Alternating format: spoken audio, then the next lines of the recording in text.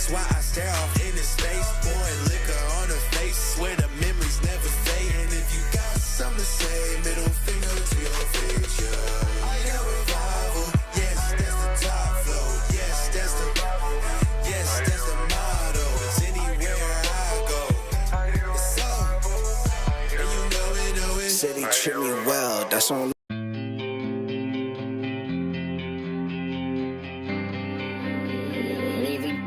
On the beat.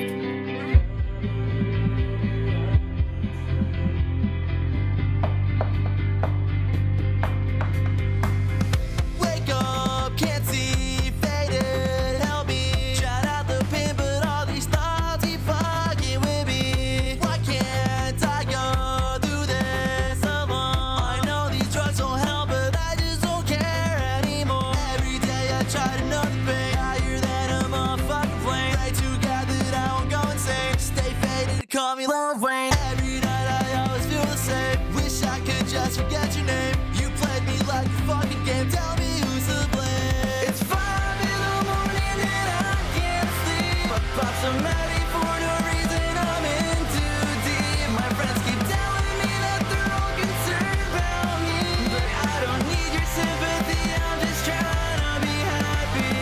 There's nowhere to go when these thoughts make me feel so alone.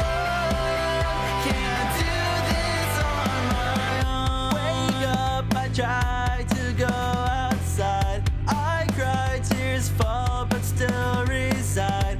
You hate me, I hate you more. So now I'm done with all these fucking whores. Now it's drug tied to a door, and I am sleeping peacefully, and there's no inner peace for me. Thoughts of you just got so deep. I know it's slowly killing me. If only I didn't get about you. If only I didn't miss you. Stay with me, 'cause I don't know how to feel okay. It's 5 in the morning and I can't sleep. I pop some Maddie for no reason. I'm in too deep. My friends keep telling me that they're all concerned about me, but I don't need your sympathy. I'm just trying to be happy. There's nowhere to go when these thoughts make me feel so alone. Can't do this on my own.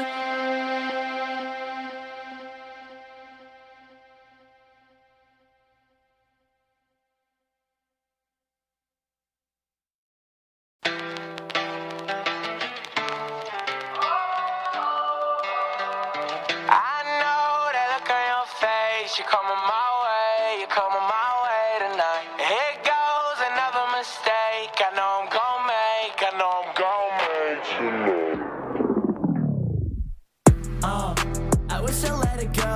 You're better off alone, 'cause I'm about to fuck it up with you. I know that look on your face. You're coming my way, you're coming my way tonight, and I will never chase. I couldn't even if I wanted to for you. There's nothing left to say. If I was you, then I would stay 1,000 miles away.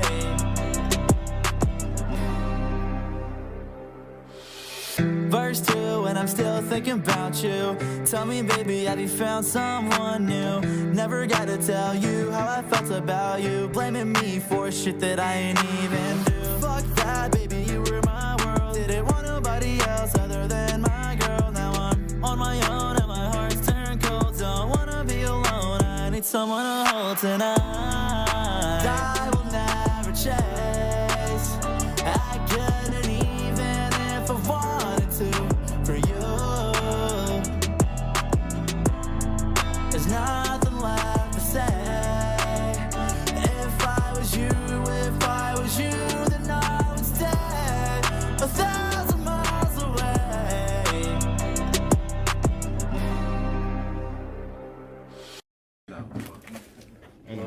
Listen, man. Hey, it's enough. Nah, I can't have one of them. Them just is too sweet. I ain't even have to worry about nothing being too sweet. Man, where the girls at? Boy, shorty over there. Bro, don't do that. Try to hold on, it's getting out of hand. She a college girl, in the night she like to dance. Walk around campus crop top, know they gonna glance. But you know they ain't got a chance. In the bathroom, tryna put your clothes on. Say my name, this ain't a roll call. Out the shower, she don't even put a robe on. At first this was a slow song, had to bring it back. Try to hold on, it's getting out of hand. She a college girl, in the night she like to dance. Walk around campus crop top, know they gonna glance. But you know they ain't got a chance. Yeah. 2 a.m., are you coming through? Yeah, you got friends, you can bring them too. Got mine, I'ma bring the crew. Nowadays, that's a very few. Body to body, there's no waiting. Thinking of the time that I wasted. And you know what I'm talking about. They be playing games, you on your track, that's why you run around. They do you wrong, but let me get right. Saw luck on this side. I know they playing games with you. If they sending shots, you know I'm rubbing off the pain with you. They do you wrong, but let me get right. They do you wrong, but let me get right. Know they playing games with you. If they sending shots, you know they hating, can't relate to them. Try to hold on, it's getting out of hand. She a college girl, in the night she like to dance. Try to hold on, it's getting out of hand. She a college girl, in the night she like to dance. Try to hold on, it's getting out of hand. She a college girl, in the night she like to dance. Walk around campus crop top, know they gonna glance. Cause you know they ain't got a chance. And I know she ain't got a man. Tell me that she got a plan. What's the deal? Need 100 bands. Don't trust nobody, had 100 mans. And I said it's alright, girl. Party at the dub, frat boys with them white girls. And you don't need either one. And you don't need either one. And I said it's alright, girl. Party at the dub, frat boys with them white girls. And you don't need either one. And you don't need either one. She trying to get right. She trying to get right.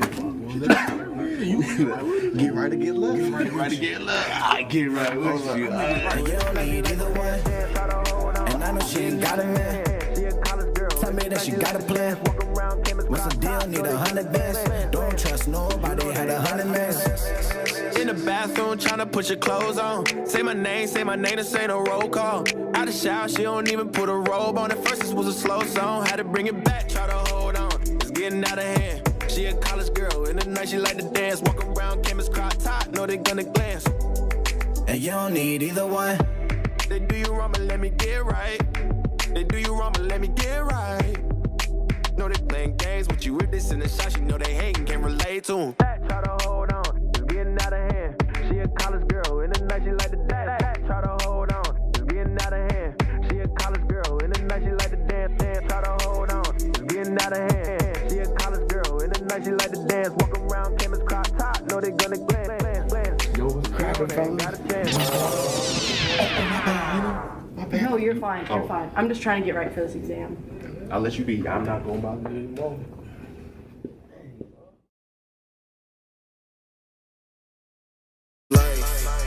It's been hard to stay awake. I got dreams of shining bright, that's why I stare off into space. Pouring liquor on her face, swear the memories never fade. And if you got something to say, middle finger to your face, yeah. I got revival, yes, that's the top flow. Yes, that's the motto. It's anywhere I go. It's up, and you know it. City treat me well, that's on.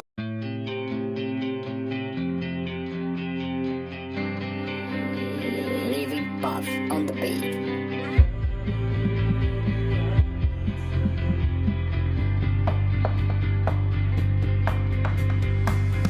Wake up, can't see, faded, help me. Shout out the pin, but all these thoughts keep fucking with me. Why can't I go through this alone? I know these drugs don't help, but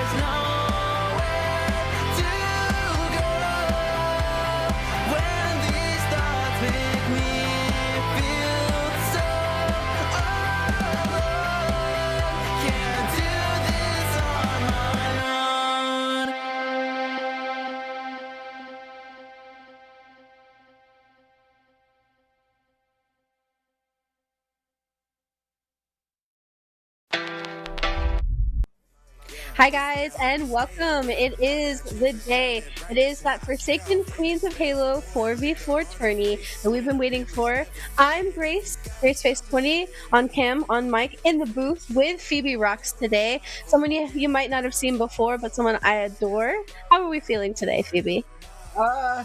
It's good. I think it's feeling good. It's exciting to get back in the desk, back in the mic. Certainly exciting to get back to casting some ladies Halo because it's with all the HCS stuff going on and the schedules. It's been a hot minute since we've been able to see the ladies take to the stage and show us what they can do. So I'm excited for a very very long night of Halo.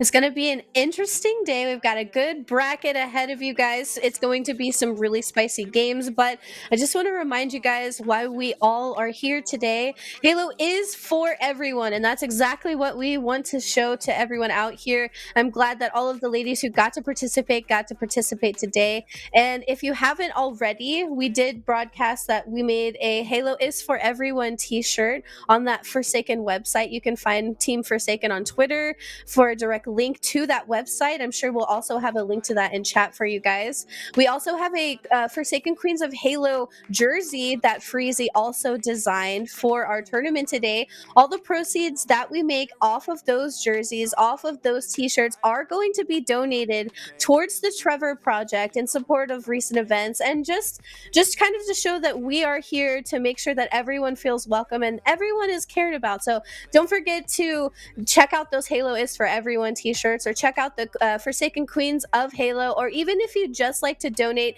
in honor of this tourney to the Trevor Project, that would be extremely welcomed, and we'd be extremely grateful for you guys to support the cause. I know that it's something that I hold dear, and I know it's something that Phoebe holds dear, so we're both excited to get into the tournament today. And I'd note what we're going to start out with first is going to be our Team Forsaken Pink versus our Underplayed, and it's going to be a best of 3 until we get to our semifinals. Phoebe, would you like to tell us what maps we're going to see today?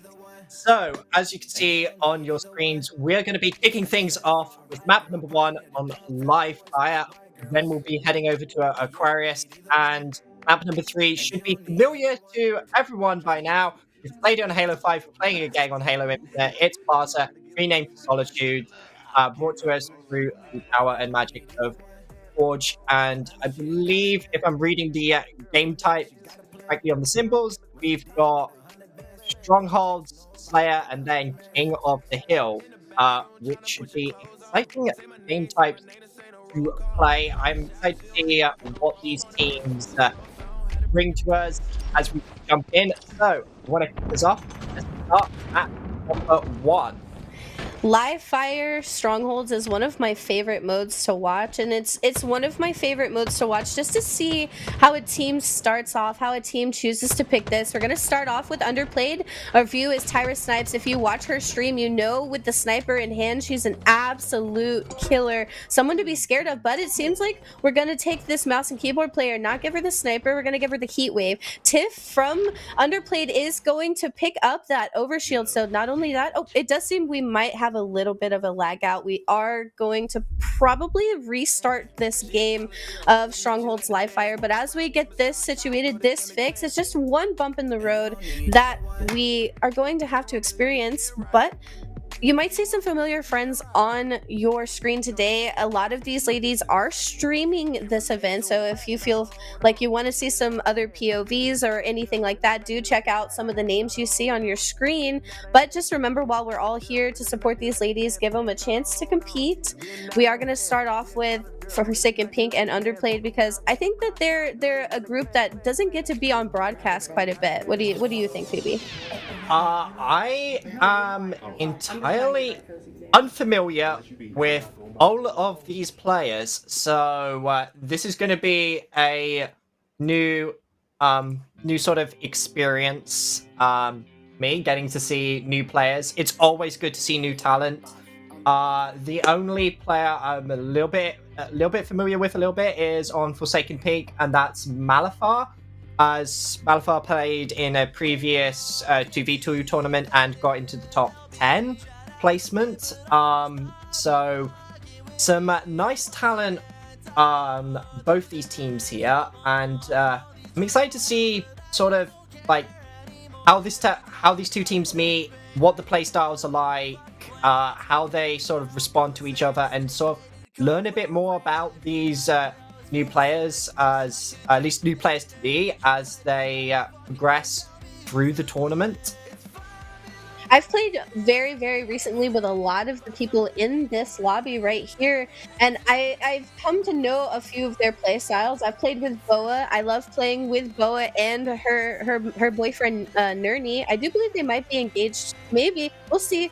I might be wrong on that. But speaking of Nurni, a huge shout out to not only Nurni for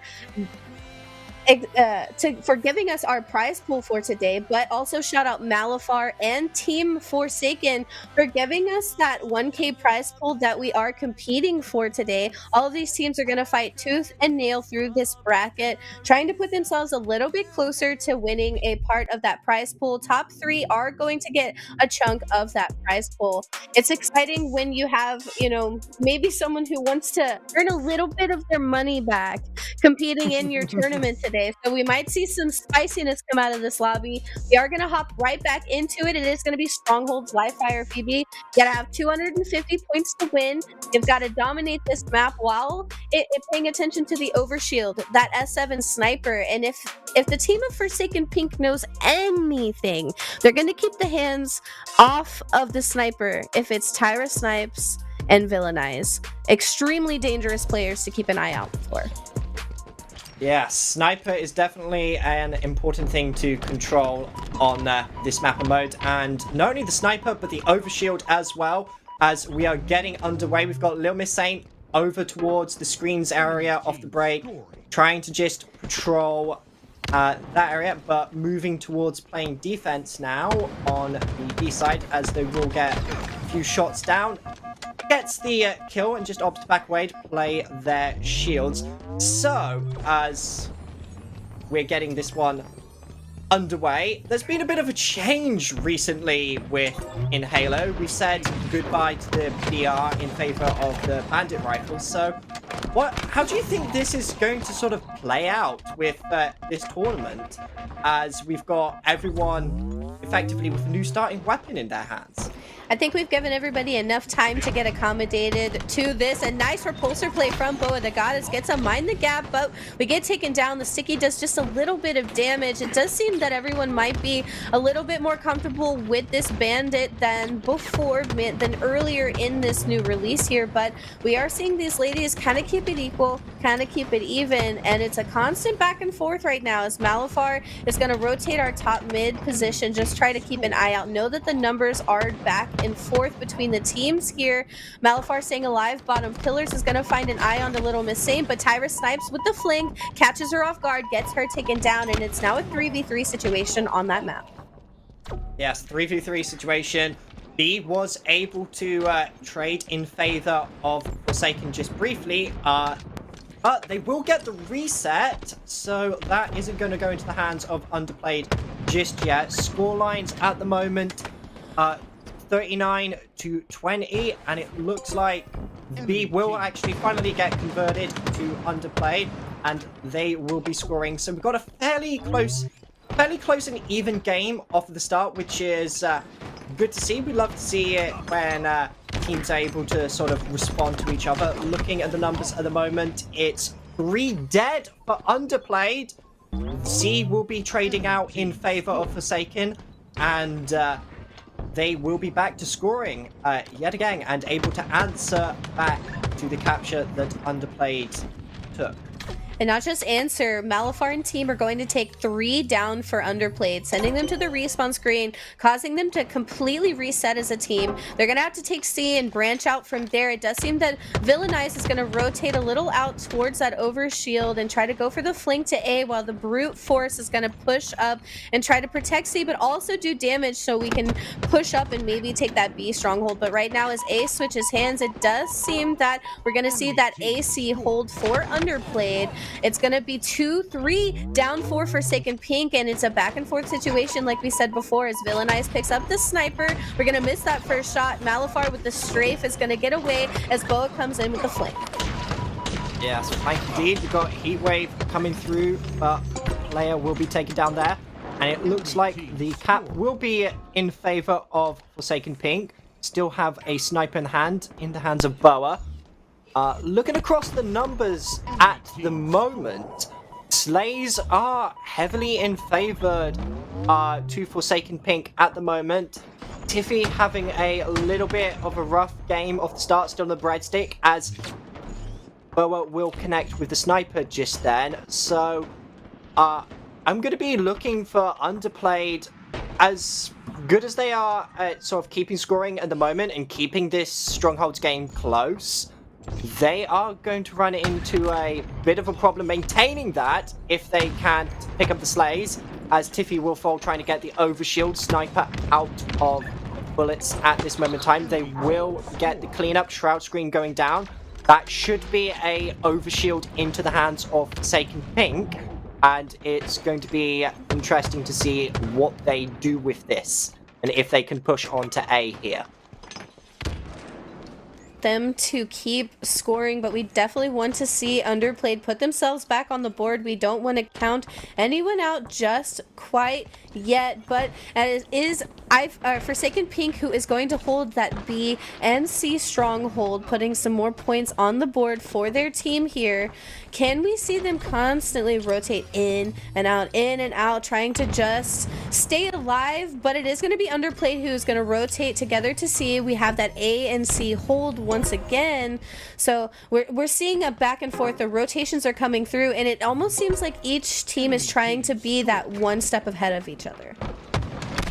Yes, I mean, just looking at this at the moment, getting the sense of it's kind of a little bit more like a matchmaking game, as there's as we see a killing spree come out there from one of the players on Forsaken Pink. It looks like it's a little bit of a matchmaking game at the moment, in the sense of these teams are just trying to rotate each other and just try and out-rotate in the infamous game of Rotato Potato that Strongholds is.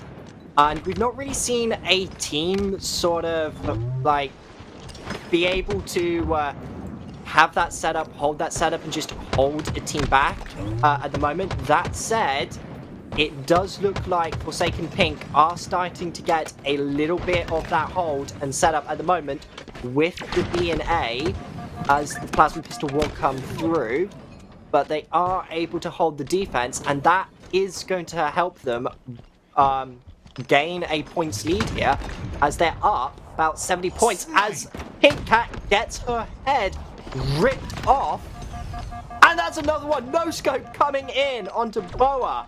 A very, very clean no-scope. Villainize is definitely skilled with the sniper, so is Tyra. We see them right now neck and neck at the scoreboard, just trying to fight and stay alive. A very, very strong team, but right now Forsaken Pink does have a little bit of the map control that they seem to have lost, as A and C are now still in the hands of Underplayed. They're going to bring themselves a little bit closer to tying up this game. Cute little Kayla gets caught up with that heat wave. Tyra takes down Kayla there. You hate to see Moopy be a little sad, but we get sent to the respawn screen. Tyra's going to rotate back to C. B and C in the hands of Underplayed, a very, very likable situation we have now. A lot better to cover than that A and C hold, but we're playing aggressive. We're trying to keep them in A, trying to keep them from pushing out, but we might just flip our spawns. We might just allow someone to sneak behind us, and it is Boa with the repulse play and the wonderful way she stays alive with the help of Malafar from across the map, takes out that player. Boa gets away, takes B for her team. Yes, B will be converted, scoring back in the favor of Forsaken. Scoreline at the moment is 130 to 180. It's a 50-point lead in favor of Forsaken, as they're encroaching ever so slowly onto that 200-point mark. Reminder, for those unfamiliar with Strongholds in Halo at the moment that might be joining us, we will be playing till 250. First team to reach that 250 as we cross the 200 points line will be taking this game. As Overshield is coming up, it looks like Underplayed might be able to get this one with 3 down. Pink Cat last alive for Forsaken. Will find an overshield, repulses them away, trying to stay alive. Just 30 points nearly needed for Forsaken, but A will be rotated out.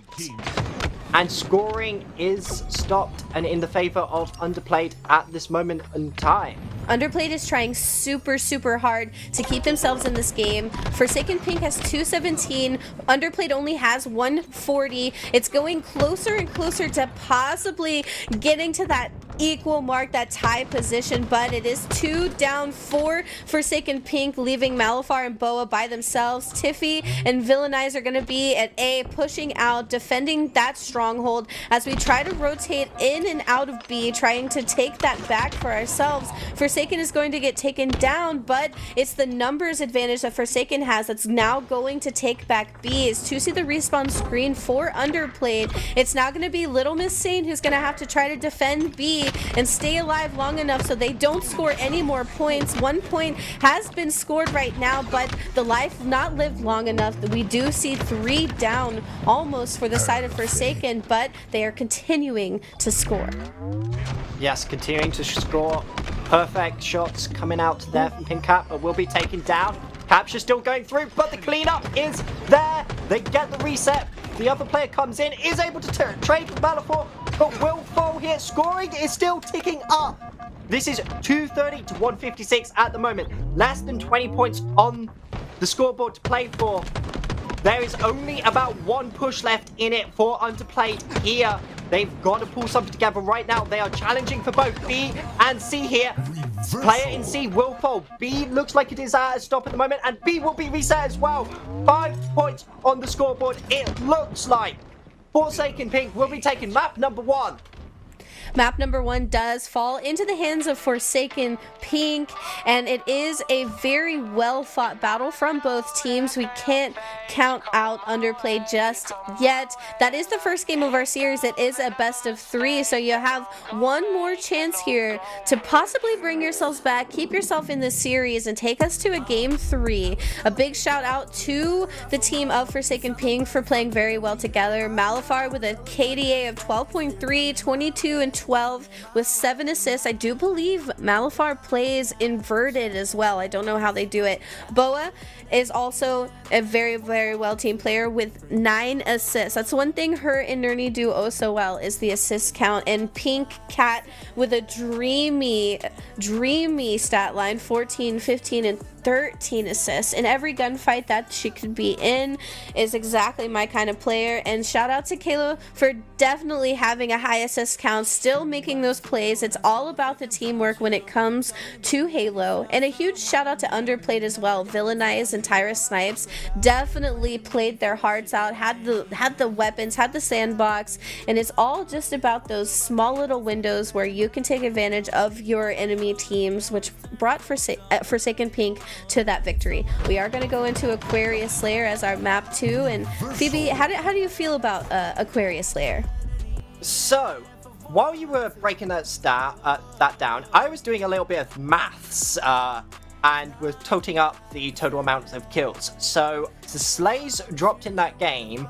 Underplayed had 56 to, I believe, 59 on the side of Forsaken Pink. So coming out of map number 1, even though Underplayed were a bit slow on the Slayers, they are fairly even with the Slays in the end to Aquarius, so that should help them out going into map number 2 here, as there's no objective to worry about.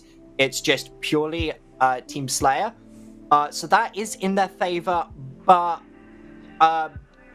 my thought process for the Underplayed at the moment, going to this one being a sort of map down, need to tighten up the sort of teamwork a little bit and the areas of the map to control, and just trying to not give away some of those deaths to try and hold the slaying in sort of their favor here. Well, like you said, it was a little closer to home than both teams wanted it to be, so this layer could be almost the same story as we saw before. Aquarius layer could either be Snowball, or it could be one of those like Mexican standoff situations where both team tries to just hold positions and tries to just take a pick and do damage. So we'll definitely have to see. Right now it is underplayed with a 1 point lead here, 3-2. QT is in the middle of the map, still unplayed. Are we going to see Kayla pick it up? We do. Will it come into play here as she finds 2 enemy teammates of underplayed, but it is going to be her 2 teammates who also make this a little bit of a level playing field, taking 3 to the respawn screen. As Forsaken Pink respawn up, we're going to see them in the top mid position, having a good position on this map here. Underplayed's going to have to push up, push out, and try to get a pick without losing any numbers.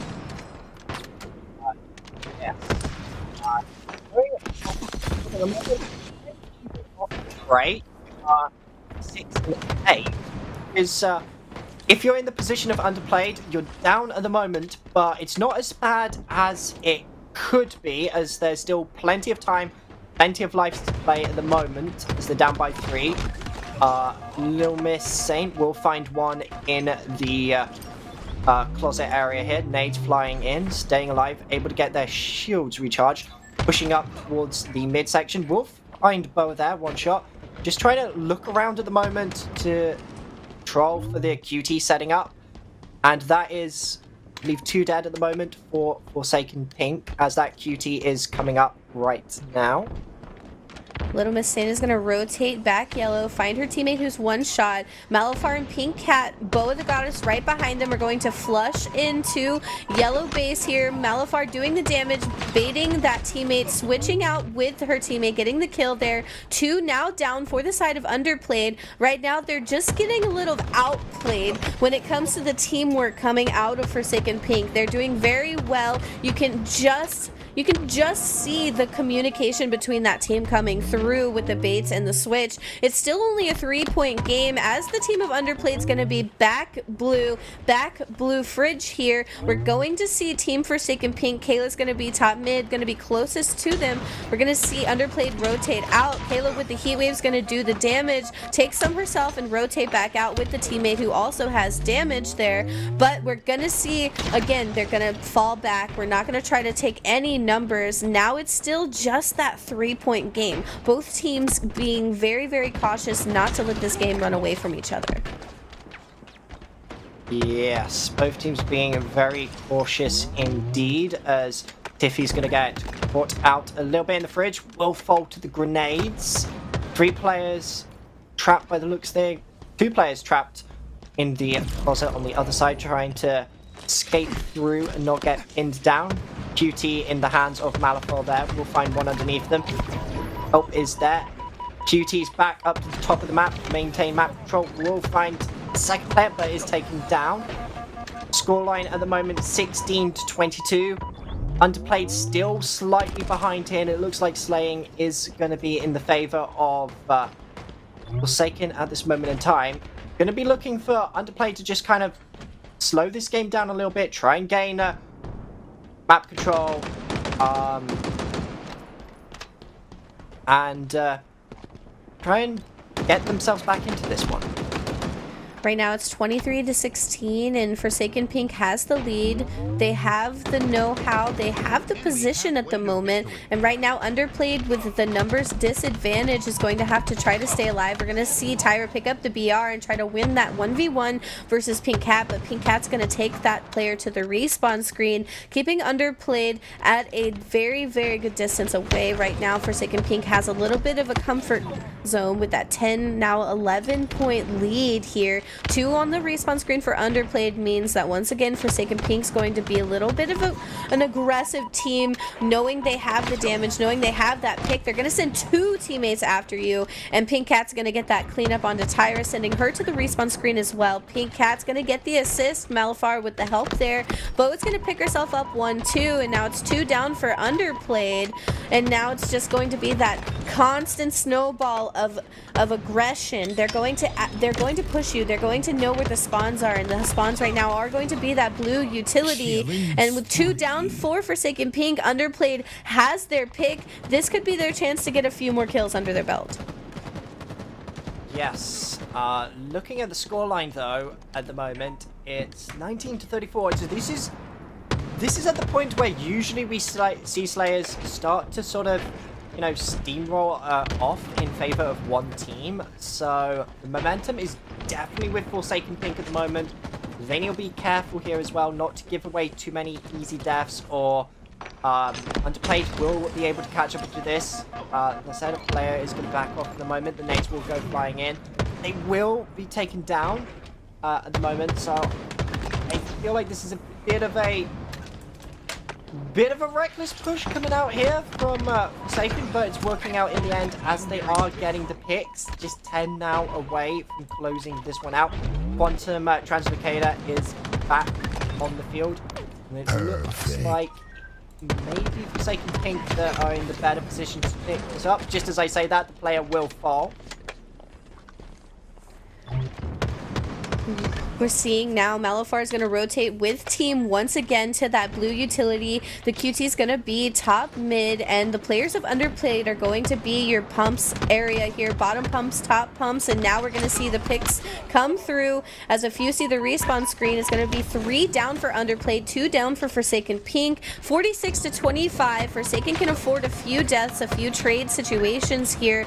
Right now, Pink Cat's going to rotate that top pumps. We're going to miss the sticky get taken to the respawn screen. 27-47. Underplayed has to play perfectly at the moment to make sure not to lose this game, but it's looking grim. 47-27 isn't really the condition you want to play under. We're gonna get a pick from Malifar onto Little Miss Saint. The damage gets done to Malifar, but the cleanup doesn't come through. We're gonna know where you're coming from, and the diners are gonna go flying. We only need 2 more kills. Yes, we're back in the days of Halo 3. You used to, you know, see games like this sort of be clawed back. It used to be a thing that happens, but these days it often just ends like we've seen now, with just a spectacular medal and a team going through. And I believe that this is going to give us a 2-0, and Forsaken Pink will be going through to the next round, and Underplayed will be dropping down into the lower bracket after that. So it was a very well fought game from both teams. Forsaken Pink had a very you could tell the chemistry was there. They had a very good group dynamic. They were able to bait and switch. They were sending 2, if not 2, it was 3 after you. But Underplayed, you can tell they also were very well practiced together. You could tell that they, as a team, had the communications as well. It just comes down to those pivotal 1v1s. yes, I think from what I was seeing, a lot of it, I think, comes down to strategy a little bit. Because even though, like, Forsaken have taken this series, some of the plays and some of the pushes from them were a little bit like matchmaking plays, like plays you'd see in a matchmaking game, which when you're gonna be going forward to play some of the potential top teams in this tournament, like making plays like that, they might be what cost you the game in the end. Like, both teams had great teamwork, great communication, fairly level in terms of skills. What's often been the sort of point that's cost, like, both teams in situations there is just their ultimate teamwork and their ultimate strategy, the areas they're looking to control, and sort of like how they're sort of moving around each other, as it feels like there's could be some work done there from both sides to help sort of you know, oil the machine a little bit more. Yeah, we definitely want to see both teams take that group communication and look at what they might need to improve, what they might need to work on, or maybe even what they might need to not work on more and focus more on pushes together. Or, you know, it's all about working with your team, and you can't count Underplayed out just yet. They will be trying to fight their way back up through that lower bracket run here, but congratulations to Forsaken Pink for taking that first series, moving themselves into that upper round 2. We will be back in a few seconds with your next matchup. Please stay with us, and we thank you guys for watching. Hey, it's enough. No, I can't have one down. Them just is too sweet. You just have to worry about that. It's too sweet. Where the girls at? Boy, show me over there. Try to hold on, it's getting out of hand. She a college girl, in the night she like to dance. Walk around campus crop top, know they gonna glance. But you know they ain't got a chance. In the bathroom, tryna put your clothes on. Say my name, this ain't a roll call. Out the shower, she don't even put a robe on. At first this was a slow song, had to bring it back, try to hold on. It's getting out of hand. She a college girl, in the night she like to dance. Walk around campus crop top, know they gonna glance. But you know they ain't got a chance. Yeah. You coming through? You got friends, you can bring them too. Got mine, I'ma bring them cool. Nowadays, that's a very few. Body to body, there's no waiting. Thinking of the time that I wasted. And you know what I'm talking about. They be playing games, you on your track, that's why you run around. They do you wrong, but let me get right. It's all luck under this side. I know they playing games with you. If they send shots, you know I'm rubbing off the pain with you. They do you wrong, but let me get right. They do you wrong, but let me get right. Know they playing games with you. If they send shots, you know they hate and can't relate to them. Try to hold on, it's getting out of hand. She a college girl, in the night she like to dance. Try to hold on, it's getting out of hand.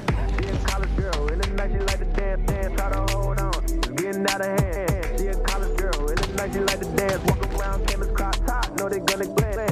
Cause you know they ain't got a chance. And I know she ain't got a man. Tell me that she got a plan. What's the deal? Need 100 bands. Don't trust nobody, had 100 mans. And I said it's alright, girl. Party at the dub, frat boys with them white girls. And you don't need either one. And you don't need either one. And I said it's alright, girl. Party at the dub, frat boys with them white girls. And you don't need either one. And you don't need either one. She trying to get right. She trying to get right. You do that.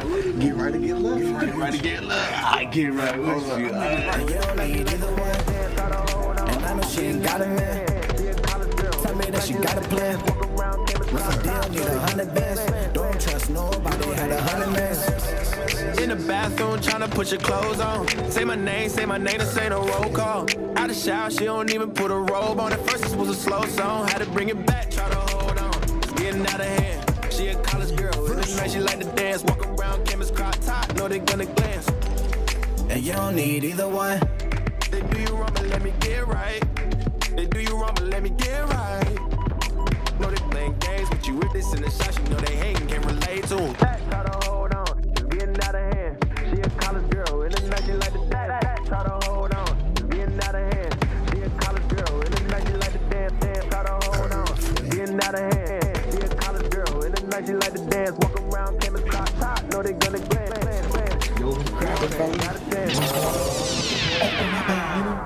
No, you're fine. You're fine. I'm just trying to get right for this exam. I'll let you be. I'm not going back to the wall.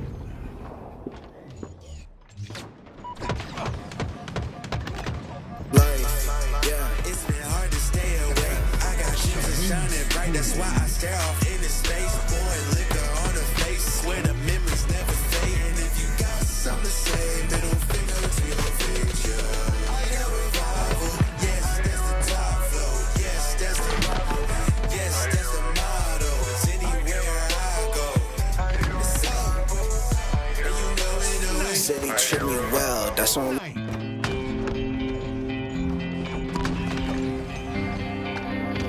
Navy buff on the beat.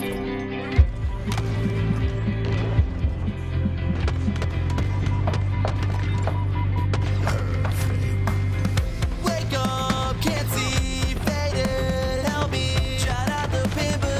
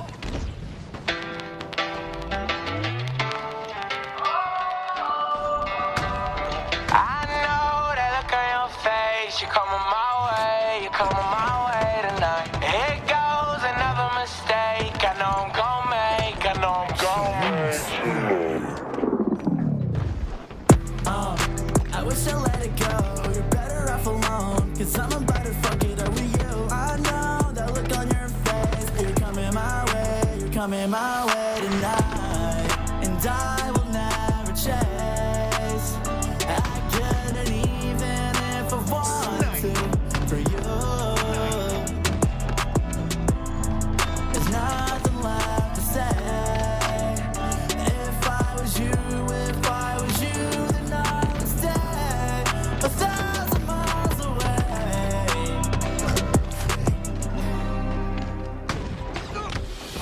Verse 2, and I'm still thinking about you. Tell me, baby, have you found someone new? Never gotta tell you how I felt about you. Blaming me for shit that I ain't even do. Fuck that, baby, you were my world. Didn't want nobody else other than my girl. Now I'm on my own and my heart's turned cold. Don't wanna be alone, I need someone to hold tonight. I will never chase. I couldn't even if I wanted to for you. There's nothing left to say. If I was you, then I would stay 1,000 miles away.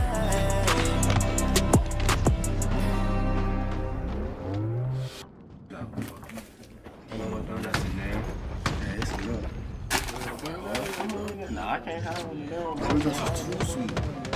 I just have to worry about that being too sweet. What the girl? Bro, don't do that. Try to hold on, it's getting out of hand. She a college girl, in the night she like to dance. Walk around campus crop top, know they gonna glance. But you know they ain't got a chance. In the bathroom, tryna put your clothes on. Say my name, this ain't a roll call.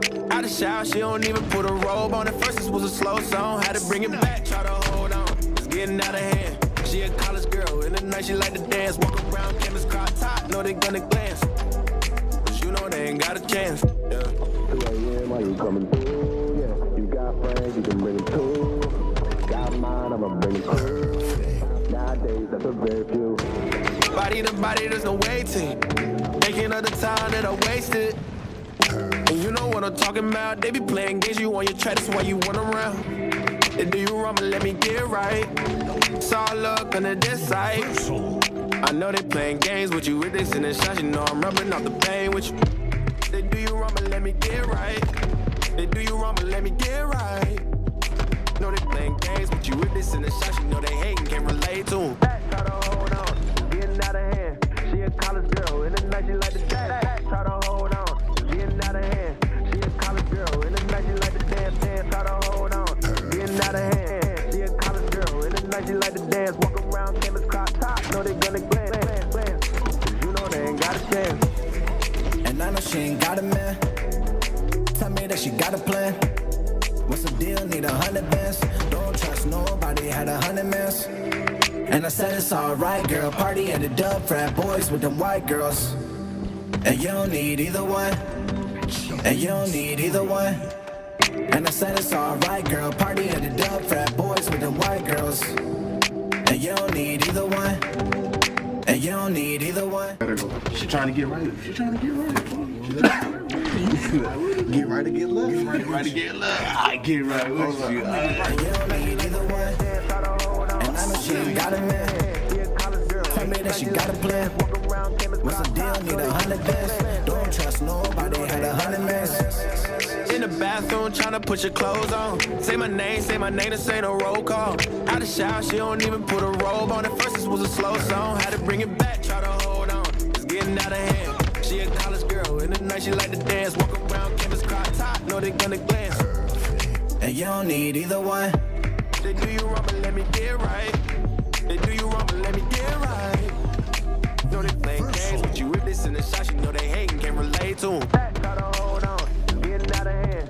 She a college girl, in the night she like to dance. Try to hold on, it's getting out of hand. She a college girl, in the night she like to dance. Try to hold on, it's getting out of hand. She a college girl, in the night she like to dance. Walk around campus crop top, know they gonna glance. Yo, what's cracking, They ain't got a chance. No, you're fine. You're fine. I'm just trying to get right for this exam. I'll let you be. I'm not going by me anymore.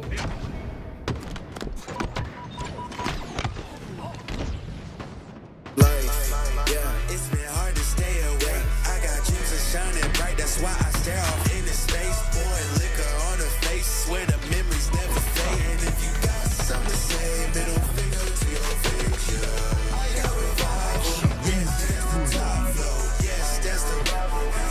That's the motto. It's anywhere I go. It's up. And you know it. City treat me well, that's on.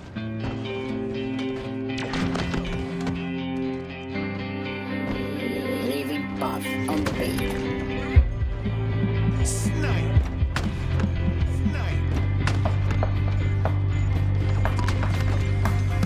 Wake up, can't see, faded, help me. Shout out the pin, but all these thoughts keep fucking with me. Why can't I go do this alone? I know these drugs don't help, but I just don't care anymore. Every day I try another thing, higher than a motherfucking plane. Pray to God that I won't go insane. Stay faded, call me Lil Wayne. Every night I always feel the same. Wish I could just forget your name. You played me like a fucking game. Tell me who's to blame. It's 5 in the morning and I can't sleep. My thoughts are many for no reason. I'm in too deep. My friends keep telling me that they're all concerned about me, but I don't need your sympathy. I'm just trying to be happy.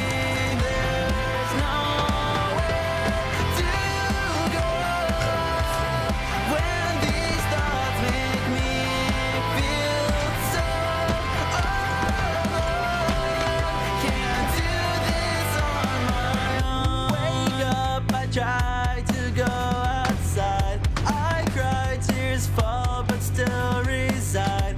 You hate me, I hate you more. So now I'm done with all these fucking whores.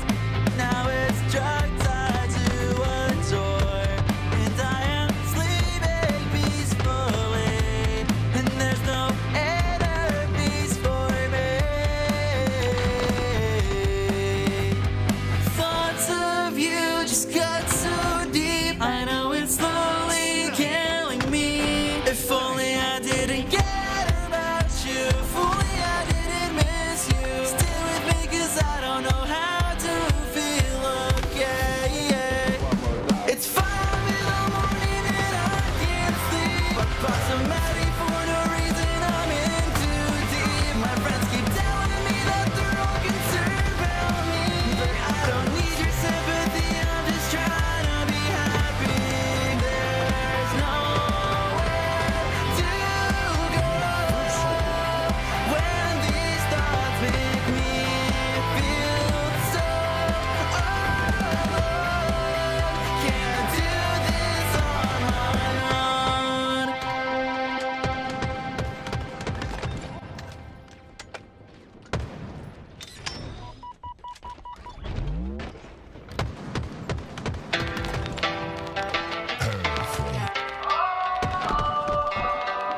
I know that look on your face. You're coming my way, you're coming my way tonight. Here goes another mistake. I know I'm gon' make, I know I'm gon' make.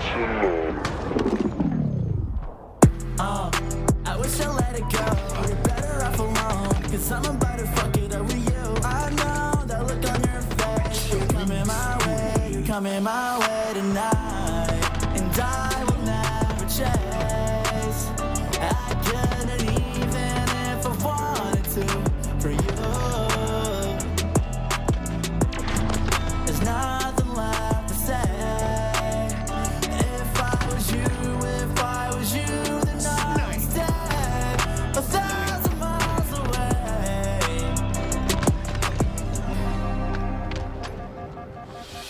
Verse 2, and I'm still thinking about you. Tell me, baby, have you found someone new?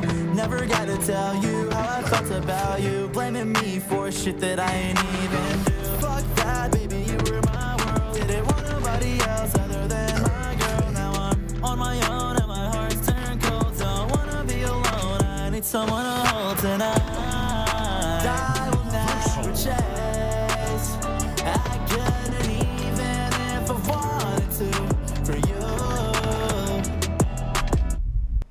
Hi guys, and welcome back. We are back with that matchup. Sorry for the wait, and also sorry for the ads. If you guys had to watch those ads, I'm apologizing right now in advance, but you could sub or you could also get Twitch Turbo. But the ads that you did watch, the revenue to those ads will also be going towards that donation from LVT to that Trevor project here. So we do appreciate you for watching ads and doing your part to support our cause here. And if you also wanted to further support our cause here, we do have those Halo is for Everyone t-shirts, and we do have those Forsaken Queens of Halo jerseys for sale on the Team Forsaken website. We do have a link to those that will be posted into chat here. The proceeds from those shirts, from the items of clothing, will be donated as well to the Trevor project to support the idea that Halo is for everyone. So welcome back. I'm Grace. I'm back in the booth with my friend Phoebe Rocks, and we're getting right into this round two game of Capture the Flag on Aquarius. Yes, and a flag is underway. That is Taquitos flag on the move, being pulled by vice versa. But the Airborne Vanessa does have a counterpull. It looks like they might have the reset. This might be first flag on the board by Taquitos there. And they do get it. First flag on the board for Taquitos. So they go up 1-0 in this series. Quite a fast if I don't fumble my words there. Quite a fast flag grab off the break. Must say, coming out from these teams here. A very hot start, and one thing that I love is Capture the Flag on Aquarius, and I love what the bandits have done to capture the flag on Aquarius. And not just that game mode, the entire map itself plays different because of the bandits here, but it is going to be Airborne Vanessa trying to keep her flag from making it more than halfway. Pretty in Pink stays alive, but Rogue Foes is a dangerous woman on this map here as they get the back smack. It's just a bunch of punches and sending people to the respawn screen in blue and yellow utility here. Fortune Cookie's going to try to stay alive and keep this flag alive so that they can get another cap on to tie up this game here. But as we said before, it's a story once told. We see 3 down for vice versa, and Taquitos de Pastor is going to be a deadly team to be on the lookout for. Yes, and that is a triple kill coming out of Pink Secura there, as they are able to get the recurve, pushing out, trying to control the spawns there. Will find a QT up top mid. What a lovely place to find a QT, I might add. Now, flag is being pulled there. Bit of a desperation cap because Rogue Force does have the flag and is able to get it all the way into the base. So this looks like it could be 2-0 here for Taquitos here. And it is 2-0 in fact, as they do get the second flag on the board. 2 flags on the board for Taquitos de Pastor, and looking extremely hot, like that plate of Taquitos de Pastor served to you. But it is going to be Airborne Vanessa once again grabbing that flag, trying to get away with it. 3 down for vice versa.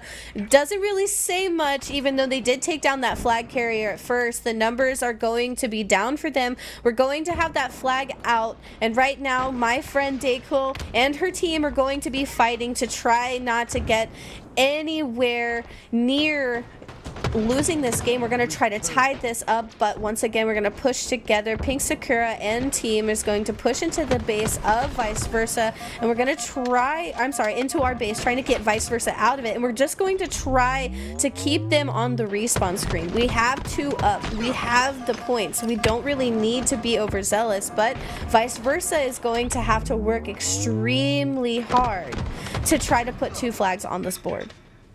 Yes, they're going to have to work exceedingly hard indeed. They're going to need to control the slays. Just as we say that, flag will be pulled. Rogue will be taken down, so this might be a dead flag here as the players on vice versa are opting to just patrol that. Perfect shots coming out from Vanessa there with the bandit rifle. And now that we've had some time to watch, as they need to watch for the player in the closet, but they will be taken down. Cleanup is coming through. But cleanup will follow as well. So, before we were jump scared by the closet, what I was going to say is now that we've had some time a little bit in tournament play to observe this observe the bandit rifle in play and how players are sort of adapting to the new single shot weapon and in place of the BR, I have to say it's actually giving us quite a interesting feel in terms of how teams are working together, how they're having to sort of adapt to the differences between weapons and the damage output that the weapons can do. And I like what we've been seeing from players here in terms of how they've been shooting together and sort of adapting to that.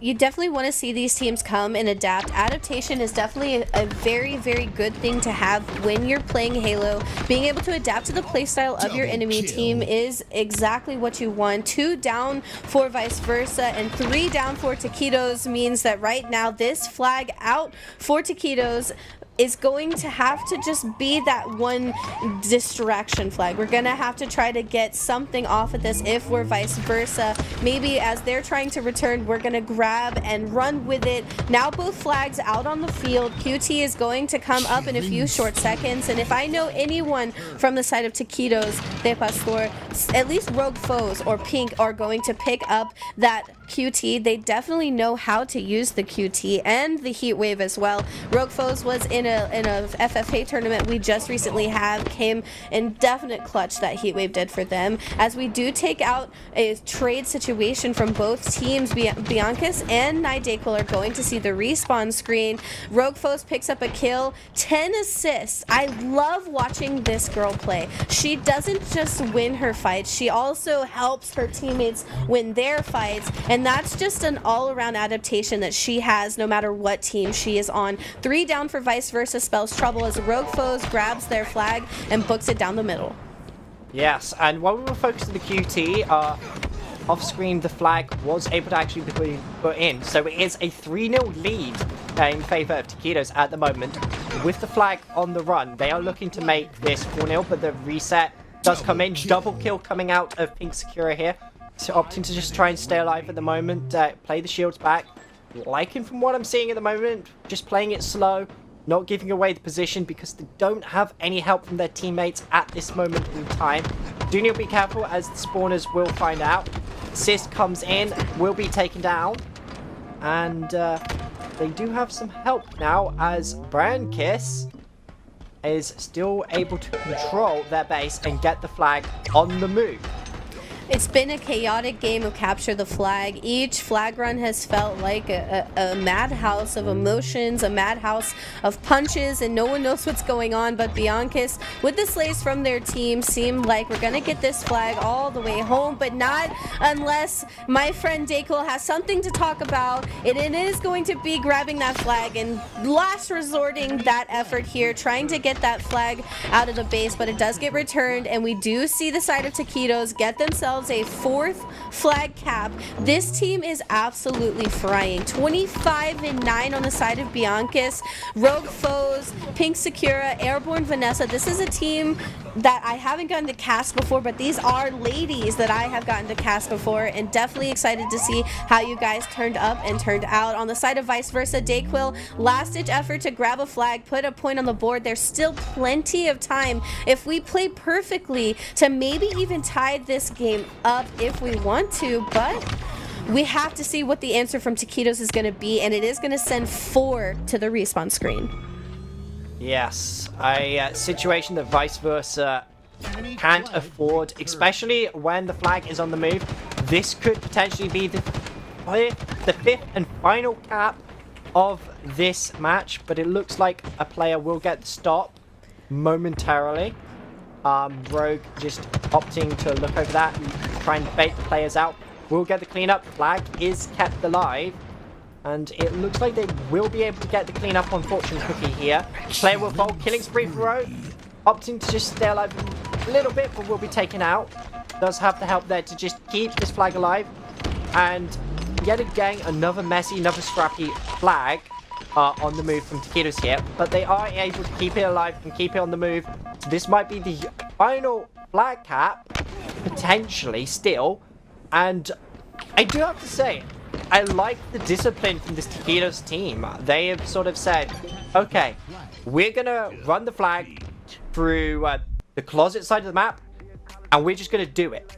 Every flag pull that they had as they plug in the final cap there to take that map number 1 5-0 was just them running it down that side of the map. They didn't, you know, switch things up or anything. They just went in there with a plan and executed it perfectly.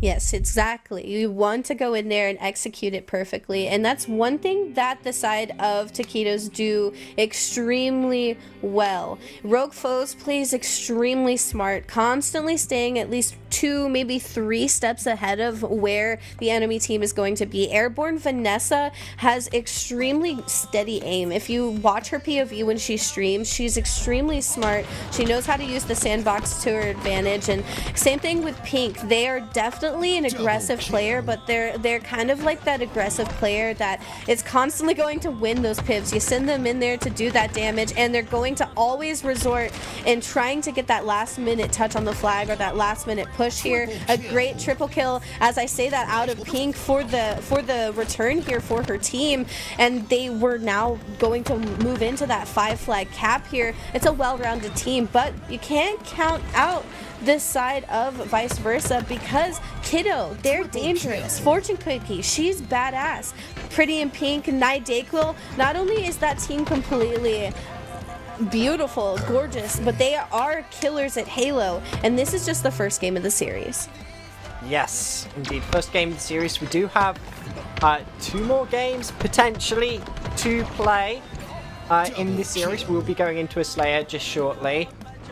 Both teams, from what I saw, have played some very disciplined Halo in that series. Although the scoreline won't show it, with it being a 5-0. Vice versa did actually put up a fight a little bit in that game number 1. Had some pulls when they needed to, were able to get a couple of stops in there. They just, you know, needed to win that 1v1 a little bit more.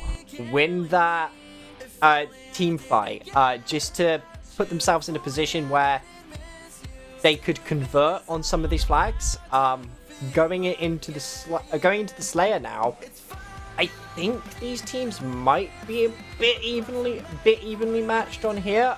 We'll see. It's just going to come down to the teamwork a little bit, and sort of how coherent both teams are. And from what we've if anything, the show that Taquitos put on with the first game, if they come out that disciplined with the streets and the Slayer here, it might be very scary for vice versa. It's going to definitely try to be a vice versa situation. If they show up, show out. And maybe that's exactly why they named the team what they did, Phoebe. Maybe they're saying, you know, we're going to give you the first game, give you a little, oops, you think, and then they're going to come back with that reverse sweep. I know Kiddo, I know Dayquil, I know Fortune Cookie, I know Pink. Pretty in Pink, we are going to be trying to put ourselves up and ahead of you and try to bring this series back into their favor. So we're going to definitely see them fight tooth and nail on the streets, and you know that's what it's for. Slayer is for the streets, you know what I'm saying? Slayer's not my favorite game type, and streets is not my favorite map, so Slayer's definitely for the streets here. And if I know anything, we're gonna see Rogue Foes from Taquitos de Pastor pick up things like the red gun, that stalker rifle. They're gonna have the bulldog. Both of these teams are very utility sandbox and basically pushing together base. These teams very much have taken the time to like play with each other before the 8s do happen, the ladies 8s. These women do take the time to play with one another. There is a women's scene in Halo, so there's a lot of these players playing today that are absolutely dangerous. We're gonna move on and talk about what you can do to support our cause here. We do have our Halo is for Everyone t-shirt, plus the Forsaken Queens of Halo jersey. Both of these t-shirts were designed by Freezy.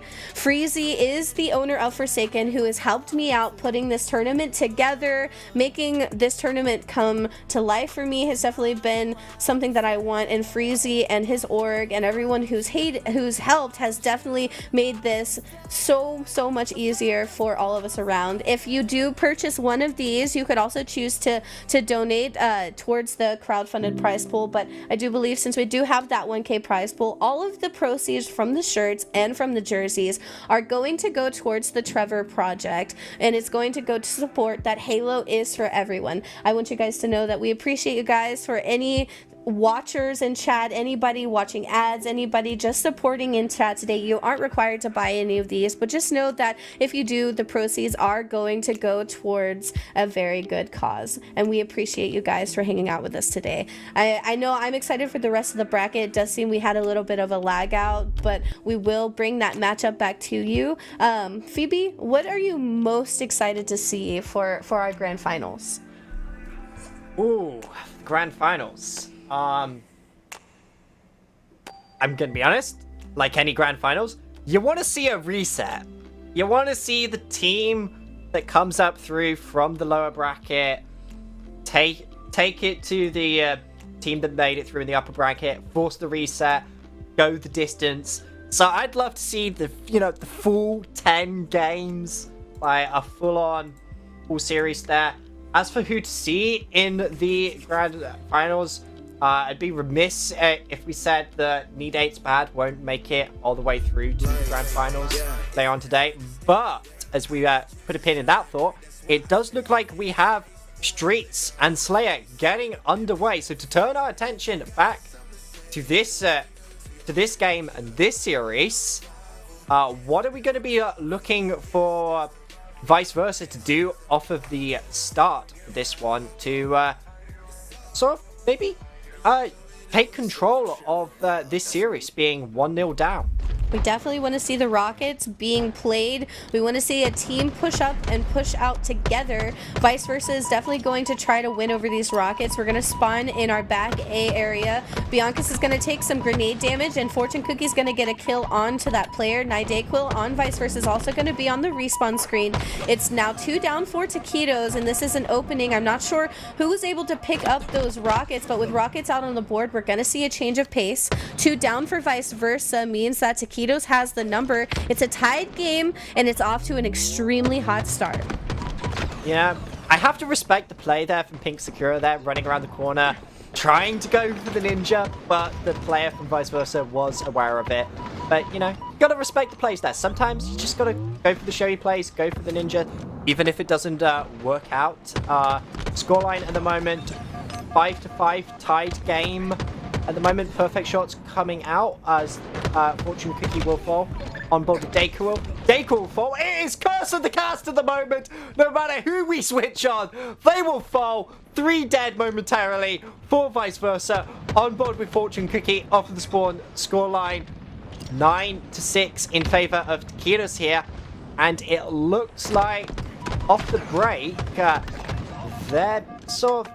Taquitos have this map, have this one on lockdown a little bit. Yeah, they definitely have it on lock, and right there, Dayquil forced to push out and overextend and re-rotate, trying to win that 1v1, but gets sent to the respawn screen. And once again, it's a 1-point difference as Pretty in Pink gets themselves a kill, puts one on the board for the team. Dayquil and teammates are going to be in that B. We have the knowledge. We know they're going to be coming from C and purple, but the shots from Pink Sakura onto Pretty in Pink are going to take that player to the respawn screen. Vice Versa gets the pick onto 2 down for the team of Taquitos, means that we're going to be able to possibly pick up these Rockets, take down that red gun player, but there's 1 rocket left in palms. Yes, 1 rocket left in palms, and it looks like Vanessa is able to pick it up and will convert it and pick up a kill. Will be taken out though. Scoreline at the moment 17-19. Both these teams fairly matched up in the slaying department at this moment in time. But we've seen this story unfold time and time again in Halo. Two teams early matched up in sleighs in the early game, and then one team is able to steal it away as we cross the 30-point line, which Taquitos are slowly creeping up on at the moment. Love to see the commando play come out, just suppressing the players down for the team to move in. But Vanessa and Sakura will both fall there, so good plays coming out from Taquitos here, but unfortunately not able to get the execution there, and vice versa will claw themselves back into this. We want to see them claw themselves out of the lead that Taquitos has put themselves in, but vice versa is not going to be able to do that with 3 down. 28-22. It's still close. It's still close. We still have that chance. Bianca's is going to pick up the Bulldog, have themselves a secondary weapon. Dayquil's going to find Bianca's, but get taken to the respawn screen, but it is going to be the teamwork that makes that player taken to the respawn as well. 2 down for vice versa. The hot dog weenie cooker in the hands of Rogue Foes, my favorite weapon on this map here. We're going to try to rotate out, do the damage. Rockets up in 10 seconds. If we can take out the team of vice versa here, Rockets is an easy grab, and we're ready for where they're going to spawn, which is probably going to be right behind us, right there, where across the map here, where we can turn around and take them out with the Rockets. With 3 down, a rocket flies by. We don't see the kill come through with the rocket there, but we're going to try to get away with our life. The rocket does more damage to us than it does to the enemy team. Fortune Cookie doesn't quite get away with her life there, and it does seem that Taquitos de Pastor has themselves on a roll, and this map and mode are starting to snowball. Yes, the snowball is starting to very rapidly roll down the mountain here, as it's an 8-point lead in favor of Taquitos at the moment. Vanessa will fall. Triple kill coming out of Kiddo there. Is the over up play? Overkill! Kill-tacular! Killing spree! Kiddo, what are you doing? Have some mercy on them! The Taquitos are getting burnt. Kiddo will finally be taken down, but is the spree too little too late, as it's still, with that, a 10-kill lead in favor of Taquitos here. They're just 7 away from closing this one out. What is going on here? Just showing why I said you can't count anyone from vice versa out. Kiddo is dangerous. Kiddo is a boss when it comes to playing Halo. If you know anything or have watched this person's stream, you know she's very, very good. It just all has to do with that teamwork here. Kiddo does get taken to the respawn screen. That spree just a little too late, like my friend Phoebe here does say. It's a 1-kill game. Taquitos need 1 kill. It's a 2v2 situation onto the map, and with the bad spawns and the chaoticness of this Slayer game, it does seem that Bianca's isn't going to get that kill, but does get sent to the respawn screen. Vice versa is going to try not to lose any numbers, but right now it's looking bleak, as we do see across the map that kill come through for a 50-36 game in favor of Taquitos de Pastor, and that killing spree was just a little bit too late. Yes, a little bit too late. The age-old story of Slayer. We've seen it happen before, and we've seen it happen again. Close in the early game, one team gets to that 30-point mark, and then the snowball just keeps rolling down the hill. Full credit to Taquitos de Pastor.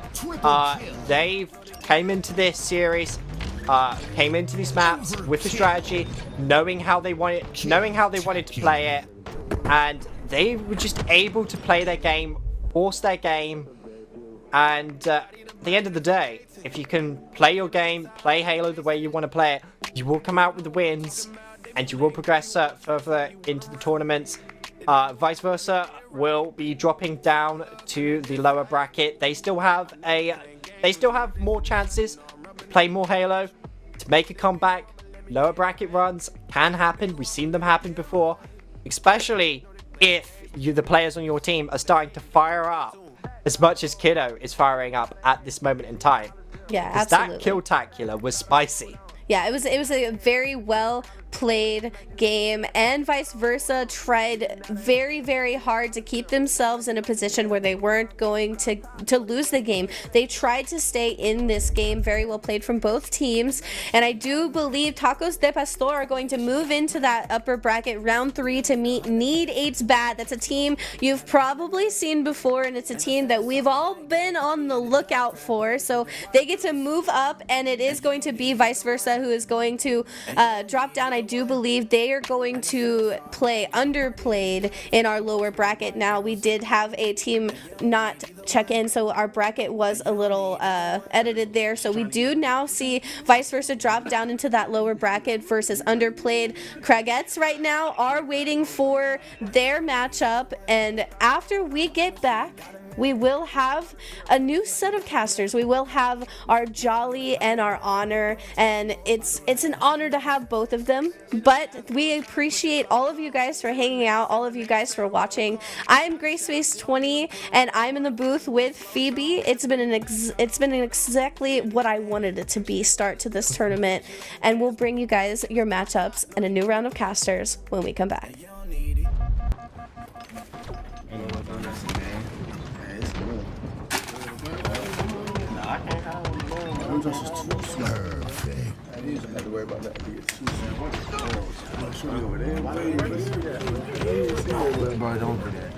Try to hold on, it's getting out of hand. She a college girl, in the night she like to dash. Walk around campus crop top, know they gonna glance. But you know they ain't got a chance. In the bathroom, tryna put your clothes on. Say my name, this ain't a roll call. Out of shower, she don't even put a robe on. At first this was a slow song, had to bring it back, try to hold on. It's getting out of hand. She a college girl, in the night she like to dance. Walk around campus crop top, know they gonna glance. But you know they ain't got a chance. 2 a.m., are you coming through? Yeah, you got friends, you can bring them too. Got mine, I'ma bring the crew. Nowadays, that's a very few. Body to body, there's no waiting. Thinking of the time that I wasted. And you know what I'm talking about. They be playing games, you on your track, that's why you run around. They do you wrong, but let me get right. It's all up in this side. I know they playing games with you, with they sending shots, you know I'm rubbing off the pain with you. They do you wrong, but let me get right. They do you wrong, but let me get right. Know they playing games with you, with they sending shots, you know they hating, can't relate to them. Try to hold on, it's getting out of hand. She a college girl, in the night she like to dash. Try to hold on, it's getting out of hand. She a college girl, in the night she like to dance. Try to hold on, it's getting out of hand. She a college girl, in the night she like to dance. Walk around campus crop top, know they gonna glance. You know they ain't got a chance. And I know she ain't got a man. Tell me that she got a plan. What's the deal? Need 100 bands. Don't trust nobody, had 100 mans. And I said it's alright, girl. Party at the dub, frat boys with the white girls. And you don't need either one. And you don't need either one. And I said it's alright, girl. Party at the dub, frat boys with the white girls. And you don't need either one. And you don't need either one. She trying to get right. She trying to get right. Get right to get left. Get right to get left. I get right with you. And you don't need either one. And I know she ain't got a man. Tell me that she got a plan. What's the deal? Need 100 bands. Don't trust nobody, had 100 mans. In the bathroom, tryna put your clothes on. Say my name, this ain't a roll call. Out of shower, she don't even put a robe on. At first this was a slow song, had to bring it back, try to hold on. It's getting out of hand. She a college girl, in the night she like to dance. Walk around campus crop top, know they gonna glance. And you don't need either one. They do you wrong, but let me get right. They do you wrong, but let me get right. Know they playing games with you, with this in the shot, you know they hating, can't relate to them. Try to hold on, it's getting out of hand. She a college girl, in the night she like to dash. Try to hold on, it's getting out of hand. She a college girl, in the night she like to dance. Try to hold on, it's getting out of hand. She a college girl, in the night she like to dance. Walk around campus crop top, know they gonna glance.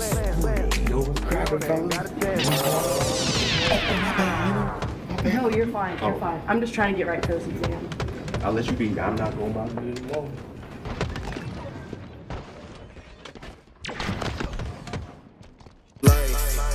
It's been hard to stay away. I got you to shining bright, that's why I stare off in the space. Pouring liquor on the face, where the memories never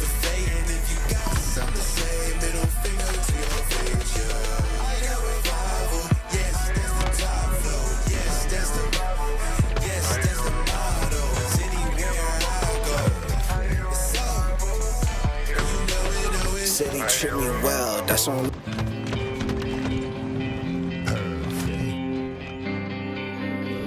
Leaving buff on the beat.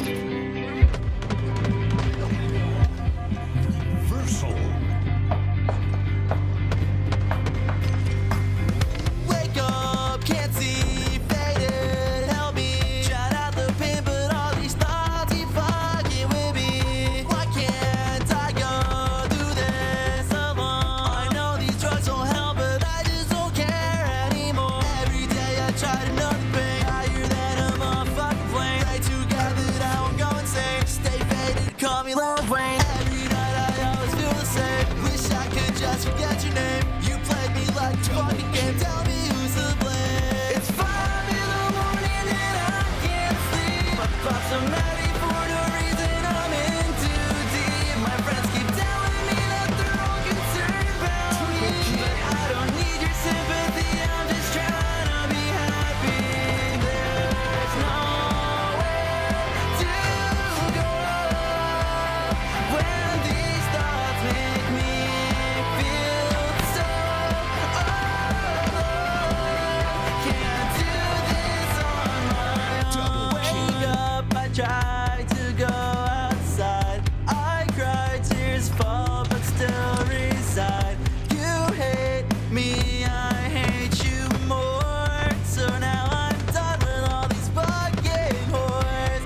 Now it's drug time to adore, and I am sleeping peacefully, and there's no inner peace for me.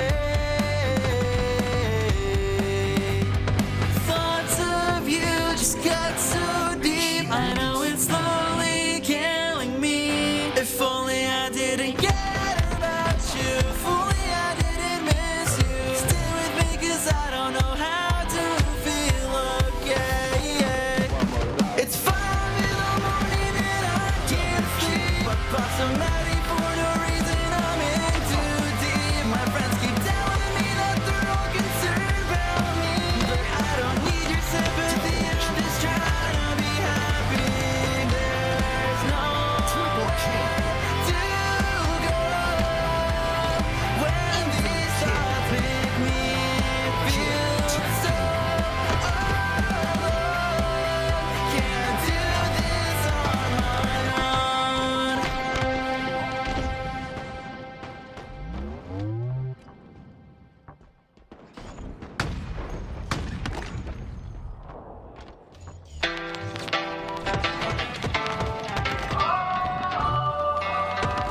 I know that look on your face. You coming my way, you coming my way tonight. Here goes another mistake. I know I'm gon' make, I know I'm gon' make.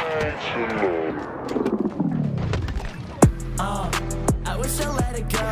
You're better off alone, 'cause I'm about to fuck it up with you. I know that look on your face. You're coming my way, you're coming my way tonight, and I will never chase. I couldn't even if I wanted to for you. There's nothing left to say. If I was you, then I would stay 1,000 miles away.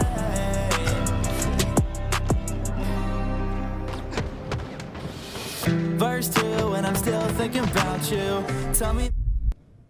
Hello, everyone. I'm GraceFace20. Wait, I'm Jolly, and we're coming back here to the Forsaken Queens of Halo tournament, and I am ever so excited to be here. Phoebe and Grace get to take a little bit of a break and maybe learn how to mod as well. And in the meantime, I am joined here by Honor. It is great to meet you officially, Honor. How are you feeling today? You know, I love ladies' tourney days. They're probably some of my favorite days. Yeah, no, I'm really excited. I haven't seen a lot of these ladies playing a tournament in a hot minute, so it's cool to see a lot of familiar faces and even a couple newer ones. So I'm super excited. Yeah, not only that, but you know, we're seeing some, I don't want to call them like upsets or anything. There's been a lot of kind of what we would expect, what we would anticipate from a lot of these gals. If you are familiar with the ladies in Halo scene, there are some pretty awesome players, and they've been around for a while kicking butt. So as we're looking at Bittersweet, who's going to be playing up against Forsaken Pink, we're starting on Streets, going to Live Fire, and potentially ending things on Empyrean. Of course, best of 3s to start things out. Once the semis pop up, we are going to head to best of 5. So oddball right off the bat, and it's on Streets here. Yeah, this should be a pretty interesting and even game, I would say. On Bittersweet, we got a couple of really familiar faces. We got OP or Operant Power, Ultras. I mean, I know most of these girls here. Mrs. Heartbreak, and then on the other side, we've got even more familiar faces. So I think this will be a really even match all the way through. I think Mrs. Heartbreak actually ended up is in chat, I think, if I'm not mistaken, but is not actually playing. You're right. On this Yeah, one I think anymore. she swapped out. We did have a couple of changes there at the last minute. So of course, if you're looking at the roster, that one hasn't been updated, but the bracket I think should be here. We have seen some awesome pop-offs today, though. I would say earlier we saw Malphar and Boa just decimating, so we're gonna have to see if they continue on with that. In the meantime, though, Kayla is looking pretty good. Boa has to get out of range here. Bittersweet kind of finding themselves on a pretty strong front end here, at least in control of that oddball. Yeah, and the use of this bulldog in these tight quarters is just smart play. The interesting thing about this map that I'm a fan of is just the control, especially for oddball. Oddball is actually not my favorite game type. I don't know if you know this. I was gonna say cares. I'm not a fan. Sorry, I'm just bad. Maybe it's because I'm bad, but yeah, I could be biased. Yeah, no, but I mean the nice thing that that these ladies are just top tier ladies on both sides. So this should be all across the board pretty even. Kills across the board. I see on Bittersweet we got maybe a couple more, but 27-2 just at the very beginning of this match, and coming away just a little bit on the side of Bittersweet, but plenty of time left. As these seconds pass by, it is that sway is really becoming exponential, right? Like 30 seconds ago, I would have said at this point, don't really look at the numbers down at the bottom, don't really look so much at the kill counts, but we are now finding a little bit of fluidity amongst these players here, a little bit of consistency, and that consistency is definitely going in favor of Bittersweet right now. Opera Power, of course, sitting at 7-0-3 right now. Ultras has picked up the spanker, and we've already seen some kids get spanked today, whether or not they are on your team or the opposing team. Yeah, no, absolutely. And, as you mentioned, the game did slow down just a little bit. I saw Bittersweet got a couple. Actually, it looks like we might have had a drop on the side of Team Forsaken. Something's happened. Something has definitely happened here. We might have. Yep. All right. We got to reset. We're going to scuff it. So back to the basics. Streets, Bittersweet versus Forsaken Pink. We hate to see it. We honestly hate to have these problems, but I also hate to say that it's usually expected, right? It's going to be anticipated. So that you guys don't have to listen to me just ramble on about absolute garbage, we are going to head to a very quick break. We will be right back as soon as we get everybody loaded up into the lobby. So don't expect it to be a very long one. Go grab your snacks, grab your water, grab your energy drinks, whatever it is you need to stay engaged. And we will be right back here with more of Team Forsaken's Queens of Halo 4v4 tournament.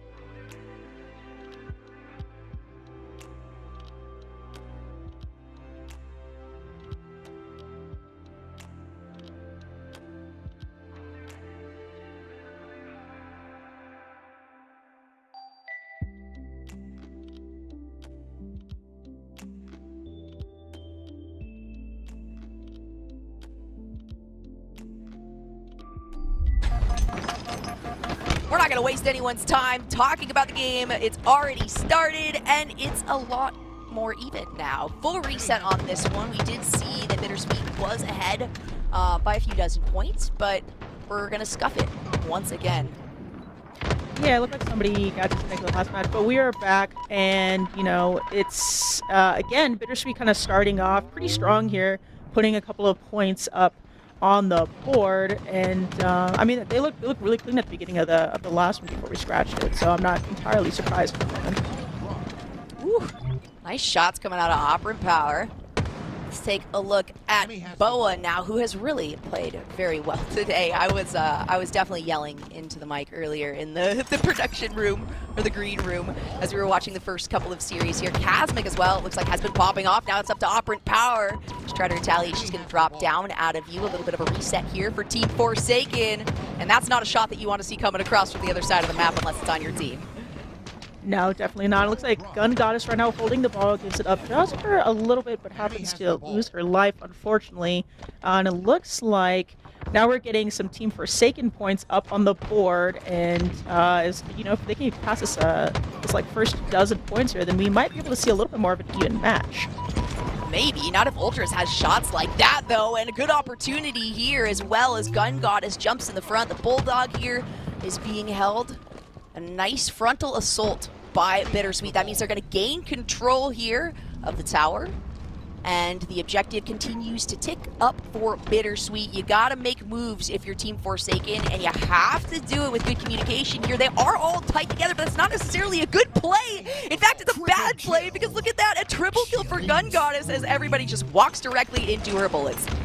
Yeah, and it looks like Team Forsaken was stuck in the back of that base too for quite a bit. It looks like they're trying to push out just to get a chance to kind of drop the person with the ball. But that's Ultras with the ball right now. But they just passed the 60-point threshold, and it's not looking pretty at the moment, unfortunately. Yeah, not looking pretty if you are a fan of Team Forsaken, which I think if we're here, we are all at least somewhat fans of Team Forsaken, right? Thank you for helping to set all of this up with Grace. But yeah, Bittersweet, we saw at least the first like 60 seconds of that round that ended up getting scuffed, and this one is playing out just as expected. That one you usually don't anticipate seeing, though. There is the next shot coming out of the Bulldog, and man, that thing is just being swapped across hands. Now we're going to see it in those of Pink Cat. Maybe she can do something fun, but you got to be careful. Once again, Bittersweet, they're moving so cohesively, right? And it's not like all four members running in, kind of like we saw Team Forsaken do. Clearly, the comms are really strong, right? You have these duo splits. And so they're kind of attacking from two sides of the map at the moment. And as we talk about it, they end up finding some more success here. Side of red, 70 points now. Yeah, they're getting definitely kind of close to this last little stretch of a marathon for this first round.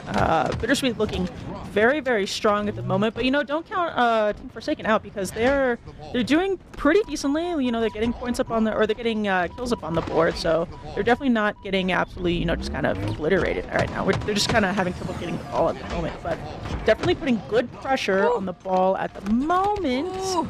And they managed to take out Ultras, who had the ball, so they still have Bittersweet around the ball, kind of controlling that area, so it looks like they might be able to get the ball back, but we'll have to see here. Good plays, though. Gun Goddess is on point right now. A very fitting name she has for herself right there, and we're just going to keep watching her perspective, because why not? I love to watch girls kick butt, and clearly she is she's really feeling it right now. 15 points is all we're looking at here for Bittersweet to really feel good about this one, but it is still being stacked for Team Forsaken. There's going to be a couple of swaps back and forth. It ends up being a 2-for-2 in that fight.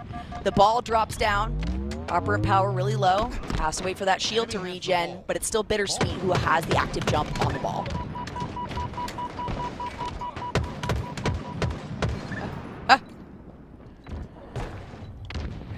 Okay, all right, it's just me. Y'all are in for it, because now you just get to hear me talk to myself, which is if If you were around, that's what I do all the time anyway. How do you think I got this job?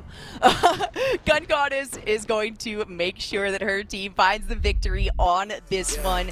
It was a bit back and forth, but I gotta say, when we're looking at points, when we're looking at consistency, it's definitely in favor of Bittersweet so far. And I want to see a little bit more of, you know, the cohesion that I was just talking about here that we're seeing from Bittersweet. I want to see that out of Forsaken Pink. They have the means. We just need to see the execution here. We're going to get another opportunity on Streets here. First to 100 points, of course.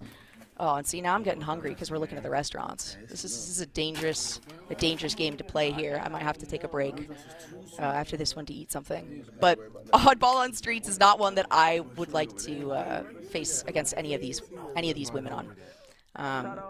They say if you can't do, teach, and I say if you can't teach, cast. You talk about it. So that's what I do, is I get to talk about these girls doing some work. Hopefully we don't get any more disconnects. Hopefully we don't get any more issues in terms of connectivity and things like that. But it is Halo. We've all been there. We still love it to death. Alrighty. We have that reset. It was still going in favor of Bittersweet. It's a 1-0 series right now. I want to see a full series because as of, if we look at the bracket right now, there have been all 2-0s, at least that we have seen on the broadcast. And in fact, all 2-0s across the board, including in the losers round, as some of the teams had just dropped down. We saw Taquitos de Pastor go up against Vice Versa. Vice Versa, well, Underplayed was waiting for them, so their match is now going on, as well as Lady Sparts, which is probably one of the most clever names I have heard in a while. In case y'all haven't said it out loud, Lady Sparts. It's funny. It's clever. I did want to be able to cast them at some point, literally just because of their name, but they're going to go up against Cortana's Angels in the lower bracket, and whoever wins that is going to come up against Craiget. So we got a lot of really cool players on board. We've got a lot of really cool teams, familiar faces, some that are less familiar, but as we get further and further in the bracket, I think things are going to play out sort of how we anticipate, right? Need 8's Bad is a team that you expect to see come out ahead here. Bittersweet is definitely a team that has names that we anticipate making it through towards the finals of some finals, whether it's losers finals, whether it's winners finals, or even grand finals there. Since Queens of Halo didn't show up, I mean, they ball's in anyone's court now at this point. And as I talk about the ball, let's see how the oddball plays come out. Operant Power instantly goes down. Gun Goddess has a little bit of a retaliation, though, for the rest of the team. Boa Goddess goes down. It's perfect shots right there, and it just ends up being these 1-for-1s, back and forth duels. And that was definitely a spank. Ultras goes down. Malphar trying to find maybe an angle here to get a move in on that ball. That's a very dangerous position. You have to expect there will be enemies on every single side. Malphar ends up falling here. Bittersweet just have a little bit stronger target acquisition right now on their shots. That means that they are going to get control of that ball, and they've got a relatively solid hold here as well. Malphar stuck on the opposite side of Cafe is going to end up going down thanks to some help there from Kazmit. But still, these 1-for-1 trades are, they're coming through, but unless you're able to make something out of that, right, unless you're able to actually get some pressure forward, unless you're able to get like a respawn reset, unless you're able to get a power weapon, anything like that, 1-for-1 trades are never really good unless you're going for a Slayer match and you want to take like heartburn medication. So as of right now, Bittersweet is feeling incredibly comfortable where they are. And as I say that, the ball gets picked up by Forsaken, but it's only for 1 second. Single point put up by Pink Cat, a single point put up by Kalar, and a good shot there from Kazmik. It's gonna keep at least one member alive. Now Gun Goddess continuing on the engage. Nades flying all over the place. Hey, a lot closer than the first one. Hi, how's it going? I would have just kept going. I appreciate you being back though, because I need air to breathe and survive. Yeah, you talk really fast, but that's always a good thing when you're a caster. Yeah, this round's, did we reset? This is looking a lot closer. So yeah, this will be the second in the best of 3. So if Bittersweet takes this one, they're going to take the series in a 2-0 sweep.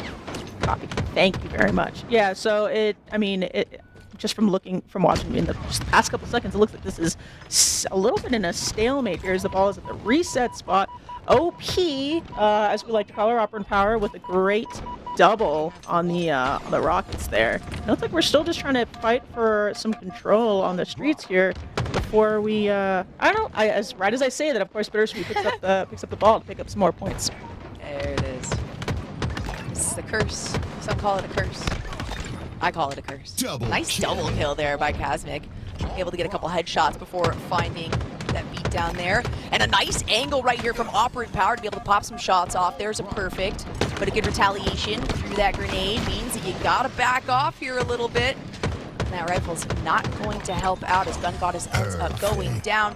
Points not stacking quite as quickly as the last game, but if we're looking at numbers, 35 is a lot higher than 2. At least last time I checked on her.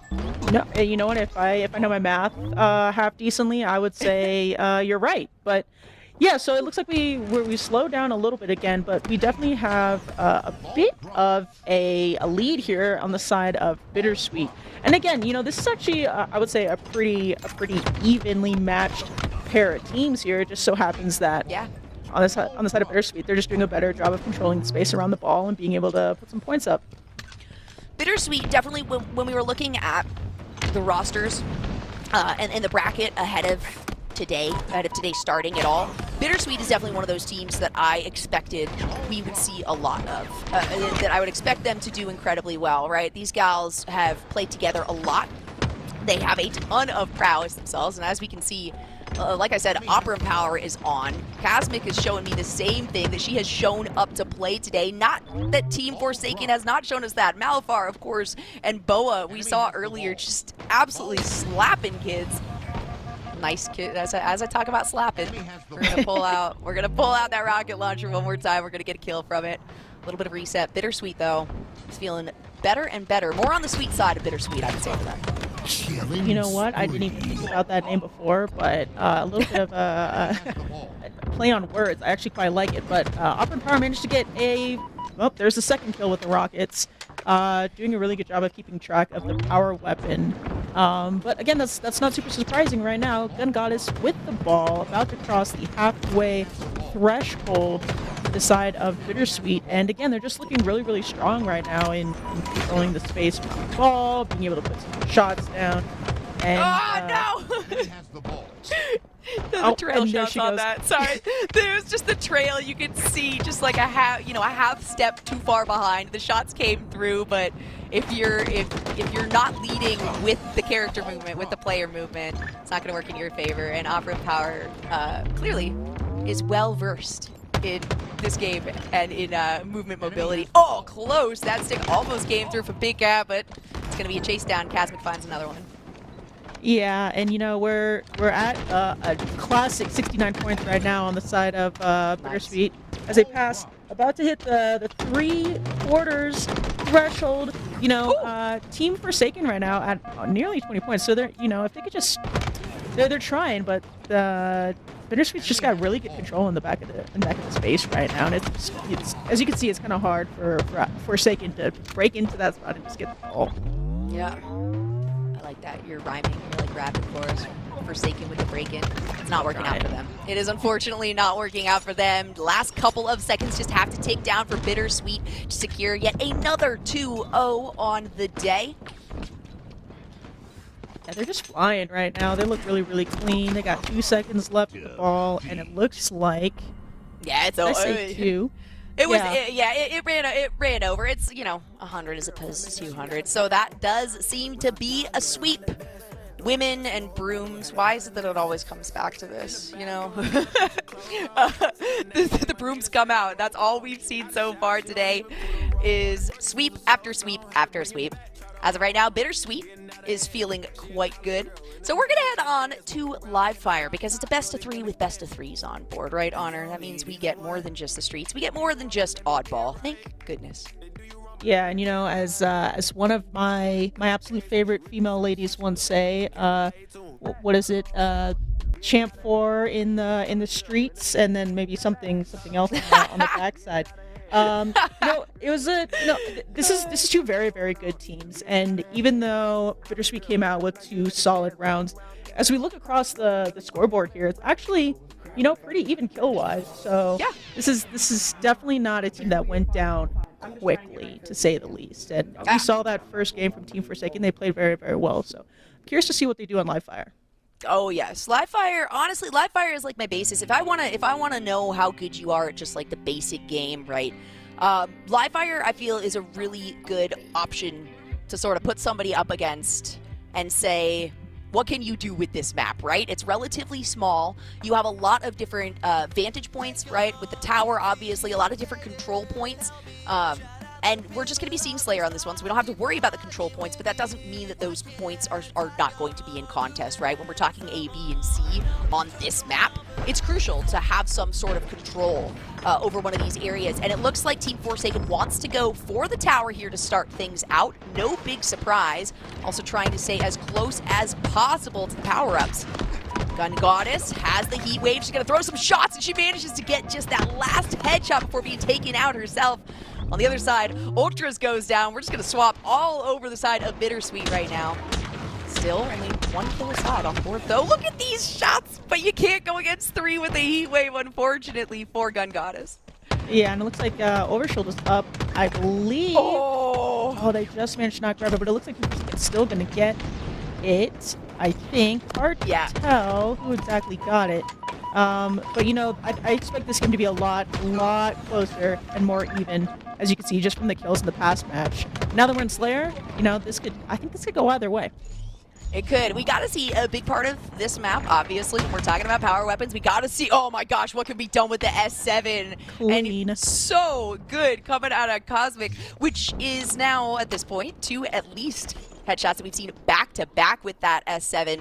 If you got hands enough, oof, Big Cat almost got taken down. If you got hands enough for the S7 and you're able to take control of this tower, you're feeling really good on a Team Slayer game. You got to be careful though.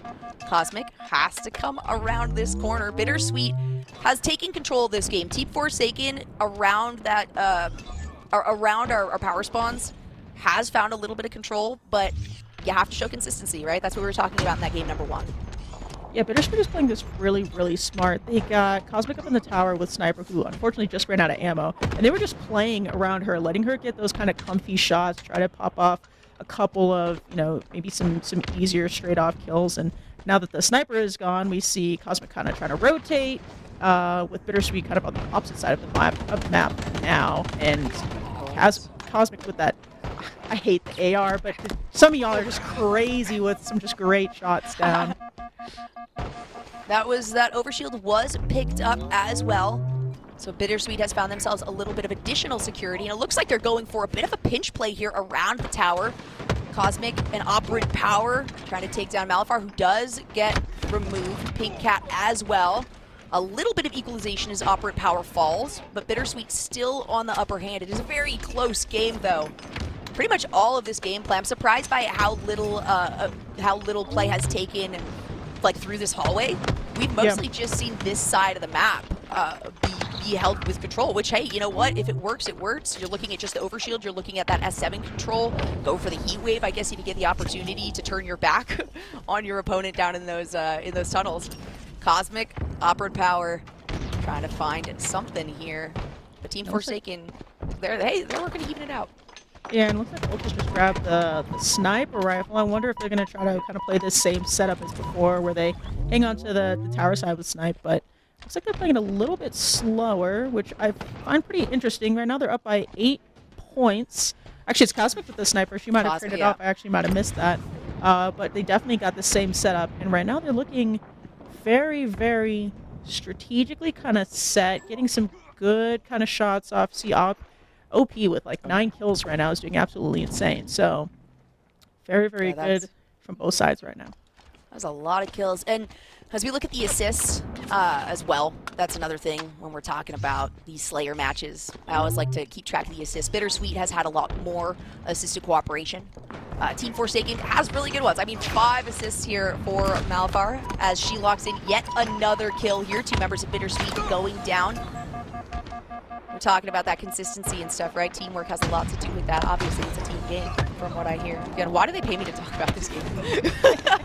You would think teamwork would be an important thing, but I absolutely agree. It looks like Malphite tried to grab the overshield, but she just got killed. It looks like Ultra's got the overshield and pulled it, so some good shots on Team Forsaken right now. And it's down to 5, 6, 7. As soon as I said that, that's completely my fault, guys. Got casting curse.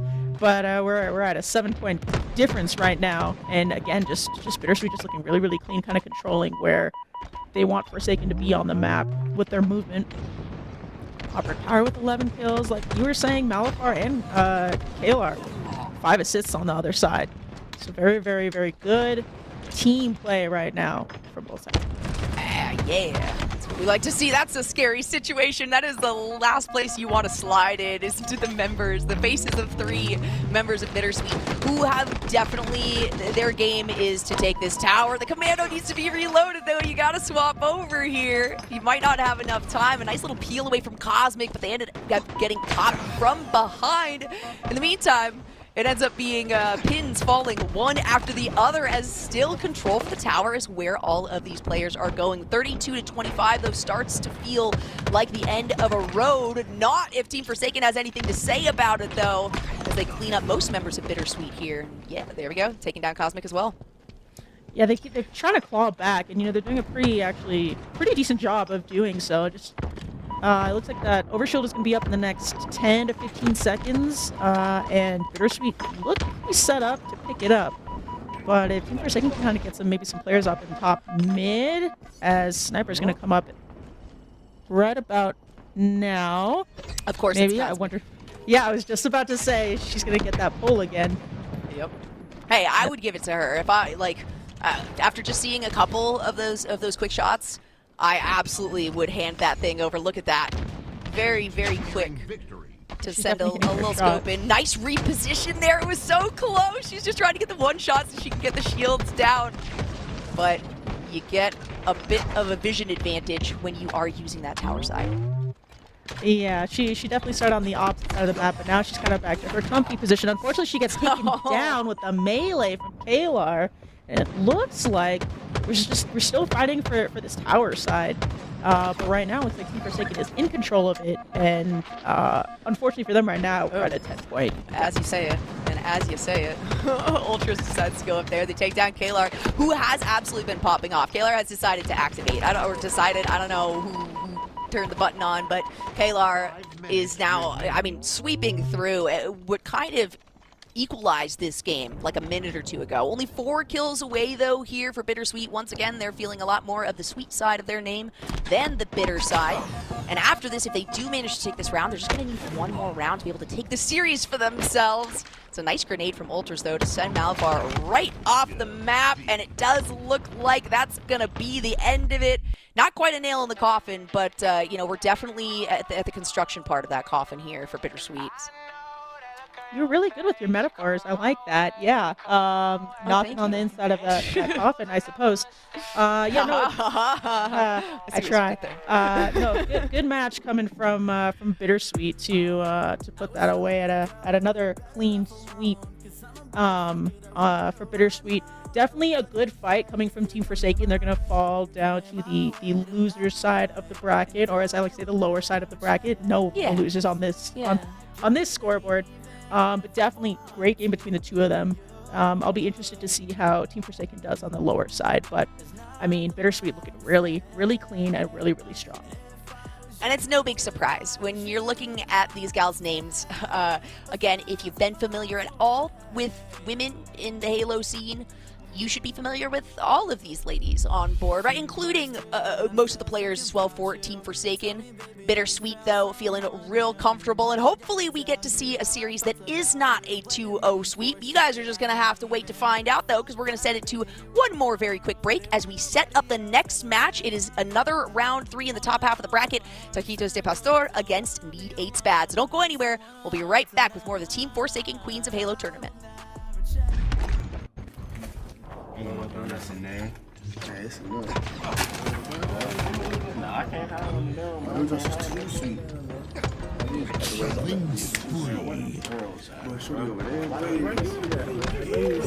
Bro, don't do that. Try to hold on, it's getting out of hand. She a college girl, in the night she like to dance. Walk around campus crop top, know they gonna glance. Cause you know they ain't got a chance. In the bathroom, tryna put your clothes on. Say my name, this ain't a roll call. Out of shower, she don't even put a robe on. At first it was a slow song, had to bring it back, try to hold on. It's getting out of hand. She a college girl, in the night she like to dance. Walk around campus crop top, know they gonna glance. Cause you know they ain't got a chance. Yeah. 2 a.m. are you coming too? Yeah, you got birds, you can bring it too. Got mine, I'ma bring it too. Nowadays, that's a very few. Body to body, there's no waiting. Thinking of the time that I wasted. And you know what I'm talking about. They be playing games, you on your track, that's why you run around. They do you wrong, but let me get right. It's all up into this side. I know they playing games with you, with they sending shots, you know I'm rubbing off the pain with you. They do you wrong, but let me get right. They do you wrong, but let me get right. Know they playing games with you, with they sending shots, you know they hating, can't relate to them. Try to hold on, it's getting out of hand. She a college girl, in the night she like to dance. Try to hold on, it's getting out of hand. She a college girl, in the night she like to dance. Try to hold on, it's getting out of hand. She a college girl, in the night she like to dance. Walk around campus crop top, know they gonna glance. Cause you know they ain't got a chance. And I know she ain't got a man. Tell me that she got a plan. What's the deal? Need 100 bands. Don't trust nobody, had 100 mans. And I said it's alright, girl. Party at the dub, frat boys with them white girls. And you don't need either one. And you don't need either one. And I said it's alright, girl. Party at the dub, frat boys with them white girls. And you don't need either one. And you don't need either one. She trying to get right. She trying to get right. Get right to get left. Get right to get left. I get right with you. And you don't need either one. And I know she ain't got a man. Tell me that she got a plan. What's the deal? Need 100 bands. Don't trust nobody, had 100 mans. In the bathroom, tryna put your clothes on. Say my name, this ain't a roll call. Out of shower, she don't even put a robe on. At first this was a slow song, had to bring it back, try to hold on. It's getting out of hand. She a college girl, in the night she like to dance. Walk around campus crop top, know they gonna glance. And you don't need either one. They do you wrong, but let me get right. They do you wrong, but let me get right. Know they playing games with you, with this in the shots, you know they hating, can't relate to them. Try to hold on, it's getting out of hand. She a college girl, in the night she like to dance. Try to hold on, it's getting out of hand. She a college girl, in the night she like to dance. Try to hold on, it's getting out of hand. She a college girl, in the night she like to dance. Walk around campus crop top, know they gonna glance.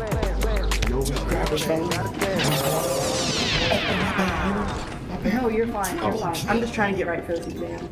I'll let you be. I'm not going about it. Overkill. Kill-tacular. Yeah, it's been hard to stay away. I got dreams of shining bright, that's why I stay off in the space. Pouring liquor on her face, swear the memories never fade. And if you got something to say, middle finger to your face. I got revival, yes, that's the top flow. Yes, that's the motto. It's anywhere I go. And you know it. Said he treat me well, that's on.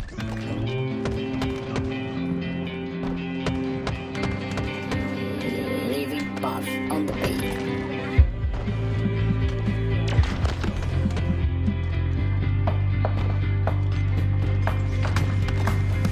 Wake up, can't see, faded, help me. Shout out the pin, but all these thoughts keep fucking with me. Why can't I go through this alone? I know these drugs don't help, but I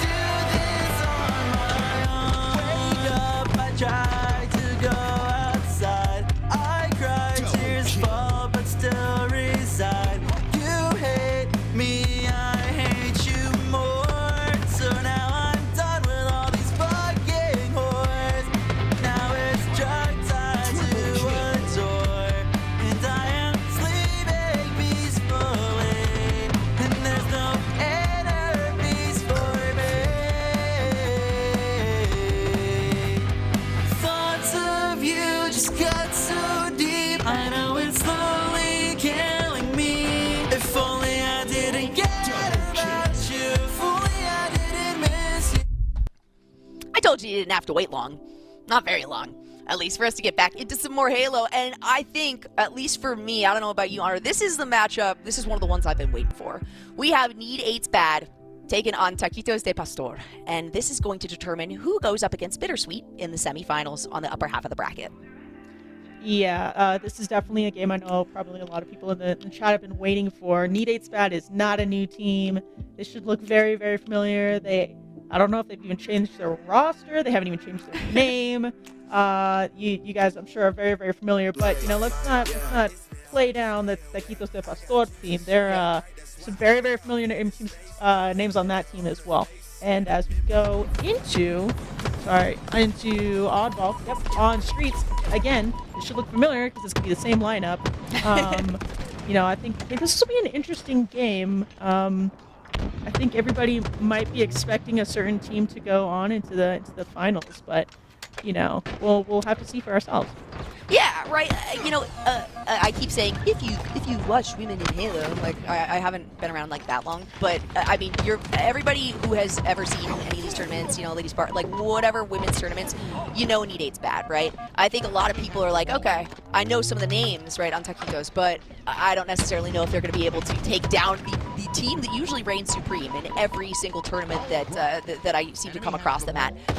But Airborne Vanessa, Pink Sakura, Bianca's, of course, Rogue.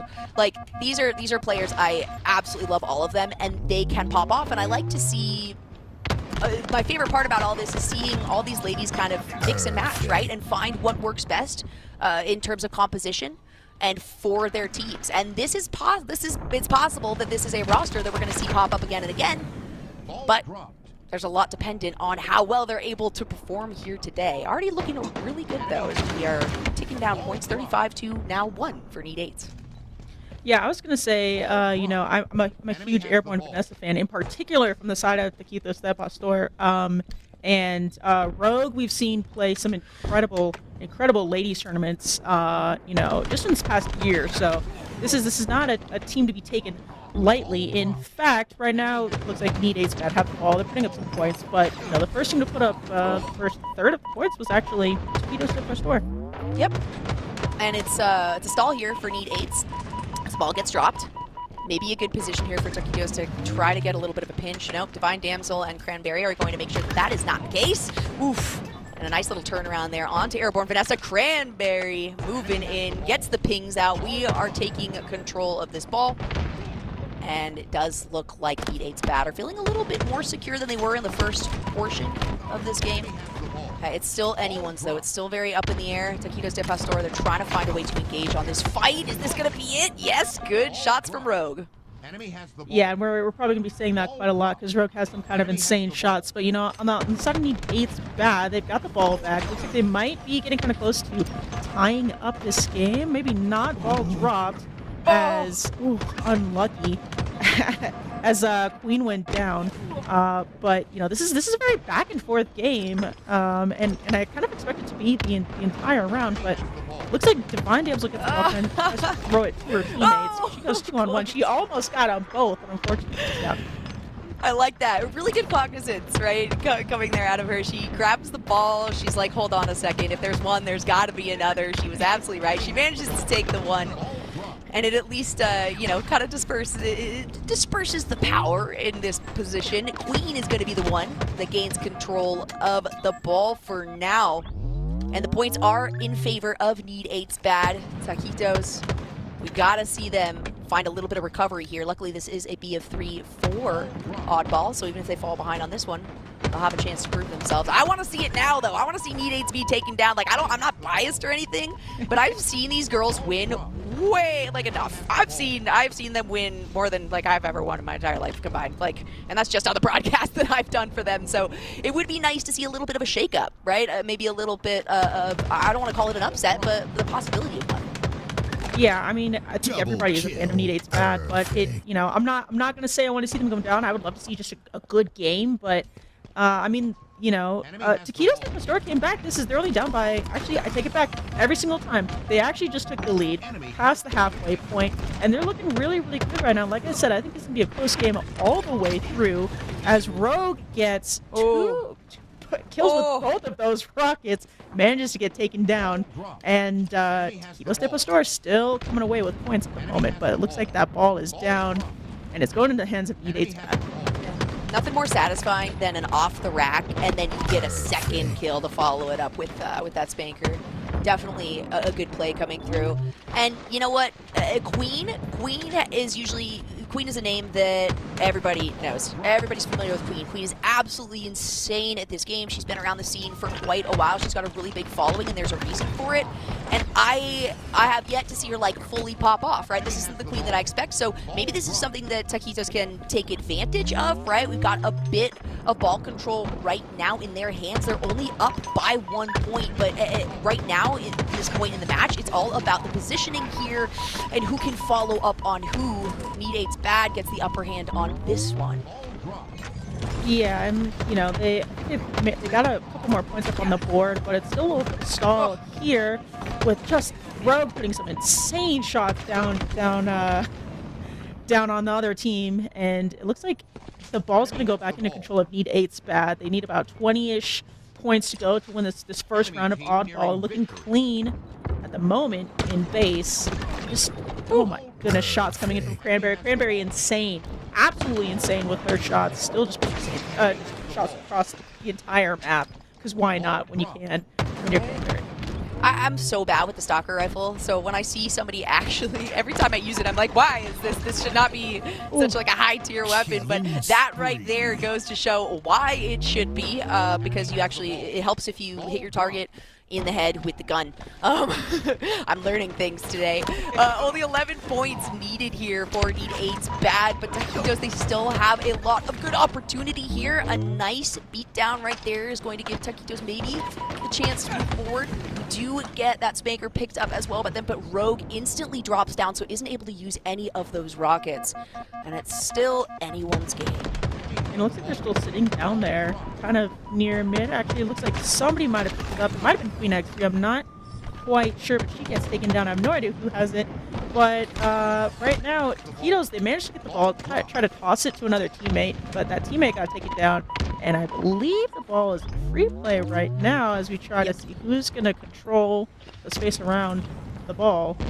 I mean, yeah, it really, I would not want to fight for this, especially when Ideas has rockets, manages to get one kill. That was actually Rogue, my apologies. Rogue with the kill on a Queen with the rockets, and they get taken down, and that ball is just still sitting there, just in no man's land, unfortunately. Somebody's going for it. Gets taken down immediately. And still just, oh my god! Battle for this ball right now. I love this swap. I feel bad for observers for this game. You go to a new field of vision and instantly they get taken down. A quick swap to somebody else who instantly gets taken down. The ball is essentially in the same place. This is such a difficult and a really. I mean, you got to move forward with trepidation in a situation like this, right? You have to be patient. You have to try to find your positioning, but at the same time, you can't give over opportunities to the enemy team, right? That was Need8's bad, trying to secure the last 5 points that they need for the win. Ideas did get taken down, but the ball is still here, and it might be a good chance for Taquitos to take somebody else down, but no. Queen gets airborne Vanessa. Let's follow up on Cranberry, who has her back. It's another swap back and forth. More members falling one by one. It's still only 5 points, and this might be the chance Need8's bad needed, but no, they're gonna get picked off. Queen goes down, Divine Damsel goes down. Time. And okay, all right, wow, that's time expired. That's how long that ball sat there in the middle of the map. Not what I was expecting to come out of that one. I expected Need8's bad to be able to take those last 5 points just based on those final matches, but man, this is just goes to show you how close some of these teams are that we have in this tournament. Yeah, and you know, that was something that we mentioned, I think, in a previous matches. We've been seeing a lot of sweeps, so would it be nice to maybe see something that's not quite a sweep, something that goes a little bit more back and forth? I would like to think so. As right now we get betrayal.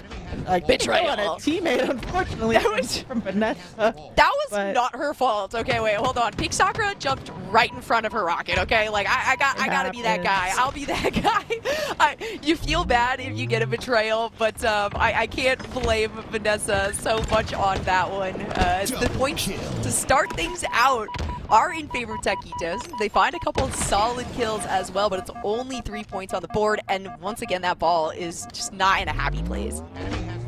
Yeah, and again, we got I think Stalker on the side of, I believe this is bad with the, nope, I lied. It's on Taquitos as they grab the ball. Oh! And you know, if you remember the last round, actually started with them putting some points on the board. It's craziness going on right now. Nice slide out by Soccer right there to avoid the final damage from the grenade that was coming around the corner. Pretty good control held here by Taquitos right now. This is actually fantastic positioning for them, especially if they can get a jump on these initiations. And we talk about a jumping. Sakura finds two. You get the back smack. You get another. You know what? Let's give her, that should be a triple kill. We'll give her an honorary triple kill right now. She dropped the ball down here. She has contained control for it. Now she's going to be able to stack up points for her team. Need 8 Spad still have 0 on the board. Things are looking good for a full series.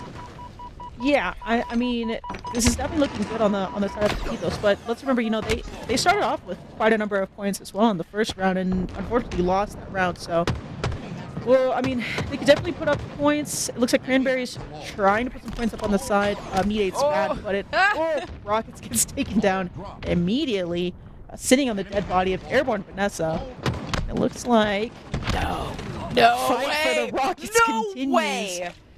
I'm not even sure what just happened. She got the beat down on that, but I'm actually really surprised she was able to pick that one up, get it like ready, and actually be able to fire off the rocket before being taken down there. Really good response times, reaction times from everybody here. And this is my favorite thing about all of this. We don't have like one player particularly super hard carrying on any team, right? It's all 4 players doing a really good job of taking advantage of whatever position they have. And down goes Airborne Vanessa. Very finding the one, maybe managing to get out, finding a second one right there as Pink Sakura ends up going down. And just like that, the turns can table, you never know. Turns can table. I don't know if you meant to do that on purpose, but I like it. Yeah, so Need 8's bad. They're putting points back up on the board again. It looks like they're doing a pretty good job of trying to pull this ball back towards their team. And you know, right now they're looking pretty good. Gonna put more points up on this board. Just trying to kind of control the area around the ball as Queen's in danger right now. Taking shots. Man, Cranberry with the help. Cranberry always to the rescue, I swear. And I mean, right now it's only about a 14-15 point difference. So she just ducked under that melee, like that. I think she did. That was absurd. That was I didn't know you could do that. That was quite insane, right? Again, I learned so much by watching people that are much better than me. Need 8's bad. In a solid position to continue their lead here. Pink Sakura finds one, Rogue finds one though. That is an empty ball in a pretty nice location here for Rogue to move in on. And 3 members of Need 8's bad going down means that Taquitos gets a little bit of a mental reset here. Yeah, they also managed to get the rocket. Unfortunately, I think they managed to kill themselves with it, but there's still 1 rocket left in there, if I'm not mistaken. So they were able to get the ball and get the rockets. And right now they're still hanging on to it, going 20 points up. They're looking pretty clean right now. This should be, I mean, they're almost at the halfway point. Great shots coming in from Queen X3. Who's surprised? Not me.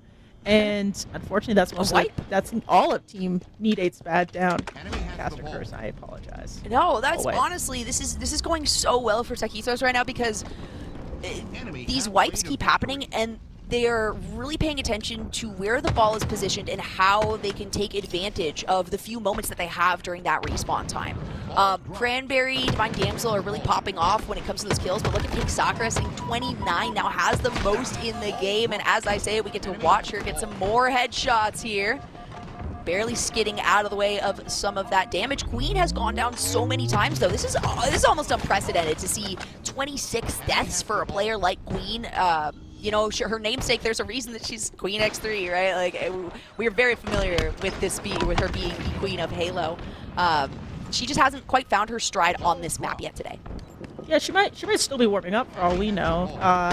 Anything can happen when you're this level of talent, but this is still a pretty back and forth game, I would say, in the kill section. However, we're up by 50 points for Taquitos de Pastor, and they're just maintaining control of the ball and kind of the map right now. It's a little bit in kind of, again, we're back to no man's land a little bit for the ball, but it looks like it might be easier to pick up to the side of Need 8's bad. And of course, as I say that, they managed to get the ball. Still a little bit of a fight here for it. But he got 2 down for Taquitos. So close. Sorry, of course it's no man's land because it's women's land. Oh. Because we're all Yes. we're girls. So, haha, there's some wordplay delivered in the worst possible way. More grenades coming out. The rocket launcher has been a massive part of this map, and it has not particularly favored anyone. It keeps swapping hands. We keep seeing a change of control here, but this is a good position for Queen to try to engage. And as I say it, she turns at the worst possible moment. I think that was a back smack. Pink Sakura finds the smack, finds the spanker, and then manages to use it against the enemy. Need 8's bad are falling quite quickly. Just 2 more seconds, and we are going to a round 3 in oddball. Yes! For the first time on broadcast, I believe we're not seeing a sweep. This is nice. Like I said, this is gonna be a really close game, and that's the first. I mean, it's only been 2 rounds so far, but Taquitos were not able to kind of finish out them starting strong in the first round. We're able to in the second round, and this third round, I mean, they're looking really good right now. So I don't know. This could go either way. They were also doing a little bit of a better job trying to keep up with power weapons as well. So. Yeah, oh my god, and as you're talking about it, look right there. 3 members go down for Need 8's bad. Such good positioning coming out of Taquitos. See if the Stalker Rifle can come in handy for Rogue, who has control of the ball. So once again, first team to be putting up points is going to be that Cobra side. Taquitos de Pastor, Airborne Vanessa, able to get a double kill with that spanker. Need 8's bad are literally just trying to find their footing right now, and Taquitos are making it incredibly difficult for them, even just the first 30 seconds of this match. Yeah, they're playing this really smart. They're kind of sticking together, watching each other's back. But also, like I've said before, the scoreboard looks pretty even. I'd like to mention Bianca's has over 100 points with the oddball. So even though she may be a little bit lower on kills, she's making up for it quite a bit on the side of actual objective play. So as ball goes into the hands of Need 8's bad, it's coming back to the base, and it looks like they're going to try to get set up here to put some points up on the scoreboard. Maybe going to feel a little bit more comfortable here. Yeah, pitch tent, why not throw down a pillow or 2 as you find a nice little corner to hold that ball in. But Divine Damsel does end up going down, so maybe it's a solid position for Taquitos to take control of Airborne. Vanessa comes around the corner, but manages to dodge a lot of those headshots. Bianca's does fall, but Need 8's bad lose Cranberry and Ideas. It's now up to Queen to try to stop this pursuit, as good headshots onto Airborne Vanessa ensure that only a few points are able to be put on the board before the ball drops back to the crowd. And look at that. That's the Queen I know. That's what I've been waiting for. Give me more of those headshots, and it looks like she's going to put points on the board as well. Yeah, she got some great help coming in from Divine Damsel, who is at over 30 kills on the board as well. So some good teamwork coming in from Need 8's bad. It looks like they're on the far end of warming up right now, as they're 10 points away from catching up to Taquitos. But definitely looking like we might be coming up to a tie here, hopefully pretty soon. 3 points away, and just some great call-outs coming out from Pink Sakura. Just good teamwork, good comms. I would love to hear the comms from both of these sides right now, because I can tell you, I'm sure they're just absolutely just top tier right now. Oh, top tier, and I can guarantee you it's full of fun-loving bleeps, because everybody knows if you're having a good time with the game. When people, I get bleeped more, like I swear more when I'm doing well than when I'm doing badly, right? So I do like the fact that, we might be able to get a chance. We do have a lot of these members streaming, right? So that's another opportunity. Hey, maybe you can hear their comms, but that doesn't mean to close out of this tab, because we gotta keep an eye on the drops, right? Make sure exclamation point drops. We got drops here. You can take a look at the bracket. You can use that exclamation point bracket command, as well as kind of learn about the music that is going on behind this. And we can talk about music a little bit more as well after the game. But in the meantime, Need 8 are looking to secure their victory. They have recovered the lead here, but they haven't really regained the position. That's gone in favor of Taquitos as they rack up more points and they tie it up once again.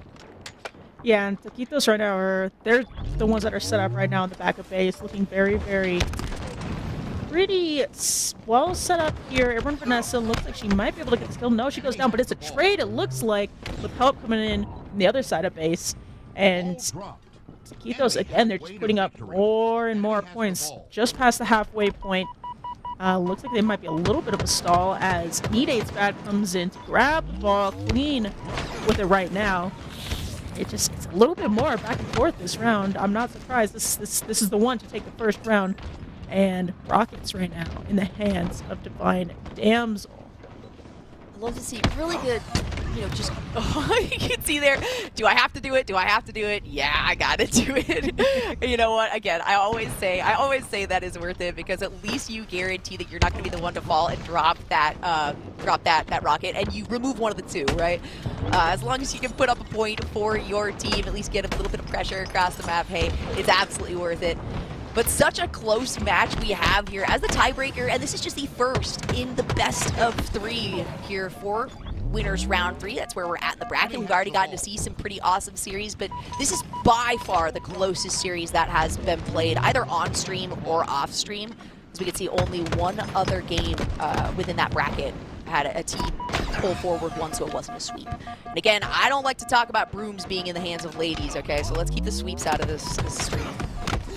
Yeah, I mean, IVSaken went quite a nice streak with the ball, still putting up points, about to cross this 80 point. Nope, looks like it goes free. A lot of players from Pacific are putting pressure on Divine Damsel, and of course she's just insane. She's about to hit 40 kills here soon, as they're still kind of controlling this area. Looks like managed to get another player down inside of Vaquitos. That's 3 down, starting to come back up. And as the ball goes back into the side of IVSaken, they only need 18 seconds to come away with this first round. And they are looking pretty secure where they have managed to position themselves right now. If you're Taquitos, you got to make a move right now. It's unfortunate. It's going to be very difficult, right? But it needs to be done. Ideas does get taken down, but Pink Sakura, Bianca's, and Rogue all fall. That's Queen, who's going to at least be kind of something that Taquitos can put a notch in their belt for. But it is IVSaken that managed to secure the first in this best of 3 oddball on streets. And if I am a fortune teller, I'm anticipating Live Fire being the next map that we look at. Slayer? And maybe? Slayer, yeah, probably. I mean, I don't know. Probably Slayer. And look at that, we're right. Oh. It's like we knew. Almost. We've seen this already. Yeah, no, that was a great even game back and forth. I think that last round could have gone either way, to be honest. I mean, look at the kills here. We've got 2 players hitting 40 plus. Almost everybody else hitting 30 over, and I'm not surprised in the slightest. This is not like a crazy thing to see from any of these players. It's just good Halo. That's what it is, guys. It's just great Halo. It's just good Halo. Sakura, I talked about in the very first round of streets that we saw there. I was talking about Sakura like really popping off, feeling like she activated. And she really did. See, it was like a 15 plus KDA that she had. I think her accuracy was like 66.7%. Really, really good numbers that she's putting up. And when we're talking about moving on to Slayer on Live Fire, hey, that's exactly where you want to be. So I have a very good feeling about Pink Sakura on this one. But once again, we're talking about Live Fire. We got to talk about control. We got to talk about power weapons. We got to talk about that OS. And we got to see who is capable of finding a little bit of traction in their favor to start this match out. Yeah, I want to see what the move is here. Are we going for sniper? Are we gonna go, what is this gonna look like from either side? They're both insane slayers on both sides of the scoreboard. I mean, any of one of these ladies on all the sides could put up 50 kills by themselves, but are they going to slow down the game to kind of slow down the kills? Is this going to be an all-out brawl? I'm just curious to see how the strategies are going to work on both sides. Almost every time with these ladies, it ends up being, just like countless kills across the board, relatively even games, right? And then things slow down towards the end. And that's what you hope to see. In the Slayer match with the rifle. But, this is, right now, Taquitos are up by a good 6 kills. So, this, again, even games, great shots coming in. What a brawl. Looks like they both go down. And both teams have only half their team up at the moment. I feel like most of my commentary on this game is, just like gasps, inhales and exhales, drastic ones. And it's good. That's the best I could hope for. I do like the fact that we're more towards this A side.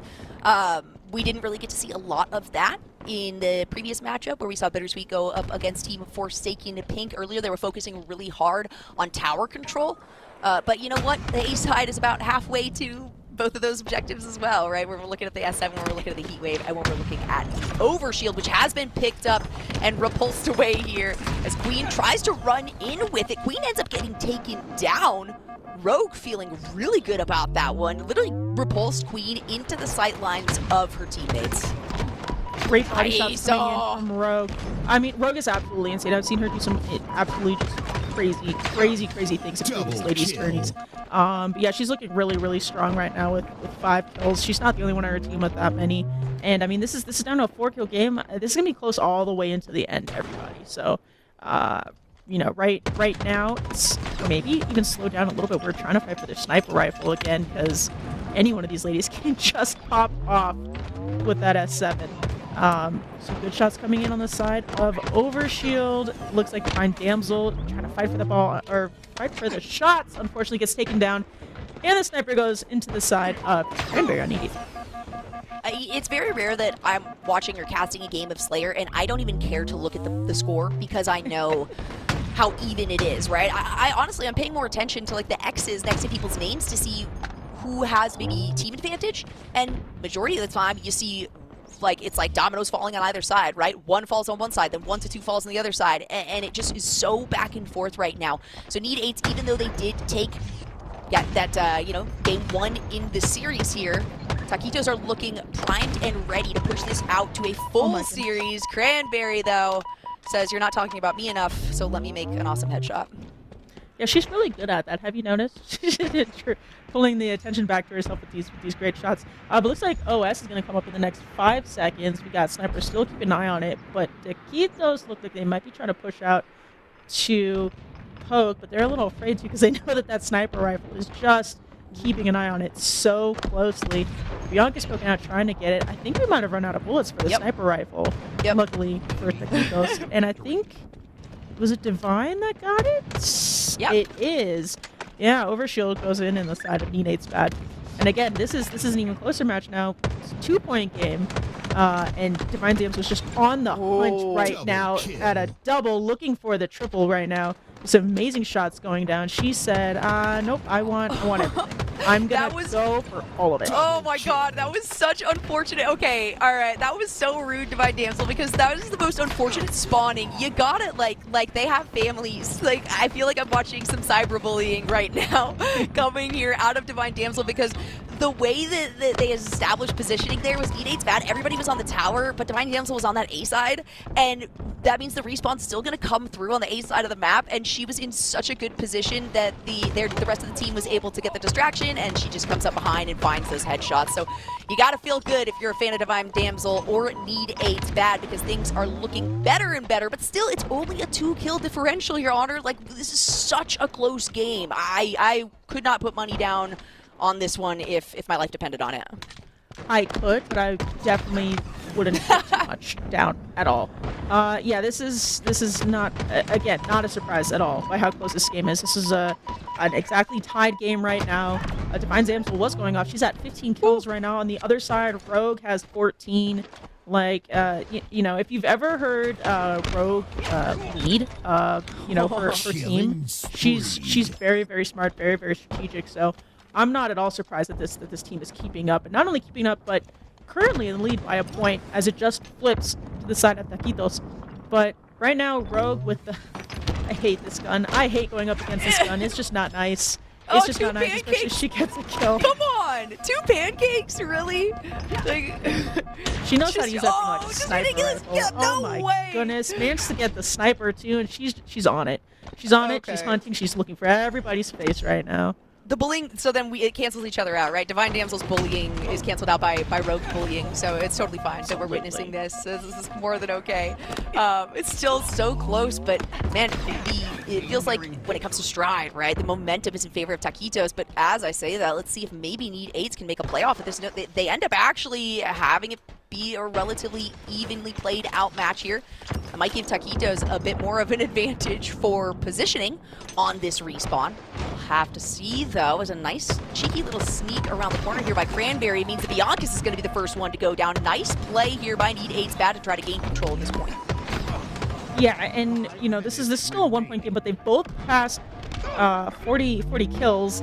I'm surprised this hasn't slowed down yet. This is still at, like, 110% speed right now, as Cranberry's got the sniper rifle. If I was anybody on the other team, I'd be ducking my head so hard as she body shot, gets the kill, gets taken down. Trade. I think the sniper's still sitting over there, and they need 2 more kills on the side to keep us to even this up and to stop our first sweep. Yes. How crazy would that be? That would be amazing. That's exactly what I wanted. Like I said, this is the matchup that I've been waiting for, but 5 kills is not that far from 2, and I have seen way crazier things than that. Now it's just 1 to 4. 1 to 3. Need 8's Bad trying to ride this momentum out. Maybe see if they can find the positioning to just get another couple kills. The last thing you want to do is be the final member to go down and give the win over to the other side. But Taquitos are looking real solid as they move as a unit and tie the series. Otter, we got a whole series, baby. We get to finally see that third map. I don't even remember what it is because we haven't seen it. Oh. I know, I don't remember a lot of things, but I do remember it's Empyrean. Yeah, that was a great finish. If you notice, she was trying to sneak up on them, and then she realized, oh, there's a bunch of teammates coming towards me. I might be screwed. And again, that was a close game all the way until the end. They only won by 3 points. I mean, as we go into CTF on Empyrean, I am a big fan of CTF, so yeah. I don't know which way this is gonna go. Again, this can go either way, guys. This is how good this is getting in winners round 3. As we go, Need 8's Bad first Taquitos, and can we look at this damage? Yeah, please. I mean, Rogue and Divine Damsel, man. And actually, look at the damage, too, that Pink Sakura put up. I said that Pink Sakura was on. You could tell after that first game where we saw Oddball in Streets. And I mean, Pink Sakura is still maintaining that. Hey, she might not have gotten the most kills on her team, but still staying very positive. 12.7 as the KDA, though, for Rogue. And that is a happy ending for members here of the blue side. We'll have to see, though, how Capture the Flag goes, because, you know, I said I'm not the biggest fan of Oddball. I would love to be better at Capture the Flag. I try so hard. I feel like this is so much more.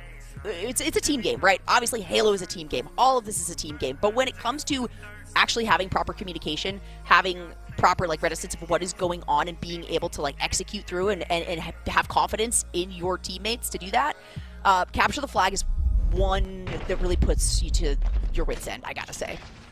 Yeah, and you know, I mean, these ladies know what they're doing, so this is not going to be let's just run to grab the flag and then see how far we can. That's not how they're going to play this game. They're going to play this smart. They're going to wait till they get a couple ladies down. They're going to go for the flag, and these ladies can juggle like professional soccer players. So this should be a very good game. It looks like we've got the sniper rifle on the Taquito side in the hands of Rogue. Curious to see what she does with it. Looking like she's backing off from Cranberry. Honestly, I would too if I was going up against her. And this is, again, these teams aren't slowing down at all. They're going to be pedal to the metal till the very end. I think I'm actually a little bit surprised about that, but looks like Rogue is still trying to stay alive with the sniper rifle. Kind of trying to swing around, just get some good peeks, maybe get some easy cross-map kills. But Need 8's Bad are keeping their head down. And again, I would too if I was going up against Rogue with sniper rifle, but she's going sniper v sniper. Looks like Cranberry has it on the other side. Yeah. As we was checking out the rest of Pitts, Empyrean, sorry. One of my favorite maps, always has been. Is absolutely classic. And I like the revamped look to it, the rename. But I think the most surprising thing to me so far today, out of everything that I've seen here, is the lack of me saying Queen. Normally, I don't get a choice. Normally, I have to talk about Queen because she is hard carrying, she's obliterating, she's decimating the enemy team. And I gotta say, this is a little bit unprecedented, right? It's not that she's performing badly whatsoever. I'm just not talking about Queen carrying, and that's weird for me. Yeah, Queen is the kind of player. If you know, and by the way, if I'm not mistaken, I think she was playing eighth with some pros like till really early in the morning. So No, literally all night. Yeah. Literally all night long.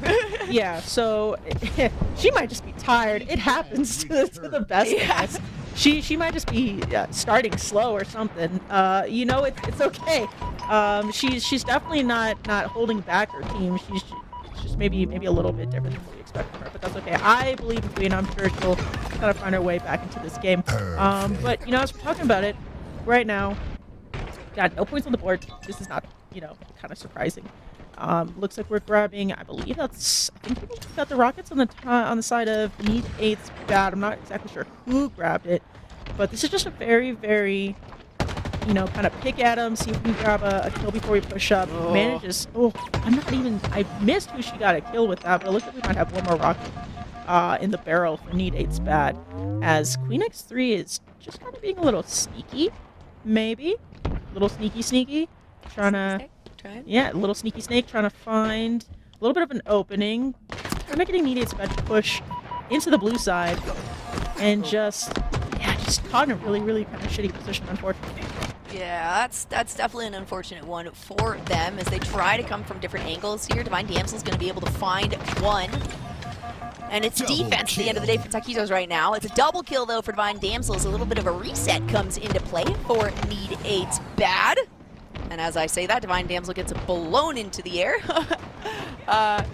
Still, I mean, consistency is what we've been talking about, right? And even when we say consistency in neither team being able to push as far forward as they would like to right now, that's what we expect to see from all these players. Queen, though, finds that body shot, is going to be able to take down the shields. Push Airborne Vanessa back, who gets hit from behind. The rest of her team is there, but it's actually the grenade from Divine Damsel.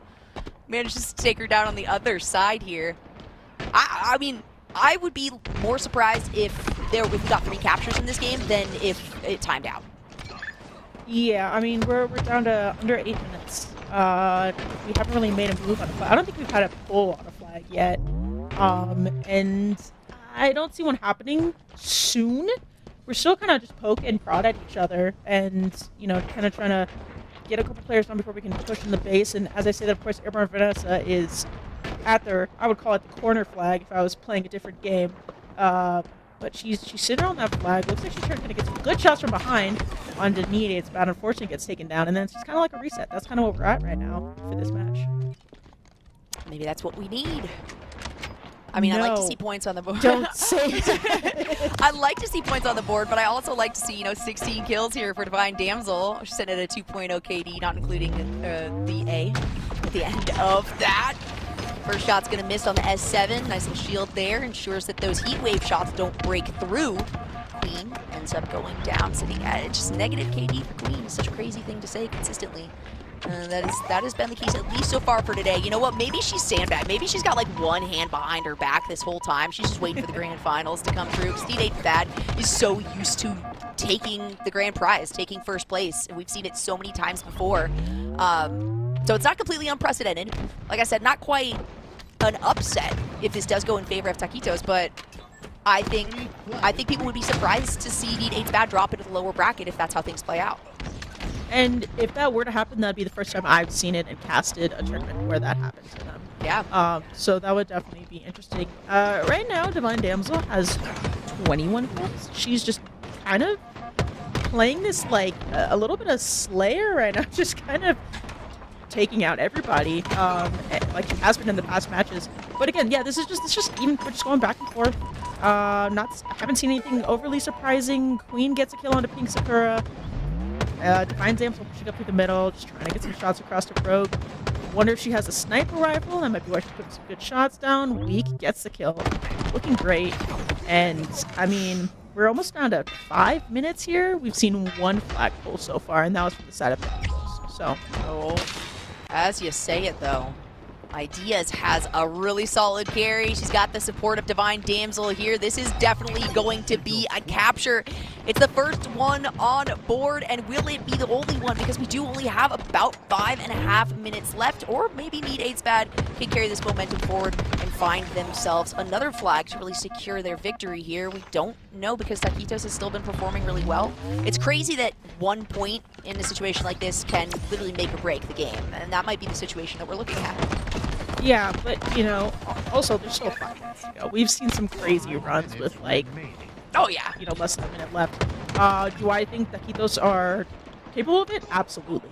They're just gonna have to be able to kind of push out of the base, and right now they're looking a little stuck.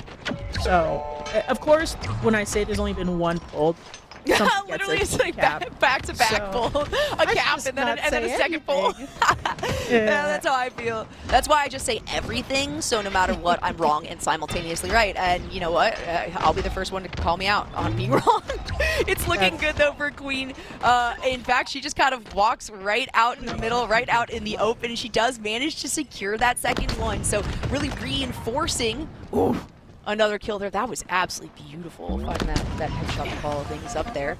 I'll have to see, though, if those beautiful plays can actually be transferred into captures, because even in the beginning parts of this game where it was 0-0, Taquitos was stuck on the defensive side pretty frequently. And so that's not a consistency that we want to see from this team. That does not end up working well for a capture the flag. Yeah, you know, let's also not forget that we said this is going, you know, a little bit slow. This could kind of go either way, and then Need 8's bad manages to get 2 flags in about a minute and 30 seconds. So they just turned it on and just went for the flag, and were able to get the kills and support the flag and get the flag in without honestly too much of an issue. And that's kind of what Taquitos need to do right now. They got about 3.5 minutes left. Looks like they're putting some good pressure into the red base here, trying to push up and get that flag. They got some good numbers, 3 down on Need 8's bad. You're definitely going to get the pull, going to try to pull it away from everybody on their red team spawning on tower side. And if they can just get past this halfway, unfortunately they get taken down. You know, that looked pretty good for them, but definitely going to get slowed down a little bit right here. The stick comes through. All right, I got a question for you. If you were in this situation for Need 8, the situation that Need 8's bad is in, at least, do you like the option, the defensive option? Say, hey, we're already up 2. We just have to hold this for less than 3 minutes. We can stay defensive. Or do you like the strategy of trying to keep that pressure on and find that third capture? I mean, I wouldn't really change what I'm doing. I would keep staying on him, and then if we happen to get some kills, I'd probably use that situation to push up and why not go for a third flag. But I'm not going to stay defensive, because that's just asking for them to be all over. Yeah. And I don't want to be in that position.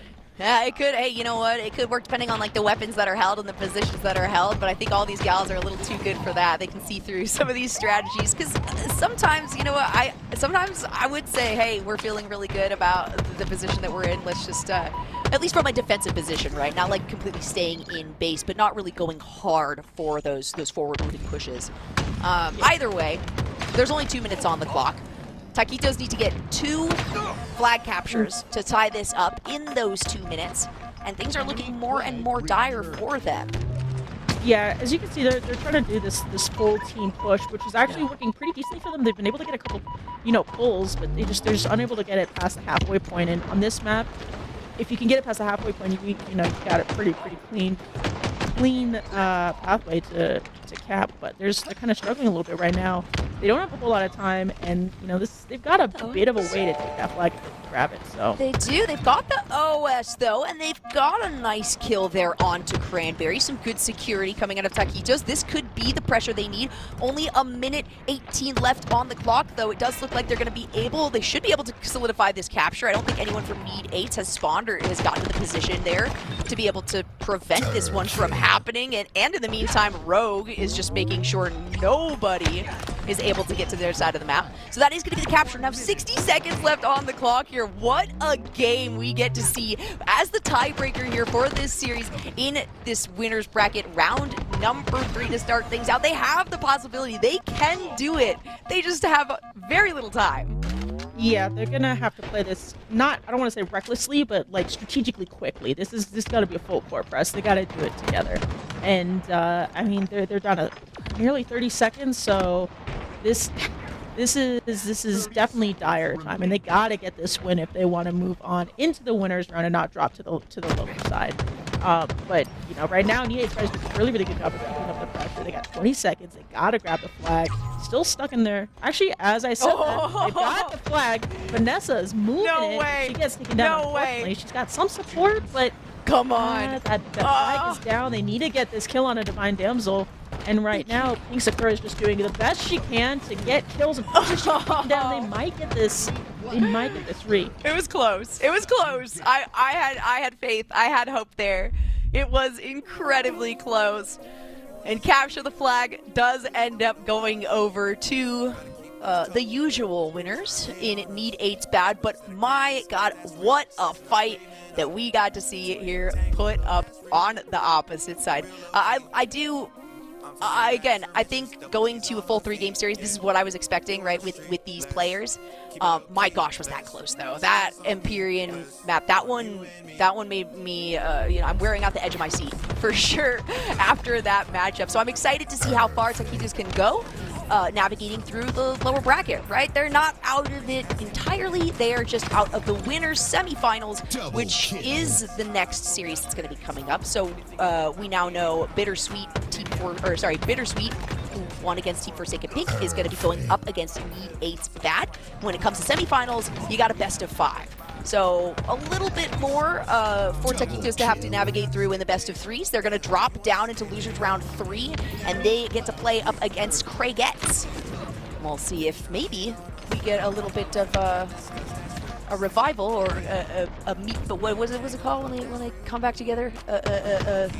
Whatever. Reunion? It's fine. It's not like reunion. Thank you. Normally, I'm just like, I just try to skip over it. That one really bothered me, though, so I appreciate that. Maybe we'll see a reunion of these two teams in the grand finals. We never know, because we still have a lot of Halo left in the books. Yeah, and like I said, that was a back and forth game from round 1. I think it still could have gone at Taquitos. I think Need 8's Bad were a little slow out the gate, but they managed to come out with a win. They were so close during round 2, but this next match that we're gonna watch, semifinals, like you mentioned, Bittersweet versus Need 8's Bad. This is also gonna be, I think, a very, very close match. Bittersweet has been absolutely cleaning up all the way up until now, and I think this is gonna be a slugfest. So we will see that after this break. Absolutely. All right, well, let's throw it to a break. Let's toss it to that. You guys have heard enough of us talking. Just go, like I said, get your snacks. Make sure you're drinking water. Stay hydrated. All right, we gamers, we forget about that a lot. Maybe, look outside. Look away from a screen for a moment so that your eyes don't, fall apart inside of your head. Give yourself a little bit of a break, because you're not going to want to miss the games that we have coming up and the remainder of the bracket here in Team Forsaken's Queens of Halo 4v4 tournament. Don't go anywhere. We'll be right back with the winner semifinals. I need all the action, living no captions. Oh yeah, whole lot of manage, whole full package. I've been getting active. Ooh. Every time I put you first, you give me love in return. Not second or the third. Trips from heaven, so A1. And all the hard I should say something. Every time I put you first, not second or the third.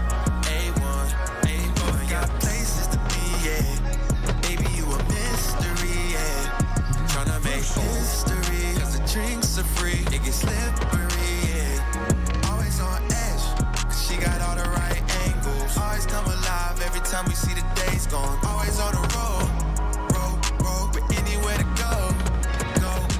Threads on, whoa, bro, that's a no. I can break you off a little piece if you want. No purple goals to the king like I'm LeBron. You know what I'm on. Every time I put you first, you give me love in return. Not second or the third. Trips from heaven, so A1. And all the hard I should say something. Every time I put you first, not second or the third. A1, yo.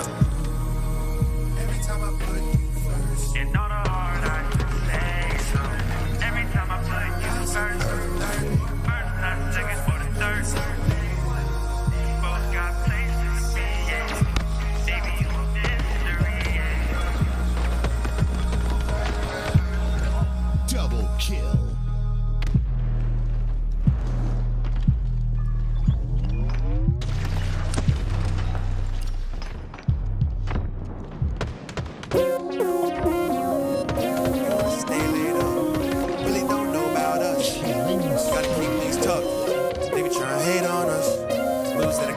discuss, that's real. Slicing the pavement up, 2 a.m. tangled up, that's real.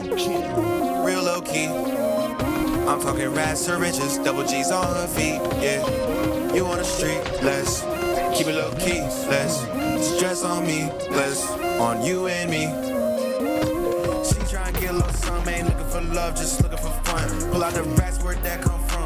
Eyes on us if you like, say something. She love the foreign that I never tried. Got a nice ass, hate to be that guy. She took it well, that's good, high five. Want me to Charlotte, okay, let's slide. Homie, I barely talk. Anything you heard about me, they probably lie. Baby, I barely walk. Hop off a jet to the escort, bumpers wide. Living the life I live, lost it all twice. You don't know sacrifice, we have alibis. Come around nowadays, barely show a smile. I gotta stay paid up. Damn, you wanna stay laid up. Damn, really don't know about us. Real close, gotta keep things tucked. They be trying to hate on us. Moves that I can't discuss, that's real. Slicing the pavement up. 2 a.m. tangled up, that's real. Real low key. I'm talking rats to riches, double G's on her feet, yeah. You on the street, less. Keep it low key, less. Stress on me, less. On you and me. She tryna get a little something. She tryna get a little something. Ain't looking for love, just looking for fun. She tryna get a little something. She tryna get a little something. Ain't looking for love, just looking for fun. She tryna get a little something. She tryna get a little something. Ain't looking for love, just looking for fun. She tryna get a little something. She tryna get a little something. Ain't looking for love, just looking for fun. I gotta stay paid up. Damn, you wanna stay laid up. Damn, really don't know about us. Real close, gotta keep things tucked. They be trying to hate on us. Moves that I can't discuss, that's real. Slicing the pavement up. 2 a.m. tangled up, that's real. Real low key. I'm talking rats to riches, double G's on her feet, yeah. You on the street, less. Keep it low key, less. Stress on me, less. On you and me.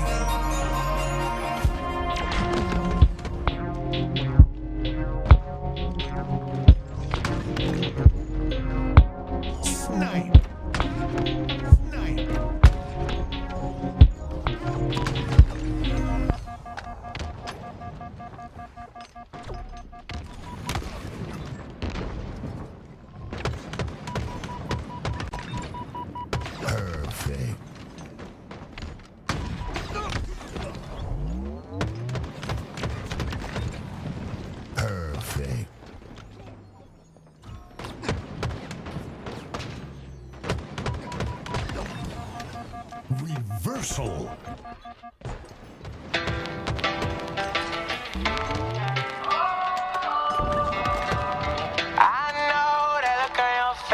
You coming my way, you coming my way tonight. Here goes another mistake. I know I'm gon' make, I know I'm gon' make. I wish I let it go. You're better off alone. Cause I'm about to fuck it up with you. I know that look on your face. You're coming my way tonight. And I will never chase. I couldn't even if I wanted to for you. There's nothing left to say. If I was you, then I would stay 1,000 miles away.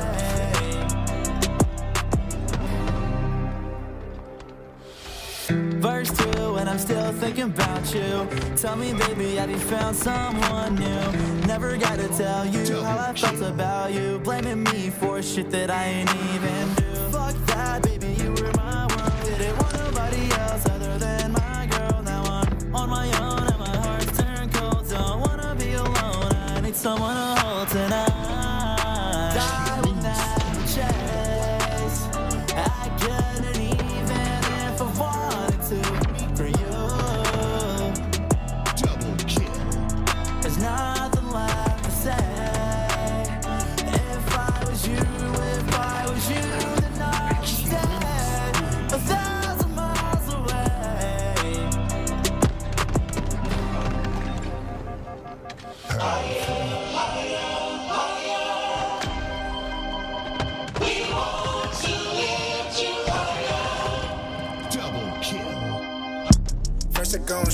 love. Never take a hand from a nigga, I was too above.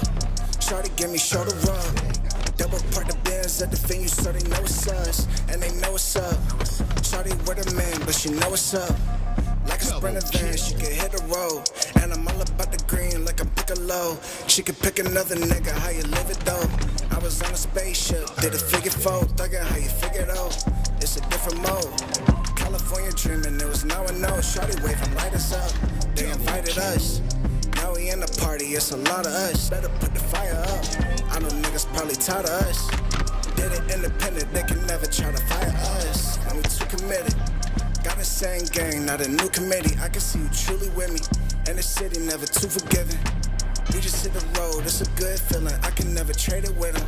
They was hoping I would fade it with them. But I'm too paid, up in Central Pay, sipping rosé. Yeah, look at what the hoes say.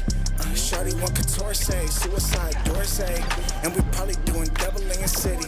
Probably pulling models in your city. It's a lot to be forgetting. I cannot forget it, I just take it to the limit. I can never stop until it's finished. I can never stop until it's finished. Gotta tell me if you with it. Gotta tell me if you with it. Gotta tell me if you with it.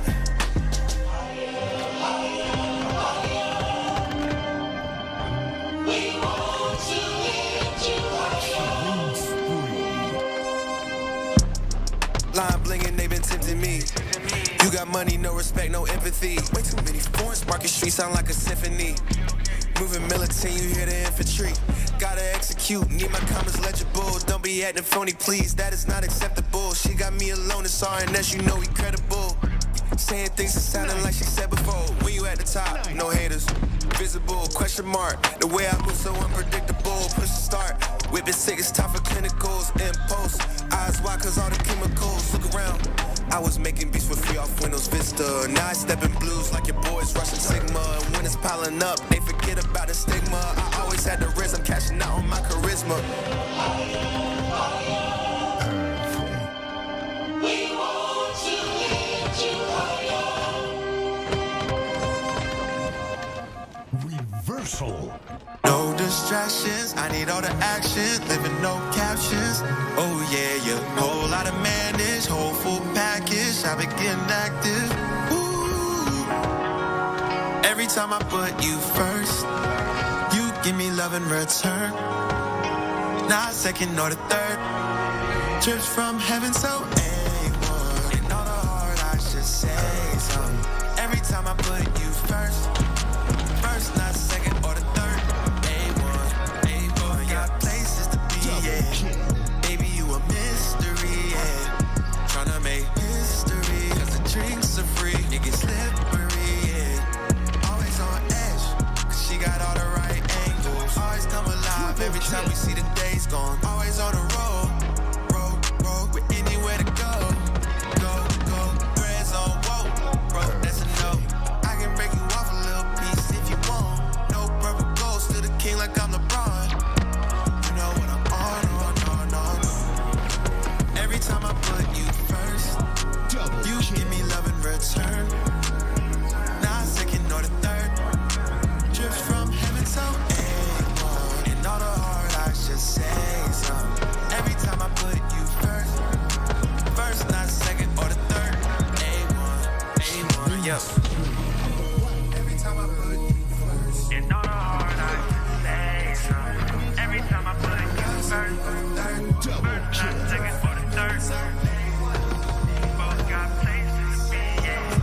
Baby, you a mystery, yeah.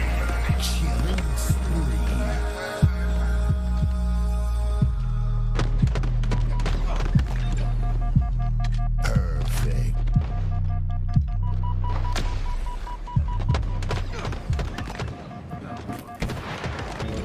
Double kill. That's enough.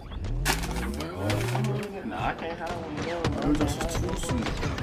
I used to have to worry about that. Shorty over there. Everybody don't do that. Try to hold on, it's getting out of hand. She a college girl, in the night she like to dance. Walk around campus crop top, know they gonna glance. But you know they ain't got a chance. In the bathroom, tryna put your clothes on. Say my name, this ain't a roll call. Out the shower, she don't even put a robe on. At first, this was a slow song, had to bring it back. Try to hold on, it's getting getting out of hand. She a college girl, in the night she like to dance. Walk around campus, crop top, know they gonna glance. But you know they ain't got a chance. Yeah. 2 a.m. Are you coming through? Yeah. You got friends, you can bring them too. Got mine, I'ma bring them cool. Nowadays, that's a very few. Body to body, there's no waiting. Thinking of the time that I wasted. And you know what I'm talking about. They be playing games, you on your track, that's why you run around. They do you wrong, but let me. Alright, hello and welcome back. Alright, I'm Phoebe and I am joined here by the wonderful Anna. And we just saw an amazing series in the upper bracket between Need 8's Bad and Taquitos. And right now we're going to lower bracket now, for lower bracket round 3 with IVSaken Pink and Chilvana. Will you kindly take us through the maps that we for this series? Yeah, absolutely. We're going to start on Recharge, and, you know, second round's going to be Aquarius. We're going to flip back into Live Fire for the third round. These two teams, we saw Forsaken already earlier. I think this is maybe the third game that we've seen them on broadcast. No, maybe second. I can't count. So, excuse me. But this should be a pretty good game.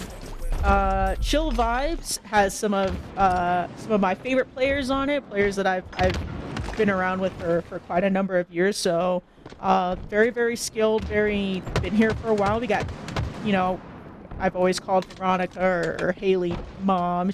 She's the one that got me into Halo. So this is two absolutely stacked teams in my opinion down in the lower bracket. So this should be good as we're starting pretty strong. We've got, I hate this weapon. I hate it so much, but there are people who are just so talented with it. I just can't. But I mean, yeah, this is gonna be I think a pretty quick back and forth game. We'll see how it goes. But yeah, right now we got Songfully just trying to get this B cap, because right now we're kind of split between A and C, I'm sorry, Forsaken and Chill Vibes.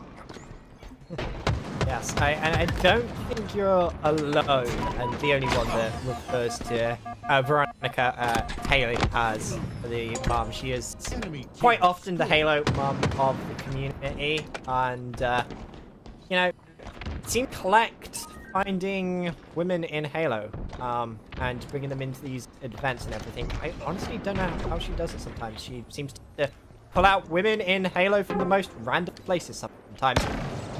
But, looking in on the scoreline, the A and C hill will be converted.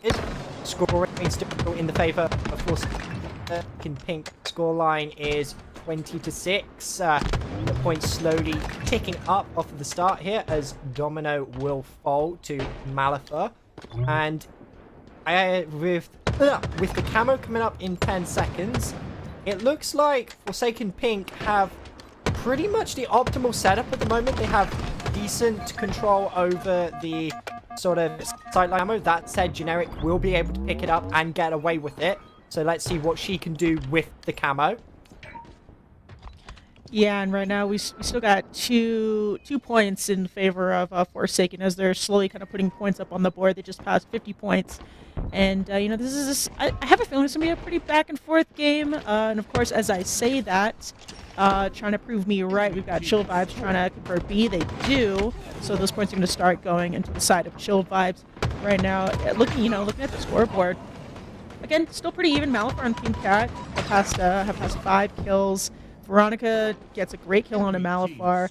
Looks like we've got Chill Vibes pushing up into A to get both of those A and B points back into the possession and put some more points up on the board. But they are trailing by about 50 right now. Again, as we know, in Strongholds, it's a long way to go to get to that you know, that full point score. But right now, it's 2 points on the side of Chill Vibes.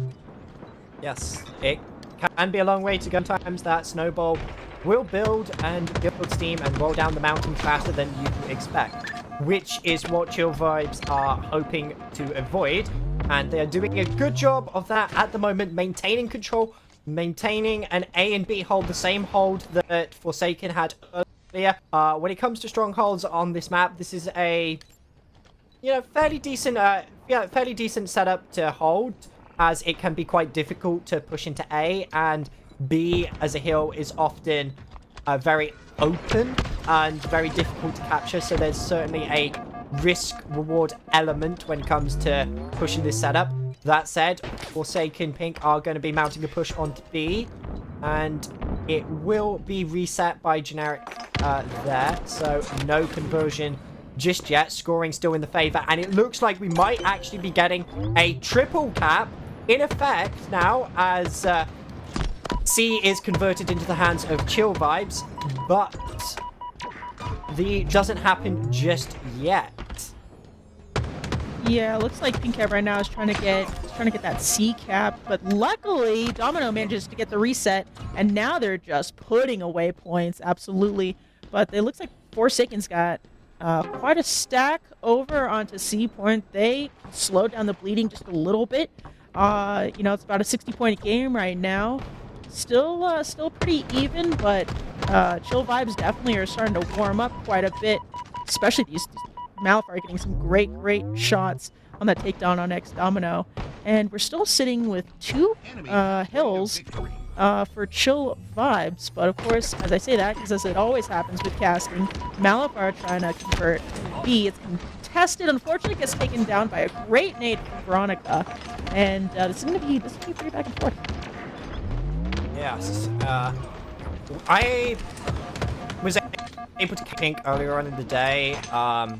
Off the bat with the matches they played, my critique from of the team back then is, although they got good slaying and they slayed together well as a team, a lot of their rotations and the plays that they make on the strategy front seem to be like those matchmaking plays, those plays that you'd make in the middle of a matchmaking game, which don't often really convert well into a sort of tournament play and a tournament play style, and that is kind of showing on the scoreboard a little bit, as we're seeing a sort of 158 to 60 scoreline at the moment, nearly 100 points deficit. They're just not able to formulate a push and formulate a strategy to come back into this and to break the setup and rotations that Chill Vibes have, even though that they are kind of hanging with them a little bit in the slaying department. So if they are to sort of make a game out of this series, I'm going to be looking for this team to actually pull it together and start making some coordinated pushes here. Otherwise, this snowball is going to keep down stream as the scoreline keeps ticking up. 190 now to 67, and just 10 points away from that 200-point mark. Yeah, also Chill Vibes is doing a really good job of controlling power weapons and camo on top of it, which just makes it that much more difficult. Of course, right now we got Boa that just happened to convert Charlie point.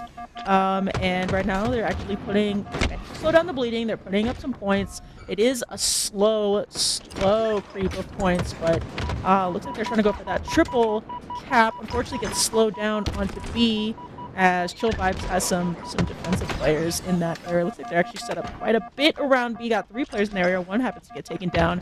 Saw Veronica get a kill, but looks like 2 of Chill Vibes players gets taken down. And they're just about to pass here, if they can keep on it, 100 points, which means we'll drop this down into a 100-point deficit, which is just a little bit, mathematically speaking, easier to come back from. Yeah, maybe mathematically easier to come back from, but Chill Vibes answer back and break the setup, converting C into their favor, and are actually pushing into A. So they have managed to fully break the setup, and we see yet another triple cap in favor of them as the scoreline keeps ticking through. But that said, C has able to be converted, so the bleeding has stopped. But Boa is still in B, will be taken out though. The reset is there. Just 30 points needed now until Chill Vibes take this map number 1. Yeah, I mean, Chill Vibes is keeping the pressure up for sure. They're able to get the 2 foes A and B back into their possession, slowly putting points back up on the board. They only have 20 more points to go to take this first game in the lower round 3 bracket. Some great shots coming in from Pink Cat to take down Domino. She's going to... I'm sorry, this is from Forsaken, able to take A, and now they're switching back again. It's Forsaken taking up some points, but pressure still coming in from Chill Vibes. They're not gonna let them just come back so easily. This is gonna be kind of a little bit of a slugfest, as I like to say, as you know, Forsaken's trying to put up points right now, but again, I mean, Chill Vibes only has about 18 to go to cap this up, so it's not going to take long. Yeah, it's not going to take long. Chill Vibes needs to be careful of not overcommitting. They've got time to play with. They don't need as many points. They just need that one push to break the setup. As it looks like Haley will convert Ace, is scoring in their favor. So this, unless a push can get mounted fairly soon, this might be all she wrote. That said, C is now being converted, but the stop is there. The reset comes in, and that will be game. As Chill Vibes take this one 250 to 137. Yeah, good game. Good first match here from the lower round on recharge from both teams. I appreciate Team Forsaken just absolutely wasn't giving up. They're still fighting and still trying to put up points. Unfortunately, fell by a pretty decent margin, with Chill Vibes just kind of taking that first round. But we're gonna move into Aquarius next. I think this will be maybe a little bit more of an even match for the Team Forsaken side, who has, been playing fairly well for this tournament so far. And as we look at the scoreboard right here, from Strongholds, we see Veronica with, 19 kills. Again, not a surprise. Malphar on the opposite side with 17 kills.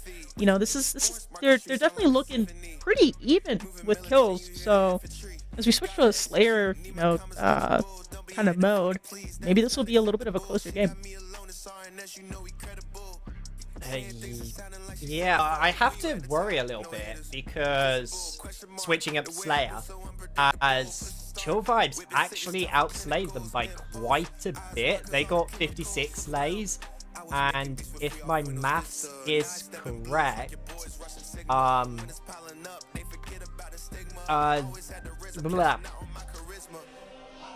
Your math is correct? Which I yeah, if my math is correct. I was blanking on the team name there, but their Malaphar's team only got into about the mid-40s, so playing power actually that it is advantage Chill Vibes going into this, especially with some of the sort of like teamwork strategies that we've seen from Forsaken. So I don't want to count them out just yet, but they're backs against the wall, and they're going to really need to rally themselves if they are to take this map and keep themselves alive in the series here. Yeah, I'm looking forward to this match to see how it goes either way. And I believe we're trying to load into here pretty soon for this Slayer Aquarius between Chill Vibes and Forsaken Pink. Curious. Which way do you think this is going to go for you? I think I've got to go with the safe bet. I might just be cursing this right now, but I've got to go with the safe bet, which is it. On paper, it looks like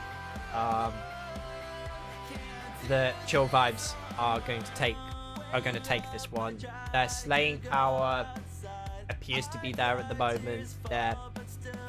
They were out slaying Forsaken Pink. They have the advantage in the series. The pressure is going to be on Forsaken, so it's all about how they respond to that pressure, how they respond it in the Slayer here. So, I'm just gonna go with the safe pick. who knows what can happen as we're getting this one underway. Matt, who we are jumping into Slayer Aquarius. 50 kills to win. And this should be something of a match, as Slayer Aquarius always tends to be. Yeah, I'm looking forward to see how these two teams come out. I mean, right from the rip, we got 3 kills on the side of Forsaken. Chill Vibes puts one up on the board, puts 2, and I mean, Boa with a great kill. Looks like we're watching Kalar Moopy right now. What a great name, by the way. I love it. Very, very creative. Some good tags coming in from Kalar. She's just trying to give some good feedback to her team on where everybody is. The thing about this map that I actually quite like is it's very claustrophobic. It feels like on the sides of the map. That's not super uncommon for a lot of Halo Arena maps, but for this one you can really kind of feel it. And this game started off with a couple of points on the side of Forsaken. Looks like Chill Vibes managed to kind of climb it up quite a bit. It's 7-4. It's close. It's early. Veronica with some great shots on the Kalar movies, putting down even more shots out on a Cat. Manages to take a grenade, staying alive. Unfortunately, gets taken down from the shots from Pink Cat and Blue Fridge. And look at that. Now it's just 1 point difference already. Yes, 1 point difference. Scoreline at the moment 8-8 as they tie it up. And well, not for long. Still a 1 point game, fairly close. But we've seen this before with Slayers. Often in the early age, just kind of stay around the same point, just try and feel each other out, see how the other team's playing, see what they control, where they can push. Usually Slayers come alive around the 30 point. And you're kind of seeing that's kind of been the pattern of today, really. It has to be said when it comes to Slayer. Yeah, definitely. And I don't think I've mentioned this before. This is the first Halo tourney I've casted with the swap of starter weapons. I know I've seen a lot of great feedback from ladies on the Twitter side and social media that are just really liking it. Just people in general that are liking the starter swap here, and you can tell in just everybody's like insane shots, great headshots, great consistency of shots. I'm quite a big fan of it, and even as we're just watching it right now, the difference in teams, even in players, with their consistency kind of shows quite a bit. But right now, as we're looking at the score, we've got 20-15, 5 point difference. We've got advantage on the side of Chill Vibes. Looks like we might get another down from Songfully. Veronica takes a kill. And, this is kind of just what we imagined, just kind of poking shots at everybody, kind of taking one at a time. This is not anything we really didn't expect, but as we saw earlier, as, the difference in score goes to 8, Leaf Camo's up. Forsaken is not a team to be taken lightly. They could definitely kind of come back a little bit, but I would be careful of the scoreline right now, because they could kind of pull away quite quickly.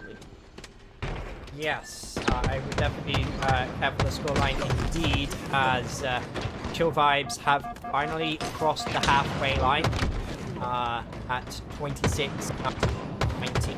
And it is an interesting point that this is one of the first times we are seeing the new starting weapon, the Bandit Rifle, in tournament play, as we're seeing some perfect shots come out of Malifaux there. And it's been interesting to sort of watch throughout the day how teams have adapted to the new weapon, how they've sort of had to learn and adapt how the weapon behaves, how much damage it outputs, how much sort of help and support you can get from other teammates with the weapon, and the range versus what the BR was able to give.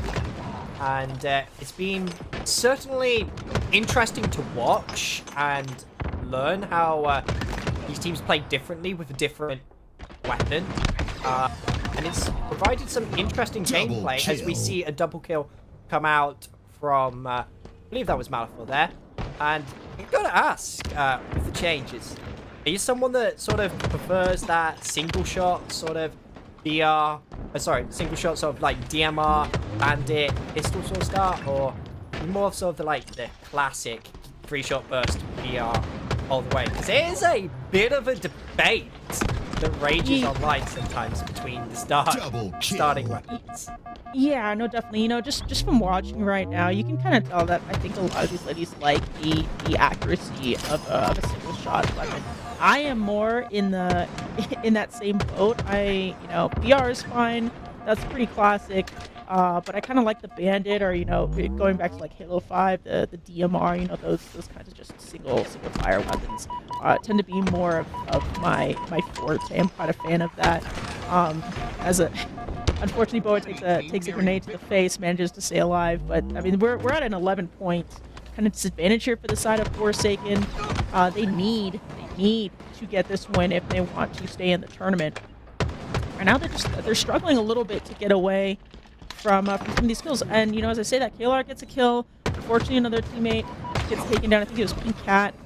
This is, Chill Vibes is about 6 points away from winning this, and they're just kind of like steamrolling right now from the side of Chill Vibes. Yeah. Unfortunately, at this point, it's kind of like the old adage of charge because you can't lose.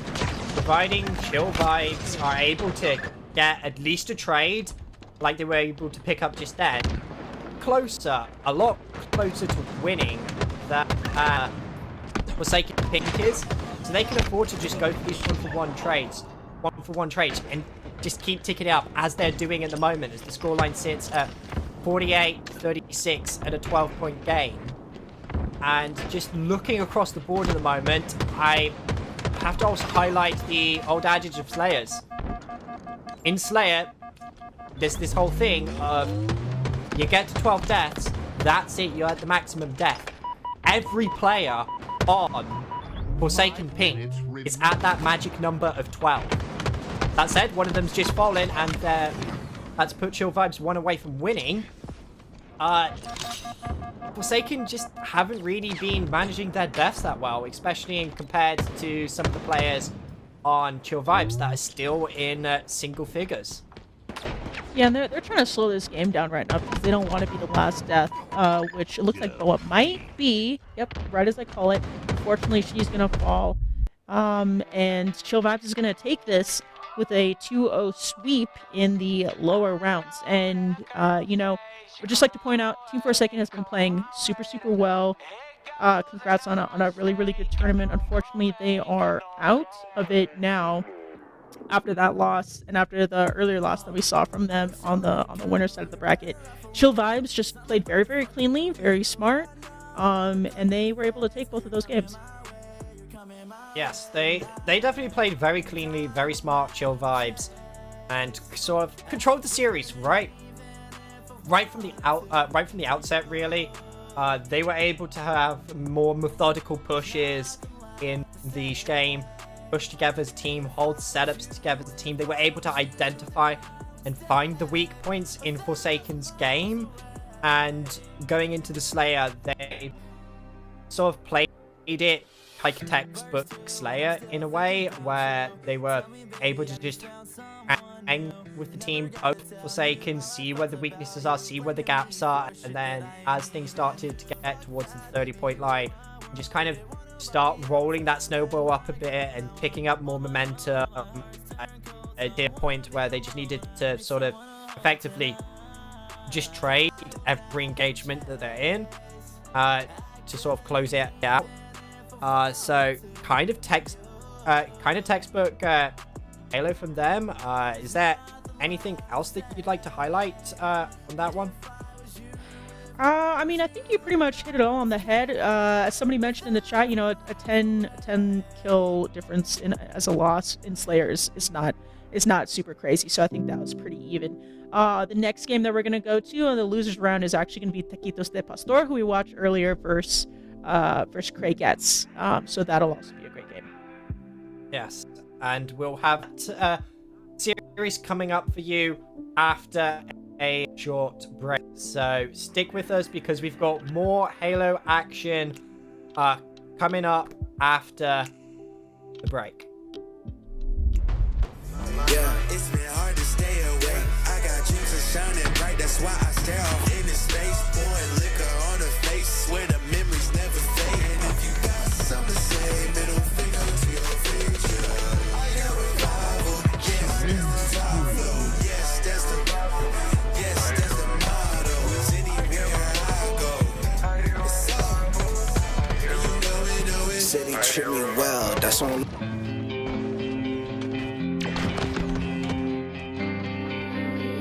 Leaving Buff on the beat.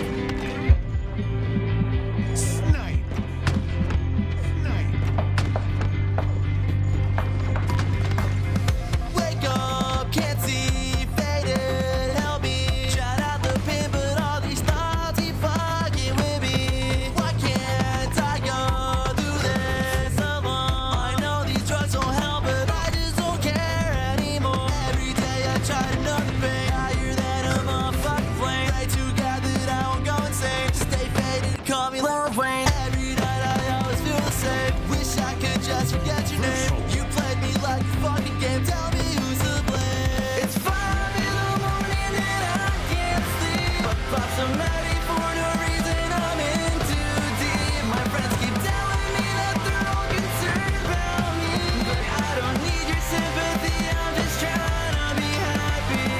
There's nowhere to go when these thoughts make me feel so can't do this on my own. Wake up, I try to go outside. I cry, tears fall, but still reside. You hate me, I hate you more. So now I'm done with all these fucking whores. Now it's drug time to a tour, and I am sleeping peacefully, and there's no inner peace for me. Thoughts of you just got so deep. I know it's slowly killing me. If only I didn't get about you. If only I didn't miss you. Stay with me 'cause I don't know how to feel okay. It's 5 in the morning and I can't sleep. But pops I'm ready for no reason. I'm in too deep. My friends keep telling me that they're all concerned about me, but I don't need your sympathy. I'm just trying to be happy. There's nowhere to go when these thoughts make me feel so alone. Can't do this on my own. Double kill.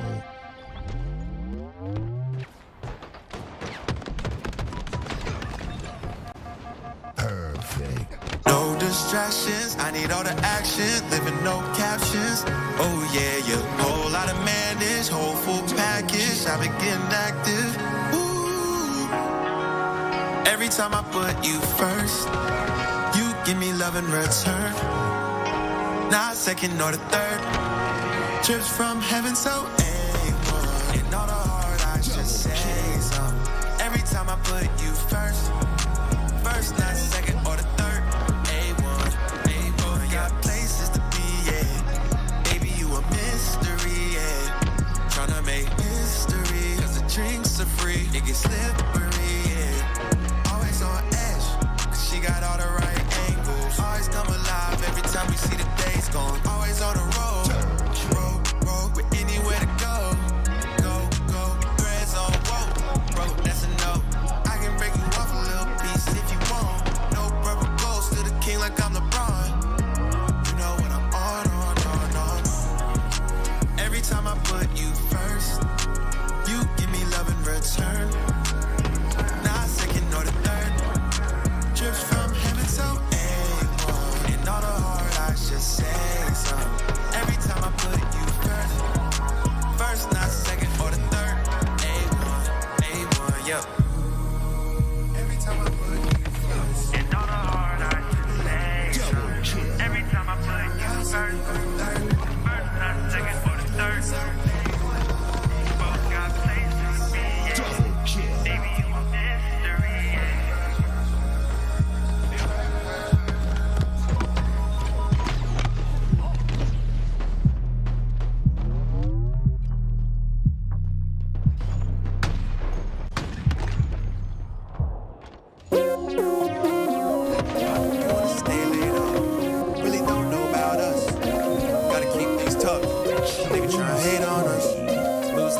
discuss, that's real. Slicing the pavement up, 2 a.m. tangled up, that's real. Real low key. I'm talking rats to riches, double G's on her feet, yeah. You on the street, less. Keep it low key, less. Stress on me, less. On you and me.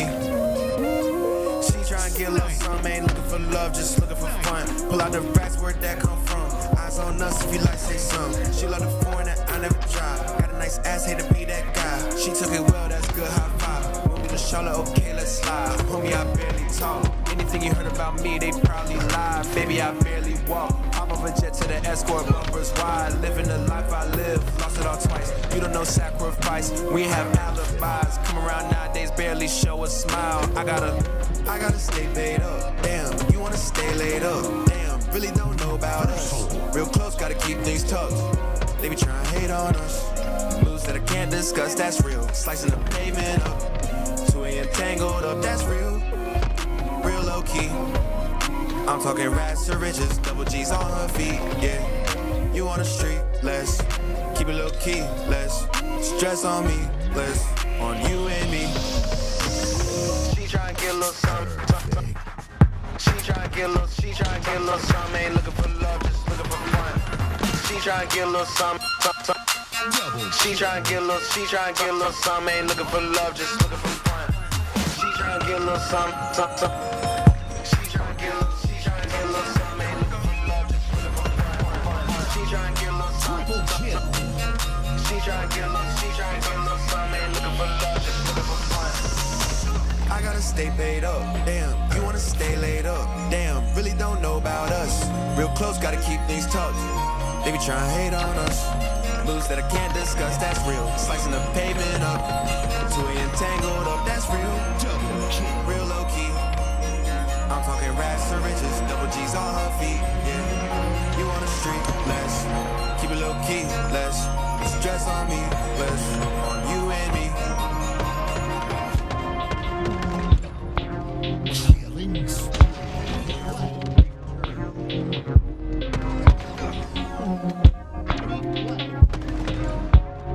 Double kill.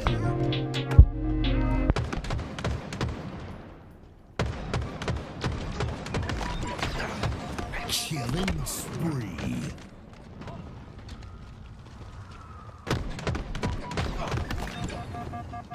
Perfect.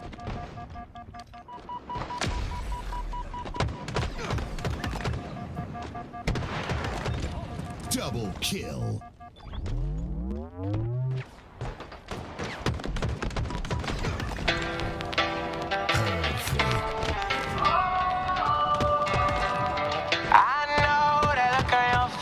You coming my way, you coming my way tonight. Here goes another mistake. I know I'm gon' make, I know I'm gon' make. Perfect. I wish I let it go. You're better off alone. Cause I'm about to fuck it up with you. I know that look on your face. You're coming my way, you're coming my way tonight. And I will never chase. I couldn't even if I wanted to for you. There's nothing left to say. If I was you, then I would stay 1,000 miles away.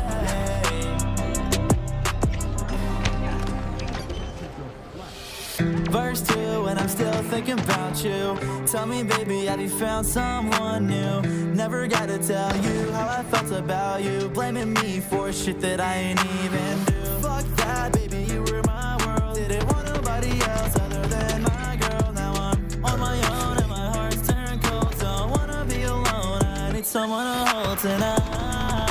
I will never chase.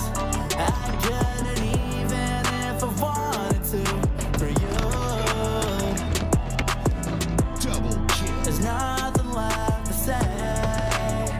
If I was you, then I would stay 1,000 miles away.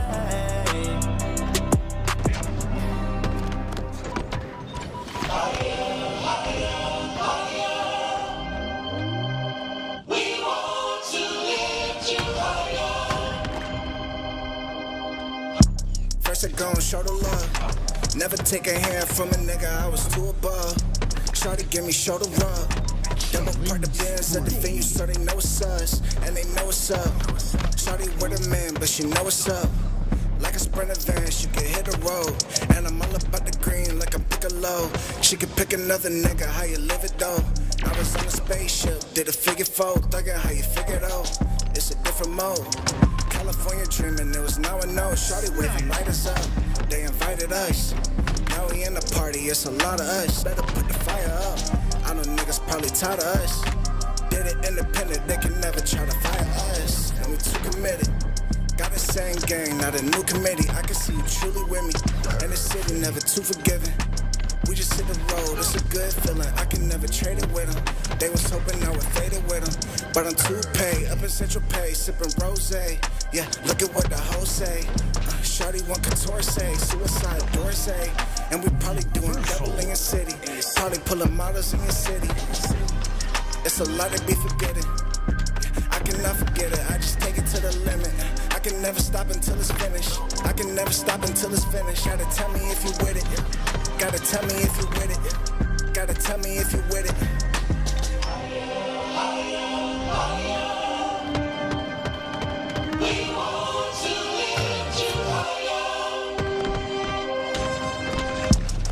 Line blingin', they been tempting me. You got money, no respect, no empathy. Too many forms, Market Street sound like a symphony. Moving militant, you hear the infantry. Gotta execute, need my comments legible. Don't be acting phony, please, that is not acceptable. She got me alone, it's RNS, you know we credible. Saying things that sounding like she said before. When you at the top, no haters. Visible, question mark. The way I move so unpredictable. Push the start. Whip it sick, it's time for clinicals. In post, eyes wide cause all the chemicals. Look around. I was making beats with free off Windows Vista. Now I step in blues like your boys rushing Sigma. And when it's piling up, they forget about the stigma. I always had the risk, I'm cashing out on my charisma. We want to lift you higher.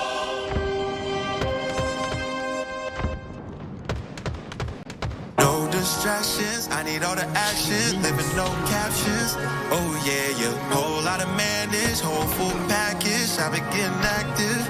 Ooh. Every time I put you first, you give me love in return. Not second or the third. Trips from heaven, so A1. And all the hard, I should say something. Every time I put you first, first, not second or the third. A1, A1. Got places to be, yeah. Baby, you a mystery, yeah. Tryna make history, cause the drinks are free. It gets slippery, yeah. Always on edge, cause she got all the right angles. Always come alive every time we see the days gone. Always on the road, road, with anywhere to go. Go, go, press on, whoa, road, that's a no. I can break you off a little piece if you want. No purple goals to the king like I'm LeBron. You know what I'm on. Every time I put you first, you give me love in return. Not second or the third. Trips from heaven, so A1. And all the hard, I should say something. Every time I put you first, first, not second or the third. A1, yep. Every time I put you first, and all the hard, I should say something. Every time I put you first, first, not second or the third.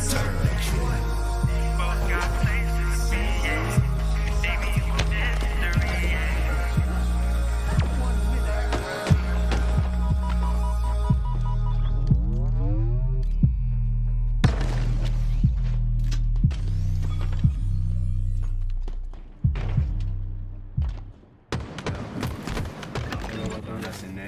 Perfect. Nah, I can't have one of them. Them just is too sweet. I don't have to worry about that being too sweet. Perfect. Boy, shoot me over there. Why don't you see that? Why don't you see that? Bro, don't do that. Try to hold on, it's getting out of hand. She a college girl, in the night she like to dance. Walk around campus crop top, know they gonna glance. But you know they ain't got a chance. In the bathroom, tryna put your clothes on. Say my name, this ain't a roll call. I Out of shower, she don't even put a robe on. At first this was a slow song, had to bring it back, try to hold on. It's getting out of hand. She a college girl, in the night she like to dance. Walk around campus crop top, know they gonna glance. But you know they ain't got a chance. Yeah.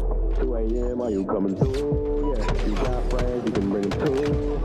Got mine, I'ma bring them cool. Nowadays, it's a great view. Body to body, there's no waiting. Making up the time that I wasted. And you know what I'm talking about. They be playing games, you on your track, that's why you run around. They do you wrong, but let me get right. It's all luck on this side. I know they playing games with you. If they sending shots, you know I'm rubbing off the pain with you. They do you wrong, but let me get right. They do you wrong, but let me get right. Know they playing games with you. If they sending shots, you know they hating, can't relate to them. Try to hold on, it's getting out of hand. She a college girl, in the night she like to dance. Try to hold on, it's getting out of hand. She a college girl, in the night she like to dance. Try to hold on, it's getting out of hand. She a college girl, in the night she like to dance. Walk around campus crop top, know they gonna glance. You know they ain't got a chance. And I know she ain't got a man. Tell me that she got a plan. What's the deal? Need 100 bands. Don't trust nobody, had 100 mans. And I said it's alright, girl. Party at the dub, frat boys with them white girls. And you don't need either one. And you don't need either one. And I said it's alright, girl. Party at the dub, frat boys with them white girls. And you don't need either one. And you don't need either one. Better go. She trying to get right. She trying to get right. You get right to get left. Get right to get left. I get right. And you don't need either one. And I know she ain't got a man. She tell me that she got a plan. What's the deal? Need 100 bands. Don't trust nobody, had 100 mans. In the bathroom, tryna put your clothes on. Say my name, this ain't a roll call. Out of shower, she don't even put a robe on. At first this was a slow song, had to bring it back, try to hold on. It's getting out of hand. She a college girl, in the night she like to dance. Walk around campus crop top, know they gonna glance. And you don't need either one. They do you wrong, but let me get right. They do you wrong, but let me get right. Know they playing games with you. If they send a shot, you know they hating, can't relate to them. Try to hold on, it's getting out of hand. She a college girl, in the night she like to dance. Try to hold on, it's getting out of hand. She a college girl, in the night she like to dance. Try to hold on, it's getting out of hand. She a college girl, in the night she like to dance. Walk around campus crop top, know they gonna glance. Yo, what's cracking, They ain't got a chance.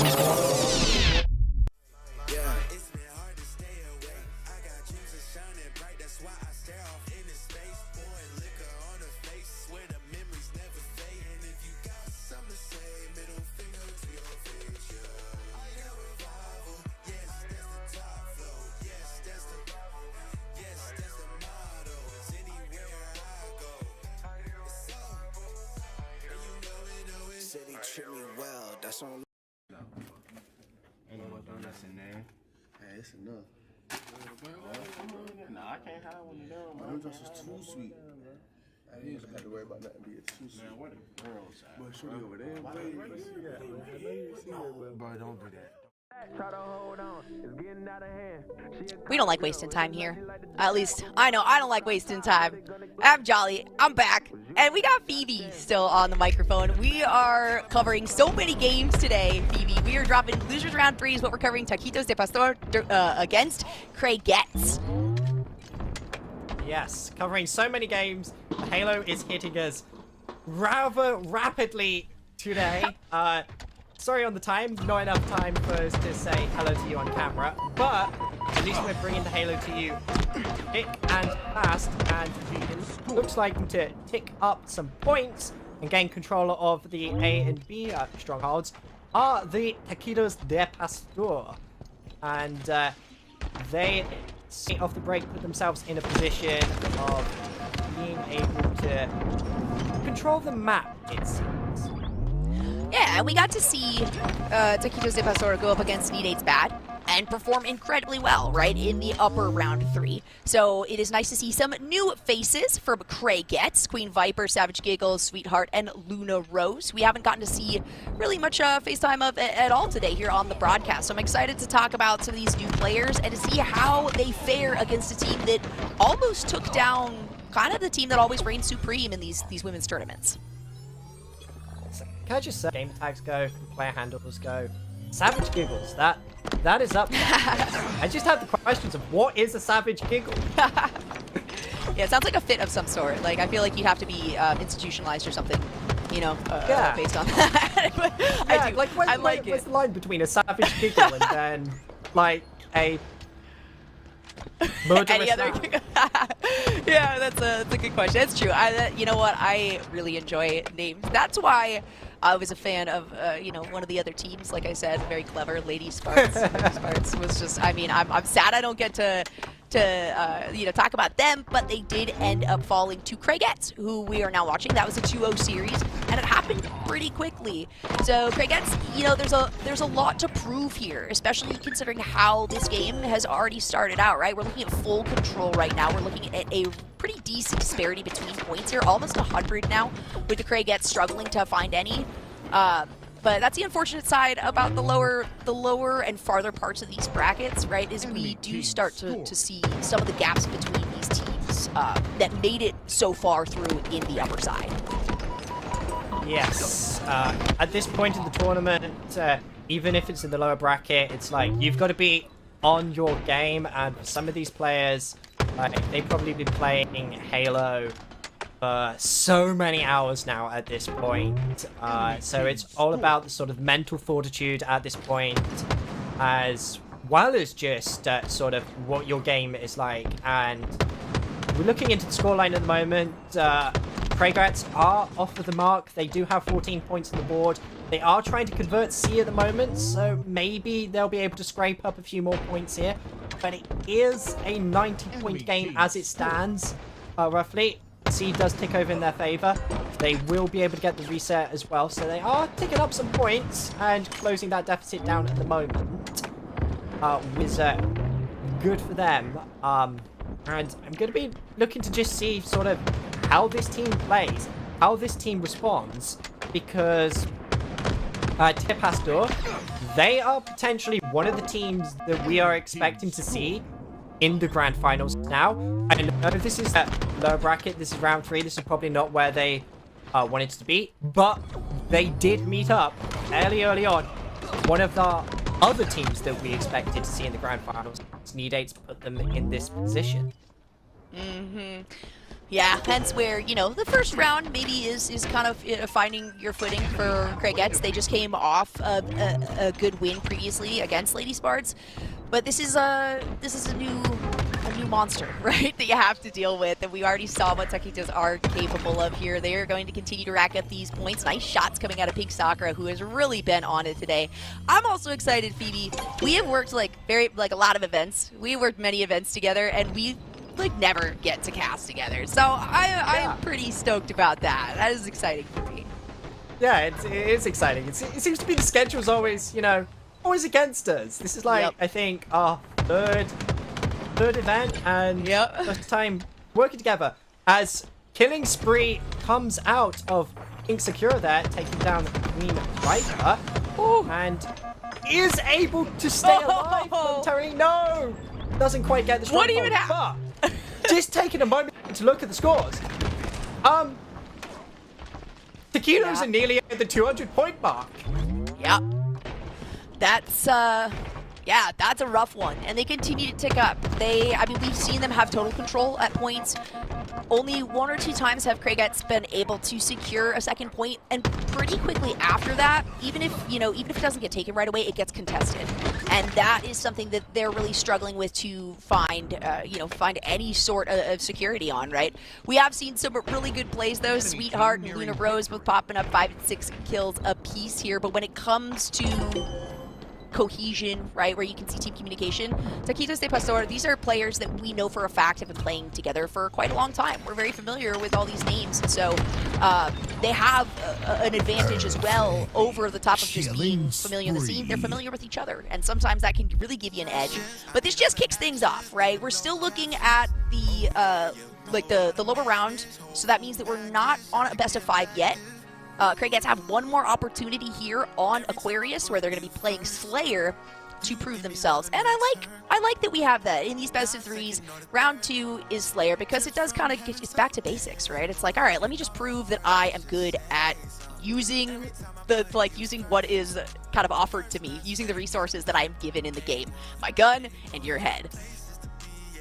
Yes, Slayer is often one of those game types where it's, you know, like you said, it's back to basics. It's all about, you know, who can shoot the best, who can stay alive the best. And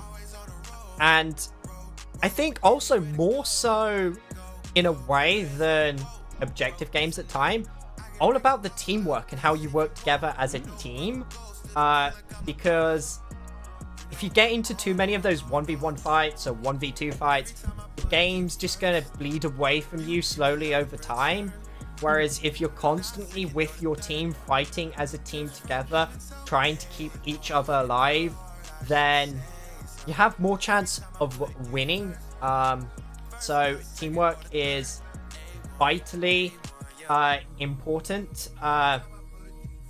Vitally important, this one just as much.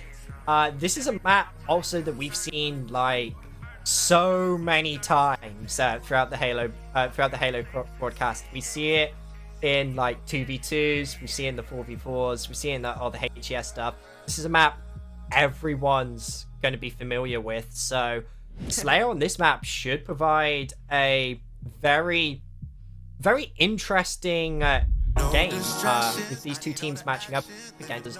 I'm very curious to see how Kragets compose themselves after that snowball of a Strongholds game, and see what they can, what numbers they can put up the door, and if they can keep themselves alive.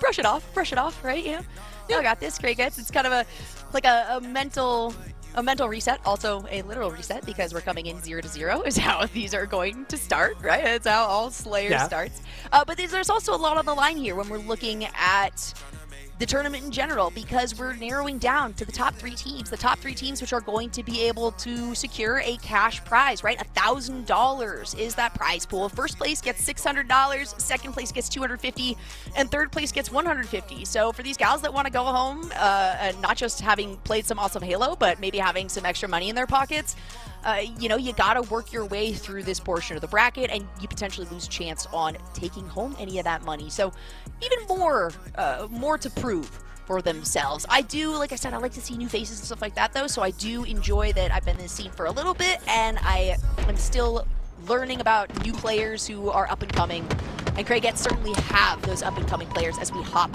into Aquarius.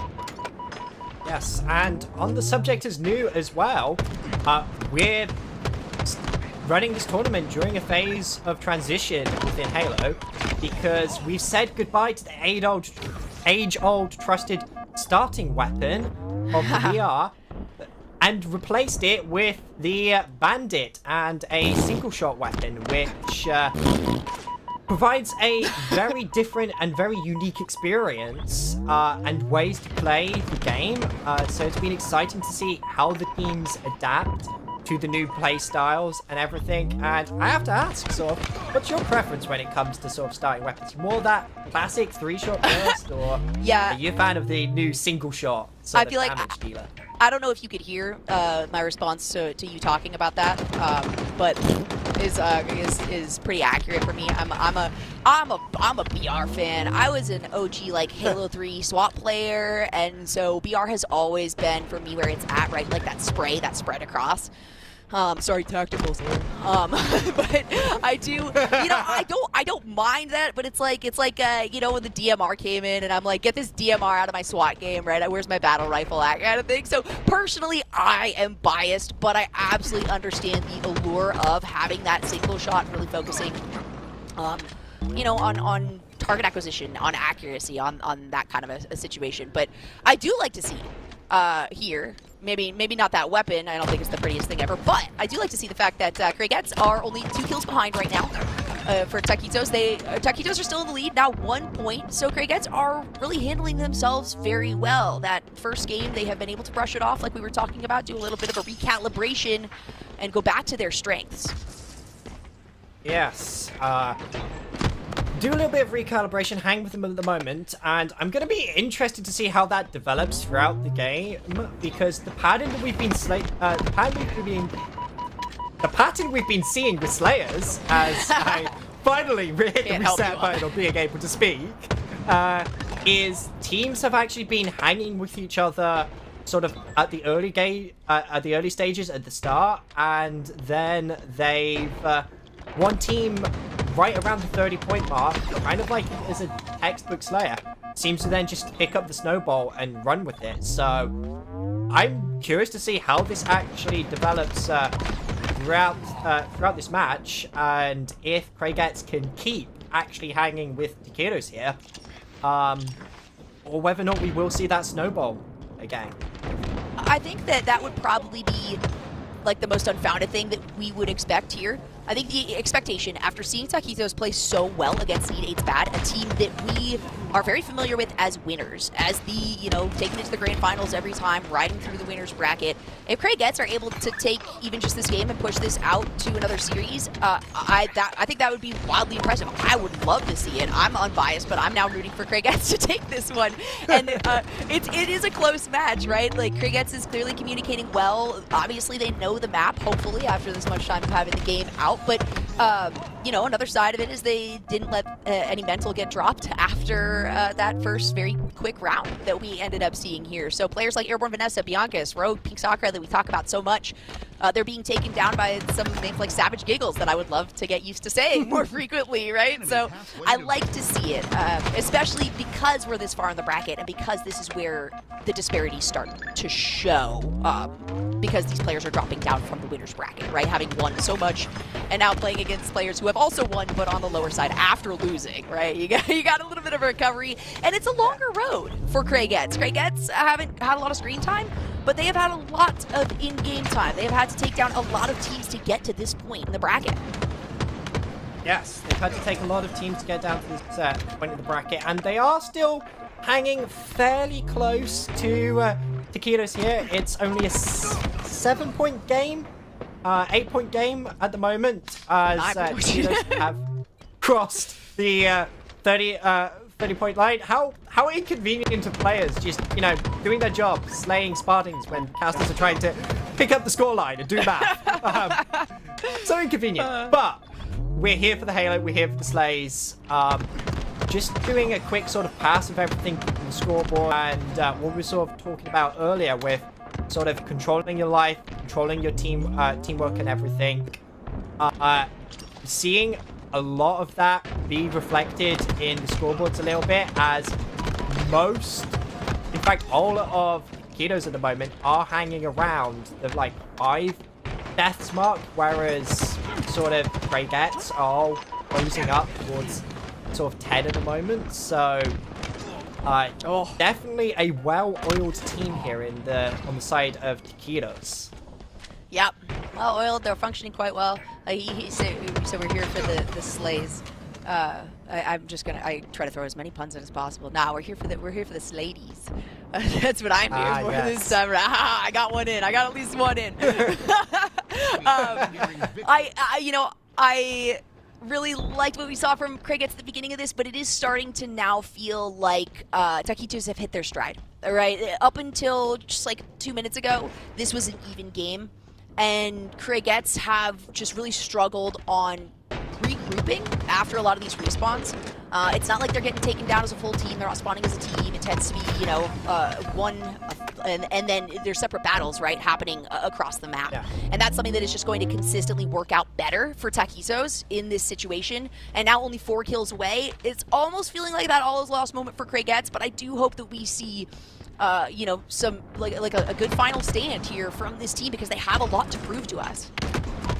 Yes, they have a lot to prove indeed, and Taquitos are in that position where it's kind of like charge because you can't lose, because they're only 2 points away, whereas Craigettes need 20. That said, they're 1 point away. Spawners are coming up in the gold base. If Craigettes want to keep this one alive, they've literally got to play perfect Halo. That said, State-tacular comes in, and we are going to be saying goodbye to Craigettes, as I think maybe unsurprisingly a little bit, one of our top teams, Taquitos de Pastor, progresses forward into losers round 4 and is just one step closer towards the grand finals there. Yeah. And the other side of that coin is, Craigettes, they performed incredibly well. I'm glad that we got to see them on the broadcast here because they fought really hard to get to this point. But, we didn't get a ton of face time for them. I do hope that we see more because there's a lot of potential in this team. It does not mean that the upcoming matches are going to be anything like that. That's kind of where I'm going with this, is the upcoming matches now. From this point on, we're getting into the semis, right? At this point, you really expect that the competition is going to be tight, that these games are going to be a lot closer, and we'll just have to see because we do have still plenty of series coming up here. But if I'm not mistaken, as long as we are prepared for it, I do think we've got a little bit of a, not an intermission because it's like a part. Oh, look at us, huh? Sit up straight. We have a little bit of like a not a halftime show. I don't know. This is quarter time show because we got multiple performances that we get to see here. Something that is really cool about Team IVSaken that again has just started up this year, 2023. Freezy, who has helped organize this along with Grayspace.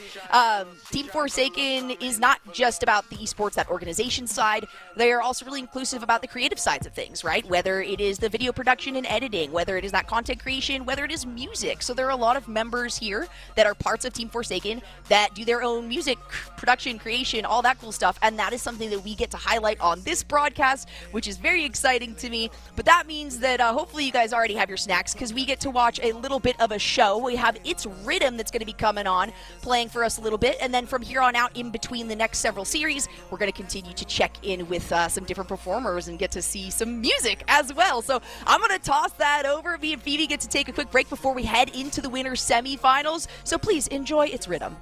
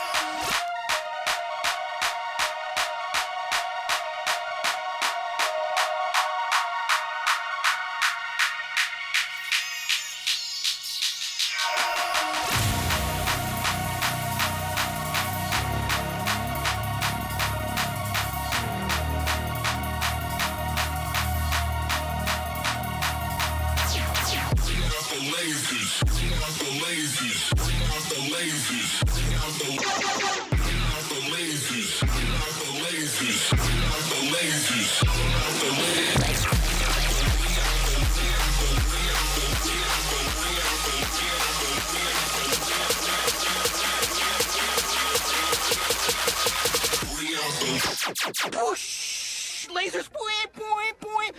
Blaze 'em, blaze 'em, blaze 'em. Bring it up.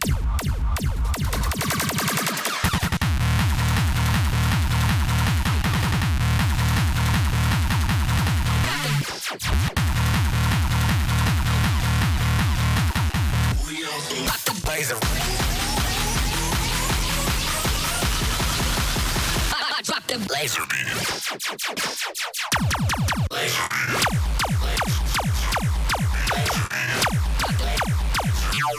Laser beam.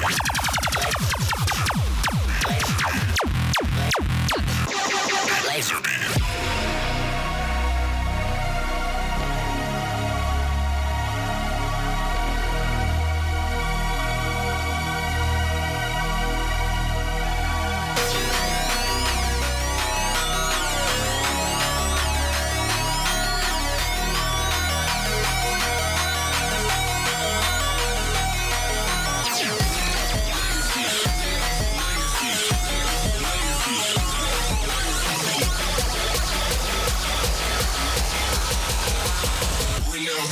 Laser.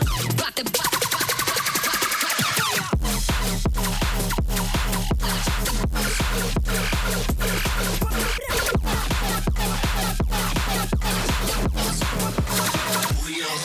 Blaze 'em.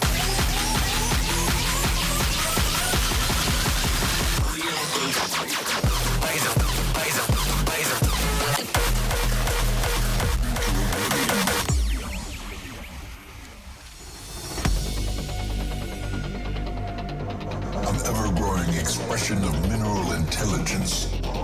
legacy of reincarnated beings who have mastered the destructive power of oblivion.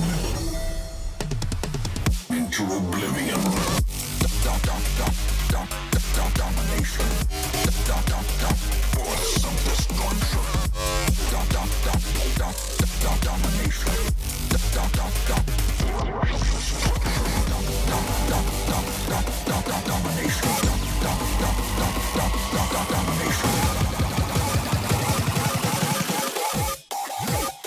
Into oblivion.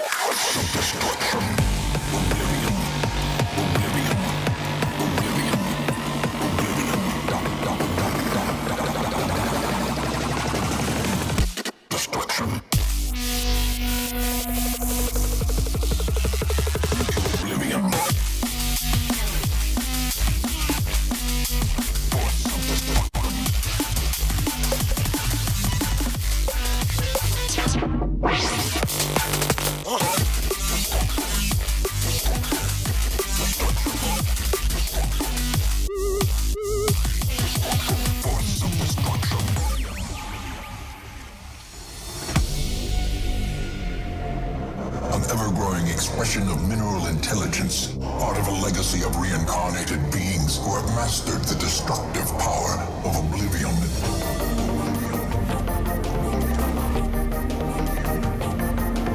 Beware nightfall, for he watches and waits for those who stray from torchlight.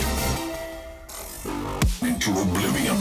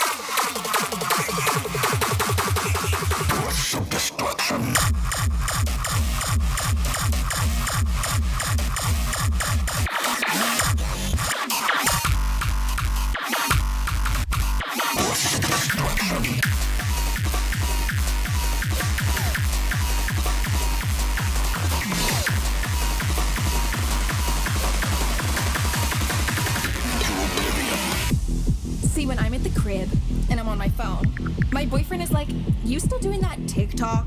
So I'm like, yeah. What else am I gonna do? People are always asking me, why you always gotta film shit? So I'm like, why you always gotta ask stupid questions? Voiceovers, filmed it. Me and the girl, filmed it. Pet video, filmed it. Dance moves, filmed it. My boyfriend and my girlfriend switch it up, filmed it. I don't give a fuck if I'm always on the TikTok.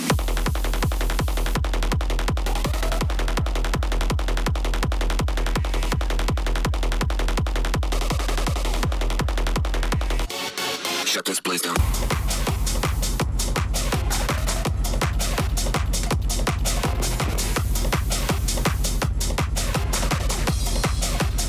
Shut this place down.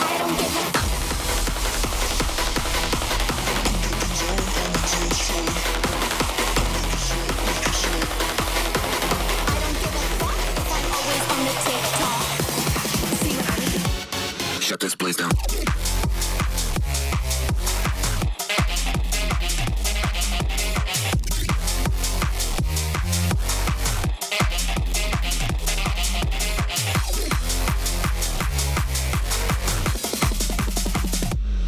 Shut this place down. This place down. This place down. This place down. This place down. This place down. This place down.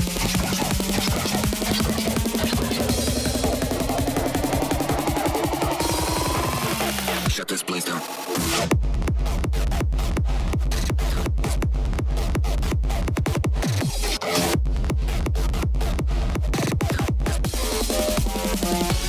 Shut this place down.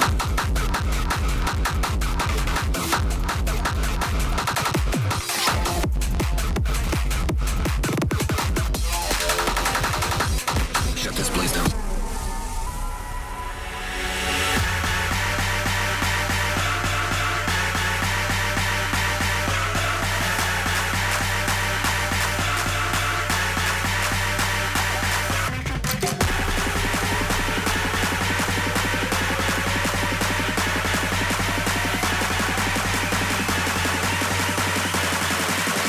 Mix it up, make it bounce.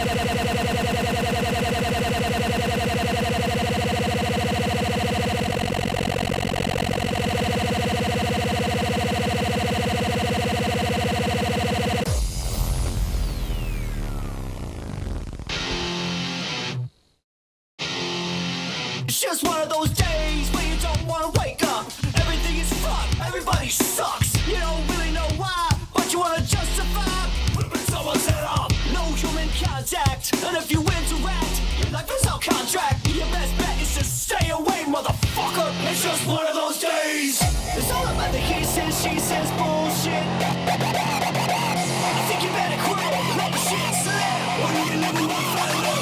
It's all about the he says, she says bullshit. I think you better quit, sucking that shit. It's just one of those days, one of those days. What if I didn't keep going this way this night? Break your fucking face tonight.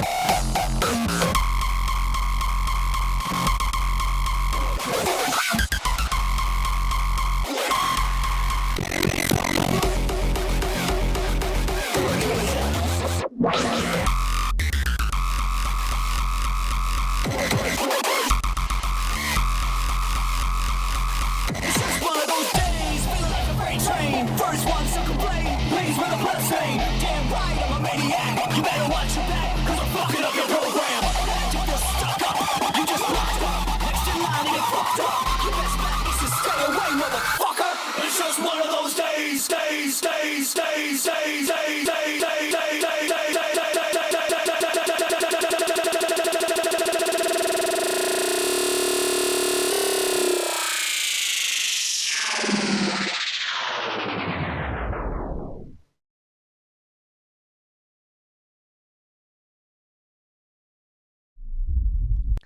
The walk off the stage, the drop the mic. That was really cool. Like, I'm sorry, I don't know when the last time you guys tuned into an esports broadcast that was like remote, that has like, you know, like a show in between. Either way, I am super stoked that you guys had such a good time with that. We do have a couple more performances in between the remaining games. And speaking of remaining games, it's me and Phoebe one more time really quickly here, because we're in the winner's semifinals. We're starting out on Solitude with Strongholds. Yeah, and we're into the best of fives now, so at minimum, we are actually going to see at least 3 games. So that's something. We do have more Halo for you. We're getting started with Solitude. Hold out from a Halo 5. It's Plaza. It's nice to see this map back. All the players on both these teams should be familiar with it. A lot of them have played Halo 5. Let's jump into this one. Strongholds, get it started, and let's see who can reach that 250 scoreline. We got Bittersweet, we've got Need 8's Bad, and hey, this is going to be bittersweet for somebody. I can't guarantee it's going to be that for Bittersweet. We'll just have to find out here. Right off the bat, though, Divine Damsel, of course, has managed to grab that S7. She is absolutely nutty with it, but hey, Bittersweet seems to be getting relatively lucky on that. They're giving her very small windows of opportunity to utilize it, so already a few shots have been thrown out. And then we get to watch her, I mean, just go up and get a back smack, which honestly always kind of makes me mad. Yeah, you know, it happens. Sometimes, you know, back wrecks happen. But, as we were saying, it's like Divine Damsel being very unlucky with timing a little bit on that S7, not really able to line the shots up. She will fall to, the enemy. Yeah, I did catch the game tag there. I looked away too, so that's it. I can't help more than that. You know, they slipped on a banana peel. That's what happened. It wasn't a bullet. It was the banana peel in the top of S3 there. Yeah. But scoring in favor of the hands of Bittersweet, and Bittersweet that they missed the sniper as well there. But it looks like A might be ticked over and scoring back in the favor of Need 8's Bad here. Double kill coming out from Queen onto Gun Goddess there. Looking down towards the driveway. Trying to see if there's any spawners at the moment. And where they are. nothing yet. B is still defended. Gun Goddess goes down. She was just trying to cross the street, and in the meantime, though, we got another fight on the back end. Cranberry falls. A little bit more in favor of Need8's bad in terms of positioning, but we do have a contest here and a great grenade to come through. That's going to send Queen to the gray screen, at least for a couple of minutes. Yeah, just for a couple of months. Fortunately in Halo, you know, respawn fairly quickly. Yeah, just like real life. If only that was the case. Yeah, don't try anything at home, kids. Yeah, no, we don't recommend that. Definitely don't. I can't segue from this, but those cat ears don't give you 9 lives. That's what I'm could have been on a segue. Oh, nice shots, Divine Damsel. I am almost tired of saying her name so much because she has just been popping off relentlessly today. She has been putting up massive numbers for Need8's bad, but we're not surprised. It's Need8's bad. Like, come on, we've been here a while. We know how these usually play out. I am excited to see Bittersweet and this kind of new conglomeration of like some players that I've been familiar with that I've seen on other teams, and you know, maybe find themselves a beautiful squad here. Yeah, it's certainly exciting to see some of these players on broadcast. Operant Power, I know, is usually quite. Speaking of which, double kill. Wow. Hello. With the S7. Wow, that wasn't even like a shot beat down. No, that was 2 kills with the S7 right there. Yeah, that was derailing my train of thought there. I was going to highlight the teammate, but I guess we should highlight Gun Goddess. And Gun Goddess living up to the name, a goddess of the S7, it seems, ripping heads. But we have also Operant Power on the team, someone that is often on Twitch, often streaming, often grinding this game, getting practice out there. And another one of those players that has been very vocal about the weapons switch. They're not a fan of Bandit. Yes. most people, honestly, they're like, it's fine, I'm sick of the battle rifle. Like, no, there's a reason it's the best. Like, so hey, I feel for her. You know, I'm glad that somebody else is on that side. Yeah, I mean, I'm on team DMR, honestly. Bandit's like Bandit's the Walmart knockoff version of the DMR, honestly. It's true. Right? I'd rather take the DMR. I'm a Reach kid. You know, Reach was my Halo.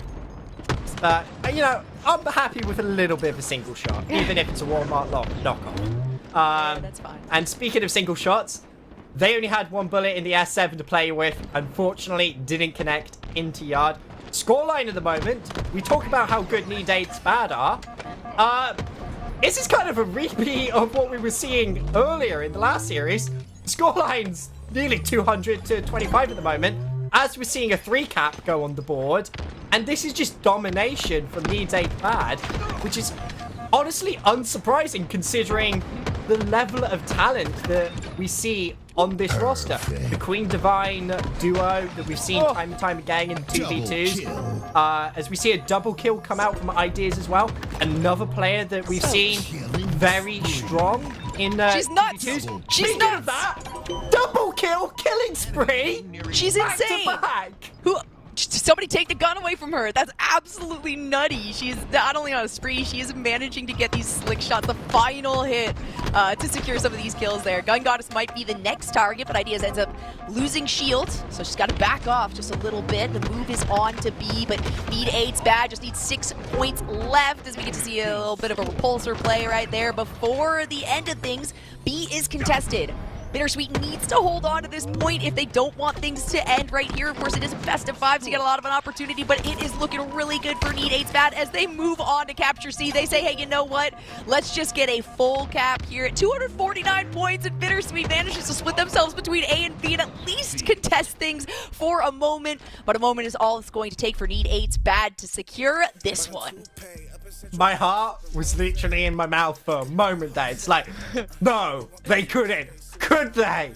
And then they didn't. They did, and then they did. And then they didn't. For like a second, they did. They held it off. That was, you know, that was a good reaction, right? They both had to split. They had to literally cover 2 different points. And it's a dangerous strategy, but it's literally the only one that they had available, and they took it. And hey, they still held it off. It was still a good fight. Need 8's bad though. Need 8's bad is like our big bad, right? It's like our final boss kind of thing. And I think that's been the case for this scene for quite a while now, at least those of you who have gotten the chance to watch any of like the previous series of, you know, women's Lady Spartans, things like that. It's like you said, Phoebe, it's not a big surprise that Need 8's bad take this one pretty heavy-handedly. I still am very excited to see, though, what Bittersweet has to deliver, because that was just the cusp of what they have to offer, as we've already seen in these previous series.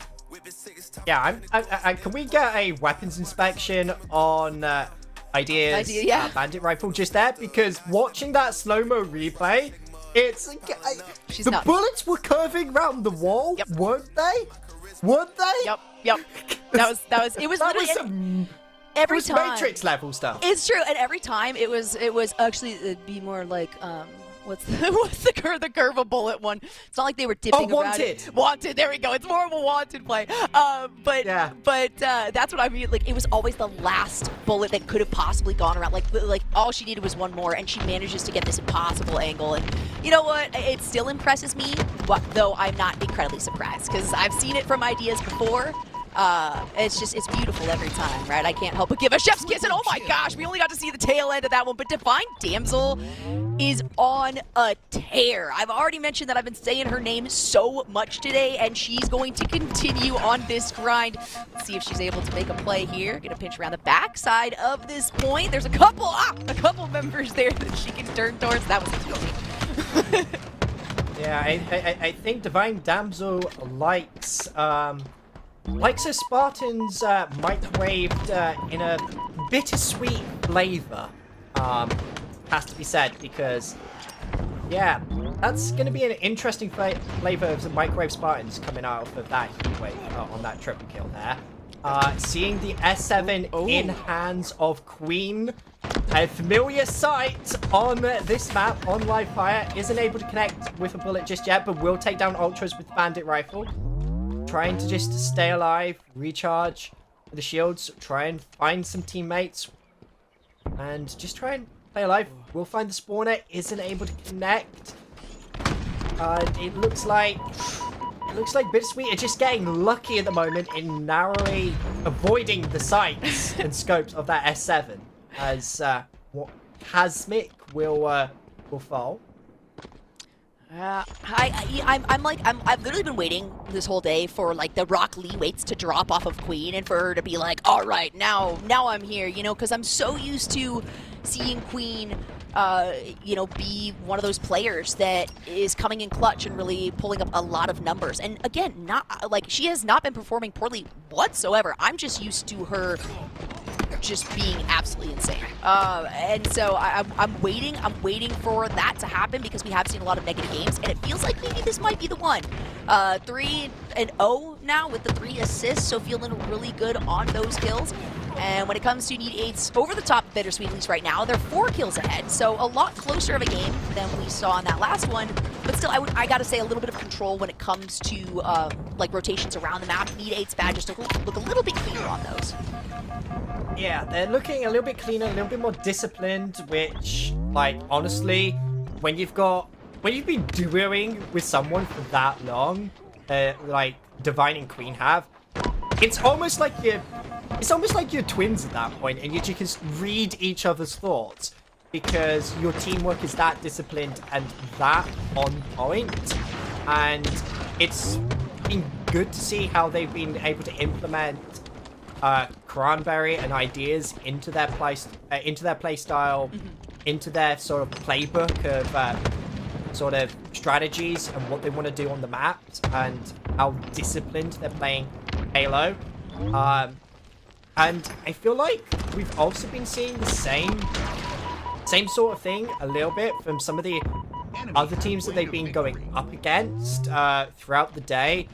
Whether it was Taquitos earlier or even Bittersweet now, they're still both the teams that they have as their opponents are still playing that disciplined Halo against them. It's just, for some reason, Need 8's bad can just execute on it a little bit more. And speaking of execution, that was an assassin from the skies called Divine Damsel with a double kill right there. Keep talking about these players. I don't know how she did it. Keep talking about these players living up to their namesakes, right? Divine Damsel, she's definitely another one of those that all, oh my gosh, come on. Like that, how did that hit? That is, I want to see, it feels like Operant Power has been doing so well today. I really hope that she's not getting, you know, like lethargic at all. I hope that she maybe didn't stay up all night playing games with pros as well. But she's really been popping off and she's struggling this game. Cosmic, on the other hand, was in the lead for kills.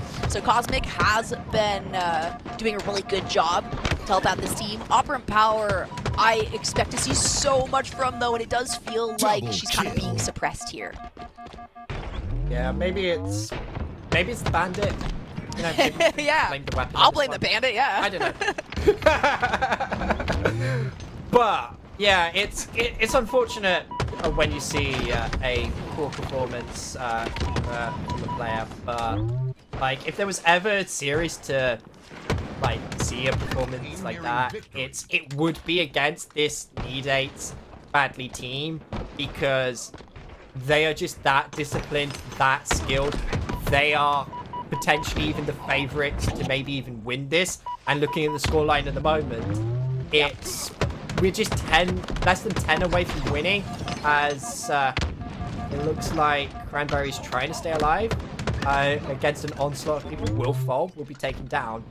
And like Bittersweet are just fighting at the moment to avoid that Steak-tacular, which is doable. They have space to avoid that Steak-tacular, but can they like clutch up and take this series or take this game even? I don't know at this point. Yeah, it is starting to feel like the end of the line. You know, you get down to less than 5 kills needed for the game to be over, and the sweat should be pouring down your face at this point, right? Especially considering that this is the best of 5. So while they don't get eliminated after this or drop down to the lower side of the bracket, it does put them at match point. And you got to be concerned when you're going against Need 8's bad and they have you at match point. I've seen this many, many, many times, and it tends to go in favor of Need 8's bad. I don't want history to repeat itself here, right? I like I like to see, you know, I like to see sometimes a little bit of an ego check for these girls on Need 8's bad, because they have won so many times. They're very used to it. They're very familiar with winning. But they are going to come out ahead on this one. And, you know, at least it wasn't a 20 kill differential there, right? Yeah. Yeah, at least that's something. And while we on the subject of the like the ego check and all of that, it's like, you know, to make a comparison to another sport out there, it's like, I'm a big fan of Formula 1. No, like, no, we can't talk about other sports here. No. But it's been a similar sort of thing. Like, you go through phases where someone's always winning, always dominating, and it's like, you can't help but then just think, you know, like, could someone just take them down a peg or two, put them in their place? It's like, we're starting to actually get into that position a little bit with this duo of Queen and Divine, where it's just like, who is going to actually take them down and put them in the place?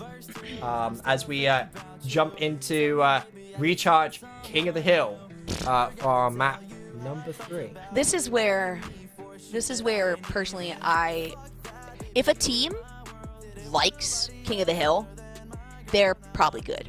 Right? Like seriously, if you are a team that actually genuinely enjoys it, it's because you know how to utilize the map correctly, you know how to use that teamwork, your communication is solid, and you have confidence in the other players on the team, right?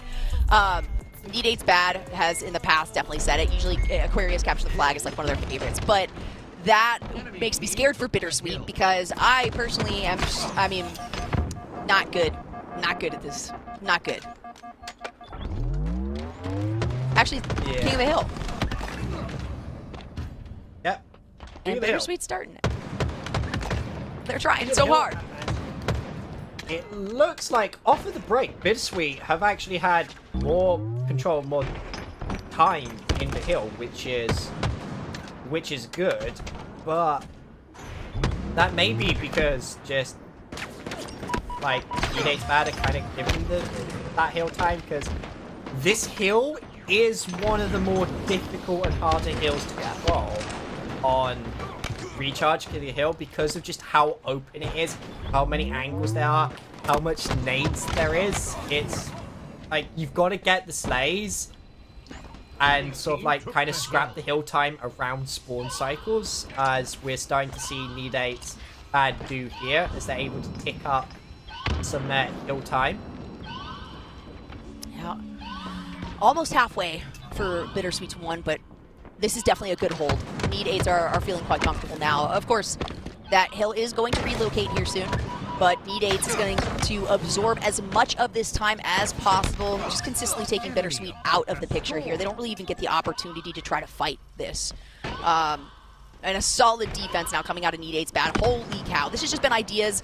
Literally, you can tell the communication is there for the team. They're like, all right, I got this side, I got this side. Ideas was waiting for a break, and we didn't see one. Bittersweet was unable to get through the wall of players for Need8's bad, so maybe this reset will be helpful. Definitely not as an exposed position, so more of an opportunity, hopefully, for Bittersweet to get some control here and maybe get themselves a point.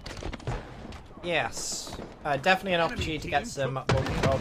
They need to avoid the situation that they had in the last hill, where Need8's bad ideas, they were just able to go, here's a nice piece of real estate. I'm gonna move in if you don't mind. You know, I've got all of these moving trucks. They're just gonna come in with me. I'm gonna put my stuff over here, and you know, you guys could go over there where, you know, you're far away from shooting at me and that sort of thing. They really need to avoid that situation, and it's what they're not able to do at the moment, because although no one's in the hill and they broke it, Need8's bad were able to get half the hill time at the moment, and Divine Damsel will fall there. Operant will be taken out as well by ideas. Oh. Beautiful grenade. And that momentarily blink of hill time for Bittersweet, it was just over because Need8's bad are back in control of the hill, and it was so close to getting their second point on the board. It's kind of crazy to watch Need8's bad because they somehow simultaneously prepare for both the worst and the best. It's as though their positioning is, all right, if we come out ahead of this, here is a positive way to move forward, right? Here's how we can continue to find success. If we don't come out ahead of this, here is where we can gain some ground, like still find some sort of move forward, right? So it's not a total loss. And I don't know how they do it, but they continue to manage to do that. I've seen so many situations where it looks like Bittersweet has gotten one or two eliminations down. They've gotten one or two members off the field, or at least having to force back to respawn, and they're moving in on the point, and then all of a sudden Need8's is just back there. Like they're filtering through, they're focusing exactly where they need to. And it's gonna continue to be difficult for Bittersweet. I want to see them put a point on the board. They have been accumulating a lot of this King of the Hill time. They tend to be the first ones to hop on it. But obviously, it's just like CTF. Unless you actually secure that flag in, you're not getting a point. And that consistency, once again, goes over to Need8's bad, at least for now. Yes, at least for now. And there was a momentary glimpse of maybe Bittersweet could get some hill time there. Just a little bit of it, and then Cranberry just comes bulldozing straight through, and it's just like, nah, I'm gonna take you out, and this is my hill now, come at me. And they're not even getting a chance to, the hill ticks up that fast. So, 3-0 now in favor of Need8's bad. They are giving us a dominant performance, and it looks like, with them being on basically match point here, as we see a double kill come out for Divine Damsel, finds herself a repulsor as a reward for it. As they're on match point here, it looks like they quite possibly are going to be into our grand finals. And based off of what we've seen in this series alone, I'm very scared for whatever team matches up against them, whether it's a rematch with Bittersweet or Taquitos rematching again coming through the lower bracket, because this train looks unstoppable, and it looks like there's nothing that can derail it, as they're already more than halfway to capping this final hill. Oh, come on. Get out of that corner. Oh my gosh. She predicts the future. She can anticipate the future. I mean, it's almost painful. Divine Damsel has been absurd. Again, I'm used to talking, mad props to this girl. But today, I've seen this side of her that is just relentless. Absolutely relentless. And that means that, while I hate talking about, cleaning supplies and women, well, the brooms come out again. And, the sweep does go in favor of Need AIDS Bad. Bittersweet is going to fall, but they're not out of it completely, right? Because we are still looking at the top side of the bracket, at least for this one. We have just best of fives from here on out, and Bittersweet is going to be able to go down in the bracket and still have a chance to maybe take on Need AIDS Bad once again. So, in the meantime, while we get those lobbies prepared, hey, guess what, guys? I hope y'all like the music, because we have more music coming through. In between the next couple of series, we are going to have more performances. So sit back, relax, and please join us in watching Rebels No Savage.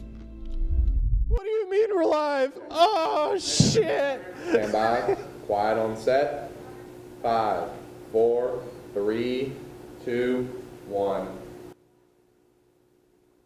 Ladies and gentlemen, Rebels No Savage.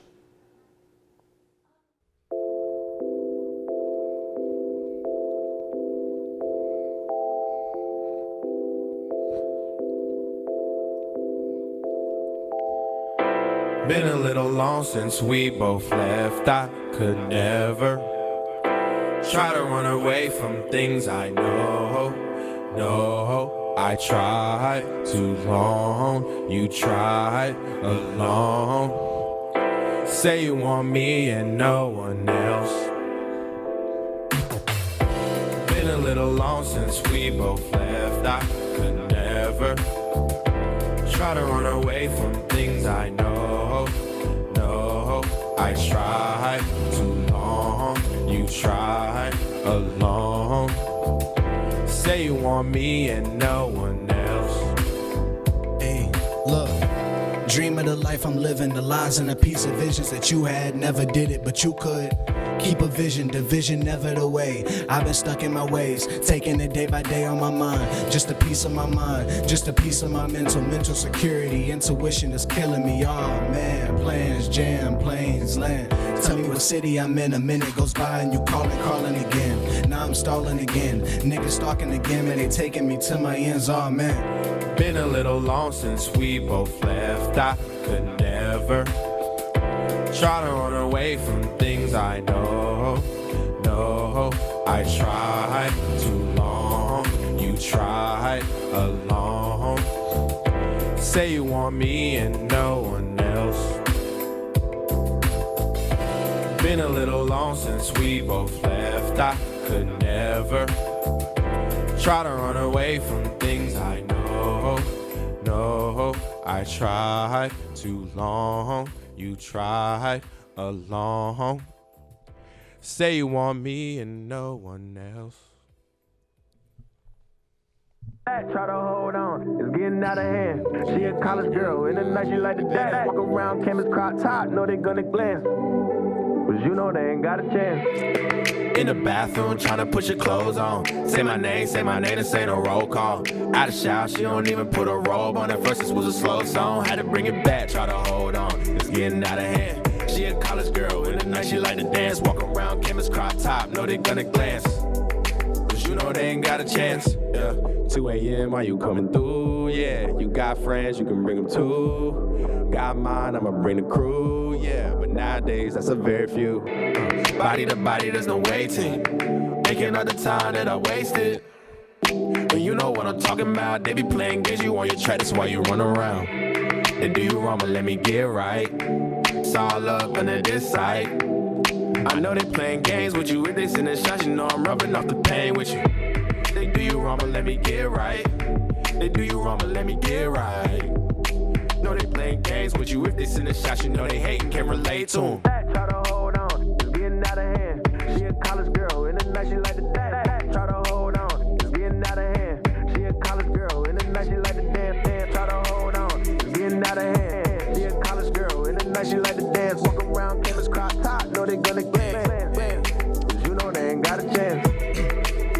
she ain't got a man. Tell me that she got a plan. What's the deal? Need 100 bands. Don't trust nobody, had 100 mans. And I said it's alright, girl. Party at the dub, frat boys with them white girls. And you don't need either one. And you don't need either one. And I said it's alright, girl. Party at the dub, frat boys with them white girls. And you don't need either one. And you don't need either one. And I said it's alright, girl. Party at the dub, frat boys with them white girls. And you don't need either one. And you don't need either one. And I know she ain't got a man. Tell me that she got a plan. What's the deal? Need 100 bands. Don't trust nobody, had 100 mans. In the bathroom, tryna put your clothes on. Say my name, and say the roll call. Out of shower, she don't even put a robe on. At first, this was a slow song. Had to bring it back, try to hold on. It's getting out of hand. She a college girl, in the night she like to dance. Walk around, campus crop top, know they gonna glance. And you don't need either one. They do you wrong, but let me get right. They do you wrong, but let me get right. Know they playing games with you. If they send a shot, you know they hate and can't relate to them. Try to hold on, it's getting out of hand. She a college girl, in the night she like to dance. Try to hold on, it's getting out of hand. She a college girl, in the night she like to dance. Try to hold on, it's getting out of hand. She a college girl, in the night she like to dance. Walk around, campus crop top, know they gonna glance. You know they ain't got a chance. And I said it's alright, girl. Party at the dub, frat boys with them white girls. And you don't need either one. And you don't need either one.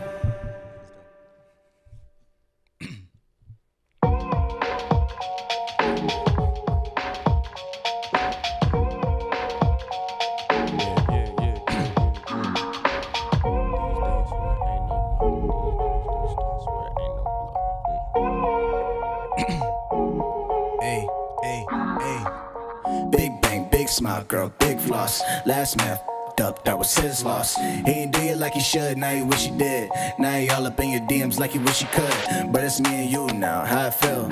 Maserati 2-door on the real. Big bang, and she got it on still. Said she never need a man, cause she got it by herself, yeah. 6 o'clock in the morning, and I hear you yawning, talking about this is all I wanted. But will you turn around? Vacate palm trees under nightshade. Will you turn around? Vacate palm trees under nightshade. Everything you ever wanted, if it's okay. 6 o'clock in the morning, and I hear you yawning, talking about this is all I wanted. But will you turn around? These days swear it ain't no love. You a bad A, and you got your head in the cloud. These days swear it ain't no love. These days swear it ain't no love. You a bad A, and you got your head in the clouds. You a bad, and you got your head in the clouds. These days swear it ain't no love. These days swear it ain't no love. My time, not cheap, and you know that. Big smile, girl, flash, you a Kodak. Too good for your last man, know that. But I be out in Cali, and I don't like to go back. But you know me, always keep it low key. Like it when you tell it, but it's better when you show me. Can you show me how you get the money? Yes, I got my own, but you divine, I want it on me. 6 o'clock in the morning, and I hear you yawning, talking about this is all I wanted. But will you turn around? Vacate palm trees under nightshade. But will you turn around? Vacate palm trees under nightshade. Everything you ever wanted, if it's okay. Want the money, no problem, girl, it's no shame. No shame, oh, you don't gotta play games. Now I'm a Wilmington, baby, come my way. I'm about to be shame, no shade. Because you make time, throw some of it my way, girl, you don't gotta play game. Make time, throw some of it my way, girl, you don't gotta play game.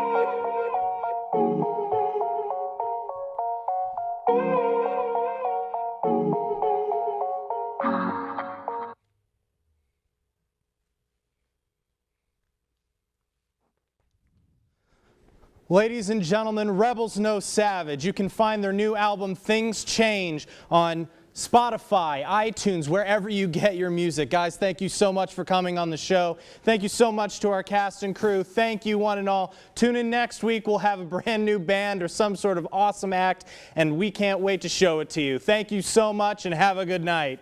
Things Change, not out yet. Yeah, it's been hard to stay awake. I got Jesus shining bright, that's why I stare off into space. Pouring liquor on the face.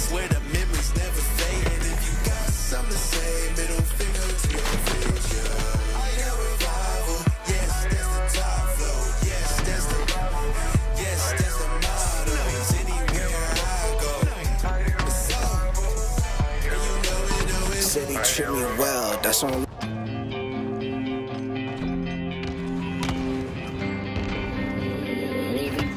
On the beat.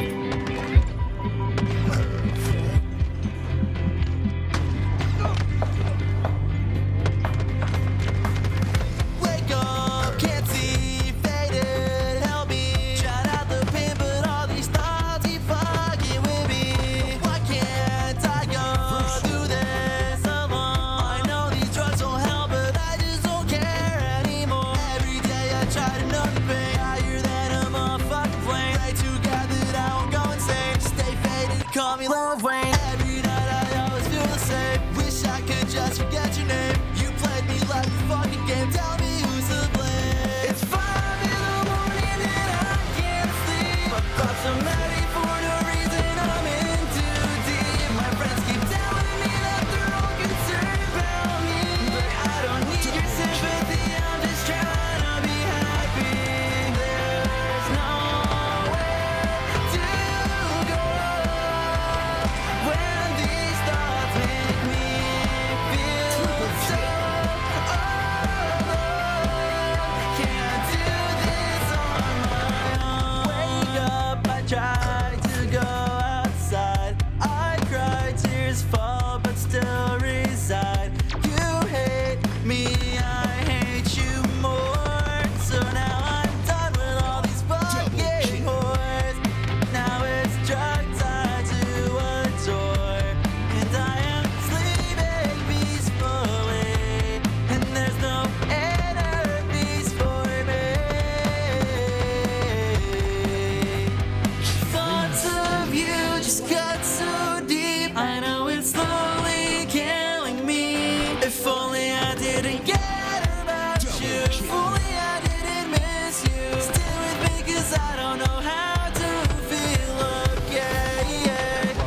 It's 5 in the morning and I can't sleep. My thoughts are many for no reason. I'm in too deep. My friends keep telling me that they're all concerned about me, but I don't need your sympathy. I'm just trying to be happy.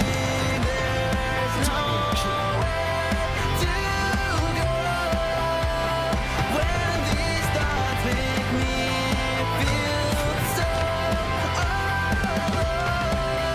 Can't do this on my own.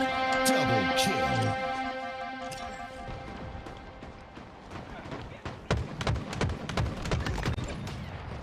Perfect. No distractions, I need all the action, living no captions. Oh yeah, yeah, whole lot of manage, whole full package, I been getting active. Ooh. Every time I put you first, you give me love in return. Not second or the third, trips from heaven so A1. And all the hard I should say something. Every time I put you first, not second or the third. A1, A1. Got places to be, yeah. Baby, you a mystery, yeah. Tryna make history, 'cause the drinks are free. It gets slippery, yeah. Always on edge, 'cause she got all the right angles. Always come alive every time we see the days gone. Always on the road, with anywhere to go. Threads on, whoa, bro, that's a no. I can break you off a little piece if you want. No purple gold, still the king like I'm LeBron. You know what I'm on. Every time I put you first, you give me love in return. Not second or the third, trips from heaven so A1. And all the hard I should say something. Every time I put you first, not second or the third. A1, yeah.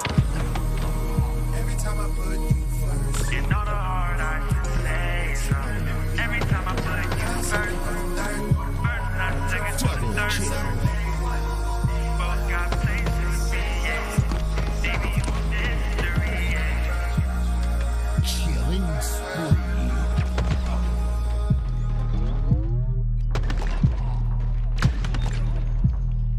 Double kill.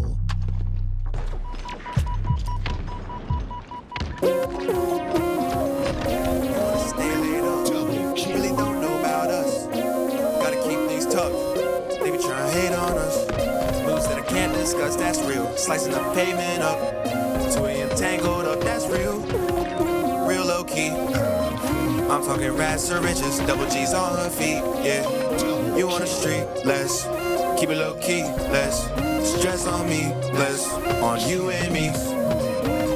She tryna get a little something, ain't looking for love, just looking for fun. Pull out the rats, where'd that come from? Eyes on us if you like say something. She love the foreign that I never tried. Got a nice ass, hate to be that guy. She took it well, that's good, high five. When we to Charlotte, okay, let's slide. Homie, I barely talk. Anything you heard about me, they probably lie. Baby, I barely walk. Hop off a jet to the escort, bumpers wide. Living the life I live, lost it all twice. You don't know sacrifice. We have alibis. Come around nowadays, barely show a smile. I gotta stay paid up. Damn, you wanna stay laid up. Damn, really don't know about us. Real close, gotta keep things tucked. They be trying to hate on us. News that I can't discuss, that's real. Slicing the pavement up. 2 a.m. tangled up, that's real. Real low key. I'm talking rats or riches, double G's on her feet, yeah. You on the street, less. Keep it low key, less. Stress on me, less. On you and me. She tryna get a little something. She tryna get a little something. Ain't looking for love, just looking for fun. She tryna get a little something. She tryna get a little something. Ain't looking for love, just looking for fun. She tryna get a little something. She tryna get a little something. Ain't looking for love, just looking for fun. She tryna get a little something. She tryna get a little something. Ain't looking for love, just looking for fun. I gotta stay paid up. Damn, you wanna stay laid up. Damn, really don't know about us. Real close, gotta keep things tucked. They be trying to hate on us. Moves that I can't discuss, that's real. Slicing the pavement up. 2 a.m. tangled up, that's real. Real low key.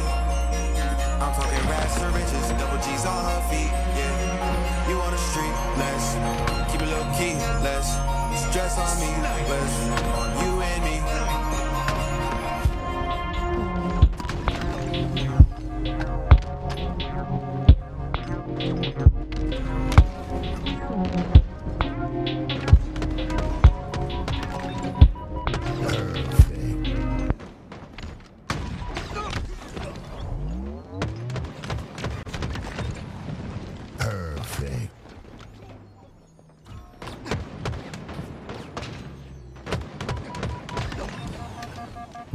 Reversal.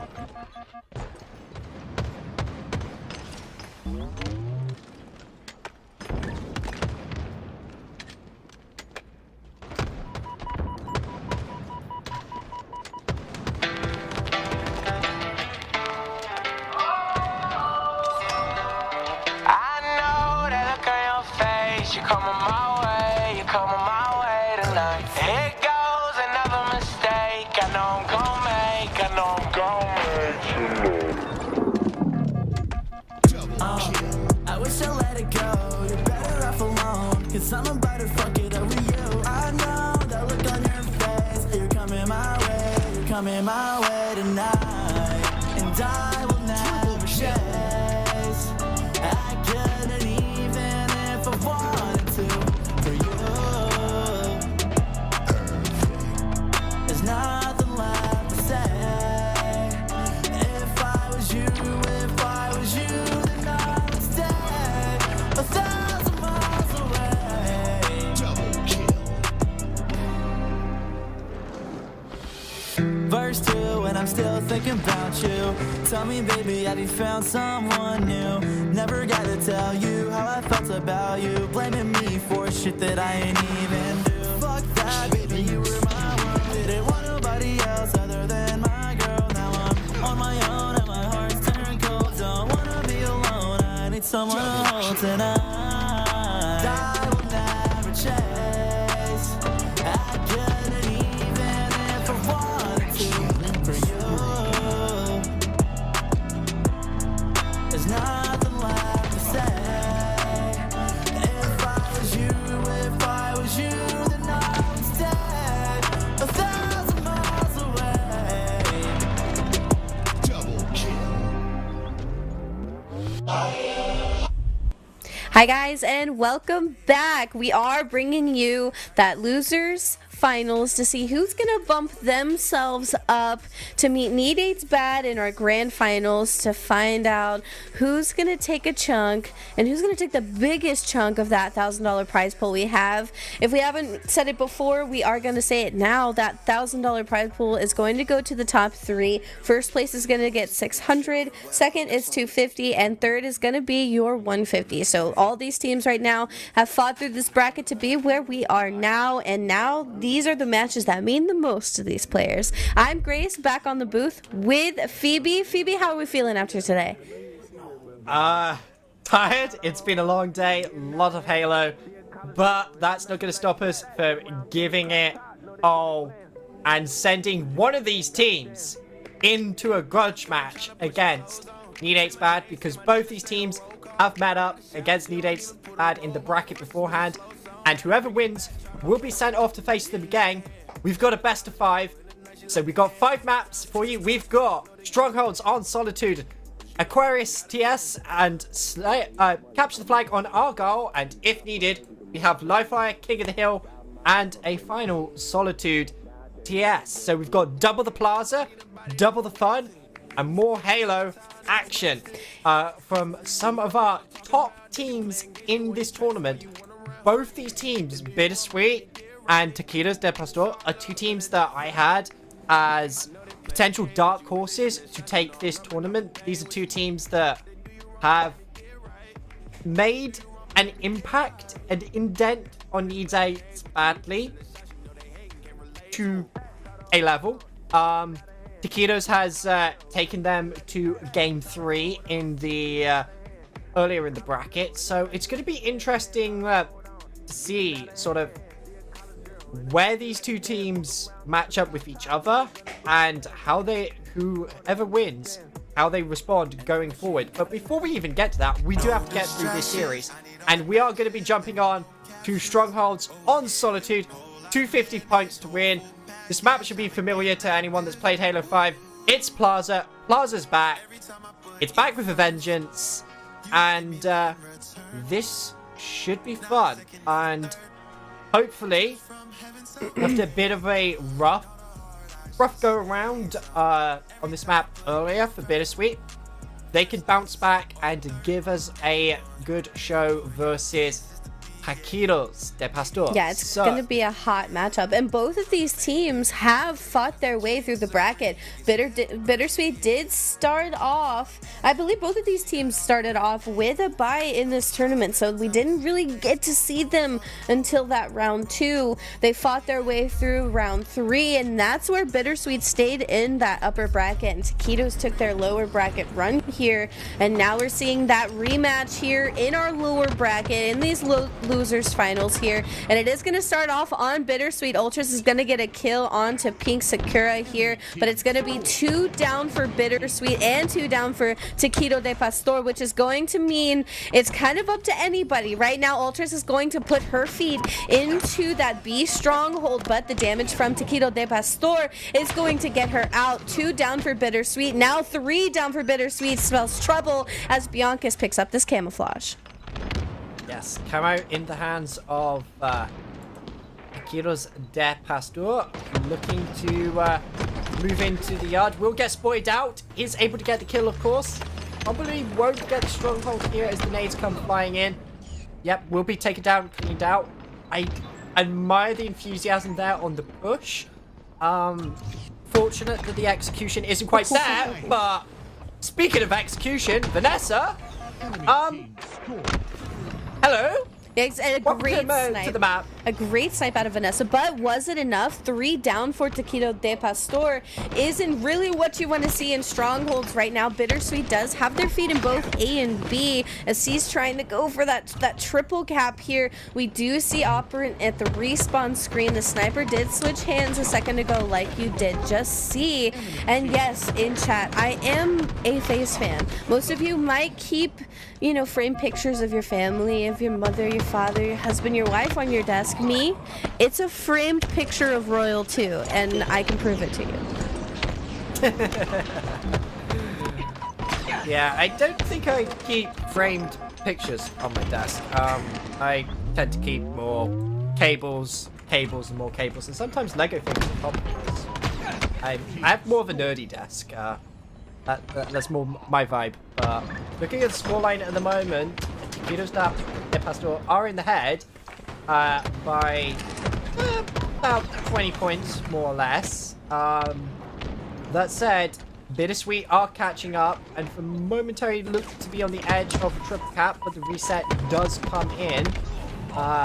One of the players will fall. That will be Cosmic in the yard area, and looks like scoring is potentially going to rotate now into the hands of Taquito de Pastor, and they will be ticking up that scoreboard ever so closely towards 250 again.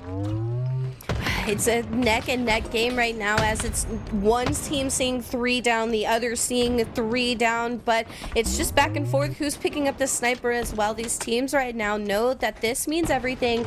Nobody wants to go home just quite yet. And I like seeing what I'm seeing out of both of these teams. Taquito de Pastor, Pink Secura with the sniper. Everyone's trying to slay out and pray that no one is able to step foot into any strongholds that we own. We're a little overzealous. Gonna push into A for a triple cap. Pink Secura still has 7, now 6 bullets to work with the sniper. Airborne Vanessa and Biancas are going to kind of get themselves into a tussle there, but Ultras at the end of the day is going to end up trading out with Airborne Vanessa here. It's going to be 100 to 43, still in favor of Taquito de Pastor. And look out for Pink Secura. She's beautiful. That sniper is beautiful with the pink sniper coating on it. And right now, Taquito de Pastor has that map control, has the slays on the board, and they're going to push up and do as much damage as they can so you can't push out of where you're spawning.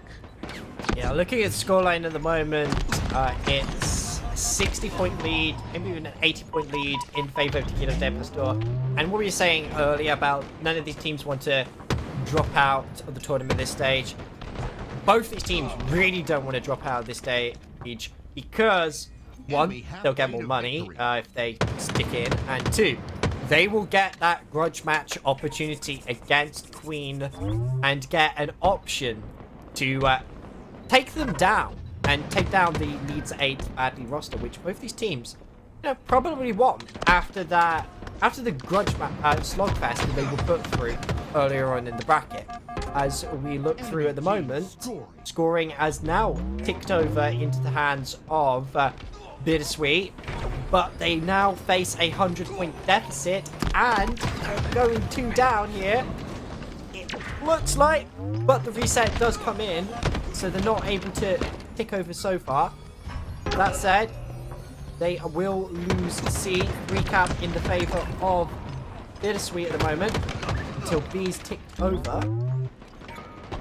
You definitely don't want to have that A and C hold. It's extremely hard for you to protect each other, and right now it's the story that's been told before. 3 down for Bittersweet isn't going to guarantee you any points on the board. It's 152 to 62, and Taquito de Pastor is making sure you can't push out of Yard. Yard is an extremely unfortunate spawn, and what Bittersweet really needs to do right now is force themselves to get into a better position. And it does seem that we do have a little bit of footing into B, but that does end up seeing a switch back into the hands of Taquito de Pastor. It's a 2v2 situation on the map. Sniper will be up in just a few short seconds, and it's going to be Pink who's going to pick it up once again. We already know what she can do with this sniper rifle. It's going to be carnage. Gun Goddess gets the body shot but tries to fade away. Does play their life. We do see the camouflage up. No one really pushing up because this round is over. 178 to 65 in favor of Taquito de Pastor. Yes, unfortunately, one of the players on Taquito de Pastor's did disconnect during that match, so we're gonna wait to see what the admins say, what the admin ruling is on the scoreboard there. Whether or not we're gonna have to do some maths or not, we will see as the lobby gets remade. We will get that. We'll get that going for you very, very shortly. Just obviously bear with us while we get the players situated in a lobby. And I have to say, in this situation, looking at that scoreline, I'm a little bit worried for Bittersweet. A little bit, because, like, this is more of a repeat of what happened to them going up against Need 8s badly on the Strongholds game, where they just weren't really able to get that footing in. They were able to go toe-to-toe a little bit in the slaying game, but just weren't able to get that objective footing in. And we're seeing this disciplined play come out from Taquitos de Pastor here. And, oh my, just look at that damage dealt.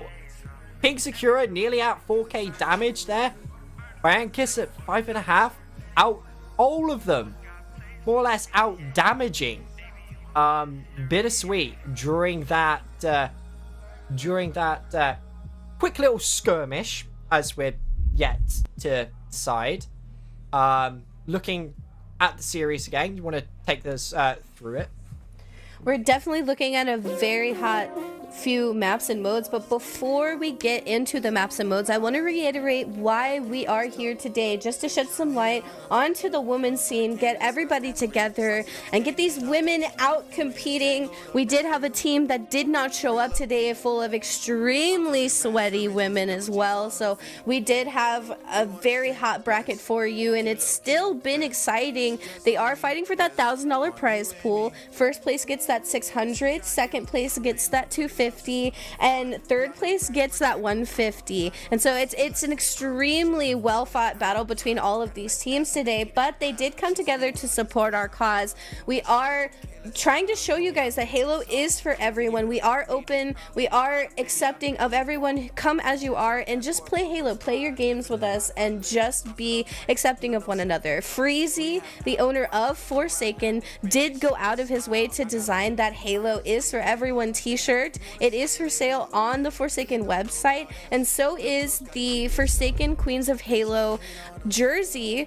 It is for sale on the Forsaken website as well. All of the proceeds that we do make off of these shirts are going to be donated to the Trevor Project in support of recent events. We want to make sure everybody knows they have a safe space to be. We want to make sure that everybody knows that they are a friend, they are a pal. Halo is for everyone. And a big shout out to LVT Halo for putting this on for us today, helping us out, being extremely easy to work with and understanding. A big W for LVT Halo and a big W for the community itself. As we get right back into it, we are going to see what these guys choose to decide and see how this is going to be. I do believe we are going to see just a few points needed for Taquito de Pastor to take this win, and Bittersweet's going to have to play perfectly to get them in the position to tie this game up. Yes, play perfectly indeed, especially with a 100-point deficit. Gun Goddess there with a nice no-scope, but will be taken out as the rest of the team is there. And I believe that might just be a pot shot with Sniper, but turns out the player is there. Not too many bullets left to play with, the Sniper, I do believe, after the opening. Yeah, only 2 to play with, so let's see if we can get some headshots here from Baron Kiss. Fires one, isn't able to connect, will be able to rotate away though and just play their life. Player comes in to try and catch the hill. Shots will lay down. Is able to get the reset, at least. I believe there's still 1 bullet in the Sniper though. So someone will be looking to make use of that, and make use they do. It's a body shot. Not quite a headshot, but we're looking for control of Bittersweet, and they're able to get a momentary recap. A momentary recap, and I do believe if we are going to go by what happened at the lag out, Taquito de Pastor only need 30 some odd points to put themselves out of victory, while to get to that 173 mark, Bittersweet's going to need to play so strong. And right now, Bittersweet does have that B and C, like Phoebe did say before, 35-13. But it does seem with 3 down that Taquito de Pastor is going to take B from you. Try to push up out of that yard spawn, get away from A, and try to take C from you so we can get that sniper rifle. Operant Power gets a kill onto Bianca, sends one to the respawn screen. We have the numbers advantage before, now we don't, with 2 down for Bittersweet. Operant Power gets kind of left by themselves. Ultra's trying to save her life, also gets sent to that respawn screen, and it's going to be, once again, Taquitos de Pastor who have feet in A and B, and it does seem like A and C are going to try to switch hands. Taquito de Pastor setting themselves up for a power position, taking C and trying to hold B. Yeah, I believe they will be needing 80 points because they didn't cross that 200 point threshold, but with Stronghold's playing towards 250. And it looks like they've already been able to get about half of what they've needed in this reset already, so this is a dangerous time for Bittersweet as they're running out of pushes here as Taquitos tick ever so closer towards the scoreline that they need to hit. Trying to get the conversion on C, isn't able to connect it. Recap potentially for Bittersweet.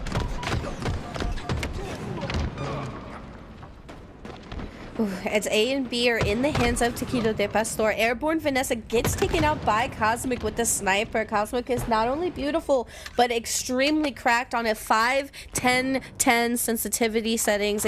I could not. I literally play 1 for 4.5. I can't even imagine playing that fast. It's absolutely outrageous to me. Rogue Foes is showing us that not only the Heat Wave is my friend, but the sniper rifle. We've got 2 bullets to work with. Operant Power catches her at that top mid position. We're going to put some damage and force her to fall back, wasting a sniper bullet as well. Operant gets the cleanup, but gets sent to the respawn screen. 3 down for Bittersweet, but 2 down for Taquito de Pastor. Is going to mean that the sniper falls into the hands of Airborne Vanessa, gets the body shot on the Gun Goddess, but it's a back and forth switch up between whether one's the cleanup crew or not. 85-38. We are kind of rounding close to maybe a victory situation for Taquito de Pastor, but I kind of feel like we're kind of past that point of for them to win, so maybe we are seeing a reset? The ruling from the admins is they said play the difference, and I believe we're cutting very close to it. It's maybe just a couple of points for Taquito Pastor, but we did see a momentary triple cap in the favor of Bittersweet.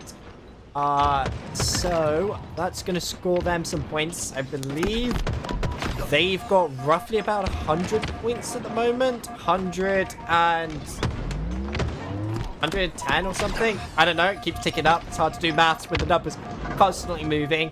And Taquito de Pastor maybe just a handful of points away from closing this one out. Bittersweet has their hands on B and C. This is a good situation for them. 102, bringing it closer and closer. I believe that cutoff was like 173. Maybe the lag out happened a few seconds before that, so we brought it back a little bit.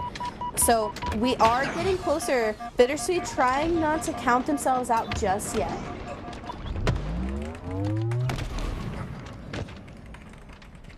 Yes, trying not to count themselves out just yet. But it looks like maybe all she wrote at this point as they cross over the 90 threshold towards 100. They've if the admin ruling is correct and them playing the difference, at this point, Taquitos de Pastor have definitely won as they are up to potentially 270 points. Yeah, so it does. We need to get an admin ruling of this one because this is ticking. This is ticking up way past the scoreline of Strongholds if they are playing distance. but it is nice to see just Halo on our screens while we wait on the admins. As we see a nice double kill come out from Airborne Vanessa there. And even if this is a full reset, at the moment, it looks like... And there we go. We have the victory. All right, and it is going to go in favor of Taquito de Pastor. I believe it was Bittersweet needed 200 and 200. They were 200 and Taquito was 150. So it is going to go in favor that first game, the Stronghold Solitude. As much as, you know, maybe I don't personally like the map, there are tons of people who do love this map. A lot of people are comfortable on it, and watching how these two played this game, they were very smart in trying to put themselves in a power position of grabbing C Stronghold and trying to make sure that they set themselves up to grab the sniper and put themselves in a position to keep them spawn trapped in A. So a very, very good fix, a very good adaptation from both teams, playing very strong. You can't count Bittersweet out just yet because this is a best of 5. Yes, indeed. Oh my gosh, and then Lucid with the raid of 1,000. A big shout out to Lucid with a big daddy raid. Let's go. A big shout out to Lucid. Thank you for supporting the women's scene. If you're just now tuning in, welcome in. This is the Forsaken Queens of Halo 4v4 tournament.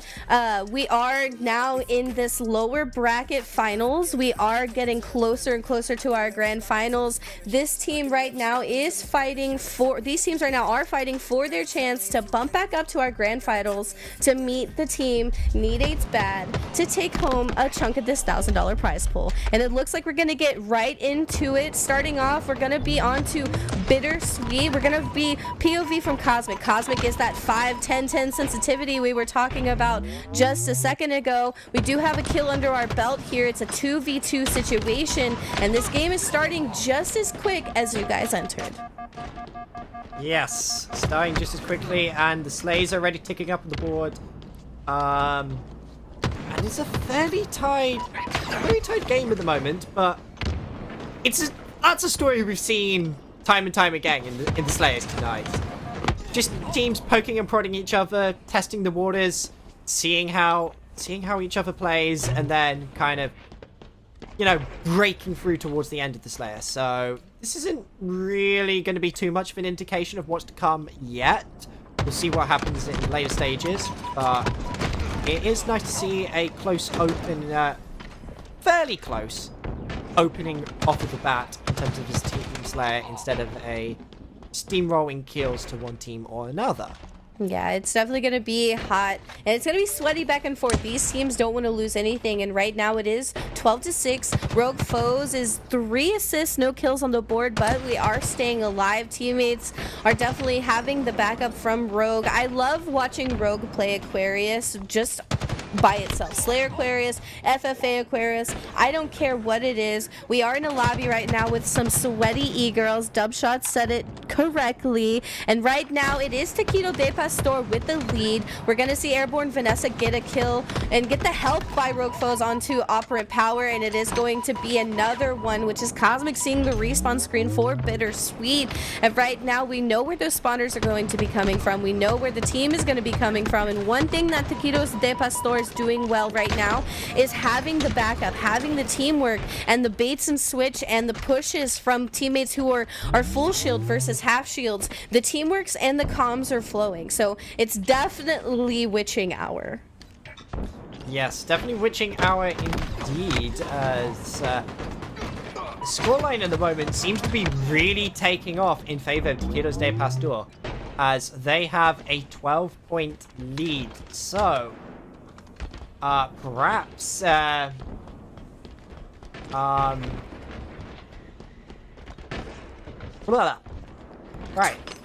train of thought is derailed, reading admin notes, but hey, scoreline, yeah, 10 kills at the moment in favor of Taquitos de Pastor. They are starting to assert some dominance over Bittersweet on Aquarius here, and I'm a little bit worried for the Bittersweet team here, being honest. It's like they they had a rough go at it against Need 8s, and they come into this and they just haven't been able to find their feet in the Strongholds game, and at the moment it looks like they aren't going to be able to find their feet in this on this map either at the moment, because they're down by 15. Yeah. And Taquitos are just steamrolling through them at this point. Yeah, they have a big comfort zone. They have a comfort blanket. They're all cuddled up in bed right now, just cozy, shooting their gun, doing what they do best. 32-19. Bittersweet has to play extremely tight together and extremely perfect to get themselves tied up. But right now it is that 14-point difference in favor of Taquito de Pastor, even though it's a 3v3 situation on the map. We do see Ultras get a kill onto Pink Sakura, but it is going to be that trade situation as 2 are down for Bittersweet, 1 down for Taquito de Pastor, 36-21, and it's starting to look darker and darker in our game 2. Yes, starting to look darker and darker indeed, and Taquito's de Pastor very dominant showing in this.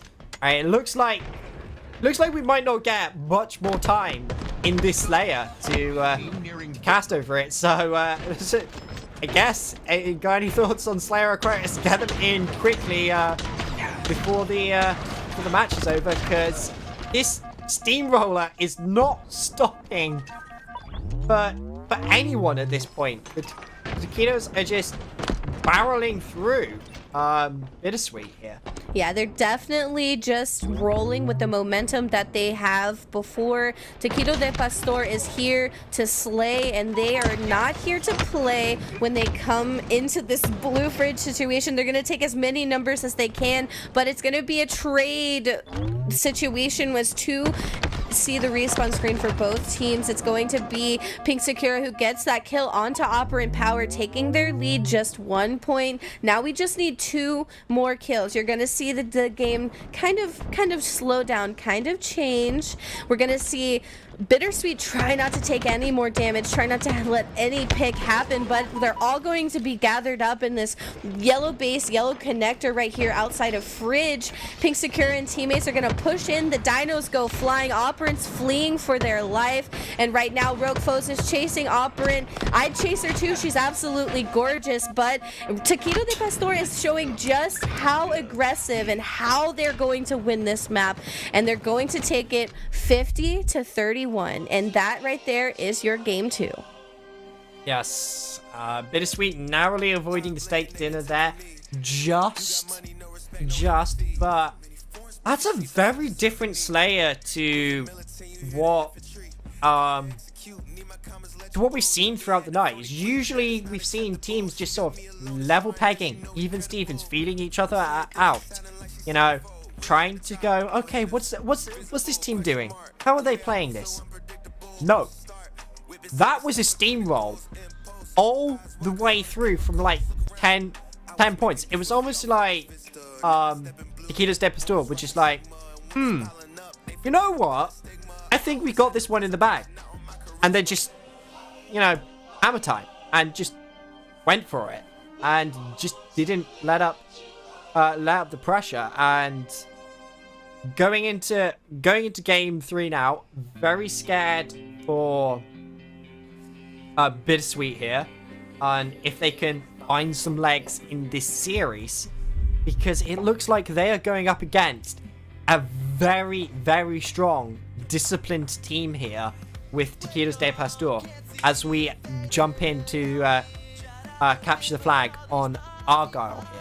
Argyle, capture the flag is my absolute favorite. I know most of chat here is going to probably hang me by my toes for saying that, but I know we haven't seen it yet. And when I sat down and thought about maps and modes, I was like, you know, I can't hurt them too much by throwing it in every capture the flag game, but I will throw it in when it matters most, and that is losers finals. So we are going to be hanging by our toes, just like Freezy said in chat. I will be hanging by my toes for this cast, as we are going to go into that 3 cap capture the flag Argyle, and it's all about those double snipers. We're gonna see Pink Secure to start off with, and she's gonna push right for that sniper, and we already know exactly what she can do with it. Rogafos and Biancas are going to push your pistol here, your green pistol, going to that camo vent. Gun Goddess and teammate are going to push up. Cosmic is left by themselves as CC goes to that respawn screen. Ultra is trying to be sneaky, pushes in, takes damage, but gets that kill, and it's still early on. We still have a few bit of that utility out on the map here, but the snipers are flying, and right now it's 2 dead for Bittersweet. Double kill. 2 dead for Bittersweet, and 2 dead also for Taquitos. So even Stevens off of the Slays just then, and aren't able to connect just yet. Double kill coming out from Pink Secura there. Was having to take a moment to work out who we were on board with because of that transition. The 360 throwing my head for a spin there. But Operant will fall, and early slays do seem to be going into the hands of Taquitos there. Taquitos de Pastor, as they look like they have control over the base at the moment and are setting up to run the first flag of the game.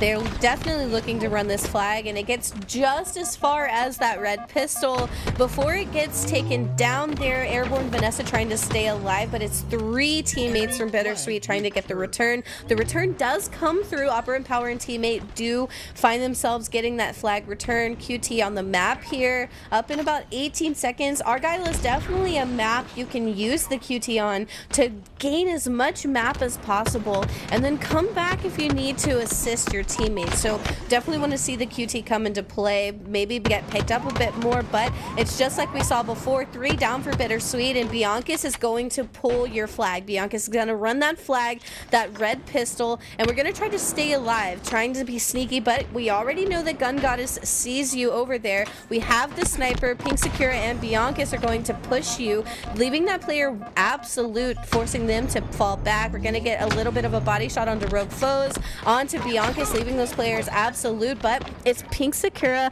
with the flank. You know the communication was there. CC was called out and gets sent to the respawn screen. Yeah, you highlight the use of the QT on this map, and it would be nice to see more players start to go for it and see more usage of that going forward, because it's one of the most innovative pieces of equipment in the Halo sandbox since that was added. And just as we talk about that, a flag is put on the board. Taquitos de Pastor do have the first flag on the board, and Pink Secura will find a sniper. How many bullets are in it, we don't know, but she has found a sniper, and we'll be looking to rip some heads with that, providing she doesn't fall down, which it looks like. No, she can stay alive. Holding my breath throughout that fight. Didn't want to jinx it. Definitely didn't want to jinx it, and that's something that us casters do so well, is that caster curse. So trying to just in good spirit not take that player to the respawn screen, but it is going to be Bittersweet who's constantly down in numbers right now.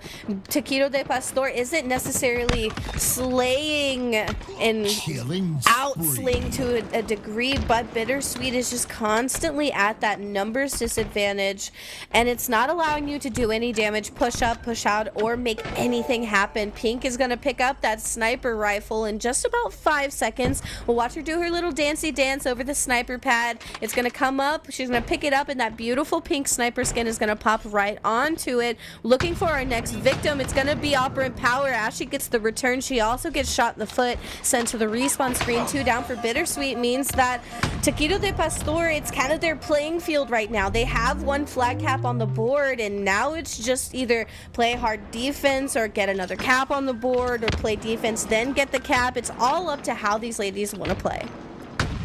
Yes, it's certainly up to how these ladies want to play, and I can feel the I can feel the stares from some of the chat earlier when seeing the BR get dropped out instead of the bandit for the sniper from Pink Secura.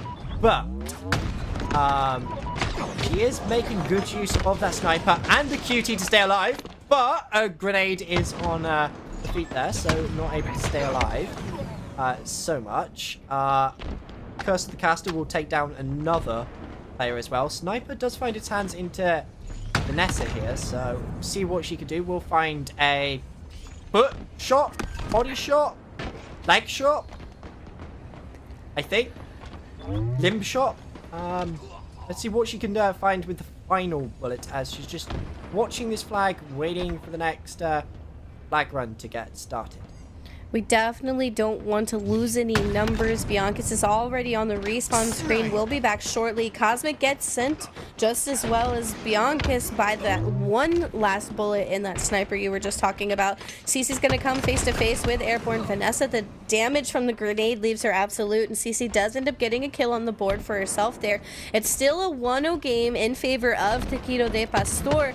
The QT is up in just a few short seconds. Bittersweet has still enough time on the clock to put a flag cap on the board if they can get into the base of Tequila de Pastor and just pull it and make something happen. But it is going to be Pink with the sniper taking out Ultras, taking out Ka, and now it's going to be a switch of the hands. Cece said, I'm going to pick up this sniper. There's 4 bullets to work with. That's one of each teammate. Let's see what I can do with it. She's going to take a little bit of damage and miss that first shot, but we know where the teammates are going to be coming from. We do end up missing that shot onto Bianca's as well, and the grenade damage is too much to take, and it's now a full team wipe for Bittersweet. Not reading a good flag run for them or a chance for one, as Airborne Vanessa picks up their flag and runs it home. Yeah, opting to just dip that out for teammates since she does have the sniper, and his nose pushes coming in. Isn't able to connect with the shots, unfortunately. Doesn't have the ammo for a third challenge. Does have to back off. There's a chance this flag won't go in. They get the stall. The flag is out on the move.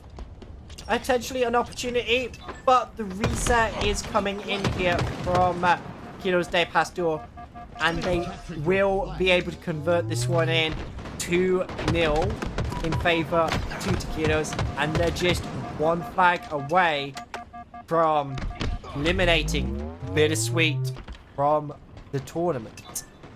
It's looking bleak. We don't want to see it. Most of the ladies in this lobby are friends of mine. I love seeing how many pals of mine, how many girlfriends of mine today have signed up for this tournament. A huge thank you to everyone who has support. A big shout out to our admins. Elmedy, Incubus helped us a little bit earlier. Honor helped us when she wasn't on cast. Jolly. A big shout out to Freezy and Forsaken. A huge shout out to Nerney and Malafar and Team Forsaken for our prize pool today. It's been a village, and it definitely takes a village to run a tournament. The S7 sniper is going to be up in just a few seconds, and it's not going to be Pink Sakura who picks it up. It's going to be Airborne Vanessa. Airborne Vanessa has a cute little skin on it just the same, and it's going to work just the same, hopefully, as we see a few more shots come through, a little bit more carnage on the board. 2-0.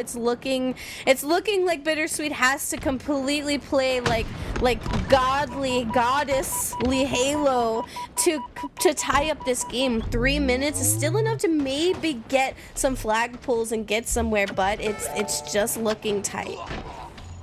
Yes, it's looking tight. 3 minutes on the clock. It's got to play perfect Halo at this point, and it's difficult to play perfect Halo when your flag is on the move and has been thrown out of the base. What's odd to notice this time around is it appears to be on the other side of the map that they will put running that from. And I'm going to put it down to the fact that it was on the other side of the map as to why that flag got returned so quickly. You know, not that the team wasn't set up for anything, it's just it was on the wrong side of the map.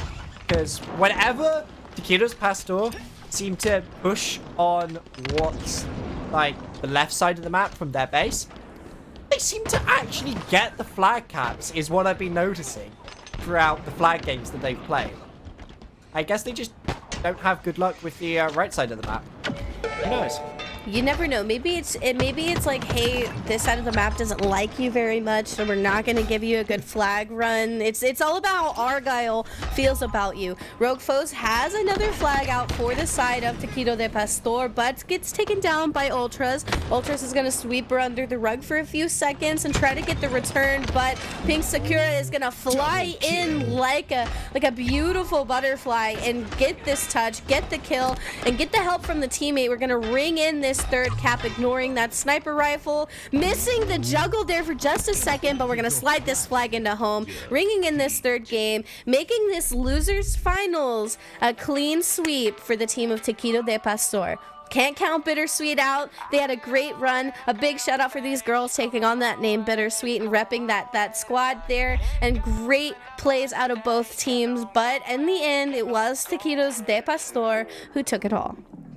Yes, it was Taquitos de Pastor that took it all, and in a very dominant fashion. 250 to 122. Maybe some additional bonus points on there as well with the admin ruling. Who knows? 50 to 31 in the Slayer, and then 3-0 in Flag. To channel the spirits of Johnny under the desk. Ladies and cleaning supplies yet again sweeping. Yes, sweeping. Yes, we are gonna go back and do a little bit more talk about some sweeping, some cleaning, maybe some maybe doing our eyebrows or doing our fingernails, or talking about how we don't even play Halo with our hands. We just it's a mind game. You know what I'm saying? It's one of those mind games. But we are excited to have what we've had today, and a big shout out for Phoebe to helping us out on the cast today. You've been absolutely great, and we definitely appreciate you for coming on and showing your support for the cause. It's been great. You've done great, and thank you for everything. Yeah, it's been great to be here. It's been great to cast all of these series and everything, and I'm certainly going to be looking forward to watching the next series that we have from behind the scenes, as we'll have Taquito de Pastor go and have the grudge match against Need 8's Badly. We've seen them scalp the team already. They took a game from them earlier in the series, forced the game 3. I'm hoping for a reset. I want a reset. I want that game 10 reset. You heard Phoebe. You heard Phoebe. We want that game reset. We want a reset. We want more Halo, don't we? We do. We definitely do. And there definitely will be more Halo right after this. But before we do cut to what we have in store for you next, we are going to have one more of those live performances before we bring you that grand finals. And I am excited to announce this because this person has definitely come and helped me out. I had the idea. I wanted to put together this women's tourney, and a few people reached out, and not as many people reached out who were as real as Freezy and who were able to really put in the work like Freezy has done for us here. A big shout out to Freezy. A big shout out to Forsaken and all the performers. A big shout out to Rhythm for the live performance. He's not a part of Forsaken, but a shout out to him as well. But a big shout out to everyone who's helped, LVT as well. It's been great, and I really do hope you guys enjoy this next live performance we do have for you. It's gonna be our one and only 2sus, aka as you guys know him, Freezy, and we'll be back with the matches right after this performance.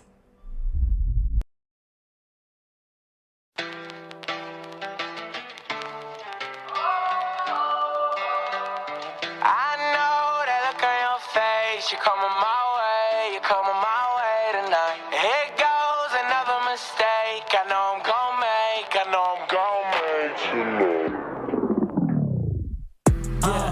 I wish I let it go. You're better off alone, cause I'm about to fuck it up with you. I know that look on your face. You're coming my way, you're coming my way tonight. And I will never chase. I couldn't even if I wanted to for you. There's nothing left to say.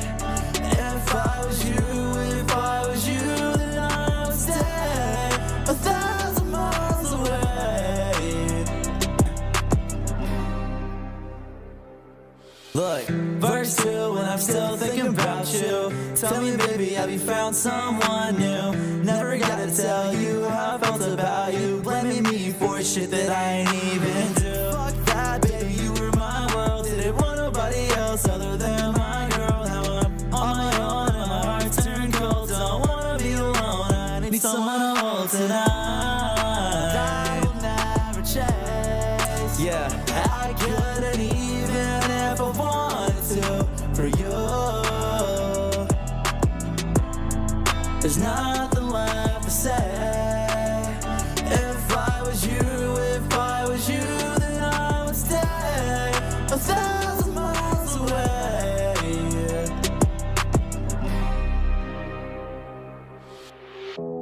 Here in your arms, I'm already gone. You got me wrong, and I played along. I know that look on your face. You're coming my way tonight. Here goes another mistake. I know I'm gonna make tonight, and I will never change. I couldn't even if I wanted to for you. There's nothing left to say. If I was you, then I would stay 1,000 miles away.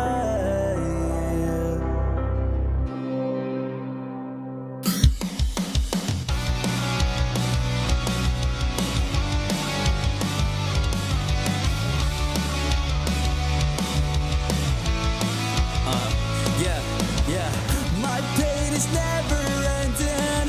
My heart is slowly fading. Won't try to stay here longer for you no more, 'cause I can't take it. Yeah, found myself at your door again, trying to stop myself from knocking, but I'm obsessed, just let me in.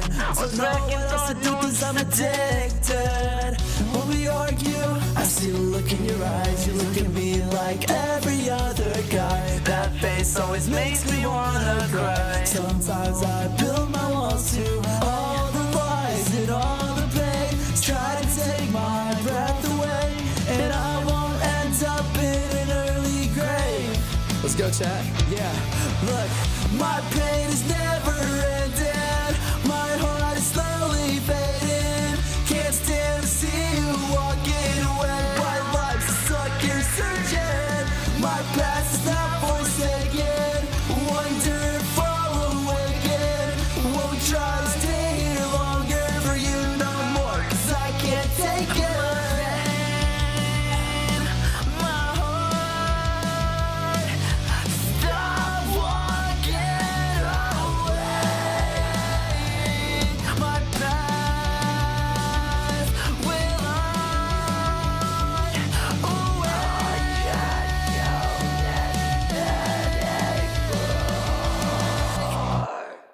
All right. Whew.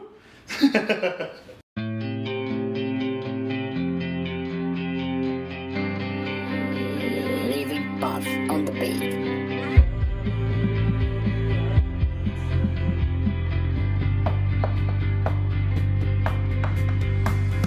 Wake up, can't see, faded, help me. Shout out the pin, but all these thoughts keep fucking with me. Why can't I go through this alone? I know these drugs don't help, but I just don't care anymore. Every day I try to know the pain. I hear that I'm a fucking brain. Too bad that I won't go insane. Stay faded, call me Lil Wayne. Every night I always feel the same. Wish I could just forget your name. You played me like a fucking game. Tell me who's to blame. It's fine. Double kill. And I can't sleep. I'm ready for no reason. I'm in too deep. My friends keep telling me they're all concerned about me, but I don't need your sympathy. Double kill.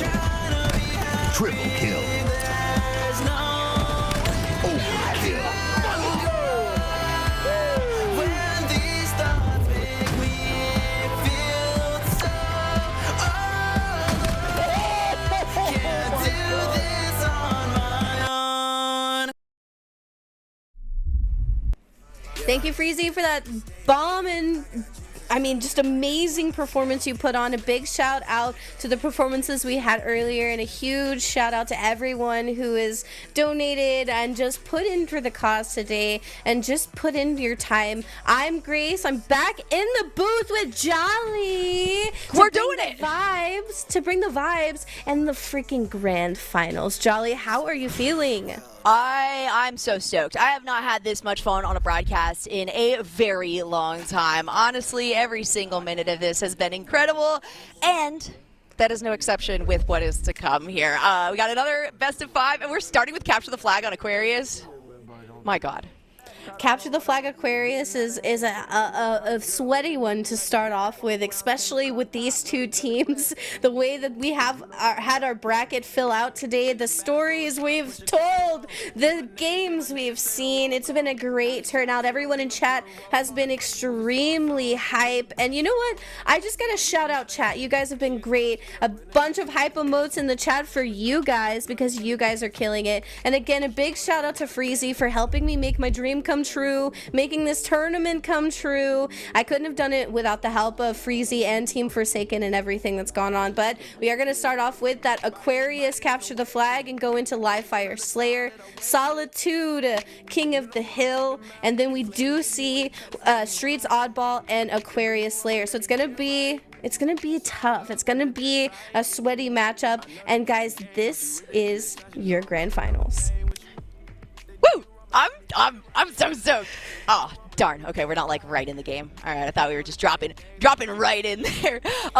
Honestly, the reason I specifically said CTF on Aquarius, like, oh goodness, Need 8's bad. Just they like live here. Like, this is their home. I don't think I've ever seen this team lose against anyone on Aquarius for Capture the Flag. Also, I'm not good at it, so, you know, it's always impressive to watch them play, but we'll have to see how Taquitos de Pastor do because, you know, there's a lot on the line here, right? First prize of that $1,000 prize pool is what we're looking at, and the first place break is 600 of that. Of course, no matter who comes out behind, they're still going home with $250 because that's a second place prize. So, no, we've still got money going into pockets of ladies here, but, hey, 600 is a lot juicier than 250. I just want to also, like, you make the note of, like, Need 8 doesn't lose. Like, they're constantly that team you see at the women's tourneys who are absolutely shitting on everybody else. And I gotta shout out to Need 8's bad. It's that Divine Damsel and that Queen X3 duo right there that I love. Like, my mouth waters when I hear a Queen X3 and Divine Damsel duo is gonna be making a scene on my screen because of how deadly that duo is. And then you have Cranberry and Ideas, and one thing that Cranberry and Ideas, Divine Damsel, and Queen X3 do so freaking well together is the adaptability to play off of who's doing well at what time or who feels more comfortable pushing a certain way. I watch Queen X3 play 8s all the time. She was up till like the crack of dawn last night playing 8s with Talik and Bohm and a bunch of other people, so we know she's ready. We know that team's ready, but I gotta give another shout out to the team of Taquitos de Pastor. You see Airborne Vanessa, an extremely talented player. Rogue Foes, who is constantly in the scene. You see that name everywhere. Our FFA, everywhere. You see that player all the time. Rogue Foes is deadly. Bianca's is someone that I've casted many, many times before doing the women's tournaments that we've done earlier in the last year and so forth, so on. But this matchup right here is going to be a perfect matchup for grand finals. And as we watch this replay, we're going to see kind of that what we've seen before. We have that rematch situation. These teams are going to be fighting head on to take a chunk and deciding which chunk to take home of this 1K prize pool. Oh, that's a good prize pool for a free tourney, I'll tell you that much. But I like how, you know, you talk about how there's so much like fluidity to the team, right? For Need 8's bad. Everybody steps up when they have to. There's no one carry, but if today there was a carry, it's Divine Damsel. Like, I agree with you that there's no carry, but Divine Damsel's carrying. She's carrying the broadcast. Like, I think I've said her name way more. I've said her name more than I've said Halo today, more than I've said I might dream about her later. You never know. Hey, I might tell my husband about us. You never know. I mean, it has been an incredible performance. Of course, Ideas has had incredible pop-off games. Queen, I've said her name way too much in previous broadcasts, and of course Cranberry. I love to see her on this squad, and it seems like there is, I mean, a lot of cohesion with these four gals getting together. We'll have to see if Taquitos can stand up to that, and they've really proven themselves. But at this point in the day, like, if I was them, I'd be exhausted. I mean, they have been playing back-to-back-to-back games. They got pushed down. They took their way through the lower bracket. Now they're back up to the top, no matter what they're top to. So they got to feel good. But this is the real test. Can they take down Need 8's Bad, who has consistently been the team to win grand finals pretty much for all of these women's tournaments? If there's one thing to say about Need 8's Bad is that they're just a top, you know what I'm saying? And they have been fighting so strongly, and it almost seems so effortless. Like, even watching Divine Damsel's POV today, I'm just like, holy shit. Like, this woman just knows how to play Halo. It comes naturally. It flows through her fingers like the Dragonborn casting spells, trying to, just take out those dragons. Divine Damsel is someone to look out for, just showing that it doesn't matter who you are. Halo is all about taking the time and putting in the effort to put in the effort to you and your gameplay. And these guys are definitely showing up and showing out to support the cause, and a big shout out to you guys. And, I see a few people talking about ads in the chat. You guys watching ads today are going to support our cause as well. You guys watching those ads, all of the revenue that you have made LVT for watching those ads, LVT did say he was going to go ahead and donate that profit there to the Trevor Project, which is going to also go from our jerseys, our t-shirts. So all the proceeds from the Halo is for Everyone t-shirt and the Forsaken Queens of Halo jersey is going to also go to the Trevor Project, so that we know deep down, all of us, that this is a welcoming environment and that Halo is for everyone. But we are going to get right into it. Hell yes, I love that. And also just as like a heads up, you can also subscribe, and then you don't have to worry about it. Or you can beg somebody to gift you one, like I got gifted earlier. So that way you're donating towards it. It goes towards the Trevor Project, and you don't have to worry about those little interruptions, those quick little breaks. But yeah, let's get into it. This is game number 1 in this best of 5. It's CTF on Aquarius, and I'm already priming myself to say Need 8 has toppled this one. So I really want to be surprised by Taquito to start out this round. We want to see that reset, so we want to see a good paced series here. We want to see these ladies take this one to the extent. We want to see a game 5, and then maybe, like Phoebe said, that game 10, but it's early on in the game. Divine Damsel's already got a touch onto your flag. Taquito de Pastor has to make sure that she doesn't get any further than she is now, and she's kind of by herself, so it's up to Rogue Foes and teammate here to get that return. She's insane. I am more than okay with the fact that we have been watching Divine Damsel's POV like half the day. There's an absolute reason for it. We are seeing incredible shots that she's able to pop off, but Taquito, they have to retaliate onto this one. It's 3 members of Need 8's Bad sitting right there, just accompanying that flag. And right off the bat, I mean, you usually expect these games to kind of have a slow start, but it looks like first capture is going through. And, I don't want to say, like, oh, I called it, but, like, oh, I called it. Need 8's Bad. Like, I never, ever, if I see a tournament and I see CTF on Aquarius, I would put all my money down on them taking it. I don't care who they're up against.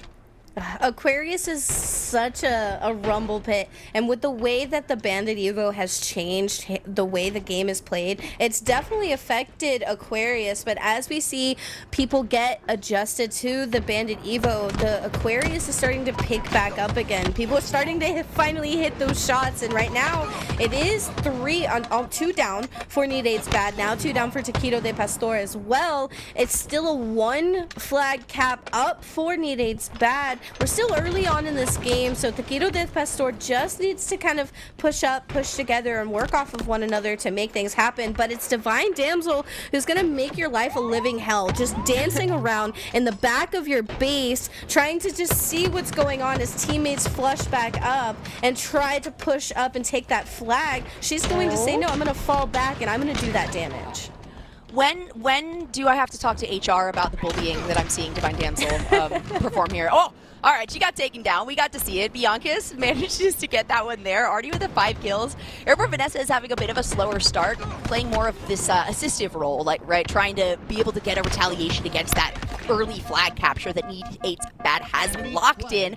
When we're talking about putting numbers up as well, Pink Sakura has done such a good job today of being that team player. And, you know, I don't hear their comms, but I can imagine that she has to be a loud voice on this team and has to have a lot of confidence in her teammates to be able to do as well as she's done. I just don't know if it's going to be enough to take down Need. I'm so biased because specifically it is Aquarius. It is this team on Aquarius and capture the flag. If it was even if it was another game mode, I'd be like, oh yeah, it's anyone. I've never seen them not even lose. It's like just I don't even know if I've seen a flag get captured against. They legitimately live here. They have said this is their favorite. It's almost, you know, painful to watch how well they do on this map, and it's no big surprise that they're able to collect their second capture.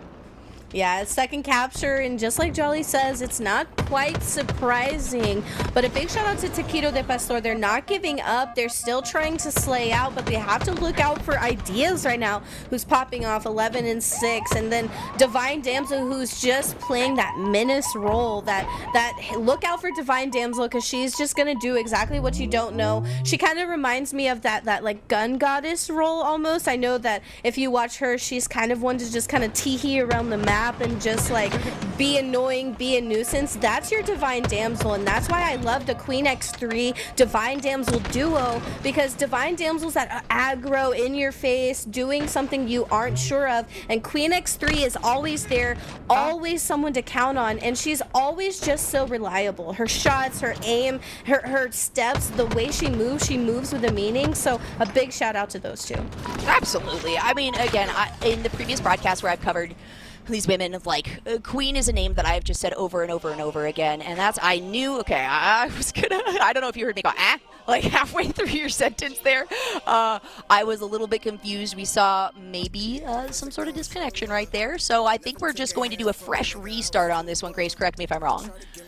We might see just a fresh restart come on to this one. We definitely will have our admins working on getting that one figured out, but it was, like you said, not so much of a surprise there, as we saw the side of Need 8's Bad have that 2-up in our game here. And I have to agree with Jolly, like, you don't see Need 8's Bad really do bad on Aquarius capture the flag. And, you know, if you were watching Queen X3 play Ace last night, you hear, you know, just POV wise of Queen X3, how she plays that map, how she moves around, and she's very good at listening to call outs, listening to her teammates. So you know, just to shed highlight on her. But not just that, if you've ever heard how Rogue Foes or Bianca is she's great, she's freaking great. Pink Sakura, Airborne Vanessa, the one good thing about both of these teams is if you just go watch them stream, it doesn't matter who they team up with, they listen to comms. They don't just listen to react, they listen to understand what that comm means and what they need to do to be 2 steps ahead of that comm. Yep, that's kind of something I talked about in one of the previous series, right, where even when, like, in a bad situation, even whether or not they win or lose a fight, like a firefight, they still manage to come out ahead, right? They're proactive, or they use the reaction properly as well. So even if they fall behind in a fight, even if they lose out on a fight completely, they still manage to cover some ground, right? They make as many positives off of it as possible, and all that has to do with the cohesion, the communication, like you were talking about there, Grace. So it does, I'm pretty certain, based on to what I just saw in their chat, what all of you guys can also see, I do believe we are keeping those 2 flag captures for Need 8's Bad. So as we go into this next one, we are going in with understanding that Need 8's Bad only need 3 more captures to get the win, whereas on the opposite side, they're going to need 5 on Taquitos de Pastor. Yes, and I'm not looking as hopeful just because of the map mode, like Jolly said, that those 3 caps aren't going to be as heavy contested as you want. Those first 2 flag caps out of Need 8's were almost just taken across the map with ease when Ideas, I believe it was Ideas who was running that second flag cap, 2 of the teammates on her side were dead. And there was just trust there, knowing that the lane was open and we were able to get across the map. So as we get right into it, like Jolly said, Need 8 needs 3 flag caps and Taquito de Pastor needs 5. Taquito de Pastor also has to start this one out on a good on a good turn. Nice strategy by Bianca's to disconnect. No, I'm kidding. Obviously, we know that there are occasionally Halo has its connection issues. It's a new feature, right? It's a new feature for the new season. Say we have to reset, but props to Need 8's bad. I'm sure you guys could all see in the chat there. Bianca's clearly felt so bad about the fact that she's the one that had some sort of disconnection issue. And everybody is here to have fun and, have a fair fight. And I still think that we're going to see that here as the flag is being returned. That's how quick, though, Need 8's bad can make a move onto your flag. Whether or not they're actually able to get the carry, it's still huge that they get the pressure and they force back Taquito to deal with a return. We definitely want to see that return on the side of Taquito de Pastor here, and it is going to be Ideas with the flag in hand. We're going to do a little cheeky toss, make sure our surroundings are secure as we go in for that 3rd flag cap on the board for Need 8's bad.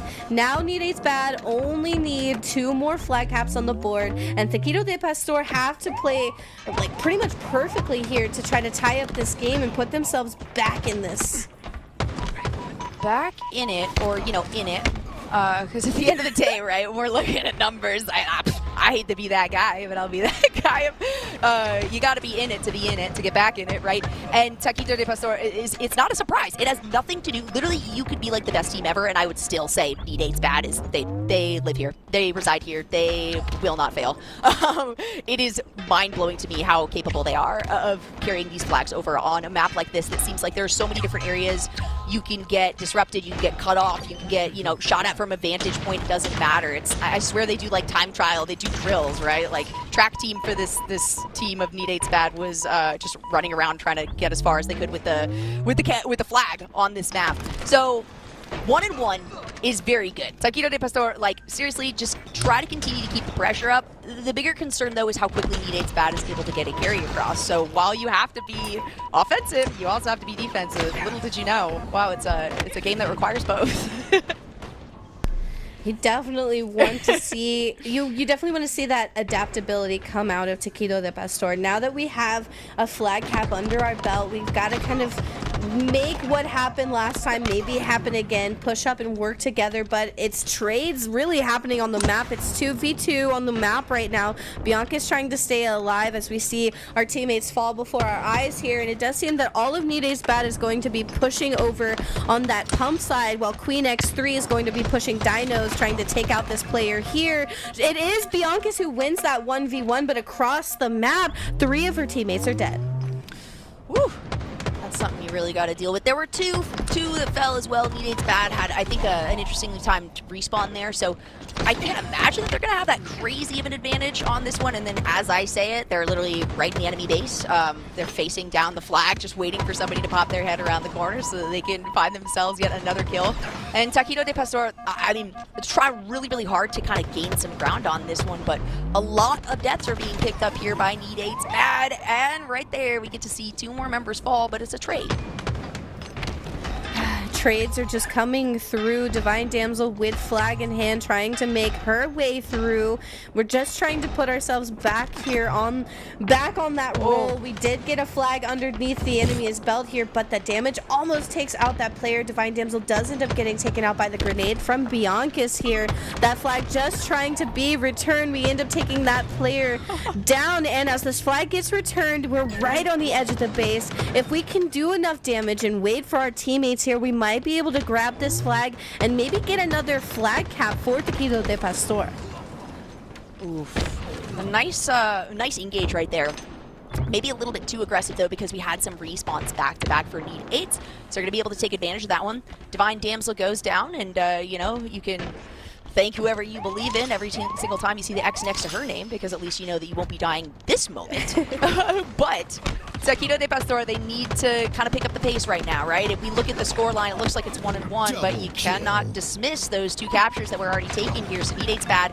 Just need 2 more. And I don't think we're factoring any time differences, right? Like that would be way too complicated. I'm not. Okay, you know what? I didn't even bring it up. Don't even worry about it. I'm not concerned about that. I don't want to deal with that, so let's not. As Jolly wants to make our lives 10 times more complicated, we're just going to skip over that thought. The side of Need 8's bad still need only 2 flag caps to take this game and take this game 1 here. Get us out of Aquarius, get us out of this rumble pit, and it is going to be a trade situation here, taking Queen X3 and Airborne Vanessa to the respawn screen. We're going to see some people push out of their base and try to get that top mid position, try to get some slays out on the board, some more damage. We want that pick here. Pink Secure is going to try and wait for some cues, audio cues, call out something. We're going to get the kill onto Ideas, but Airborne Vanessa also takes a trip to the respawn screen as well. 3 out of just the blink of your eye. The 3 down for Taquito de Pastor, going to just spell absolute chaos here. Their flag does end up getting returned, as it's also a kind of a here, have one back, as 2 see the respawn screen for Need 8's bad. And right now, both of these teams are just really aggressive on the pushes and on the returns. I'm impressed. All right. I mean, y'all have heard me talking about Need 8's bad on this map. Like, I'm less surprised when they're able to take this in like 5 minutes than than what we're seeing right now of Taquito doing a really good job of standing up against them and putting a lot of pressure on. I'm not used to seeing Need 8's bad fall this many times, right? Normally they can kind of sneak around a corner, they can get themselves out of a really sticky situation while still being able to have some sort of defensive maneuver available, and that's not the case. Taquito is kind of putting them to their wits' end here, and maybe they can take advantage of that because they're spreading themselves across the map quite nicely. This might be a good situation for them. Rogue is going to go down, but Cranberry does so too. I mean, I would love nothing more than to see Need 8's bad lose on this map. Like, I know I sound like 2 separate people right now of like, they're gonna win, but also don't let them win. But you know what? They need an ego check here. I feel like we've seen so much of Need 8's bad in grand finals. We've seen them take so many of these tournaments, these series, these first place prize pools. It would be a nice little refresher to see a new mix of some players that I'm very familiar with come together and be able to find success. Yes, we definitely want more people in this community to find success, and that's exactly what this community is starting to turn into. People helping people and just people being there for each other. That's what we want to see more of. We want to see friendships and rainbows. No more toxicity. But if you do teabag me in matchmaking and I deserve it, I'll let you have a pass. Right now it is Taquito de Pastor who have 2 flag caps under their belt. Technically Need 8's bad have 3, only needing 2 to win this game. It's getting a little bit closer and closer to maybe tying up this game, but as that clock runs down, it's that clock that's your worst enemy. That's the worst teammate on the board here. And forget the anchor, forget bottom fragging, forget the clock. Yeah, that's not a teammate of mine. That's like the house. You know, everybody's against the house, all right? And I mean, that is definitely how all of these players are feeling. You can tell that the sweat's starting to kind of appear here, right? There are a lot of really good positioned plays, a lot of really good opportunities that just are snatched away immediately. Now, Divine Damsel, we'll see. We're watching her perspective again. She seems to do incredibly well every time we watch it, and I am just going to caster curse her into the ground as she falls immediately. Jolly, what can't you do? Complication, casting, cursing. What's next? You know, and my granny always told me, don't ever ask what's next because you'll get it. And I'm pretty sure that's exactly what we're about to get. Right now it is what's next. Taquito de Pastor has 3 seeing the respawn screen and just kind of rotating out. Now it's a full team wipe, opening up for Queen X3 and teammate to grab that flag and get the hell out of Dodge and bring it into base and slide in, bringing themselves closer and closer to that victory here. Taquito de Pastor have to work extremely well together to not let this flag get too far, and as I say that, I kind of think this flag has gotten a little too far, but it's really close with that last minute throw the flag out, get the return, and possibly make something happen of this. No way, what a play there. That was, I mean, there was a moment, a tiny moment that was accessible, and she managed to do it. Incredibly played there. And that makes me really think that we're going to be looking at time, which means if Taquito are able to get just one more secure, right, we are tied up then. So even though Need 8's Bad are still in the lead, it's only by one capture. And that is not incredibly difficult to do after 2 minutes. Yeah. Oh my gosh, and it's 3 down for Need 8's Bad, allowing Pink Sakura to get the return, and it is Cranberry fighting Bianca's, and now about to be fighting Airborne Vanessa for that flag return as well. And it is going to be Cranberry who freaking lives right there, but we are going to see them pull that flag. Rogue Foes is going to have the answer. 3 down for Need 8's Bad. This is just starting to like get hot. This is like when you get into like that like spicy chip bag and like your Takis, it's like the bottom of the bag, and like each chip is either too much powder or not enough powder, and you never know. This is the part of the bag where I don't know what the heck is about to happen. Yeah, this is the part of the bag where I need to like find my heartburn medication, right? You know, find some other like seat to wear the edge out on, because this is absolutely absurd. I'm so excited to say that we are coming down to the last minute on this one, and Taquito are really close to pushing Need 8's Bad past their limit that I at least have ever seen here. Another return about to come through. Bianca's on top of this one. Every single member of Taquito de Pastor has shown up exactly where they need to and at the perfect moments. And if this is just game number 1, right, and I have that much confidence in Need 8's on this specific map, things are looking really good for Taquito to cause an upset within this scene. We definitely like seeing the upsets. We also like seeing a reset. And this is only game 1 of our best of 5 grand finals. And if it's already this hot, then I'm kind of excited to see what our game 2, game 3, maybe game 4, game 5 is going to look like. And right now, Bianca's has that flag out. She gets so close. She takes so much damage, but she's living. She's gonna drop I'm literally about to crap my pants. She needs to slide this in. And they did it. 3 flags. This game is tied. 12 seconds left. It does look like we're gonna have to have another restart to this game to see who takes this flag, unless we can get that sudden death flag run from one of these teams. I have never been so happy to have previously like spoken out of my ass, right? Like I am so excited that my prediction did not come to fruition. This is better than it could ever be. And like you were saying, this is just game number 1 in this best of 5. Both of these teams have been playing all day long. We've been here for like 6-7 hours now, right? And they are still able to surprise me with some incredible plays here. I cannot believe that we just saw what we saw coming out of this Taquitos team. Like, I'm very familiar with these players. You see chat? Look at game chat. Are you serious? Are we about to have an absolute full re? Because if we have an absolute full re, I might actually shit my pants and then like maybe have to take a break. We might have to like cry a little bit. It does seem like this side of Taquito de Pastor is kind of like, hey, no overtime. No, we won overtime. But Queen X3, it does seem that Need 8's Bad wants to take this to a full reset. I mean, I think that would be super great. That would be a treat for us, especially for Jolly. Yeah, right. I've been casting all day now. Like, if you guys really want to hear me like spout BS, that's I mean, hey, if that's the case, if everyone's okay with it, I'm all about that. I'd be kind of surprised.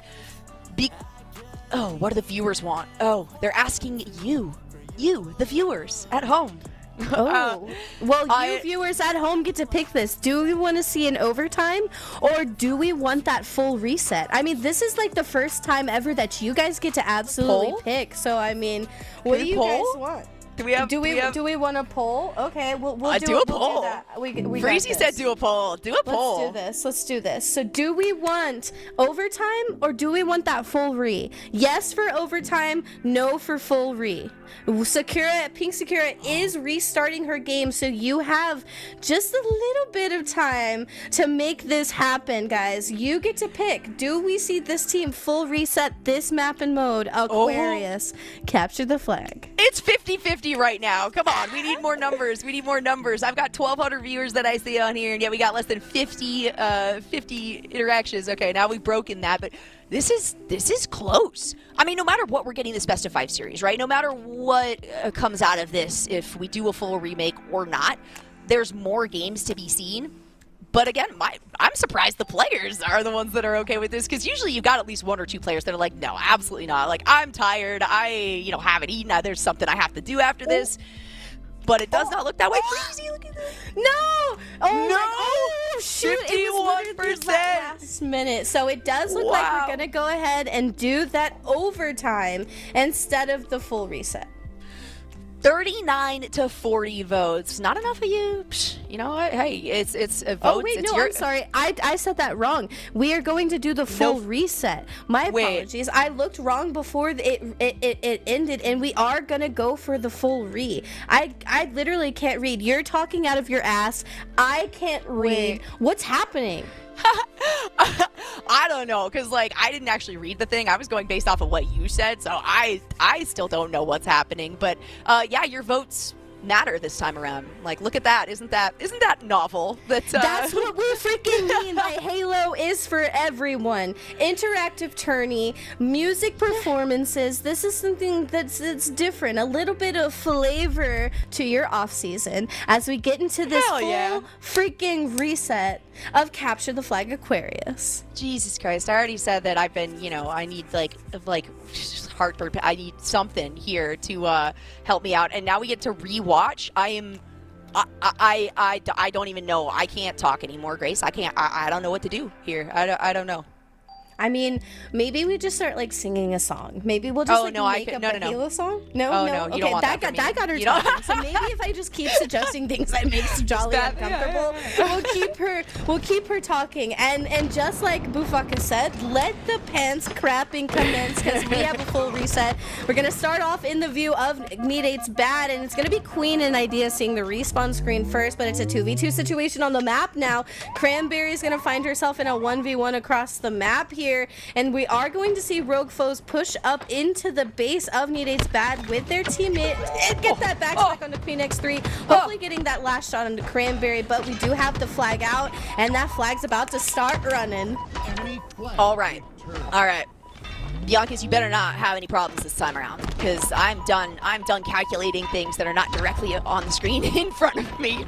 It's 0-0. We don't have to worry about anything like we did the second time around in this first match. This is the third time in this first game that we get to see things. And right off the bat, Bianca's is gonna be able to capture one against Need 8's Bad. My rulebook, like I'm pulling a why not, like I'm throwing it out the window. There is no script, nothing. I don't believe anything anymore. Nobody matters. I don't care.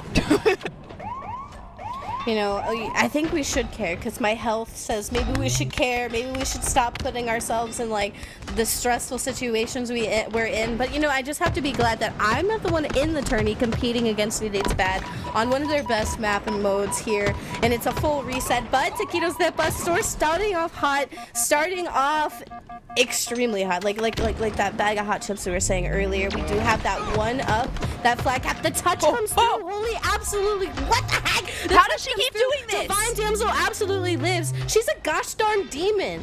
She's pulling Wanted. We talked about it before. Oh my god. No, okay, there's the capture. She was able to pick it up at the last second. You get the reset, you get the capture, and now, hey, we're talking about sweaty. Make it even sweatier, right? It's a 1-1, and still 10 minutes on the clock. Plenty of time for this to go awry, but my god, Rogue, I think, out of all the players that I have seen here today, I have high expectations for everybody. Rogue has been killing it. Like, Rogue has put up crazy numbers in Slayer. Rogue has gotten incredible carries across the board, and I like to think she's smiling right now as she plays this game.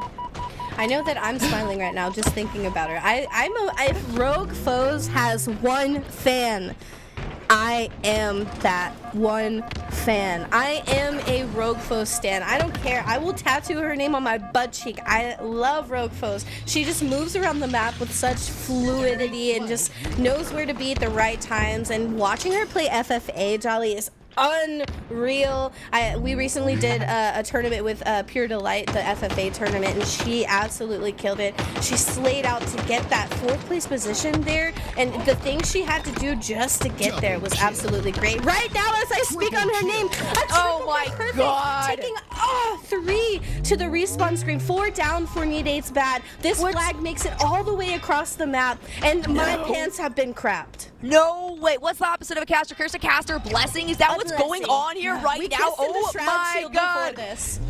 It's beautiful to see Rogue. We talk about her. Oh, that never happens. That never happens. Usually the game tells me to just shut up based on what I'm watching. Like, no, everything that you just said means nothing now. And wow, Taquito de Pastor, this is the greatest grand finals of all time. I'm calling it right here, right now.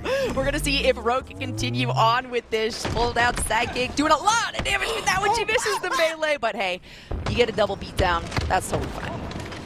The mouse and keyboard movement just makes me want to vomit, but I'm jealous. I just can't. Sometimes when I'm playing mouse and keyboard, I'm like, gosh, what button do I push to grenade? What the hell is happening here? Yeah. But right now, Need 8's bad is pissed off. You can tell by the plays they're making. You can tell by how aggressive Ideas and Queen X3, Cranberry, Divine Damsel are playing right now. They are hungry for a touch on your flag. They don't want you to win this game. And, you know, on the side of Taquito de Pastor, they might be wishing it was just OT, but Need 8's bad is kind of glad that this was that full reset. But Rogue Foe says, forget the full reset, forget OT. This game was mine to begin with. I've got the kills, I've got whatever it takes, and I'm going to grab the flag and I'm going to run it while my team takes 2 of you to the respawn screen. This is absolutely absurd. She's doing it again.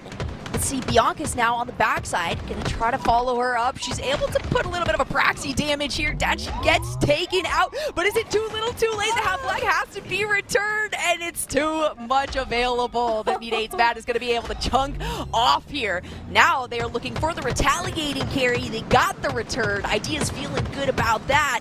Can they get the capture? Double kill. Can they get the capture? Right now it's looking like a condition for that. Captures 2 are dead for Taquito de Pastor. Now 3. And right now Ideas is across the map ready for that next flag run. And if you like pina coladas, getting caught in the rain, this team right now is the vibe. We are literally having the best grand finals yet right now. This full reset is exactly what we wanted. As that freaking flag gets returned, it's a 2-2 game, and this means everything for these teams. They want that chunk of this prize pool. They don't want to go home in 2nd place. No, and speaking of full reset, y'all realize this is double elimination, right? Which means that if Taquito takes this first best of 5 series, we're looking at a whole nother best of 5 series that they have to get through. But that's absolutely incredible. I have never felt so, I don't know, confident, I guess, in an opposition against Need 8's bad, and I love to see it. Like I said, hey, you know what, I'm not biased, but sometimes you want the underdogs to win. And I gotta say, if you're familiar with the scene at all, anybody other than Need 8's bad is coming in as basically the underdogs. And everybody seems to be rooting for those underdogs. We're used to this story. The storyline has been told for fortunes of years, so many times before. Need 8's bad is someone to be scared of. It's just a power horse of a team, and it's someone we all put our money on. But it does seem right now the chat is in favor of that underdog. We want to see them do well. We want to see them maybe take us to that reset here, but it is going to be Divine Damsel choosing not to put out any more damage. Grabbing that flag, we've got a thruster in the back pocket, a grenade, but the damage is going to come through, forcing her to play her life. She just now got taken down as 2 of Taquito de Pastor trying to return that flag. Cranberry is now the one around the corner on that flank doing that damage from cross map. That 2 weren't ready. These flags have spent more time away from home base than they have sitting secure. And it's a beautiful thing to see. That means there's tons of returns, not just the captures, right? Yes, we have 4 captures on the board, and we still have almost 5 minutes left in this game. But the ability to grab that flag, get the toss, and then instantly the team deciding, all right, who's on offense, who's on defense, right? Who is going to ensure that we stop that carrier, and who's going to make sure that we can get our return available so we can retaliate. It is honestly a sight to behold. I would love to hear the comms. Of course, you guys don't get that that liberty. You have to instead listen to us, make dumb jokes, but you know what? When you're watching a game like this, my God, there's nothing better. There's nothing better, and maybe in the future we will work on getting you guys some listen-ins. There definitely will be more events in the future, and right now the future's looking a little bleak. It's 3 on the respawn screen for Taquito de Pastor open yet again. Another push up from Nidate's bad, and it's Ideas, and I believe that is Cranberry pushing up into the base of Taquitos de Pastor. This game has taken such a good change of pace. Like, I love this point of the game where it's just constant death, constant pushing, and constant just trying to make something happen out of nothing. It was Eli the Ninja who I believe said it to me first. Capture the flag is all about pushing up and just trying to make something happen out of that flag touch. Just because the flag spends a little bit of time, maybe bottom blue table, longer than you thought, as long as you get the slays, as long as you make something happen, it opens up maybe a few more win conditions for your team. Absolutely. That's, you know, akin to really what we've seen from the very start, from the first, second, and third time we've seen this first game. There has been constant momentum, and like I was saying earlier, a big part of that, and the thing that impresses me the most, is anyone can do anything at any time, but to be able to communicate that, right, and get across, okay, I am, like I was saying, running defense, I am making the proactive play, I am making the reactive play, and to have the confidence in your teammates to be able to execute that, it's a beautiful sight to behold. You know, we talk about team games, we talk about trying to create a community right here for, you know, like marginalized peoples, and no better way to do it than to pit them against each other to the death. Yeah, we definitely want to see them fight it out in that arena, like Oblivion style, where it's welcome to the arena, hope to get your ass kicked, because that's what's going to happen here. Nidate's bad, though, is in a tough spot. Their flag is out, 2 down on that respawn screen. We're just trying to keep this flag alive on the side of Taquitos de Pastor, while Nidate's bad, Queen X3, is just trying to do the damage, try to keep them off of that flag, and right now, the numbers disadvantage for Taquito de Pastor. Spell return on this flag for Nidate's bad, but it might open up that push forward to get in there. But it was Rogue Foes. It was Rogue Foes or Biancas who got that touch. It was Biancas who just died for that touch, but it was just kind of short-lived there as the flag did get returned. And that was the AC as well that just got used by Cranberry. She got taken out immediately, so that's another piece of utility that we're not going to see for a minute. So many of these, I mean, I'll look up at the score, like, not at the scoreboard down bottom, up at the scoreboard, literally just to see the X's and the dots, right? And almost every single time it's even. It's like 2 members down on each team, 3 members down on each team, right? It is so quick in terms of the retaliation and the equalization of these numbers. It's incredible to see, and I can't believe that it has already been about 10 minutes into this game. We're looking at 70 seconds down. Oh, no shit. way. Okay, all right, they got the capture. Still incredible kill right there.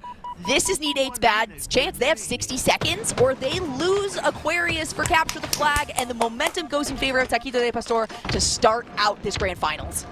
1 minute, and I mean, the crapping my pants has commenced, and it is going to be, it's going to be tough. Ideas has the flag of Taquito de Pastor out on the field, but it is going to be 3 down, leaving Ideas by themselves here. Flag looking like it might get returned, as there are some teammates on it as the flag gets returned. 2 also gets into the respawn screen on Nidate's bad, and this is literally just like the full reset of this map and mode that we wanted to see. This shows us right here that we could be in store for a freaking grand finals reset. Oh my gosh, and I'd love to see it. I know everybody here would love to see it. I'm hoping the players would love to see it. Nidate's bad, probably not. Nidate's bad, probably the ones that don't want to see it here, because that's their lives on the line. That it means that they have to fight after going through the winner's bracket this entire time. The return trying to go through, but it ends up being a grenade. No! Oh, that is not what you want to see here. The return comes through, and that is it. It's game out, and my whole life has been flipped upside down because I just saw Nidate's bad lose on Aquarius CTF. Was that a caster curse, Jolly? Are you telling me Jolly didn't say, No, it's hey, a blessing now. It's bad. They kick ass. They never lose this map. Well, Taquitos de Pastor said, listen, this full reset is our opportunity, is our chance, and they came to freaking play, dude. They absolutely played tough. A few of those flagpoles were so chaotic and just so down and dirty and in the mud that these ladies, they just, a well-fought battle and a great start to our grand finals. And as we take a look at the numbers here, the standout player across the board in terms of kills in that KDA is Airborne Vanessa, who was absolutely slaughtering everyone there. While she might not have been the one to carry the flag, that doesn't matter because we talked about it. It's a team game, all right?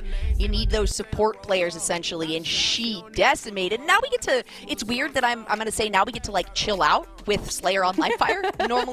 normally not the case, right? I feel like my heart's gonna explode out of my chest right now at this moment. I'm so excited for the games that we have to come, and I am even more excited to see where Taquitos can go, right? With this squad of gals that we see so many kind of mixes and matches of these girls who have been involved in the scene for a really long time. And sometimes they just find the perfect combination, and this right here is feeling just like that. This is feeling, this is literally giving. I love this. I love this matchup, and I feel like Taquito de Pastor, if you're able to take that first map off of Nidate's Bad, and you know, a big shout out to Nidate's, or to chat, for literally deciding the fate of this team right here. Like, if it weren't for chat deciding to go for that full reset, Taquito de Pastor would not have had the chance to completely take that first map and change the series from what it could have been. Shame on, yeah, half of you guys didn't want that, just so you know. So, it was close. It was a close poll. It was a very close poll, and we almost didn't get to see that match for the third time fully here. Now, hopefully, we don't get resets on these maps. Starting things out a little bit slower, though, and I'm not surprised. It gives me a chance to breathe, to calm my nerves, and to realize that I don't need to be jumping up and down consistently while I cast. I almost wish that that you guys could see my camera after they just won, because I literally threw my notebook. I was like, why are you kidding me right now? Like, I'm living for this game right here, and this Slayer live fire is just as close. It's 6-5. Divine Damsel trying to play a cheeky spot, stay alive there, gets sent to the respawn screen. Rogue Foes ends up seeing the respawn screen from a wild wicked grenade as well, but it's 7-8 in favor of Taquito de Pastor. It's really, really early in this game. It's still anybody's game, and it's not over till it's over. And if you guys learned anything from that last match, you better just wait till it's over, because you never freaking know. Literally, the second, this is so ridiculous. It's like, it's 8-8, 9-8, 9-9. 10-9, no, 10-10. I mean, it's like instant retaliation, right? And yes, this is somehow more calming than that capture the flag game was on Aquarius. Again, I'm baffled to have to say something like that, but we'll have to see if there is a good grip that either of these teams can really find on this map in this game. As of right now, no, it's 13-13. Sorry, 14-4. Oh my God, I swear to God. We can't even keep up, Jolly. Let's just watch the numbers tick up. At this point, it's a game of chance as to who is going to hit 50 while the other team's at 49. We love what we're seeing, and then again, it's just a 1-point game, as it's like a trade after trade. Each team is ready to clean up each other's kills, and that's what I love about these teams right now. Like, holy crap, like, these teams have adapted to the play styles. Like, that first game being reset, I think made this just as sweaty as it was, like, as it could have been before, because now they have a taste for each other's play style, what's gonna happen, what they need to expect, and right now it's just that 1 point, now tied 1 point again game, and there's this is what we love to see. Oh, we had it for a moment, but it doesn't last long. It's immediately tied back up. Honestly, these players are all doing so well. I feel like it's at the point where it's too difficult to talk about how well they're doing. It's so much easier if we just like talk about where they screw up, because it's so few and far between, right? And we're skipping between all these different POVs. We are getting to see incredible plays from absolutely everyone, and we're almost now at the halfway point in this Slayer match. And in our potential first best of 5, since there may be a bracket reset if Taquito de Pastor can find themselves victorious in this one. I do have to say, I think it was Miss Heartbreak, who we absolutely love, and she's not on the broadcast today, but she's been hanging out in chat all day long. I think she said, if Taquito, if they don't win that first game, then you have a really good feeling that the series is not going to go in their favor. But once they get that momentum swinging in their direction, my God, like it feels like the sky's the limit now at this point, and things are looking really, really good for this team. I got to agree with her. Yeah, a very heads up thought there. Big brain thoughts coming out of chat, big brain decisions coming out of chat, and right now big snipers coming out of this S7. As 2 are down for Taquito de Pastor, we're gonna be terrified because Divine Damsel has the sniper, and if I was somebody rogue foes, everybody, I'd be scared because now it's 3 dead for Taquito de Pastor. It's 31-28, and the game is becoming a little bit different than what we've seen. They're starting to break away a little bit. This could be the pick we need. This could be that chunk of damage, the kills we need to start breaking away from that 1-point game. And as I say that, a double kill out of Divine Damsel takes them to 34-28. Yeah, Divine Damsel's like, you guys haven't been saying my name nearly enough, all right? Because so far in the broadcast, all day today, we've been calling her out because she's just been on fire. She's sitting at 13 kills right now, 7 assists as well. Not only has she been leading the kills for this team most of the time, but she has also been getting plenty of assists there. There's yet another one, even though I thought she'd gotten that kill with the heat wave. 37 now to 28. How quickly that disparity grew. I'm really surprised. Like, what it feels like I blinked and everything kind of changed. That doesn't mean Taquito's out of it, that's for sure. But if you're an Eat 8's Bad fan and you want to see the same thing that we've seen every other time we've had one of these ladies tournaments, then you're pretty happy. Yeah, pretty happy, and just like Moro Sarah said, we won a game 5, and that's exactly what we might be in store for. We might even be in store for that reset right now. It's a 3 down for Taquito, 2 down for Need 8's Bad, 41-33, and it's just what Need 8's Bad does so well. It's just taking that pick, doing a little bit of damage, and then taking that lead and just running away with it. Inching farther and farther away, not being too overzealous, and right now that overshield not really getting to be played out too much, but it still is 2 down for Taquito de Pastor, now 2 down for Need 8's Bad. Taquito de Pastor trying to keep themselves in this game right now, trying to be smart with their plays. Not like this. I almost, I was actually really excited about having a heart attack halfway through this broadcast, all right? Now they're slowing it down for me, all right? They're settling it down, so I still have a lot to look forward to, obviously. This is just going to tie up the series if things end up playing out the way that they are seeming right now. Only 4 kills is what's needed for Need 8's Bad to be able to take the win. Hey, scratch that. It's only 3 kills. A lot more work to be put in by Taquito if they want to come out ahead, but hey, it's not over till it's over, and I like to keep the faith. Keep the faith. Hey, that's not the way to do it. That's not the way to give me the faith. That was Pink's. All right. We will just forget. I didn't want to see that. Everybody, look at the screen. Don't worry about the red light. It might be a memory eraser. That's for you to not care about, me to worry about later. It's a 1-kill game. Need 8's Bad needs 1 kill. Looking like they don't need 8's too bad, as Queen X3 was up all night playing 8's with the pros, showing us why, showing us how that's going to come to play right now. The sniper shots are snipering. It's going to bite you. You better watch out. That overshield up in 30 seconds. Could we stay alive long enough to maybe see the overshield come through and some kills on the board? But as I speak, no way. Divine Damsel gets the kill onto Airborne Vanessa for the win of Game 2. Need 8's Bad takes it 50-42.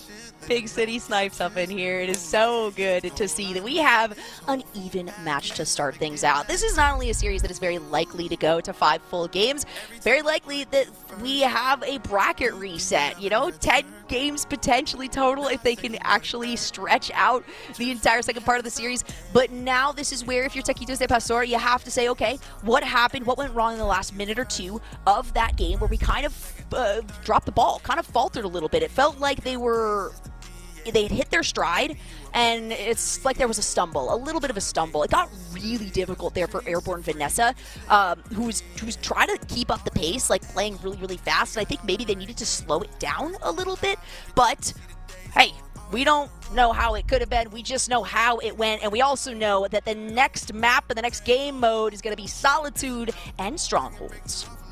Solitude Strongholds. It's gonna be a blender if we're not careful. And right now, this game 3 is gonna be kind of maybe our telltale of how the series is gonna go. Like, we might possibly, you know, see both of these teams play super well, but the winner of this match could take that, or this game mode could take that momentum into the next one and completely take the series, denying us that game 5. But Solitude Strongholds, I think right now is that good mix, that good in between right now. This is gonna show, you know, what team has adjusted to what on what other team. So we're gonna see that sniper come into play. We're definitely gonna see that C and B stronghold be held. And with Camo back on this map, I'm excited to see the kind of the douchebaggy plays out of both of these teams. You're excited to see the douchebaggery. That's a quote for the day, I suppose. You know, it does feel like maybe we're going to get a little bit of a slower game here just because of the state of this map.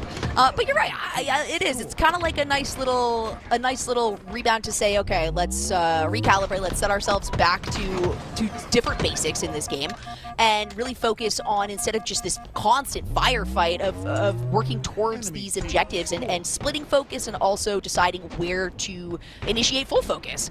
And to start things out here, it is Need 8's Bad that have gotten themselves a bit of a lead, but it is just that, just a little bit. And as I say it, we get a full team wipe for that red side. We don't want to see a full wipe on the side of Need 8's Bad. We don't want to open up the map for Taquito de Pastor to possibly take this game. That is exactly not what us and chat want here. But B and C being held by Taquito de Pastor. Airborne Vanessa gets a snipe onto Ideas, and it is going to be Queen X3 and Cranberry pushing up this LR, pushing up posters, trying to get into C, trying to take back some of that positioning here. And it is going to be that duo, Queen X3 and Cranberry, who take out Airborne Vanessa, but they've got Rogue Foes to worry about. Do they end up taking out Rogue Foes? It doesn't seem like she ends up getting taken out when 4 are down for Need 8's Bad. Woo! That's not a common sight. We do have a respawn. What can be done between that and now, though? And it's a lot of points being stacked up here for Taquito de Pastor. So as for control, good positioning, you got to give it to the hands of the Cobra side, at least at the moment. Now you've got the active camo picked up. Was it actually utilized there? I think it might. I'm actually not certain. Nope. But they went down. It's down. It's down, and it is down in the B stronghold right now. Airborne Vanessa trying to stay alive, finds a rogue camo, but ends up falling to the respawn screen. Rogue Foes ends up being the last one alive. The wicked grenade gets sent on to Cranberries. Do we see that camouflage get picked up? It is going to be Bianca's who picks it up, but it does get burned. Ideas and the team of Need 8's Bad heads up play to know that camo is still out on the field there. Oh, and instantly taken down. And that, you know, can be one of those situations that really makes or breaks a full firefight, right? So you don't really have that resource in your pocket anymore. You gotta wait for the respawn on it. But in the meantime, that's a full capture. Actually, A is gonna be contested, so not quite total control here. But Taquito de Pastor need to make a move pretty soon if they want to remain in control of the lead right now. They are still quite a bit ahead. We've seen how quickly Need 8's Bad can transition one of these games over into their own favor, though. So Taquito de Pastor, they got to keep themselves awake. Hopefully they've got that IV connected to whatever their favorite energy drink is right now, because there's still a lot of gameplay left ahead of them. Reversal. There's so much, and like I said at the beginning of this series, we want to see a well-paced series. And with that first game reset not being expected, we're gonna have to see these teams pace themselves differently, and then extremely differently if we see that grand finals reset. But right now, this game is extremely close. Need 8's Bad has the lead, 77-68. Right now, changing B back into their hands. C is kind of halfway halfway full for Taquito de Pastor, but it does seem like the side of Need 8's Bad is going to want that back. That Sticky almost connecting, but Divine Damsel seeing the respawn screen as active camo does come up. Airborne Vanessa's going to rotate to it, but Ideas is going to have something to say about it. Camo's still available. Still up and available. Once again, we've got contests happening at 2 different points across the board here. Almost a full capture, but C was contested, and it's going to be held here by Taquito de Pastor.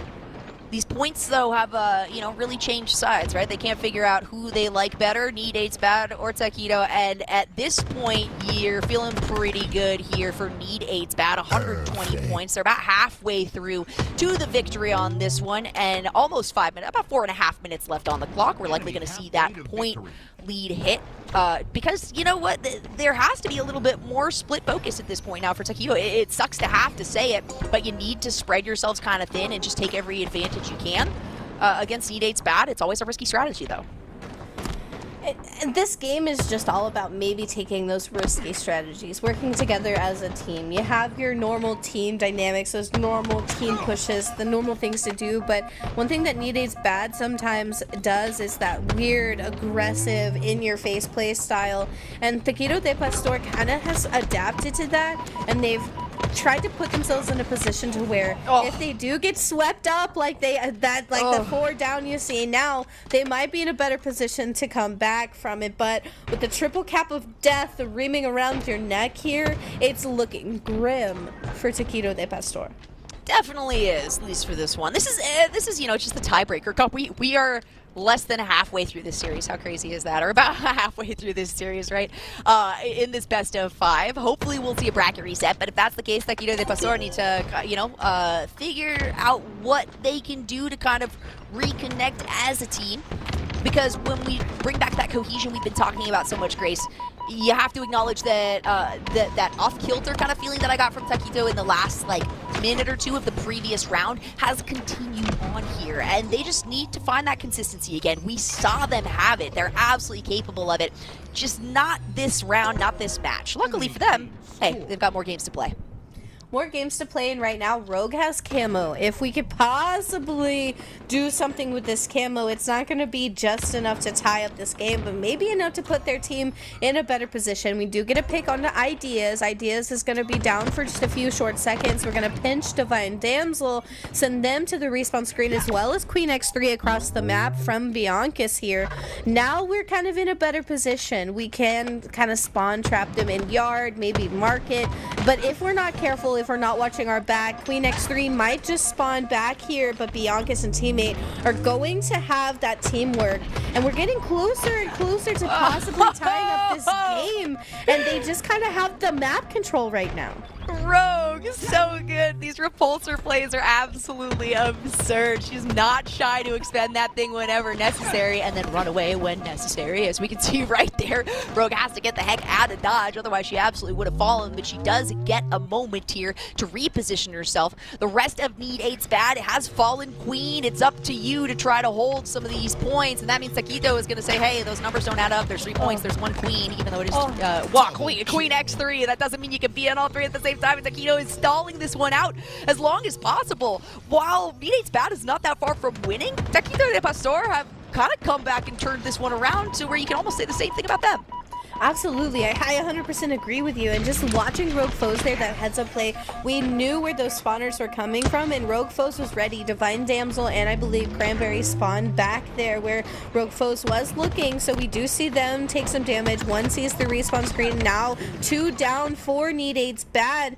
3, it's a 1v1 on the map. Both teams have 3 down, but it is Taquito de Pastor that was still scoring, but right now Divine Damsel picks up the camo, has the plasma pistol in hand, and takes B for her team. But A gets contested immediately. I mean, I was gonna make jokes about steak and potatoes because it was looking like it was gonna be a spectacular for Need 8's Bad, and now we're looking at this retaliation from Taquito de Pastor. I guess I don't know what the side is that goes along with Taquito, so I can't really make a bold joke about that one. But look at this, A and B, they have figured it out. I said I needed to see a little more cohesion and a little bit more of spreading themselves thin, which sounds worse than it is, right? You do have to spread yourself out. You just have to be aware, and you have to make sure that your communication is up to par to ensure that you're not just putting yourself in a dangerous situation. And they've managed to do that. Rogue just constantly popping off. Every single member participating, giving so much to this team to be able to withstand. And now it's total control. And it's been 3 points. For the last like 3 or 4 minutes, Nidate's Bad has managed to secure 3 points. You're looking at like 150 for Taquito de Pastor. That's insane. That's an insane comeback here, but I mean, in this matchup, Jolly, if anyone was to do it, it would be Taquito de Pastor, and I mean, it would be my favorite taquito on my plate anyways. I would probably order 100 more, but it's 2v2 on the map. As they respawn up, we're going to see that triple cap of death still in the hands of Taquito de Pastor, as we are only so close. 5 more points to a victory as we send Queen to the respawn screen. No and way! It's taken, but it is Taquito de Pastor taking game 3, putting themselves 2-1 in this series. Jolly, is this like kind of like women's history right now? Is this team kind of like taking Queen Nidate's Bad's crown and kind of, you know, readjusting it and resizing it to their head really quick? Yeah, I mean, if it's not women's history, it will be, because if I don't die from a heart attack, I'm going to die from whiplash, and that is how this last game. Sincerely, you show me the first several minutes of this and say, Nidate's Bad lose, I would call you a big fat liar. Like, absolutely absurd. Everything that needed to be sort of adjusted, I would say, by Taquito de Pastor literally happened in the middle of the game, right? Usually you expect, all right, let's take a step back, let's figure out what did we do wrong, what do we need to focus on. It happened instantly. 18, 18, 18 on the kills and 13 for Airborne Vanessa. I mean, if that's not consistency, I don't know what is. Consistency is key when you play Halo. I mean, if you're working together as a team to constantly like have the knowledge of knowing where your teammates are going to be or knowing what plays your teammates are going to make, it's just like hearing that space station comms where Bound was like, all right, I'm doing this for my family, I'm just gonna go out and do it, and Eco was like, what that means is Bound's gonna go B stairs and we're gonna have to clean up as many kills as possible because he's just gonna go out there and fly out and do as much damage. And that's the teamwork you want. You gotta know each other like the back of your hands. And I gotta say, watching that Solitude Stronghold game is just proof that in Halo, it is not over until it is over. This just goes to show, though, what kind of scene we have for women's Halo. Like, this has been around, y'all. All right, this isn't like it's not like this just popped up out of nowhere. Yes, when it comes to this specific event here, you know, when we're talking about Forsaken itself and this tournament, this Queens of Halo that you and Forsaken have created, this is new. But these are all the same ladies that we've been familiar with, and the fact that there's been this much support just really goes to show how much that reinforces these ladies' ability to do what they want to do and get better and not feel like a marginalized community or marginalized group, right? It's so funny when people talk about, oh, well, you know, if women and men, if there's no difference, then like why don't they just play at the professional level? And a lot of that has to do with it's the mentality, right? Until there is a safe enough space, a lot of people don't even want to give it a chance. They don't even want to risk it. And we get to see now, thanks to this like dedication to the marginalized community, how much that support means to some of these players. And you better bet your ass that you're going to see some of these players in HCS coming soon. Yeah, I definitely want to see more of these ladies and more of these ladies that are on your screen today being picked up by orgs. I mean, SSG is down a player. I mean, you got Queen X3 and Divine Damsel on your screen. Why not consider someone like that? You know what I mean? Imagine just someone for us women to look up to, someone for us women to see out there competing and paving the way for us in Halo, you know, alone. We want to see more of us out there, and we definitely want to see more of these women we broadcasted today have the opportunities because they're absolutely kick-ass at Halo. And Nidate's Bad, I don't think they Nidate's that bad, and Taquito de Pastor, if they win this, if they reset this and then take this home, they're going to be eating so many taquitos for the next few weeks. Same though. I feel like I have to, no matter how this turns out. Like I've said the word enough today that I need taquitos. I need. Yeah, if somebody sent me them right now, I would literally eat taquitos on broadcast in support of this awesome series that we have. And I can't eat 8, but I can have 8 taquitos, so we'll go there. I mean, if I sat down and really hunkered down, I could probably eat like a million taquitos of how, just with how pumped I am for this team. That we are in the streets oddball, and right now it is Airborne Vanessa and her teammate that has rockets, but we also have a now 40-point lead on this oddball. Need 8's Bad has only had 4 seconds to get their hands on D's here, but it is going to be Taquito de Pastor with the rockets, denying you any more ball time. Look at this momentum they've gotten for themselves. Have they broken the mentals of Need 8's Bad? That's history. Like this is history. I mean, I've seen enough of these gals play over the last couple of years now. We have come to know if we see Need 8's Bad in a tournament, we know they're going to be in the grand finals. We expect that they're going to ride through the winner's bracket. They're going to stay in the top. They're not going to fall. And we also expect, even if there's bracket reset, that they're probably going to take home that big W in the first place prize money, because that's all we've seen. No, not anymore, right? The script is flipped. Like I said, like I'll pull a why not, I'll pull a Tony and just throw the book out the window here because this is absolutely incredible. And now with this momentum, they're looking really good. Suppressed to just 4 points is Need 8's Bad. I don't think I've ever seen them this off kilter before. You know, I gotta say, maybe was it Queen X3 who decided to let chat decide the reset for that first game? I believe it was. And now sitting there is Need 8's Bad. Are we regretting our decision? Did we give Taquito de Pastor a chance to get over the nerves of beating a team in the women's scene that is completely always out for blood and always out for just chaos and carnage, and then allowed them to kind of pick up that momentum and beat a team such as Need 8's Bad? We definitely want to see Taquito de Pastor not allow this team to put any more time on the ball. Bianca's, she's, you know what, the goddess. She saved. While it seemed bad at the time, the disconnect in that first game, look at what has come of it, right? I mean, Bianca's just like, I feel so bad. I'm so sorry, guys. I'm so sorry. And now she's like, you're welcome to the rest of her team.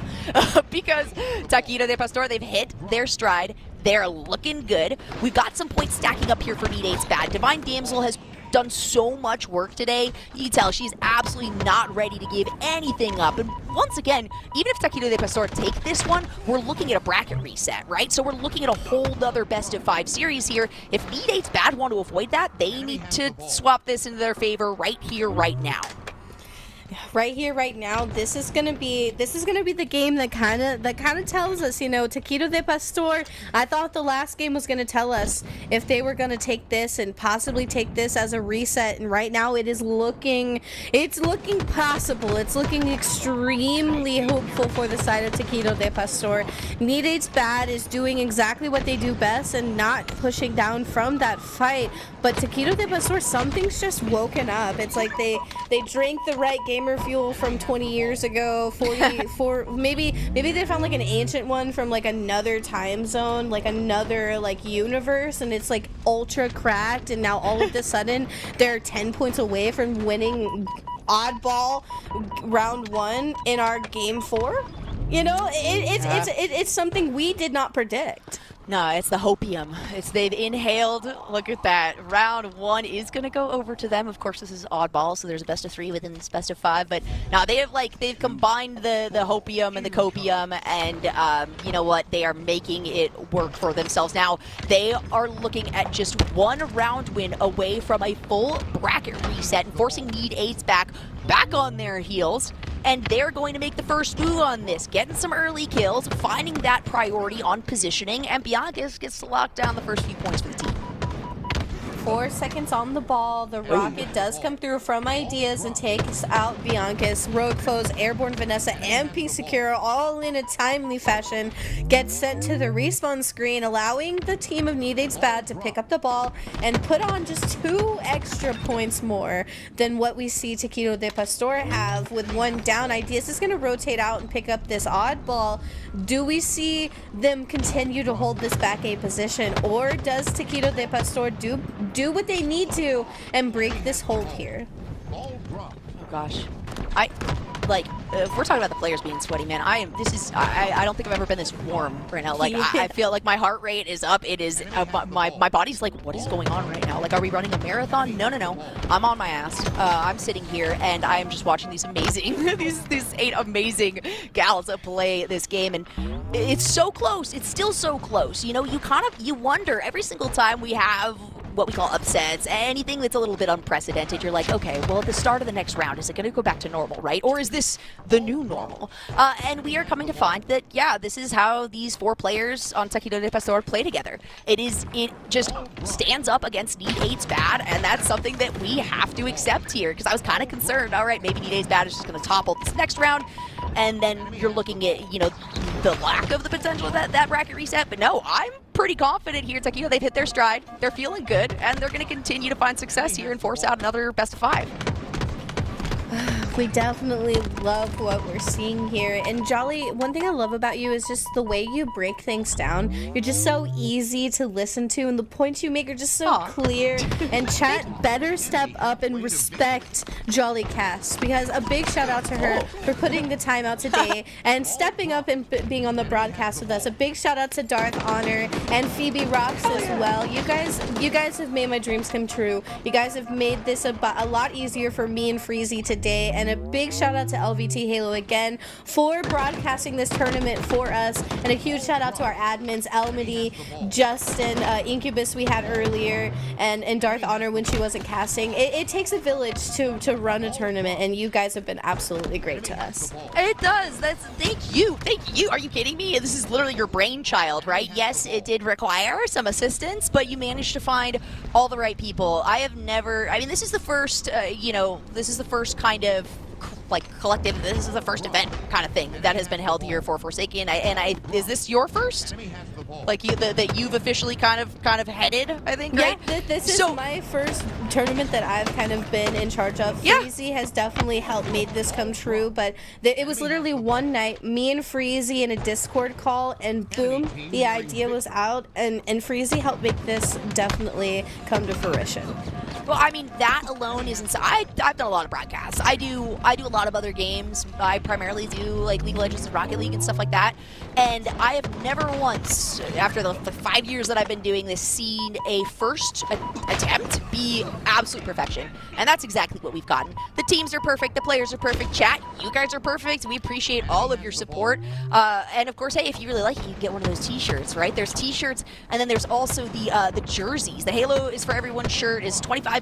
Queens of Halo jersey is $55. You can also, from that website, do just a donation, an option for any full dollar amount of a donation. And we were talking about the proceeds going to the Trevor Project, right? Like, not only is this everything you could hope for, it's like for a good cause. It's supporting marginalized people and supporting the Trevor Project. You could not ask for anything better. Thank you for letting me be part of this, because every other broadcast I'm going to compare to this one, and I'm going to be like, well, yeah, but it's not the Queens of Halo, so. And speaking of a good cause, we're getting a great grand finals for such a good cause as Tequido de Pastor take Oddball Streets from Need 8's bad. I'm literally crapping my pants. I can't. You have a lot to offer there, because that's like the 3rd time you said that. You know what? I guess eat some more, because we have a whole another series, a whole other best of 5 coming through now. I mean, immediately after this, I'm assuming we're gonna take like a break so that I can, like, I don't know, go outside and like breathe the air, maybe get some more water, because I have chugged like 2 gallons here today, because this is insanity. Not only is this unprecedented, like you said earlier, maybe history in the making. And no matter what, I think we are definitely going to remember this. The players are going to remember this, and hopefully everybody in the Halo community remembers this, so we can see how kick-ass women are. I mean, I just can't even imagine a better grand finals. Like, I can only imagine how hyped Freezy is sitting over there watching this tournament. This is better than we could have hoped for. A big hype to chat. You guys have been absolutely great, and honestly, I kind want to think a big shout out to you guys for allowing us to be in a position for this grand finals reset. Me and Jolly are going to take a quick break. I know you guys can't get enough of her. I literally can't get enough of Jolly. I love her so much. Her vibes, everything about Jolly is so good. But we are going to take a quick break, reset this lobby, and bring you guys that grand finals reset when we come back. Line blinging, they been tempting me. You got money, no respect, no empathy. Way too many foreigns, Market Street sound like a symphony. Moving militant, you hear the infantry. Gotta execute, need my comments legible. Don't be acting phony, please, that is not acceptable. She got me alone, it's RNS, you know we credible. Saying things that sounding like she said before. When you at the top, no haters. Visible, question mark. The way I move so unpredictable. Push the start, whip it sick, it's time for clinicals. Impulse, eyes wide cause all the chemicals. Look around, I was making beats for free off Windows Vista. Now I step in blues like your boys rushing Sigma. And when it's piling up, they forget about the stigma. I always had the risk, I'm cashing out on my charisma.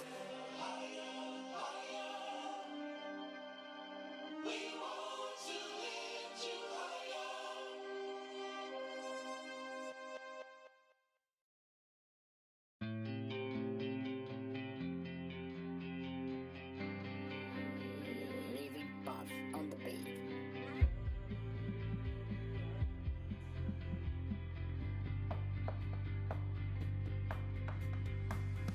Wake up, can't see, faded, help me. Shout out the pin, but all these thoughts keep fucking with me. Why can't I go through this alone? I know these drugs don't help, but I just don't care anymore. Every day I try to numb the pain, higher than a motherfucking plane. Pray to God that I won't go insane. Stay faded, call me Lil Wayne. Every night I always feel the same. Wish I could just forget your name. You played me like a fucking game. Tell me who's to blame. It's 5 in the morning and I can't sleep. I pop some Maddie for no reason. I'm in too deep. My friends keep telling me that they're all concerned about me, but I don't need your sympathy. I'm just trying to be happy.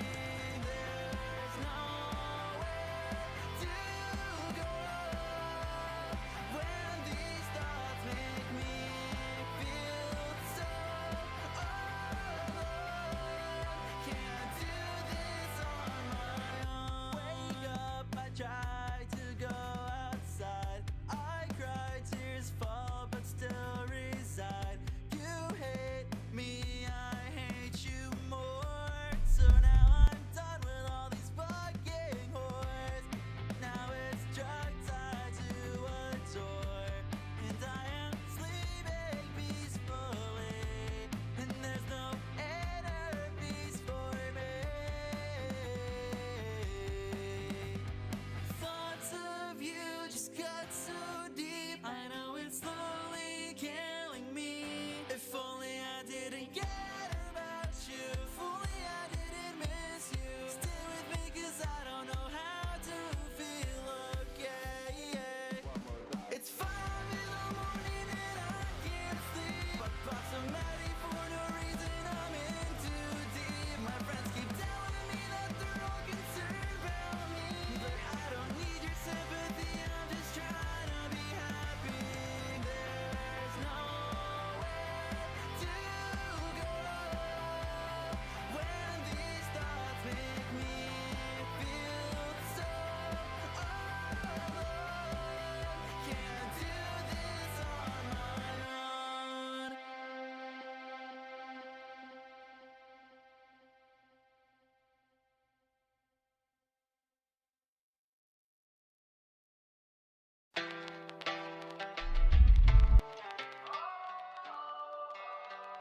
I know that look on your face. You're coming my way. You're coming my way tonight. Here goes another mistake. I know I'm gon' make. I know I'm gon' make tonight. I wish I let it go. You're better off alone, cause I'm about to fuck it up with you. I know that look on your face. You're coming my way. You're coming. 'Cause coming my way tonight, and I will never chase. I couldn't even if I wanted to for you. There's nothing left to say.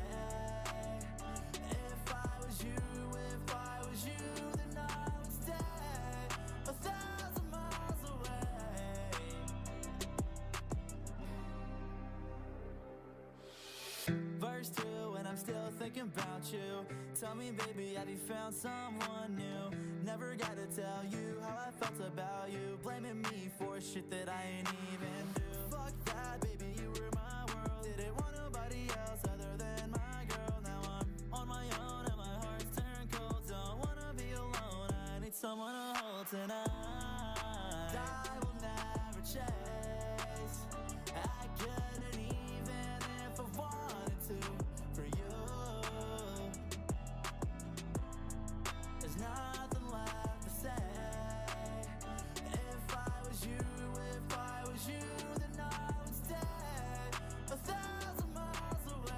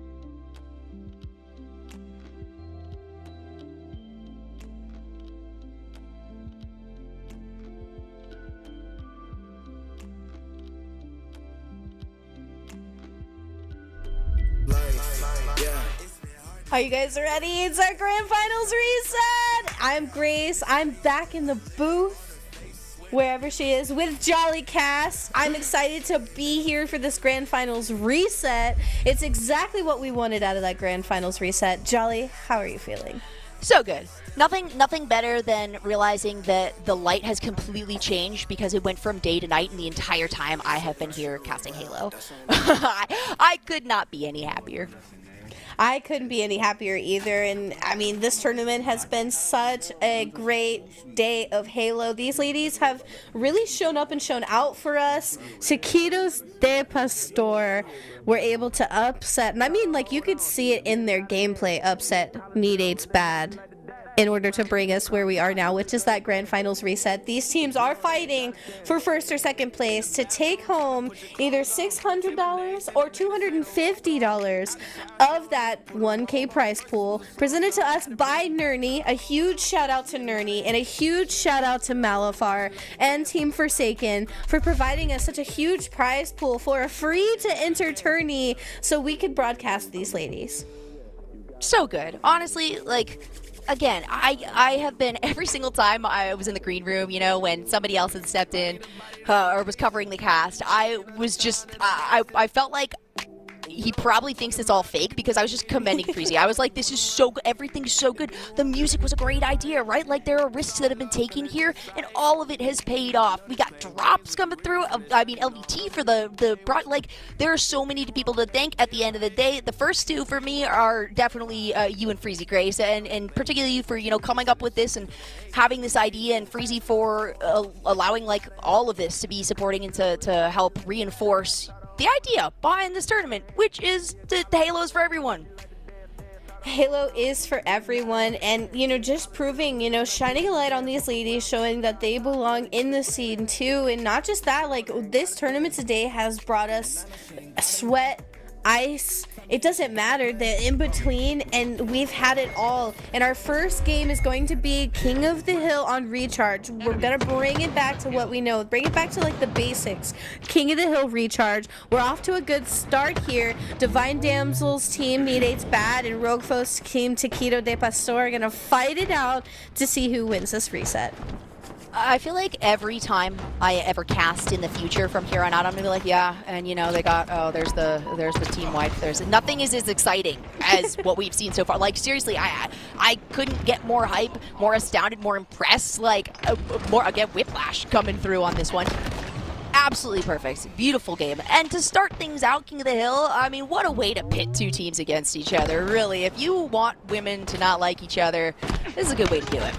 Yeah, King of the Hill and Recharge can also just be one of those maps and modes that piss you off as a team. If Taquito de Pastor do what they did the last series and piss off Need 8's bad, they're going to force them to keep spawning in that A position. Keep your enemy team getting those really crappy spawns. Recharge is such a spawn trap if you do it right. And right now, it looks like Taquito de Pastor has most of the time on the hill, but with a few slays, Need 8's bad is going to put a body in there and get some time for themselves. Time for themselves. They'll definitely be taking that after this series is over, because this is it, guys, okay? We know for a fact this is the last one. Nice headshots there from Ideas. And a good start coming out of Need 8's bad, right? But I don't even fear Taquito de Pastor like at the beginning anymore. I'm literally just waiting for them to be like, hold, and go. And then just absolutely decimate. Yeah, definitely. And you know, you're so observant, and you know, you just pick up on those things. And right now, it seems like these teams are observant. What do you want from me? Why are you complimenting me so much? You're right. Maybe I should just stop trying to put myself into Jolly's pocket so she'll take me home later. But we'll just, I mean, I'll lay off. But it is going to be Taquito de Pastor who put a body in this hill. Need 8's bad was close and close as the game gets tied up, and now Taquito takes the lead. We are going to see 3 down. Bianca's left by themselves, and Need 8's bad are going to put some bodies in the hill. No, it's Bianca's with the camo who's going to possibly save this for her team. No, it's the answer. No to way. Teammates. Oh, that's got to do it. Okay. Oh my gosh. All right. I'm never going to be that excited again immediately. Like, get more excited based on the first point being taken here. That was close. That was close. Need 8 did a good job of holding Taquito's back. But hey, they're on it, and once again, they managed to have a better spawn this time. 1 hill under the belt for Taquito de Pastor. Game 1, feeling like a game 1,000,001, but we'll get there. And it is 3 down for each side, meaning no one's going to have any time in this hill right now. Rogue Foes and Bianca's are going to spawn back up. Bianca's is going to spawn a little bit closer due to where Rogue Foes was, but we're going to see some damage coming through. We don't see anybody in hill right now, but it does seem that Taquito de Pastor kind of had a position there to kind of take control, but that long haul rotation right now might just be tricky. The repulse play comes through, sending a player up, but not off the map. But it's 3 down for Need 8's bad. And not a lot of time spent on that hill by anyone, at least for this second point. That was not a great perspective to watch from. That I felt that one in my bones as Airborne Vanessa gets taken down. Shots from both sides. Maybe the chance for Divine Damsel to make me talk about her again a lot because of, you know, how well she's been doing. Once again, it's that Divine Damsel check of, all right, have you said my name enough times this match? Not quite yet. Let's see her pop off here. She takes control of this point. Really good positioning and good cognizance to understand that you gotta have a little bit of patience and mind the gap to yourself. Oh, darn. It's hard when we have a lag out. We definitely don't want to see anything come and ruin it. But we did see a lag out possibly change the scenario for our first grand finals. And in this reset, we could be in a position to maybe change the momentum once again as we do maybe fix this here. As we fix this, as we get back into the lobby, get everybody situated. We'll see what teams decide to do. We'll probably do that differential teams will play. I do believe someone's Discord cut out, so there were no team comms. So we will try to get this situated. But I mean, Jolly, this is still kind of best case scenario. It's still the first game. Momentum might not be lost here. Yeah, it's kind of been trend for the day, right? Yeah. As long as we don't do this. I mean, now honestly, as I talk about the trend, and then I realize what the possibility is that we had to restart the first game in that last series 3 separate times. So, you know what? Maybe third time's the charm, and now we just get to wait in game 2 for the next disconnect. Hopefully that is not the case. And hopefully everybody's playing like this is the actual one. We'll find out. Okay, so Queen did say there, I've got insider information here. Queen said that they get to play to 3. So we are including the point that was for C tier. Taquitos de Pastor is going to get that point. We are going to see the game get restarted.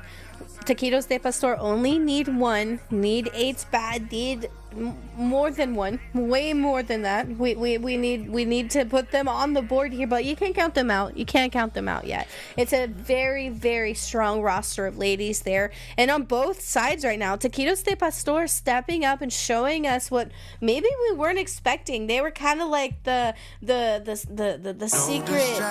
secret agent there. We weren't expecting them to rise through the bracket and get to where they are now. And right now, I think it's well deserved at the place they are.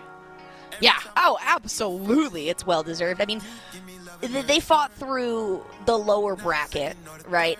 In such a crazy way. I love to see, like I said, these same gals that I've come to know and love on just a different match, a different combination, right? Like, I haven't seen specifically these 4 gals together under this team, and it works. They found something that clicks, like this, like the secret weapon, the secret agent that you're talking about. It has been here the whole time. Little did we know, it's this perfect combination that ensues madness.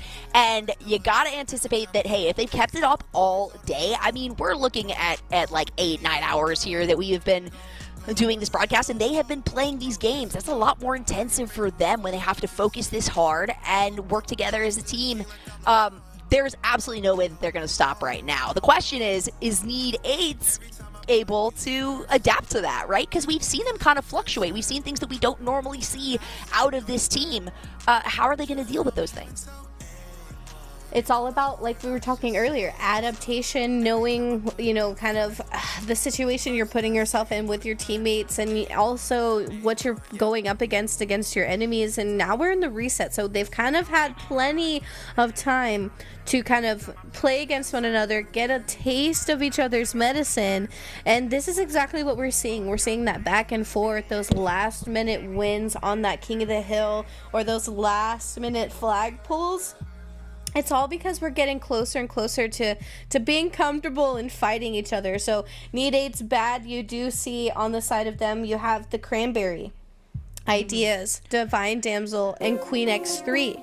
And then for Taquitos de Pastor, you have Rogue Foes, you have Airborne Vanessa, you have, I believe you have Bianca's, and then you have Pink Sakura as well. So you definitely have 8 ladies fighting for first or second place who, if you watch them stream or just pay attention to tournaments they've been in on season, off season, these are dangerous teammates here. If you're unfamiliar with the rosters, you better get to know them now, because this might not be the last time you see them.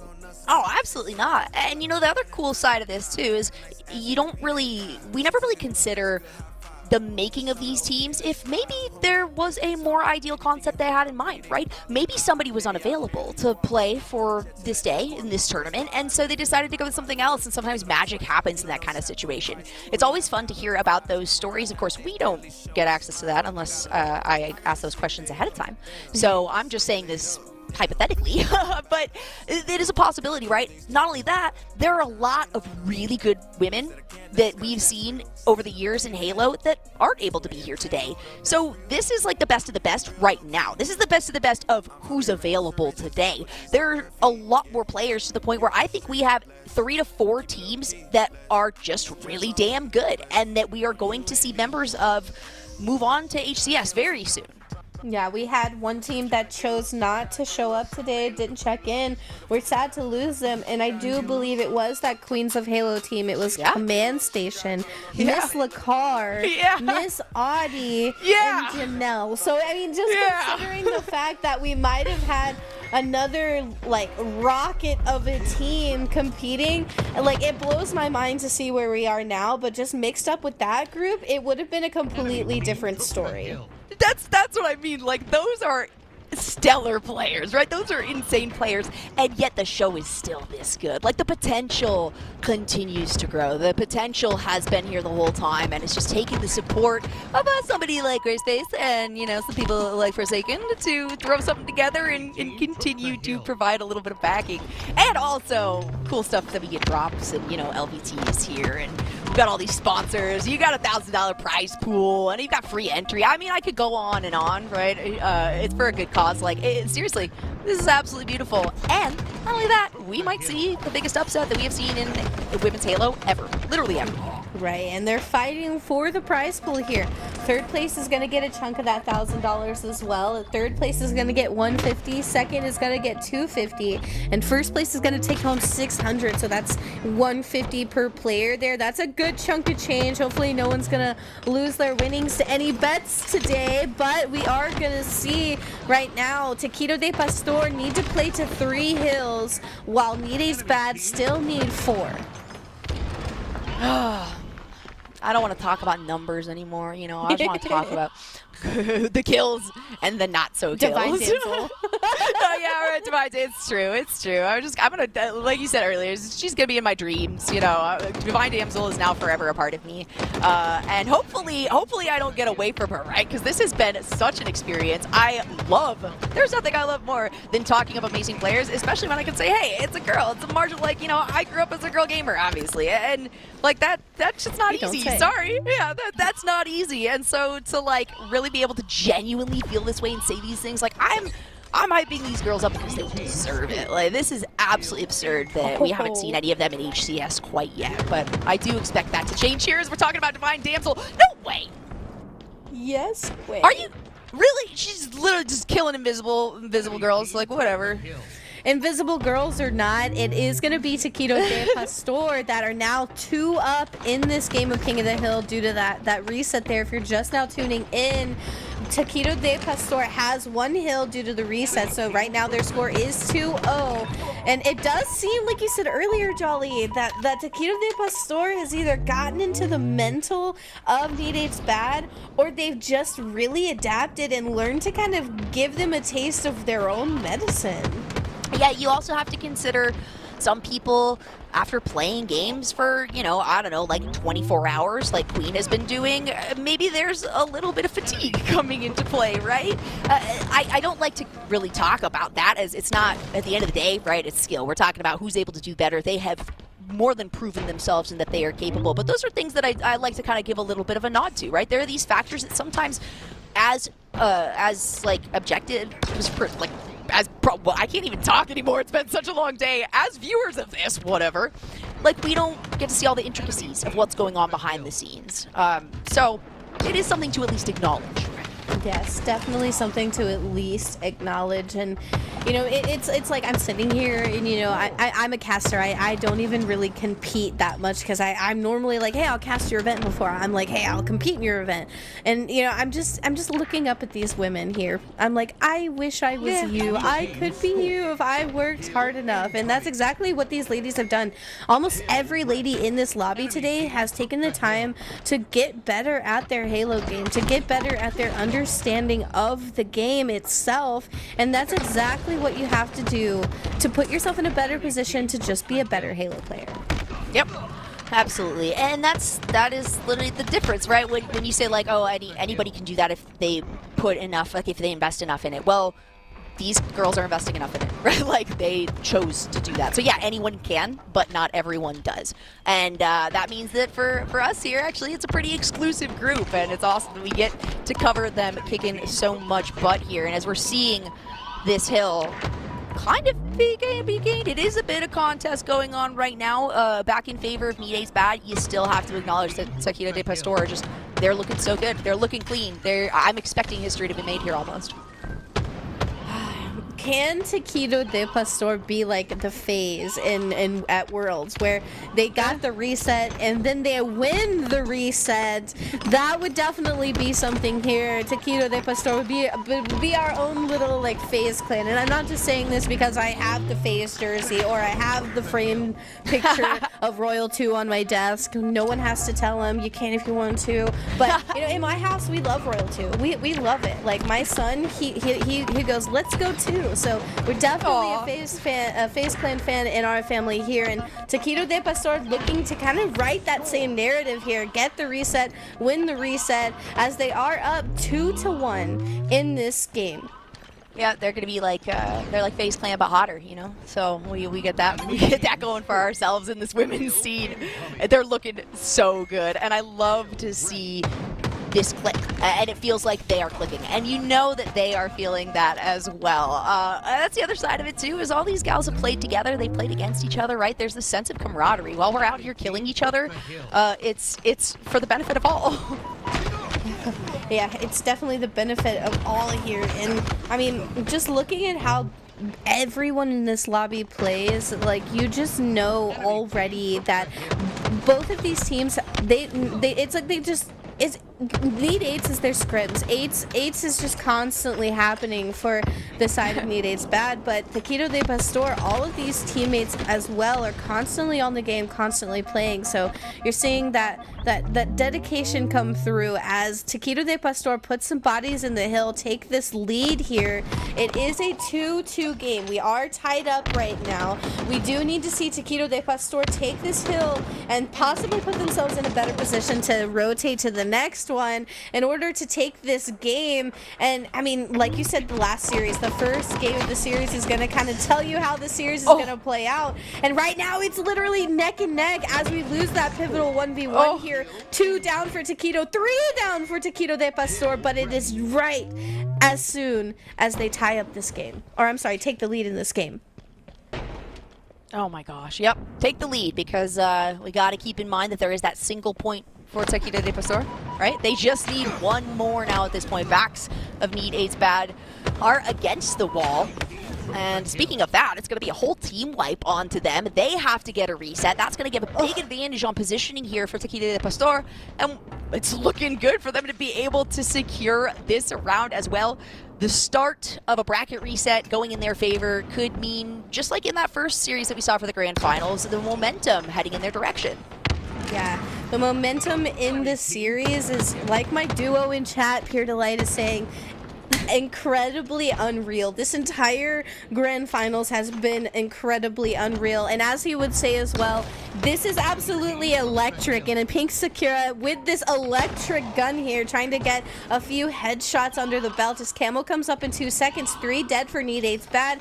Doesn't really seem like they're gonna be in the position to pick that up, as Taquito de Pastor just need that one more hill to take this first game of the series. Camo's in their hand. Shock Rifle has 9 shots to work with. Let's see what we can do. Oh my gosh. I get so scared turning around in this game. I get so scared of watching Pink Sakura. I'm like, oh, she's turning her back. Oh, she knows. She knows. She knows exactly where they're coming from, which side they're going to spawn from or aggress from, and that's going to do it. They managed to hold that hill, and that is a spot that is really flip-flop, right? When we're talking King of the Hill here on Recharge. So they are not, they haven't lost their stride. Like I said, they turned it on. They have decided that this is their game. This is their series. And hey, this is their time to take down Need 8's bad, which, you know, I gotta say, it's been a long time coming, man.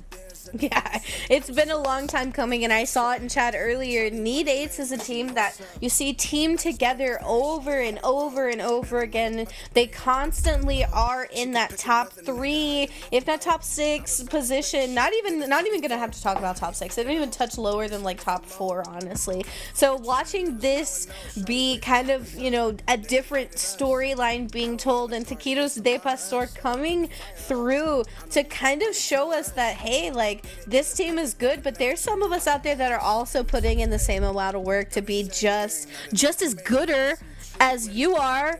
And this is exactly what's happening. And as we get into our second game, it is going to be Slayer on Solitude, that Plaza map. This Slayer is going to be that reset from that first game. That first game was kind of catty, was kind of stressful. This right here is going to kind of set the tone for the rest of the series. Girls catty? No. Never. That can't be true. That can't be true. Also, girls being catty, you know, hey, if it comes into play in video games, this is the exact way that I want to see it. I like that S7 shot right there. Really focusing on the sniper. We've seen really good sniper plays today. Who is your, normally of course you got like, you know, Mizadi, like Lakar that we see with that sniper that I'm used to. Who has been today for you, Grace, your like standout S7 player? I gotta really give it to Airborne Vanessa and Pink Sakura. They both earlier just constantly had, like, I want to say it's either or. I can't really pick one. Like, I want to shout out Pink. The first part of the day, you saw her completely slaying out with the S7 on this map. We've seen them play this map a few times now. But then later towards the end of the bracket, we started seeing Airborne Vanessa and Pink Sakura kind of switch between the sniper rifle, and both are equally as good with their fucking finger on the trigger, just ready to take your head off. It's funny that you say two members of Taquito de Pastor, because my thought on this is just, especially based on the first few rounds where we saw a lot of the S7, is Bianca's, who is, you know, a third member of that same team. I mean, she was pulling some incredible shots, and the timing was just immaculate. Like literally shots that unless it was perfect, it wouldn't work out in her favor. And she managed to do it back to back to back. So that's that. She's my call out. Sorry, Rogue. Like, not. I mean, you have just killed it on everything else. I always hate to like talk about three members of a team and not include the last one, but I feel like this one's totally fair. You know what, Rogue, you haven't really been picking up that 7, and it's a good thing because you've been destroying with every other weapon on the map. Yeah, definitely destroying, and that's like what I said earlier. The side of Rogue foes, they pick up everything that they can, every possible utility, every possible gun from the sandbox that you can, and work with it. If you watch them play in FFA tourneys, they'll use the QT on Aquarius in a way that keeps them alive, and normally it's a skill issue for me to even come out of the QT facing the correct direction, you know what I mean? So it's definitely fun watching these ladies and just comparing maybe what their playstyle or what they looked like a year ago to today, because this was close, not even, I think 4 months ago, or 4 months from now, a year ago, is when I got into casting, when I got into the scene. So just seeing the growth from these ladies from the time I've been in the scene has been major, just proving that everyone here has put so much time into their gameplay. Absolutely. That makes me feel so old, because you're like, I've only been casting this for a while now, and I've been doing this for years. And I have to say too, like, I'm involved in a lot of, I'm a girl. There's not a ton of girls because, right, because it's marginalized, right? Exactly what we're talking about. There's nothing like this in the other games, right? I just did Game Changers, right, which is a huge event. And still, I feel so much more support in this, and it feels more grounded. It's not because it's required of anybody, it's because we all want to do it. It is required of the scene, but it's going to take somebody to actually, you know, go out of their way and do it, and this event has provided that, and you love to see it, and you know from here it's just going to go up, especially when we got series like this that hopefully are going to be watched over and over again. At least I know I'm going to watch it over and over again. You know, it's a beautiful thing. It's a beautiful thing, and to be honest, today has just been beautiful. The grand finals was beautiful, and for us to get this reset has been gorgeous. All of these ladies in the lobbies are beautiful here. Everyone who's competed today got a chance to get out there, stretch your stuff on these maps. Just thank you. The incredible support from everybody today has been a complete W, and that's what we do this for. We couldn't do it without you guys. The community is what makes us want to be better and want to do gooder, you know what I mean? Yeah. Just like I said earlier. But the Slayer game is still only 3-point difference here. As I say it, they take it to a 4-point difference, and the lead is Taquito de Pastor. That is so crazy to say. That's crazy to say, because they're going up against Date's back. You know, the shock of it has kind of worn off a little bit. I feel earlier I was like, I can't believe I'm saying this now. Taquito de Pastor, they have reinforced it so many times that, yeah, this is like the new norm, right? This is the other top team if not, gunning for the new top team. And then as I say that, they almost get team wiped here. Bianca's as the sole member, and it's because she's got that AC. Is she going to be able to get a kill off of it? She went for the back smack. She got the melee, follows it up with a really pretty headshot. Oh, what a play. And we love the sneakiness, the camo, and how'd you not see her there? Like, she's moving, she's trucking there. The awareness just wasn't there. Gets sent to the respawn screen. Bianca says just a few short seconds of this camouflage left here, but also a few short seconds of shield left as well, possibly seeing her to the respawn screen. She gets away with her life. We're denying that kill for the side of Need 8's bad. It's still just a 2-point game here in favor of Taquito de Pastor, and as I say that, we do see a kill come through. It's for Divine Damsel, taking this to still a 2-point game though. I love this map for Slayer. I definitely think this is a Slayer map, and I think this was the perfect game 2 Slayer map for this matchup. And the perfect game 2 for Taquito to say, hey, we continue with this momentum and we're looking at a match point, right? Yeah. I mean, how crazy is that? We got the reset. We're looking at a match point now. Some nice firefighting coming through. Pink Sakura finds some body shots. She's the first on the Cobra side to hit the double digits in terms of those kills. A nice little thrust forward, the repulsor back, getting thrown all over the place, and we're looking for Rogue's POV. So I feel like I just had a seizure watching that. Triple kill. Man, it's go for it. Go the overkill. I want the overkill. So I wanted close it. To the overkill, but the triple kill. It's good enough. It's good enough. We might not get another kill tack like we saw out of Kiddo earlier, but I mean, I'll take what I get. This tournament's been a day full of happiness, upsets, outplays. It doesn't matter. You guys have definitely made this something to remember. 35-32. As we speak, we're trying to keep up as casters with the difference here, but it's constantly 1, 2, 3 points of a difference here. Neither of these teams want to count themselves out. We want that chunk of that $1,000 prize pool. Oh yeah, and it's a big chunk. It's more than half of what is distributed between the top 2 players, right? We're talking about $600 for that place number 1 and then $250 for number 2. So absolutely, Taquito, they've fought this hard. They've gotten this far. Need 8's bad. I almost don't even, well, I do want to know, but I almost don't even want to know how much they've accumulated over the last, couple of years of doing these events, because they're always the ones that take home the grand prize money. Well, maybe not today. Taquito de Pastor is going to be a name, unless they decide to change the name, but something that we're going to say a lot more frequently.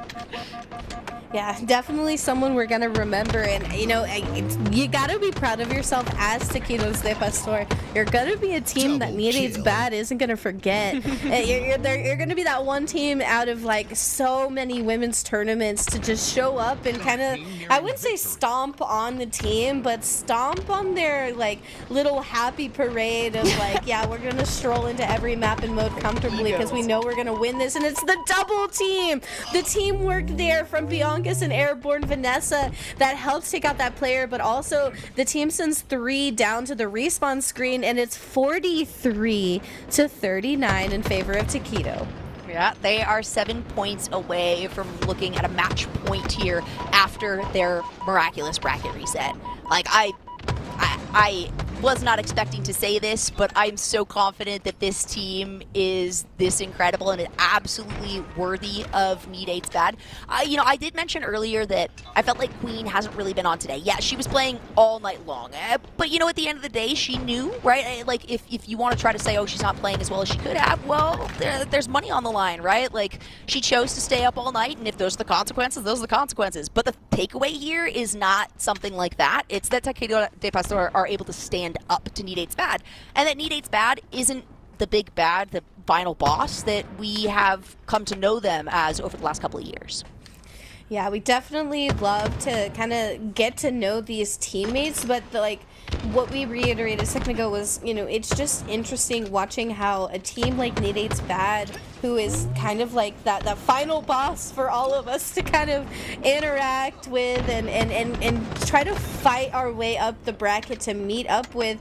If that team, that command station, Miss Audie, Miss Lacar, and I believe it was Janelle put together, would we have seen the same situation? I honestly don't think so, but a big shout out to the Halo Halo gods for making the situation the way it is, because right now it's a 1-kill game. Taquito de Pastor need only 1 death, 1 pick. Pink Sakura, who has 12 freaking assists on the board, along with her 15 kills, with this S7 sniper in hand, has just the amount of bullets for almost 2 team wipes here. Yeah, but right. All we need is 1 kill, and it's just like that phase optic Slayer game where no one is going to move. We're stuck back here in yard. Camo's up in 5. No one wants their head taken off. And I want to see. I need it to be a Pink Sakura. Like I need it to be an S7 headshot. We are all waiting for that, right? This is the perfect perspective to have right here. And at some point, somebody's going to go forward. Somebody's going to egg another out of hiding. But I gotta see this S7 hit ahead right now. Oh no! All right, darn. Divine Damsel goes down. Good job, team. A good shot from across the map. Airborne Vanessa gets the kill onto Divine Damsel. We didn't get that S7 sniper hit like Jolly wanted. But Jolly, you know what you did want? Is that underdog to do well, right? And right now it's looking very, very close for a clean sweep for Taquitos de Pastor. How crazy is that? I mean, so good. And Need 8 Bat has still been playing well today. It has been a very long day for themselves. But Taquitos de Pastor, I mean, from minute 1, they've clearly had the hunger, they've had the drive, and now they've got the ego to boot. So all they need is 1 more game in this best of 5 series, and they're going to be taking home the $600 from that first prize pool. And like we've talked about so many times already, making history in women's Halo. Yeah, definitely making history for the women's tournaments. For the whole past year here, Need 8's Bad has definitely been a team that a lot of people are kind of like, are you ever going to branch out and play with other people? A lot of the time you see these women's tournaments be just put together teams, girls hopping from team to team each time. It's always random, but Need 8's Bad is always that one team you can count on to be the team that sticks together and be that, like I said, final boss to meet. And right now, Taquitos de Pastor is showing us that it is possible to show up and show out against Need 8's Bad. And I mean, possible of like a really, long series here too, maybe, or like a turnaround. But they might get a sweep on top of it. It's, it's extra icing on that pretty much entirely icing cake because everything has been going so well for Taquito de Pastor. Because they deserve it. They have absolutely earned it. They're working their butts off. Look at that Cranberry. She's going to get the ping out. She's going to get the auto. And she opts for throwing that plasma, which does not hit. Doesn't quite get the bounce. She ends up going down. Now, Airborne Vanessa has the S7. And maybe we'll see a little bit of a makeup for us not getting that Pink Sakura final kill in the last round. Well, we definitely want to see that be made up to us, but it is Airborne Vanessa with the S7 in hand now. 6 bullets to work with. The grenade damage does leave her 1 shot, gets taken out, and the sniper looks like it might switch hands there over at Seed Plat. Seed Plat in the hands of Taquito de Pastor, while Need 8's Bad has a 21-point lead in this game of Strongholds. A is going to try to switch hands. Real Close does end up getting the cleanup, but we're not going to stay around. Divine Damsel is poking around, waiting for you to make that play. The repulsor does come through, the help does also come through, and we do see that teammate be sent to the respawn screen, but so does Rogue, as 2 teammates from Need 8's Bad clean up around A and take it back for themselves. They got it, and they're racking up the points. They got to feel a lot better in this game 3 in this series. They have a decent advantage, and they have really good positioning right now, holding A and B point. You know what? Go ahead, take the tower, right? Take C. We can still contest for the S7. We can still contest for the OS, and we're just going to continue to have the advantage. A is going to be the move that is made here, and not even a single member was taken down, but grenades, oh my gosh, grenades and Need 8's say, no, it's going to take a lot more to shut us down. And Live Fire is just one of those maps where, like, if you're down and out and as a team you're kind of good at Live Fire, it's one of those maps that kind of resets the morale of the team, and you see them pick up a game in the series and maybe possibly push us to that game 4. It's looking good on the side of Need 8's Bad right now. They have that 51 to 12 point difference, but right now it is going to be Queen X3 with the overshield. That chalice on the gun has to be a little distracting, but right now it's showing us that, you know, maybe it's not too distracting as we get the melee and the takedown on the Rogue foe, sending them away for just a few seconds. It's now 2 down for Taquito de Pastor, and A is going to switch hands again. We're kind of choosing this A and C. Now we're going to pick up B. You know, it's funny that you mentioned that, Charm, because there's so many times where we see this perspective from Queen, and I'm like, how does she do that? Why does she do that? It is so incredibly distracting. That thing's huge, and gravity seems to work funny on it. Like normal physics don't apply to that thing. So, you know what? Hey, maybe that's the Queen is like trying to sandbag herself by throwing on the chalice. Maybe we got to take that thing off. Since it's hilarious. Like, that's just ridiculous. It's like Heartbreak said, it's so big. Why is it so big? And with the offset of her gun, where her gun sits on her screen, it is right in the middle. But Queen X3 is a woman after my own heart. She's gonna pick up one of my favorite weapons, which is that Needler. If you can tee around the map and get some kills with the Needler, you're not only going to send some people to the respawn screen, but you're gonna piss some people off, because no one, and I speak for all of us when I say no one wants to reap the fear that pink mist gives us. That's absolutely true. And hey, you know what? Taquito de Pastor, they have a little bit of a buffer for themselves, right? They got a little bit of space here. They're like, okay, you know what? What's the worst that's going to happen? We're going to lose this map. We're still going to be sitting at match point. We're still going to be leading this, and we're still going to be the team that took Need 8's bad to a bracket reset and set them behind with the potential for a sweep right off the bat. So, you know, it feels like they're kind of being a little lackadaisical about this, and that's not a problem at all. Like, chill a little bit, right? Try to find advantages where you can get them, but definitely don't break that mental by trying to force a sweep out in this series. You know, you were talking about it earlier. We got our brooms, our mops, our rags, our bleach, our fabuloso, and it might be boiling on the stove so that the entire house smells good as well. But right now it is Taquito de Pastor looking to break out the new broom, get rid of the old one, and also sweep away the old victors and take a series off of Need 8's bad once again, allowing them to possibly take first place in this tournament. But it is 99-42. And as I speak, it looks like Need 8's bad is going for that deadly triple cap. And they are gonna secure it. No contest until about a second after. It is on point C, where we're seeing Divine Damsel navigate her way over. A nice nade to break down some of the shields of some of these members, but an even nicer heat wave, as we have seen Divine Damsel certainly favors this weapon. Yeah, Divine Damsel favors this weapon, but Rogue Foes also favors this weapon. So it's definitely one of those power weapons on this map that you see a lot of people choose to pick up. The sticky from the grave onto Rogue Foes sends 3 to the respawn screen for Taquito de Pastor. And it looks like Need 8's bad is starting to kind of say, hey, like, this is our map, this is our mode, and this is our chance for maybe that reverse sweep to start up for us. How insane. I mean, any more insanity and I'm straight up gonna be institutionalized. Like, I don't know if I can handle that kind of a situation here at this point. A reverse sweep, literally everything has been unprecedented. That would just be even more of an unprecedented situation. As we see a Mind the Gap, we always love to see those. And we've seen some really good ones here today. Everybody loves the repulsor here. Yes, absolutely. And a huge shout out right now to Vice Snipes, who just gave out 8 community subs to the community. Woohoo! A huge shout out. White's Edge, who gifted 10 community subs earlier. A huge shout out to them as well. Thank you guys for showing up, showing out, and supporting this tournament, watching these ladies, and just watching a great Grand Finals reset. And again, thanks to Jolly for being on here with me. I couldn't think of a better person to cast Grand Finals with. Aw, thank you. Thank you for having me. I'm super stoked to be here. Like, hey, I get to be here as I get to, you know, watch these ladies make history and talk about that. Like, there's nothing better. Life is great right now. I don't care how everything else goes. Of course, I mean, it's the end of it, so, like, that doesn't matter. But this has been such an experience. And hopefully the start of, you know, something new and some more support here, more recognition for just the women in Halo.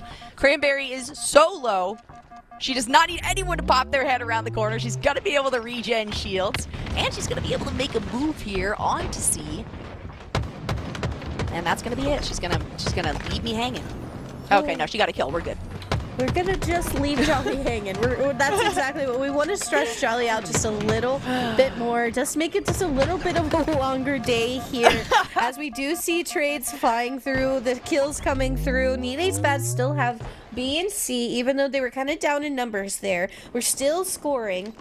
And just like Thug Nasty said in chat, yes, this map is a little bit harder to have that comeback on. I know we're waiting for that comeback from Taquito de Pastor, but with all the sightlines, all the different spawns, and all the manipulation that could go on here, right now what Taquito de Pastor needs to bank on is maybe this overshield, and then using that overshield to gain some map control and force the side of Need Ace Bad into that bad spawn trap. You know, just throw them a bone. Throw Need Ace Bad a bone, all right? You know, they have, their expectations have not really worked out. So it's still, like I said, it is still match point for Taquito de Pastor no matter how this one plays out. Well, unless they win, I guess, in which case it would be the end of the series. But it's been 9 hours of casting, and the craziest, I've never had to do a broadcast, like I've had to do like 10, 12-hour broadcasts, never this good. Like where all the games have been just amazing. I can't even try to mentally take a break here because this has been so engaging and so exciting to see all of these women do as well as they are, that I don't care that I'm probably going to sleep for 2 days after this. It's absolutely worth it. The ADH brain says I can't get enough. I gotta rewatch Grand Finals Reset over and over again, or I'm not gonna get any sleep for the night. Falls asleep to Grand Finals Reset, but Grand Finals Reset is getting spicier because Need Ace Bad keeps themselves in the series and takes Game 3, refusing that clean sweep to Taquitos de Pastor, keeping themselves in the series, taking us to that Game 4. Possibly setting us up for another Game 5? Yeah. I mean, I don't know if I can handle that. You know, Taquitos de Pastor definitely don't want that, right? I do feel like they took it easy that game. It sincerely actually felt like they kind of took it easy there. It is a really difficult map to recover from, and it did feel like pretty early on that was Need Ace Bad who kind of got control of the positioning of spawns, things like that. And so not as though it was like given away to them, right? Need Ace Bad still played that one incredibly well, especially coming off of the potential of losing out on the entire tournament here. But I don't know if I can handle anything like the possibility of a reverse sweep here. I want to see these underdogs close it out coming up here, and I know that they have it in them.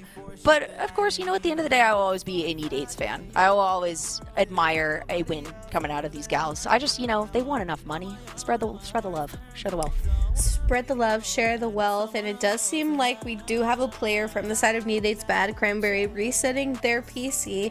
The game might be running. It has been a long day. It has been a long day. We definitely thank these ladies for putting off their games for our live performances that we had today, and a big shout out to those live performances. We started off the day hot, ready, like a Little Caesars pizza with its Rhythm. Someone from our community who streams Halo. If you haven't checked out Rhythm before, Rhythm streams Halo, streams Nintendo games, sometimes does your retro games as well. He grew up playing Zelda with his mom, so he's definitely a very cool dude. Shout out to It's Rhythm for giving us a live performance. We shout out Mom.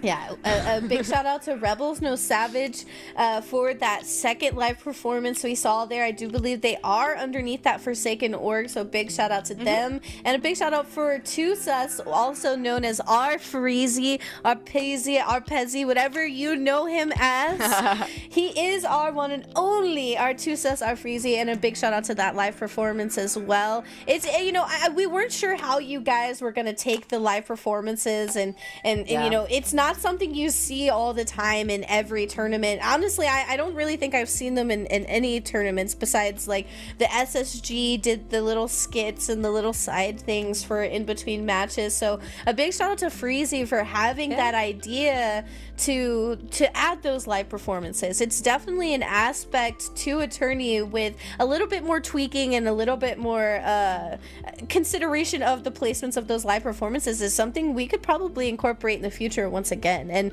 a big shout out to chat for hyping up those live performances. You guys are what we did this for, and a big shout out to you guys for hyping up those performers. Hell yeah, absolutely. And you know what? I mean, the expectation, at least definitely for future things, for Forsaken at least, is just the fact that that is part of their core, right? Is just to bring all of these communities of creativity together, right? Music is an integral part of Forsaken, right? It's not just a standard esports organization where somebody says, hey, I want to make an org and throws several $1 million at it. No, it's a bunch of passionate people who came together and have put a lot of work and, you know, sacrificed a lot of their blood, sweat, and tears to be able to do something that they wanted to do. And yeah, it was risky. Like, chat, y'all, I mean, you guys are amazing. Most of the chat usually hates everything, right? Everything you got, like, we were kind of holding our breath, to be honest. Everybody was awesome, and it was really cool, right? The integration of that kind of the in-between. People were calling it the halftime, but it happened several times, so it's not quite that. Like, it takes a village, and it has been just exceptional to see really good reception across all of this. Exactly. The reception's been great. And, you know, music isn't just a big part of Forsaken. It's a big part of all of our lives. And, you know, big shout out to Thug. He's right. If you miss karaoke night at Worlds with Freezy, with Pure Delight, with Thug Nasty, Thug Daddy got on the mic, gave us a performance that we couldn't even resist. Like, I wanted to throw my money at this man. So, you know, music is what brings this all together. And we all love music. We all love it, whether it's the same type of music or a different genre. We definitely have that, which brings us together. So those live performances were definitely such a great an addition to a tournament, and kind of giving us a few extra minutes to kind of gather ourselves, but also gather lobbies and things like that. Right. And yeah, I mean, it is normal. I think the unprecedented side of the music is, you know, a remote broadcast, which is cool. Hey, now I know it works. I've seen it at live events, of course, but remote broadcast works just as well. Very fun to see. But speaking of fun things, we got more Halo to watch. Potentially the last game of the night. No matter what, this is match point coming in for Taquitos de Pastora, and it's going to be capture the flag on the pit, on Empyrean. The pit, the Empyrean, the armpit. It doesn't matter what you call it. It's Empyrean. It is capture the flag. And this also is another map that Needade's Bad is very comfortable on. I definitely have seen Queen X3 play Ace on this map. She knows this through and through. But I feel like it's been around. It's been with us long enough that all of us should be a little bit more comfortable. We're going to get right into it, starting off Cranberry, who just reset that PC. Hopefully that PC reset's going to allow us to hit our shots. Airborne Vanessa's going to go for that overshield. But if that was so close, I swear to God, if she would have hit that freaking snipe, I literally would have crapped my pants. Oh my gosh, that was absolutely insane. And the timing on actually picking up that overshield, you gotta recognize too. Cranberry, she had the chance, she missed that shot. You're not gonna be able to take another one like that and overtake the OS when somebody's got eyes on you. But man, way to start this game out in a very saucy way. Down goes the S7 though. Pink Sakura is going to try to find and intercept here. There's multiple members of Needade's Bad though, and that's several members of Taquito de Pastora that are going to have to continue to defend their base. And that first flag cap on the board happened before you could even blink. Like it just got across the map, and Needade's Bad is up 1 in this game before you even could get the word out. Hey, the flag is out of our base. Yeah, you gotta pay attention to the flag and capture the flag. I don't know because I'm bad at it, but that's at least what the pros tell me. And I can guarantee that we are seeing some pros, at the very least, semi-pros. You know, we can call them all semi-pros, I think, at this point. The performance it's just really spoken for the prowess of these gals here. Nice shots coming out of Divine Damsel. That is no surprise, as we've seen it all day. Yeah, it's definitely been an all-day occasion for this tournament here, but it's been a great turnout. We're on board with Pink Sakura, who is going to be pushing long haul. We have the help from our teammate Rogue Foes, who ends up throwing that rogue grenade, ends up cleaning up that kill there. 2 on the respawn screen for Need 8's Bad means that they're going to have spawners possibly in that sniper tower section. We know where they're coming from. Now it's time to pull that flag with 2 down for Need 8's Bad. We know those respawners are going to be right behind us. We need to take those angles. We need to get those kills. And right now it is that double kill out of Pink Sakura, who's going to allow that flag to stay alive just a little bit longer and possibly get just a little bit farther. But we're playing it safe, making sure we have a little bit of slays and maybe a regroup on the team. And as Divine Damsel tries to push up and have a cross side on this flag, we do have the answer from Rogue Foes and the teammate taking her out. Good reactions right there coming out of Rogue. Now she realizes, hey, a little bit outnumbered. A reposition is definitely in the books, but down goes Pink Sakura in that tunnel, and the shots aren't going to hit Divine Damsel. 3 members of Need 8's Bad definitely wins against a single member there. We still want to make our way down this tunnel, though, and Need 8's Bad is moving as a squad. They've also got the Spanker and the Overshield, so you know what? They're feeling confident. Oh. Okay, and then Queen dies. It's no big deal. Too confident. Too confident. Just a little bit of oopsie daisies has to happen eventually. We have to be a little stressed out here, and you know, maybe it's just a troll situation. You know, maybe we're just kind of nervous. You know, maybe it's the grand finals reset, and it's a remote dead on the ideas from Pink Sakura that ends up sending that player to the respawn screen. Airborne Vanessa gets taken out as well. It's a tied game on Empyrean, capture the flag, and this is exactly what we expected. It's spicy, it's back and forth, and 3 down for Taquito de Pastor opens up a new push for Need 8's Bad. Still though, 1-1. That flag is slowly but surely finding its way back home. And we can see Queen. She's got the heat wave. She's been focusing on, you know, getting as many of those power weapons as possible. You gotta have the help of your team. There's Divine Damsel. Use the S7 to try to impress me. Ah, so close. I want nothing more than to see sick-ass, like, S7 plays. I could watch that all day, every day.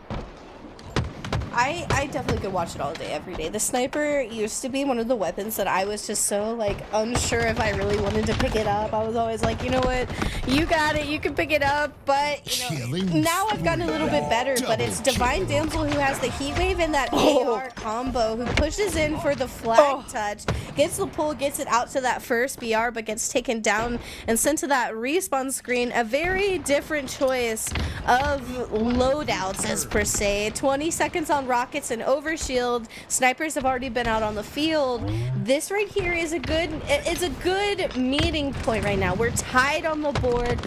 Power-ups are coming up. The focus is going to now be mid-map. This is your time to slay out, grab a piece of equipment, grab a flag run.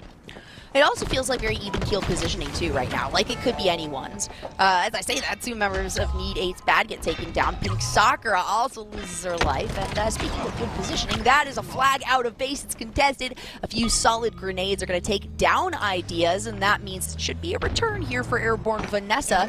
This might be able to be transitioned into an offensive play.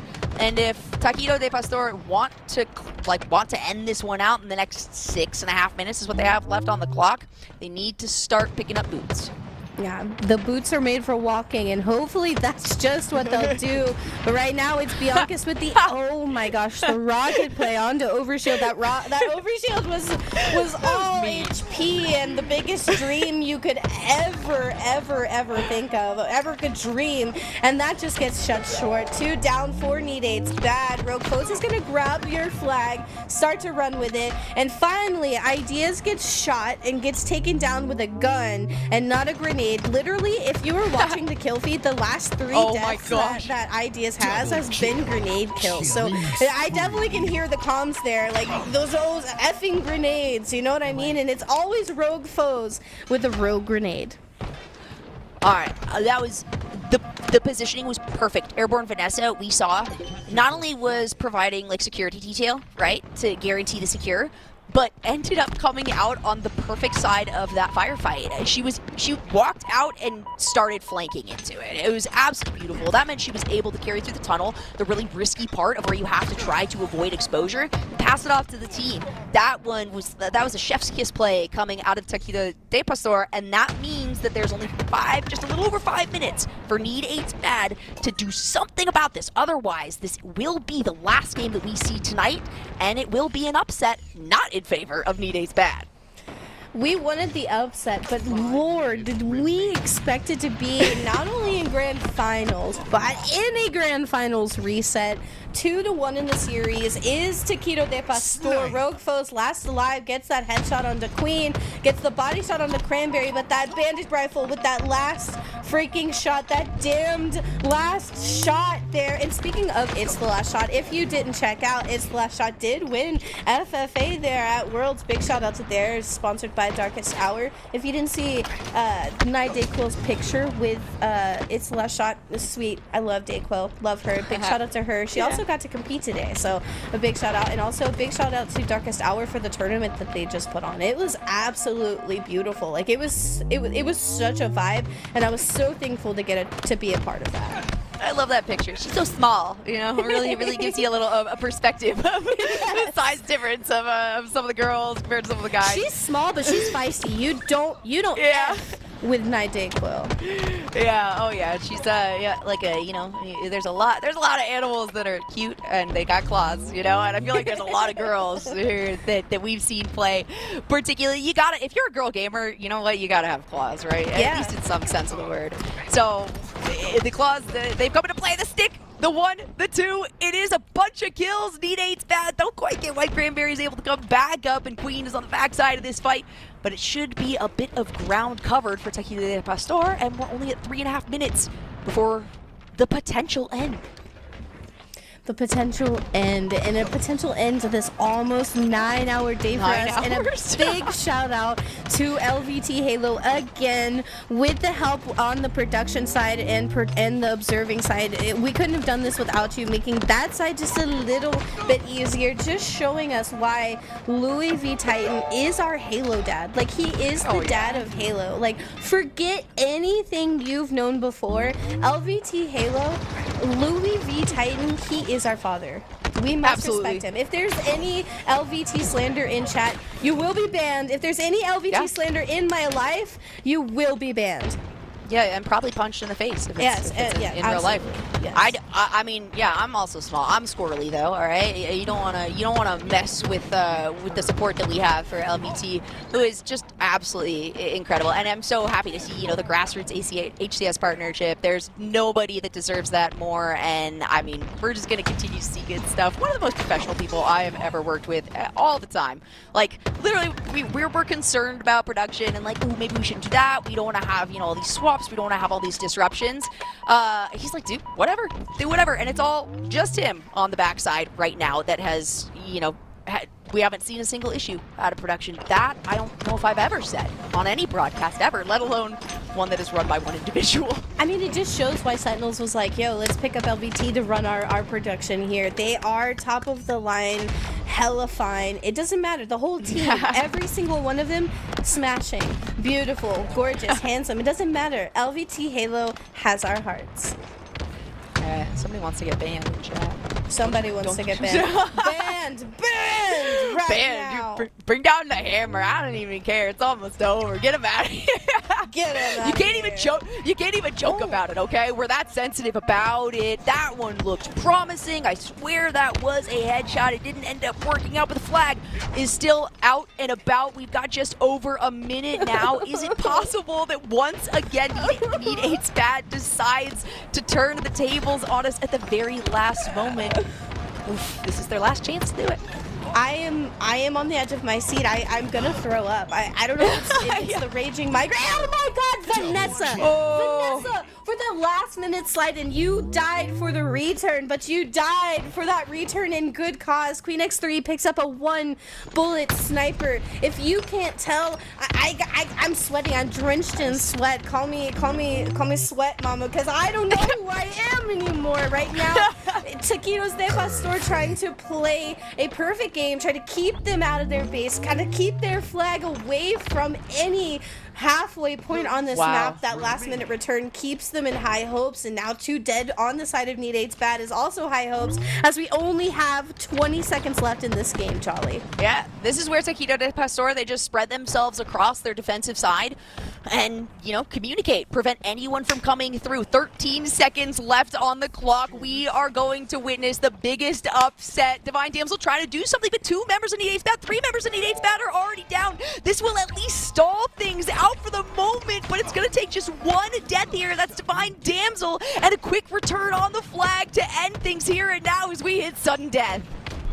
Sudden death, but really that's it. To worry that's about it. Here. It's over. It's over. It is. It's over. They did it. It is going to be Taquitos de Pastor taking our grand finals reset and taking first place. Jolly, did you expect this?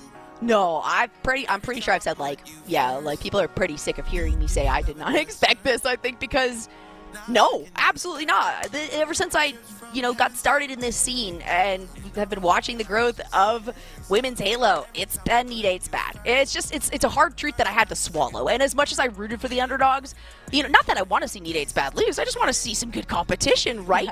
And we have it now. We 100% have it. We had so many games that both of these teams can go back on. And if they're not scrimming consistently in the future, I don't know what else. That, and I need to see. This is the first time I've seen this team, right? Taquitos de Pastor. Hopefully they like the name that they picked. I like it. Hopefully they do, because now, that's it. You're stuck with this. These girls are doing it. They did it. They absolute did it, and they took a team, put them together, and I do believe it is iBlood Reina who normally plays with, I believe it is Airborne Vanessa and Biancas. I do believe they were a team in our first Lady Spartans Saturday series tournaments we had earlier last year. So we do see a kind of a roster switch up with the 2 of them as well. So for them to find another 2 people who complemented them so well, and Rogue Foes, I know I said this before, but if Rogue Foes has one fan, I'm it. I can't tell you enough how much I adore Rogue Foes, and I just adore Airborne Vanessa. A huge shout out, a long day of Halo, but a very, very well played bracket. Both of these teams had a really good story. You saw Need 8's Bad have that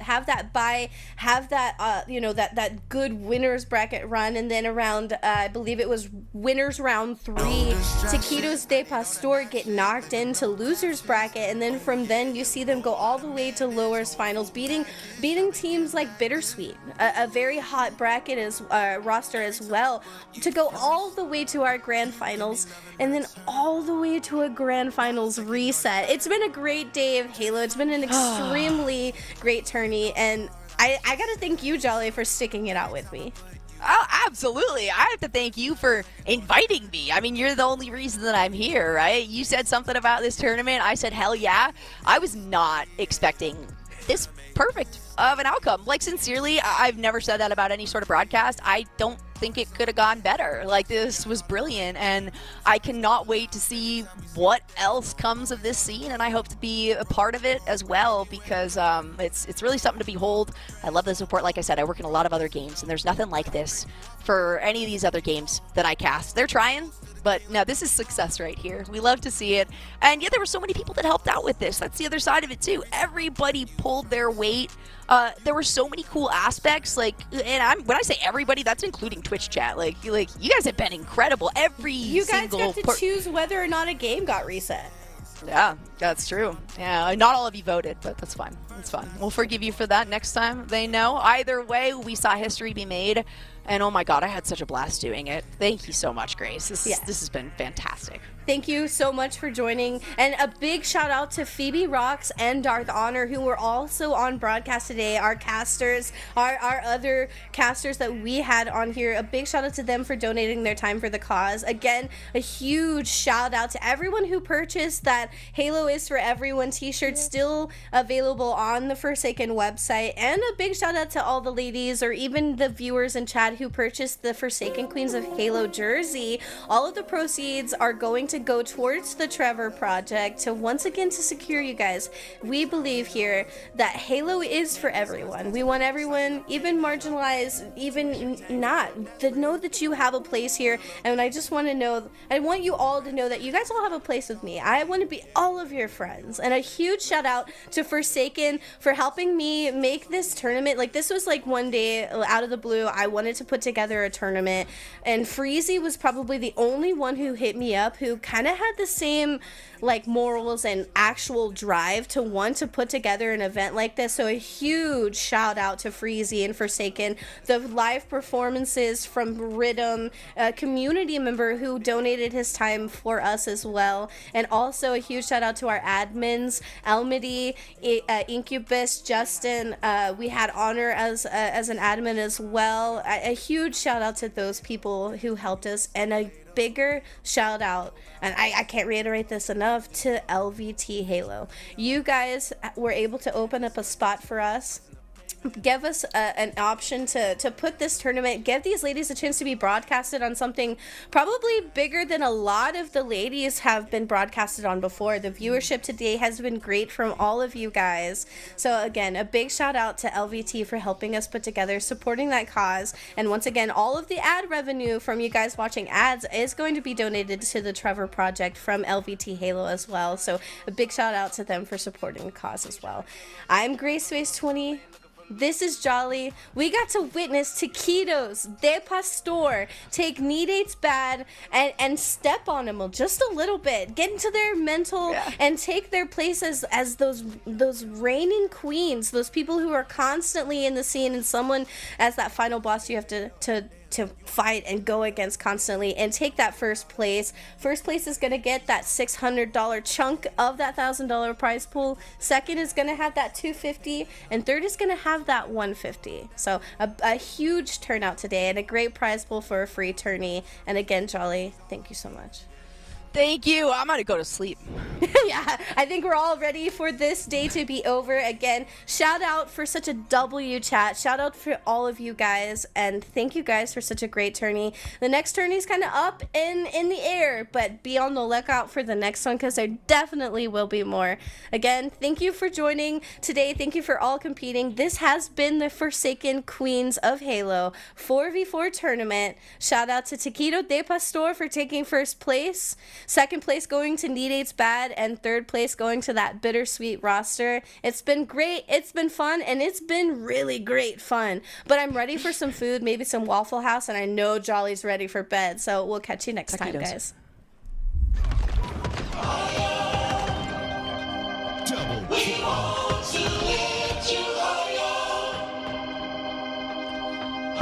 First I go and show the love. Never take a hand from a nigga, I was too above. Shorty give me shoulder rub. Double part the bands at the venue so they know it's us. And they know it's up. Shorty with a man, but she know it's up. Like a Sprinter van, she can hit the road.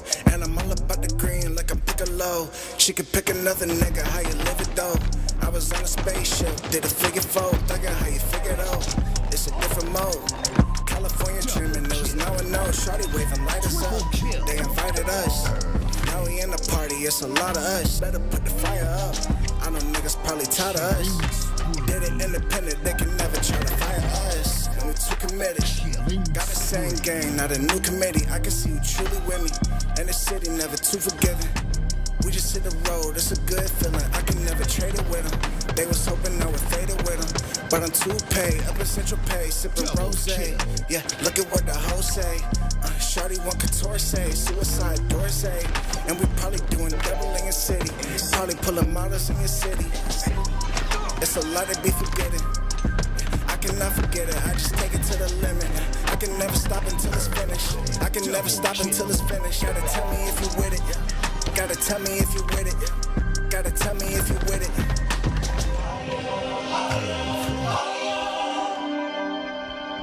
We want to lift you higher. Line blinging, they been tempting me. You got money, no respect, no empathy. Way too many foreigns, Market Street sound like a symphony. Moving militant, you hear the infantry. Gotta execute, need my commas legible. Don't be acting phony, please, that is not acceptable. She got me alone, it's RNS, you know we credible. Saying things that sounding like she said before. When you at the top, no haters. Visible, question mark. The way I move so unpredictable. Push the start.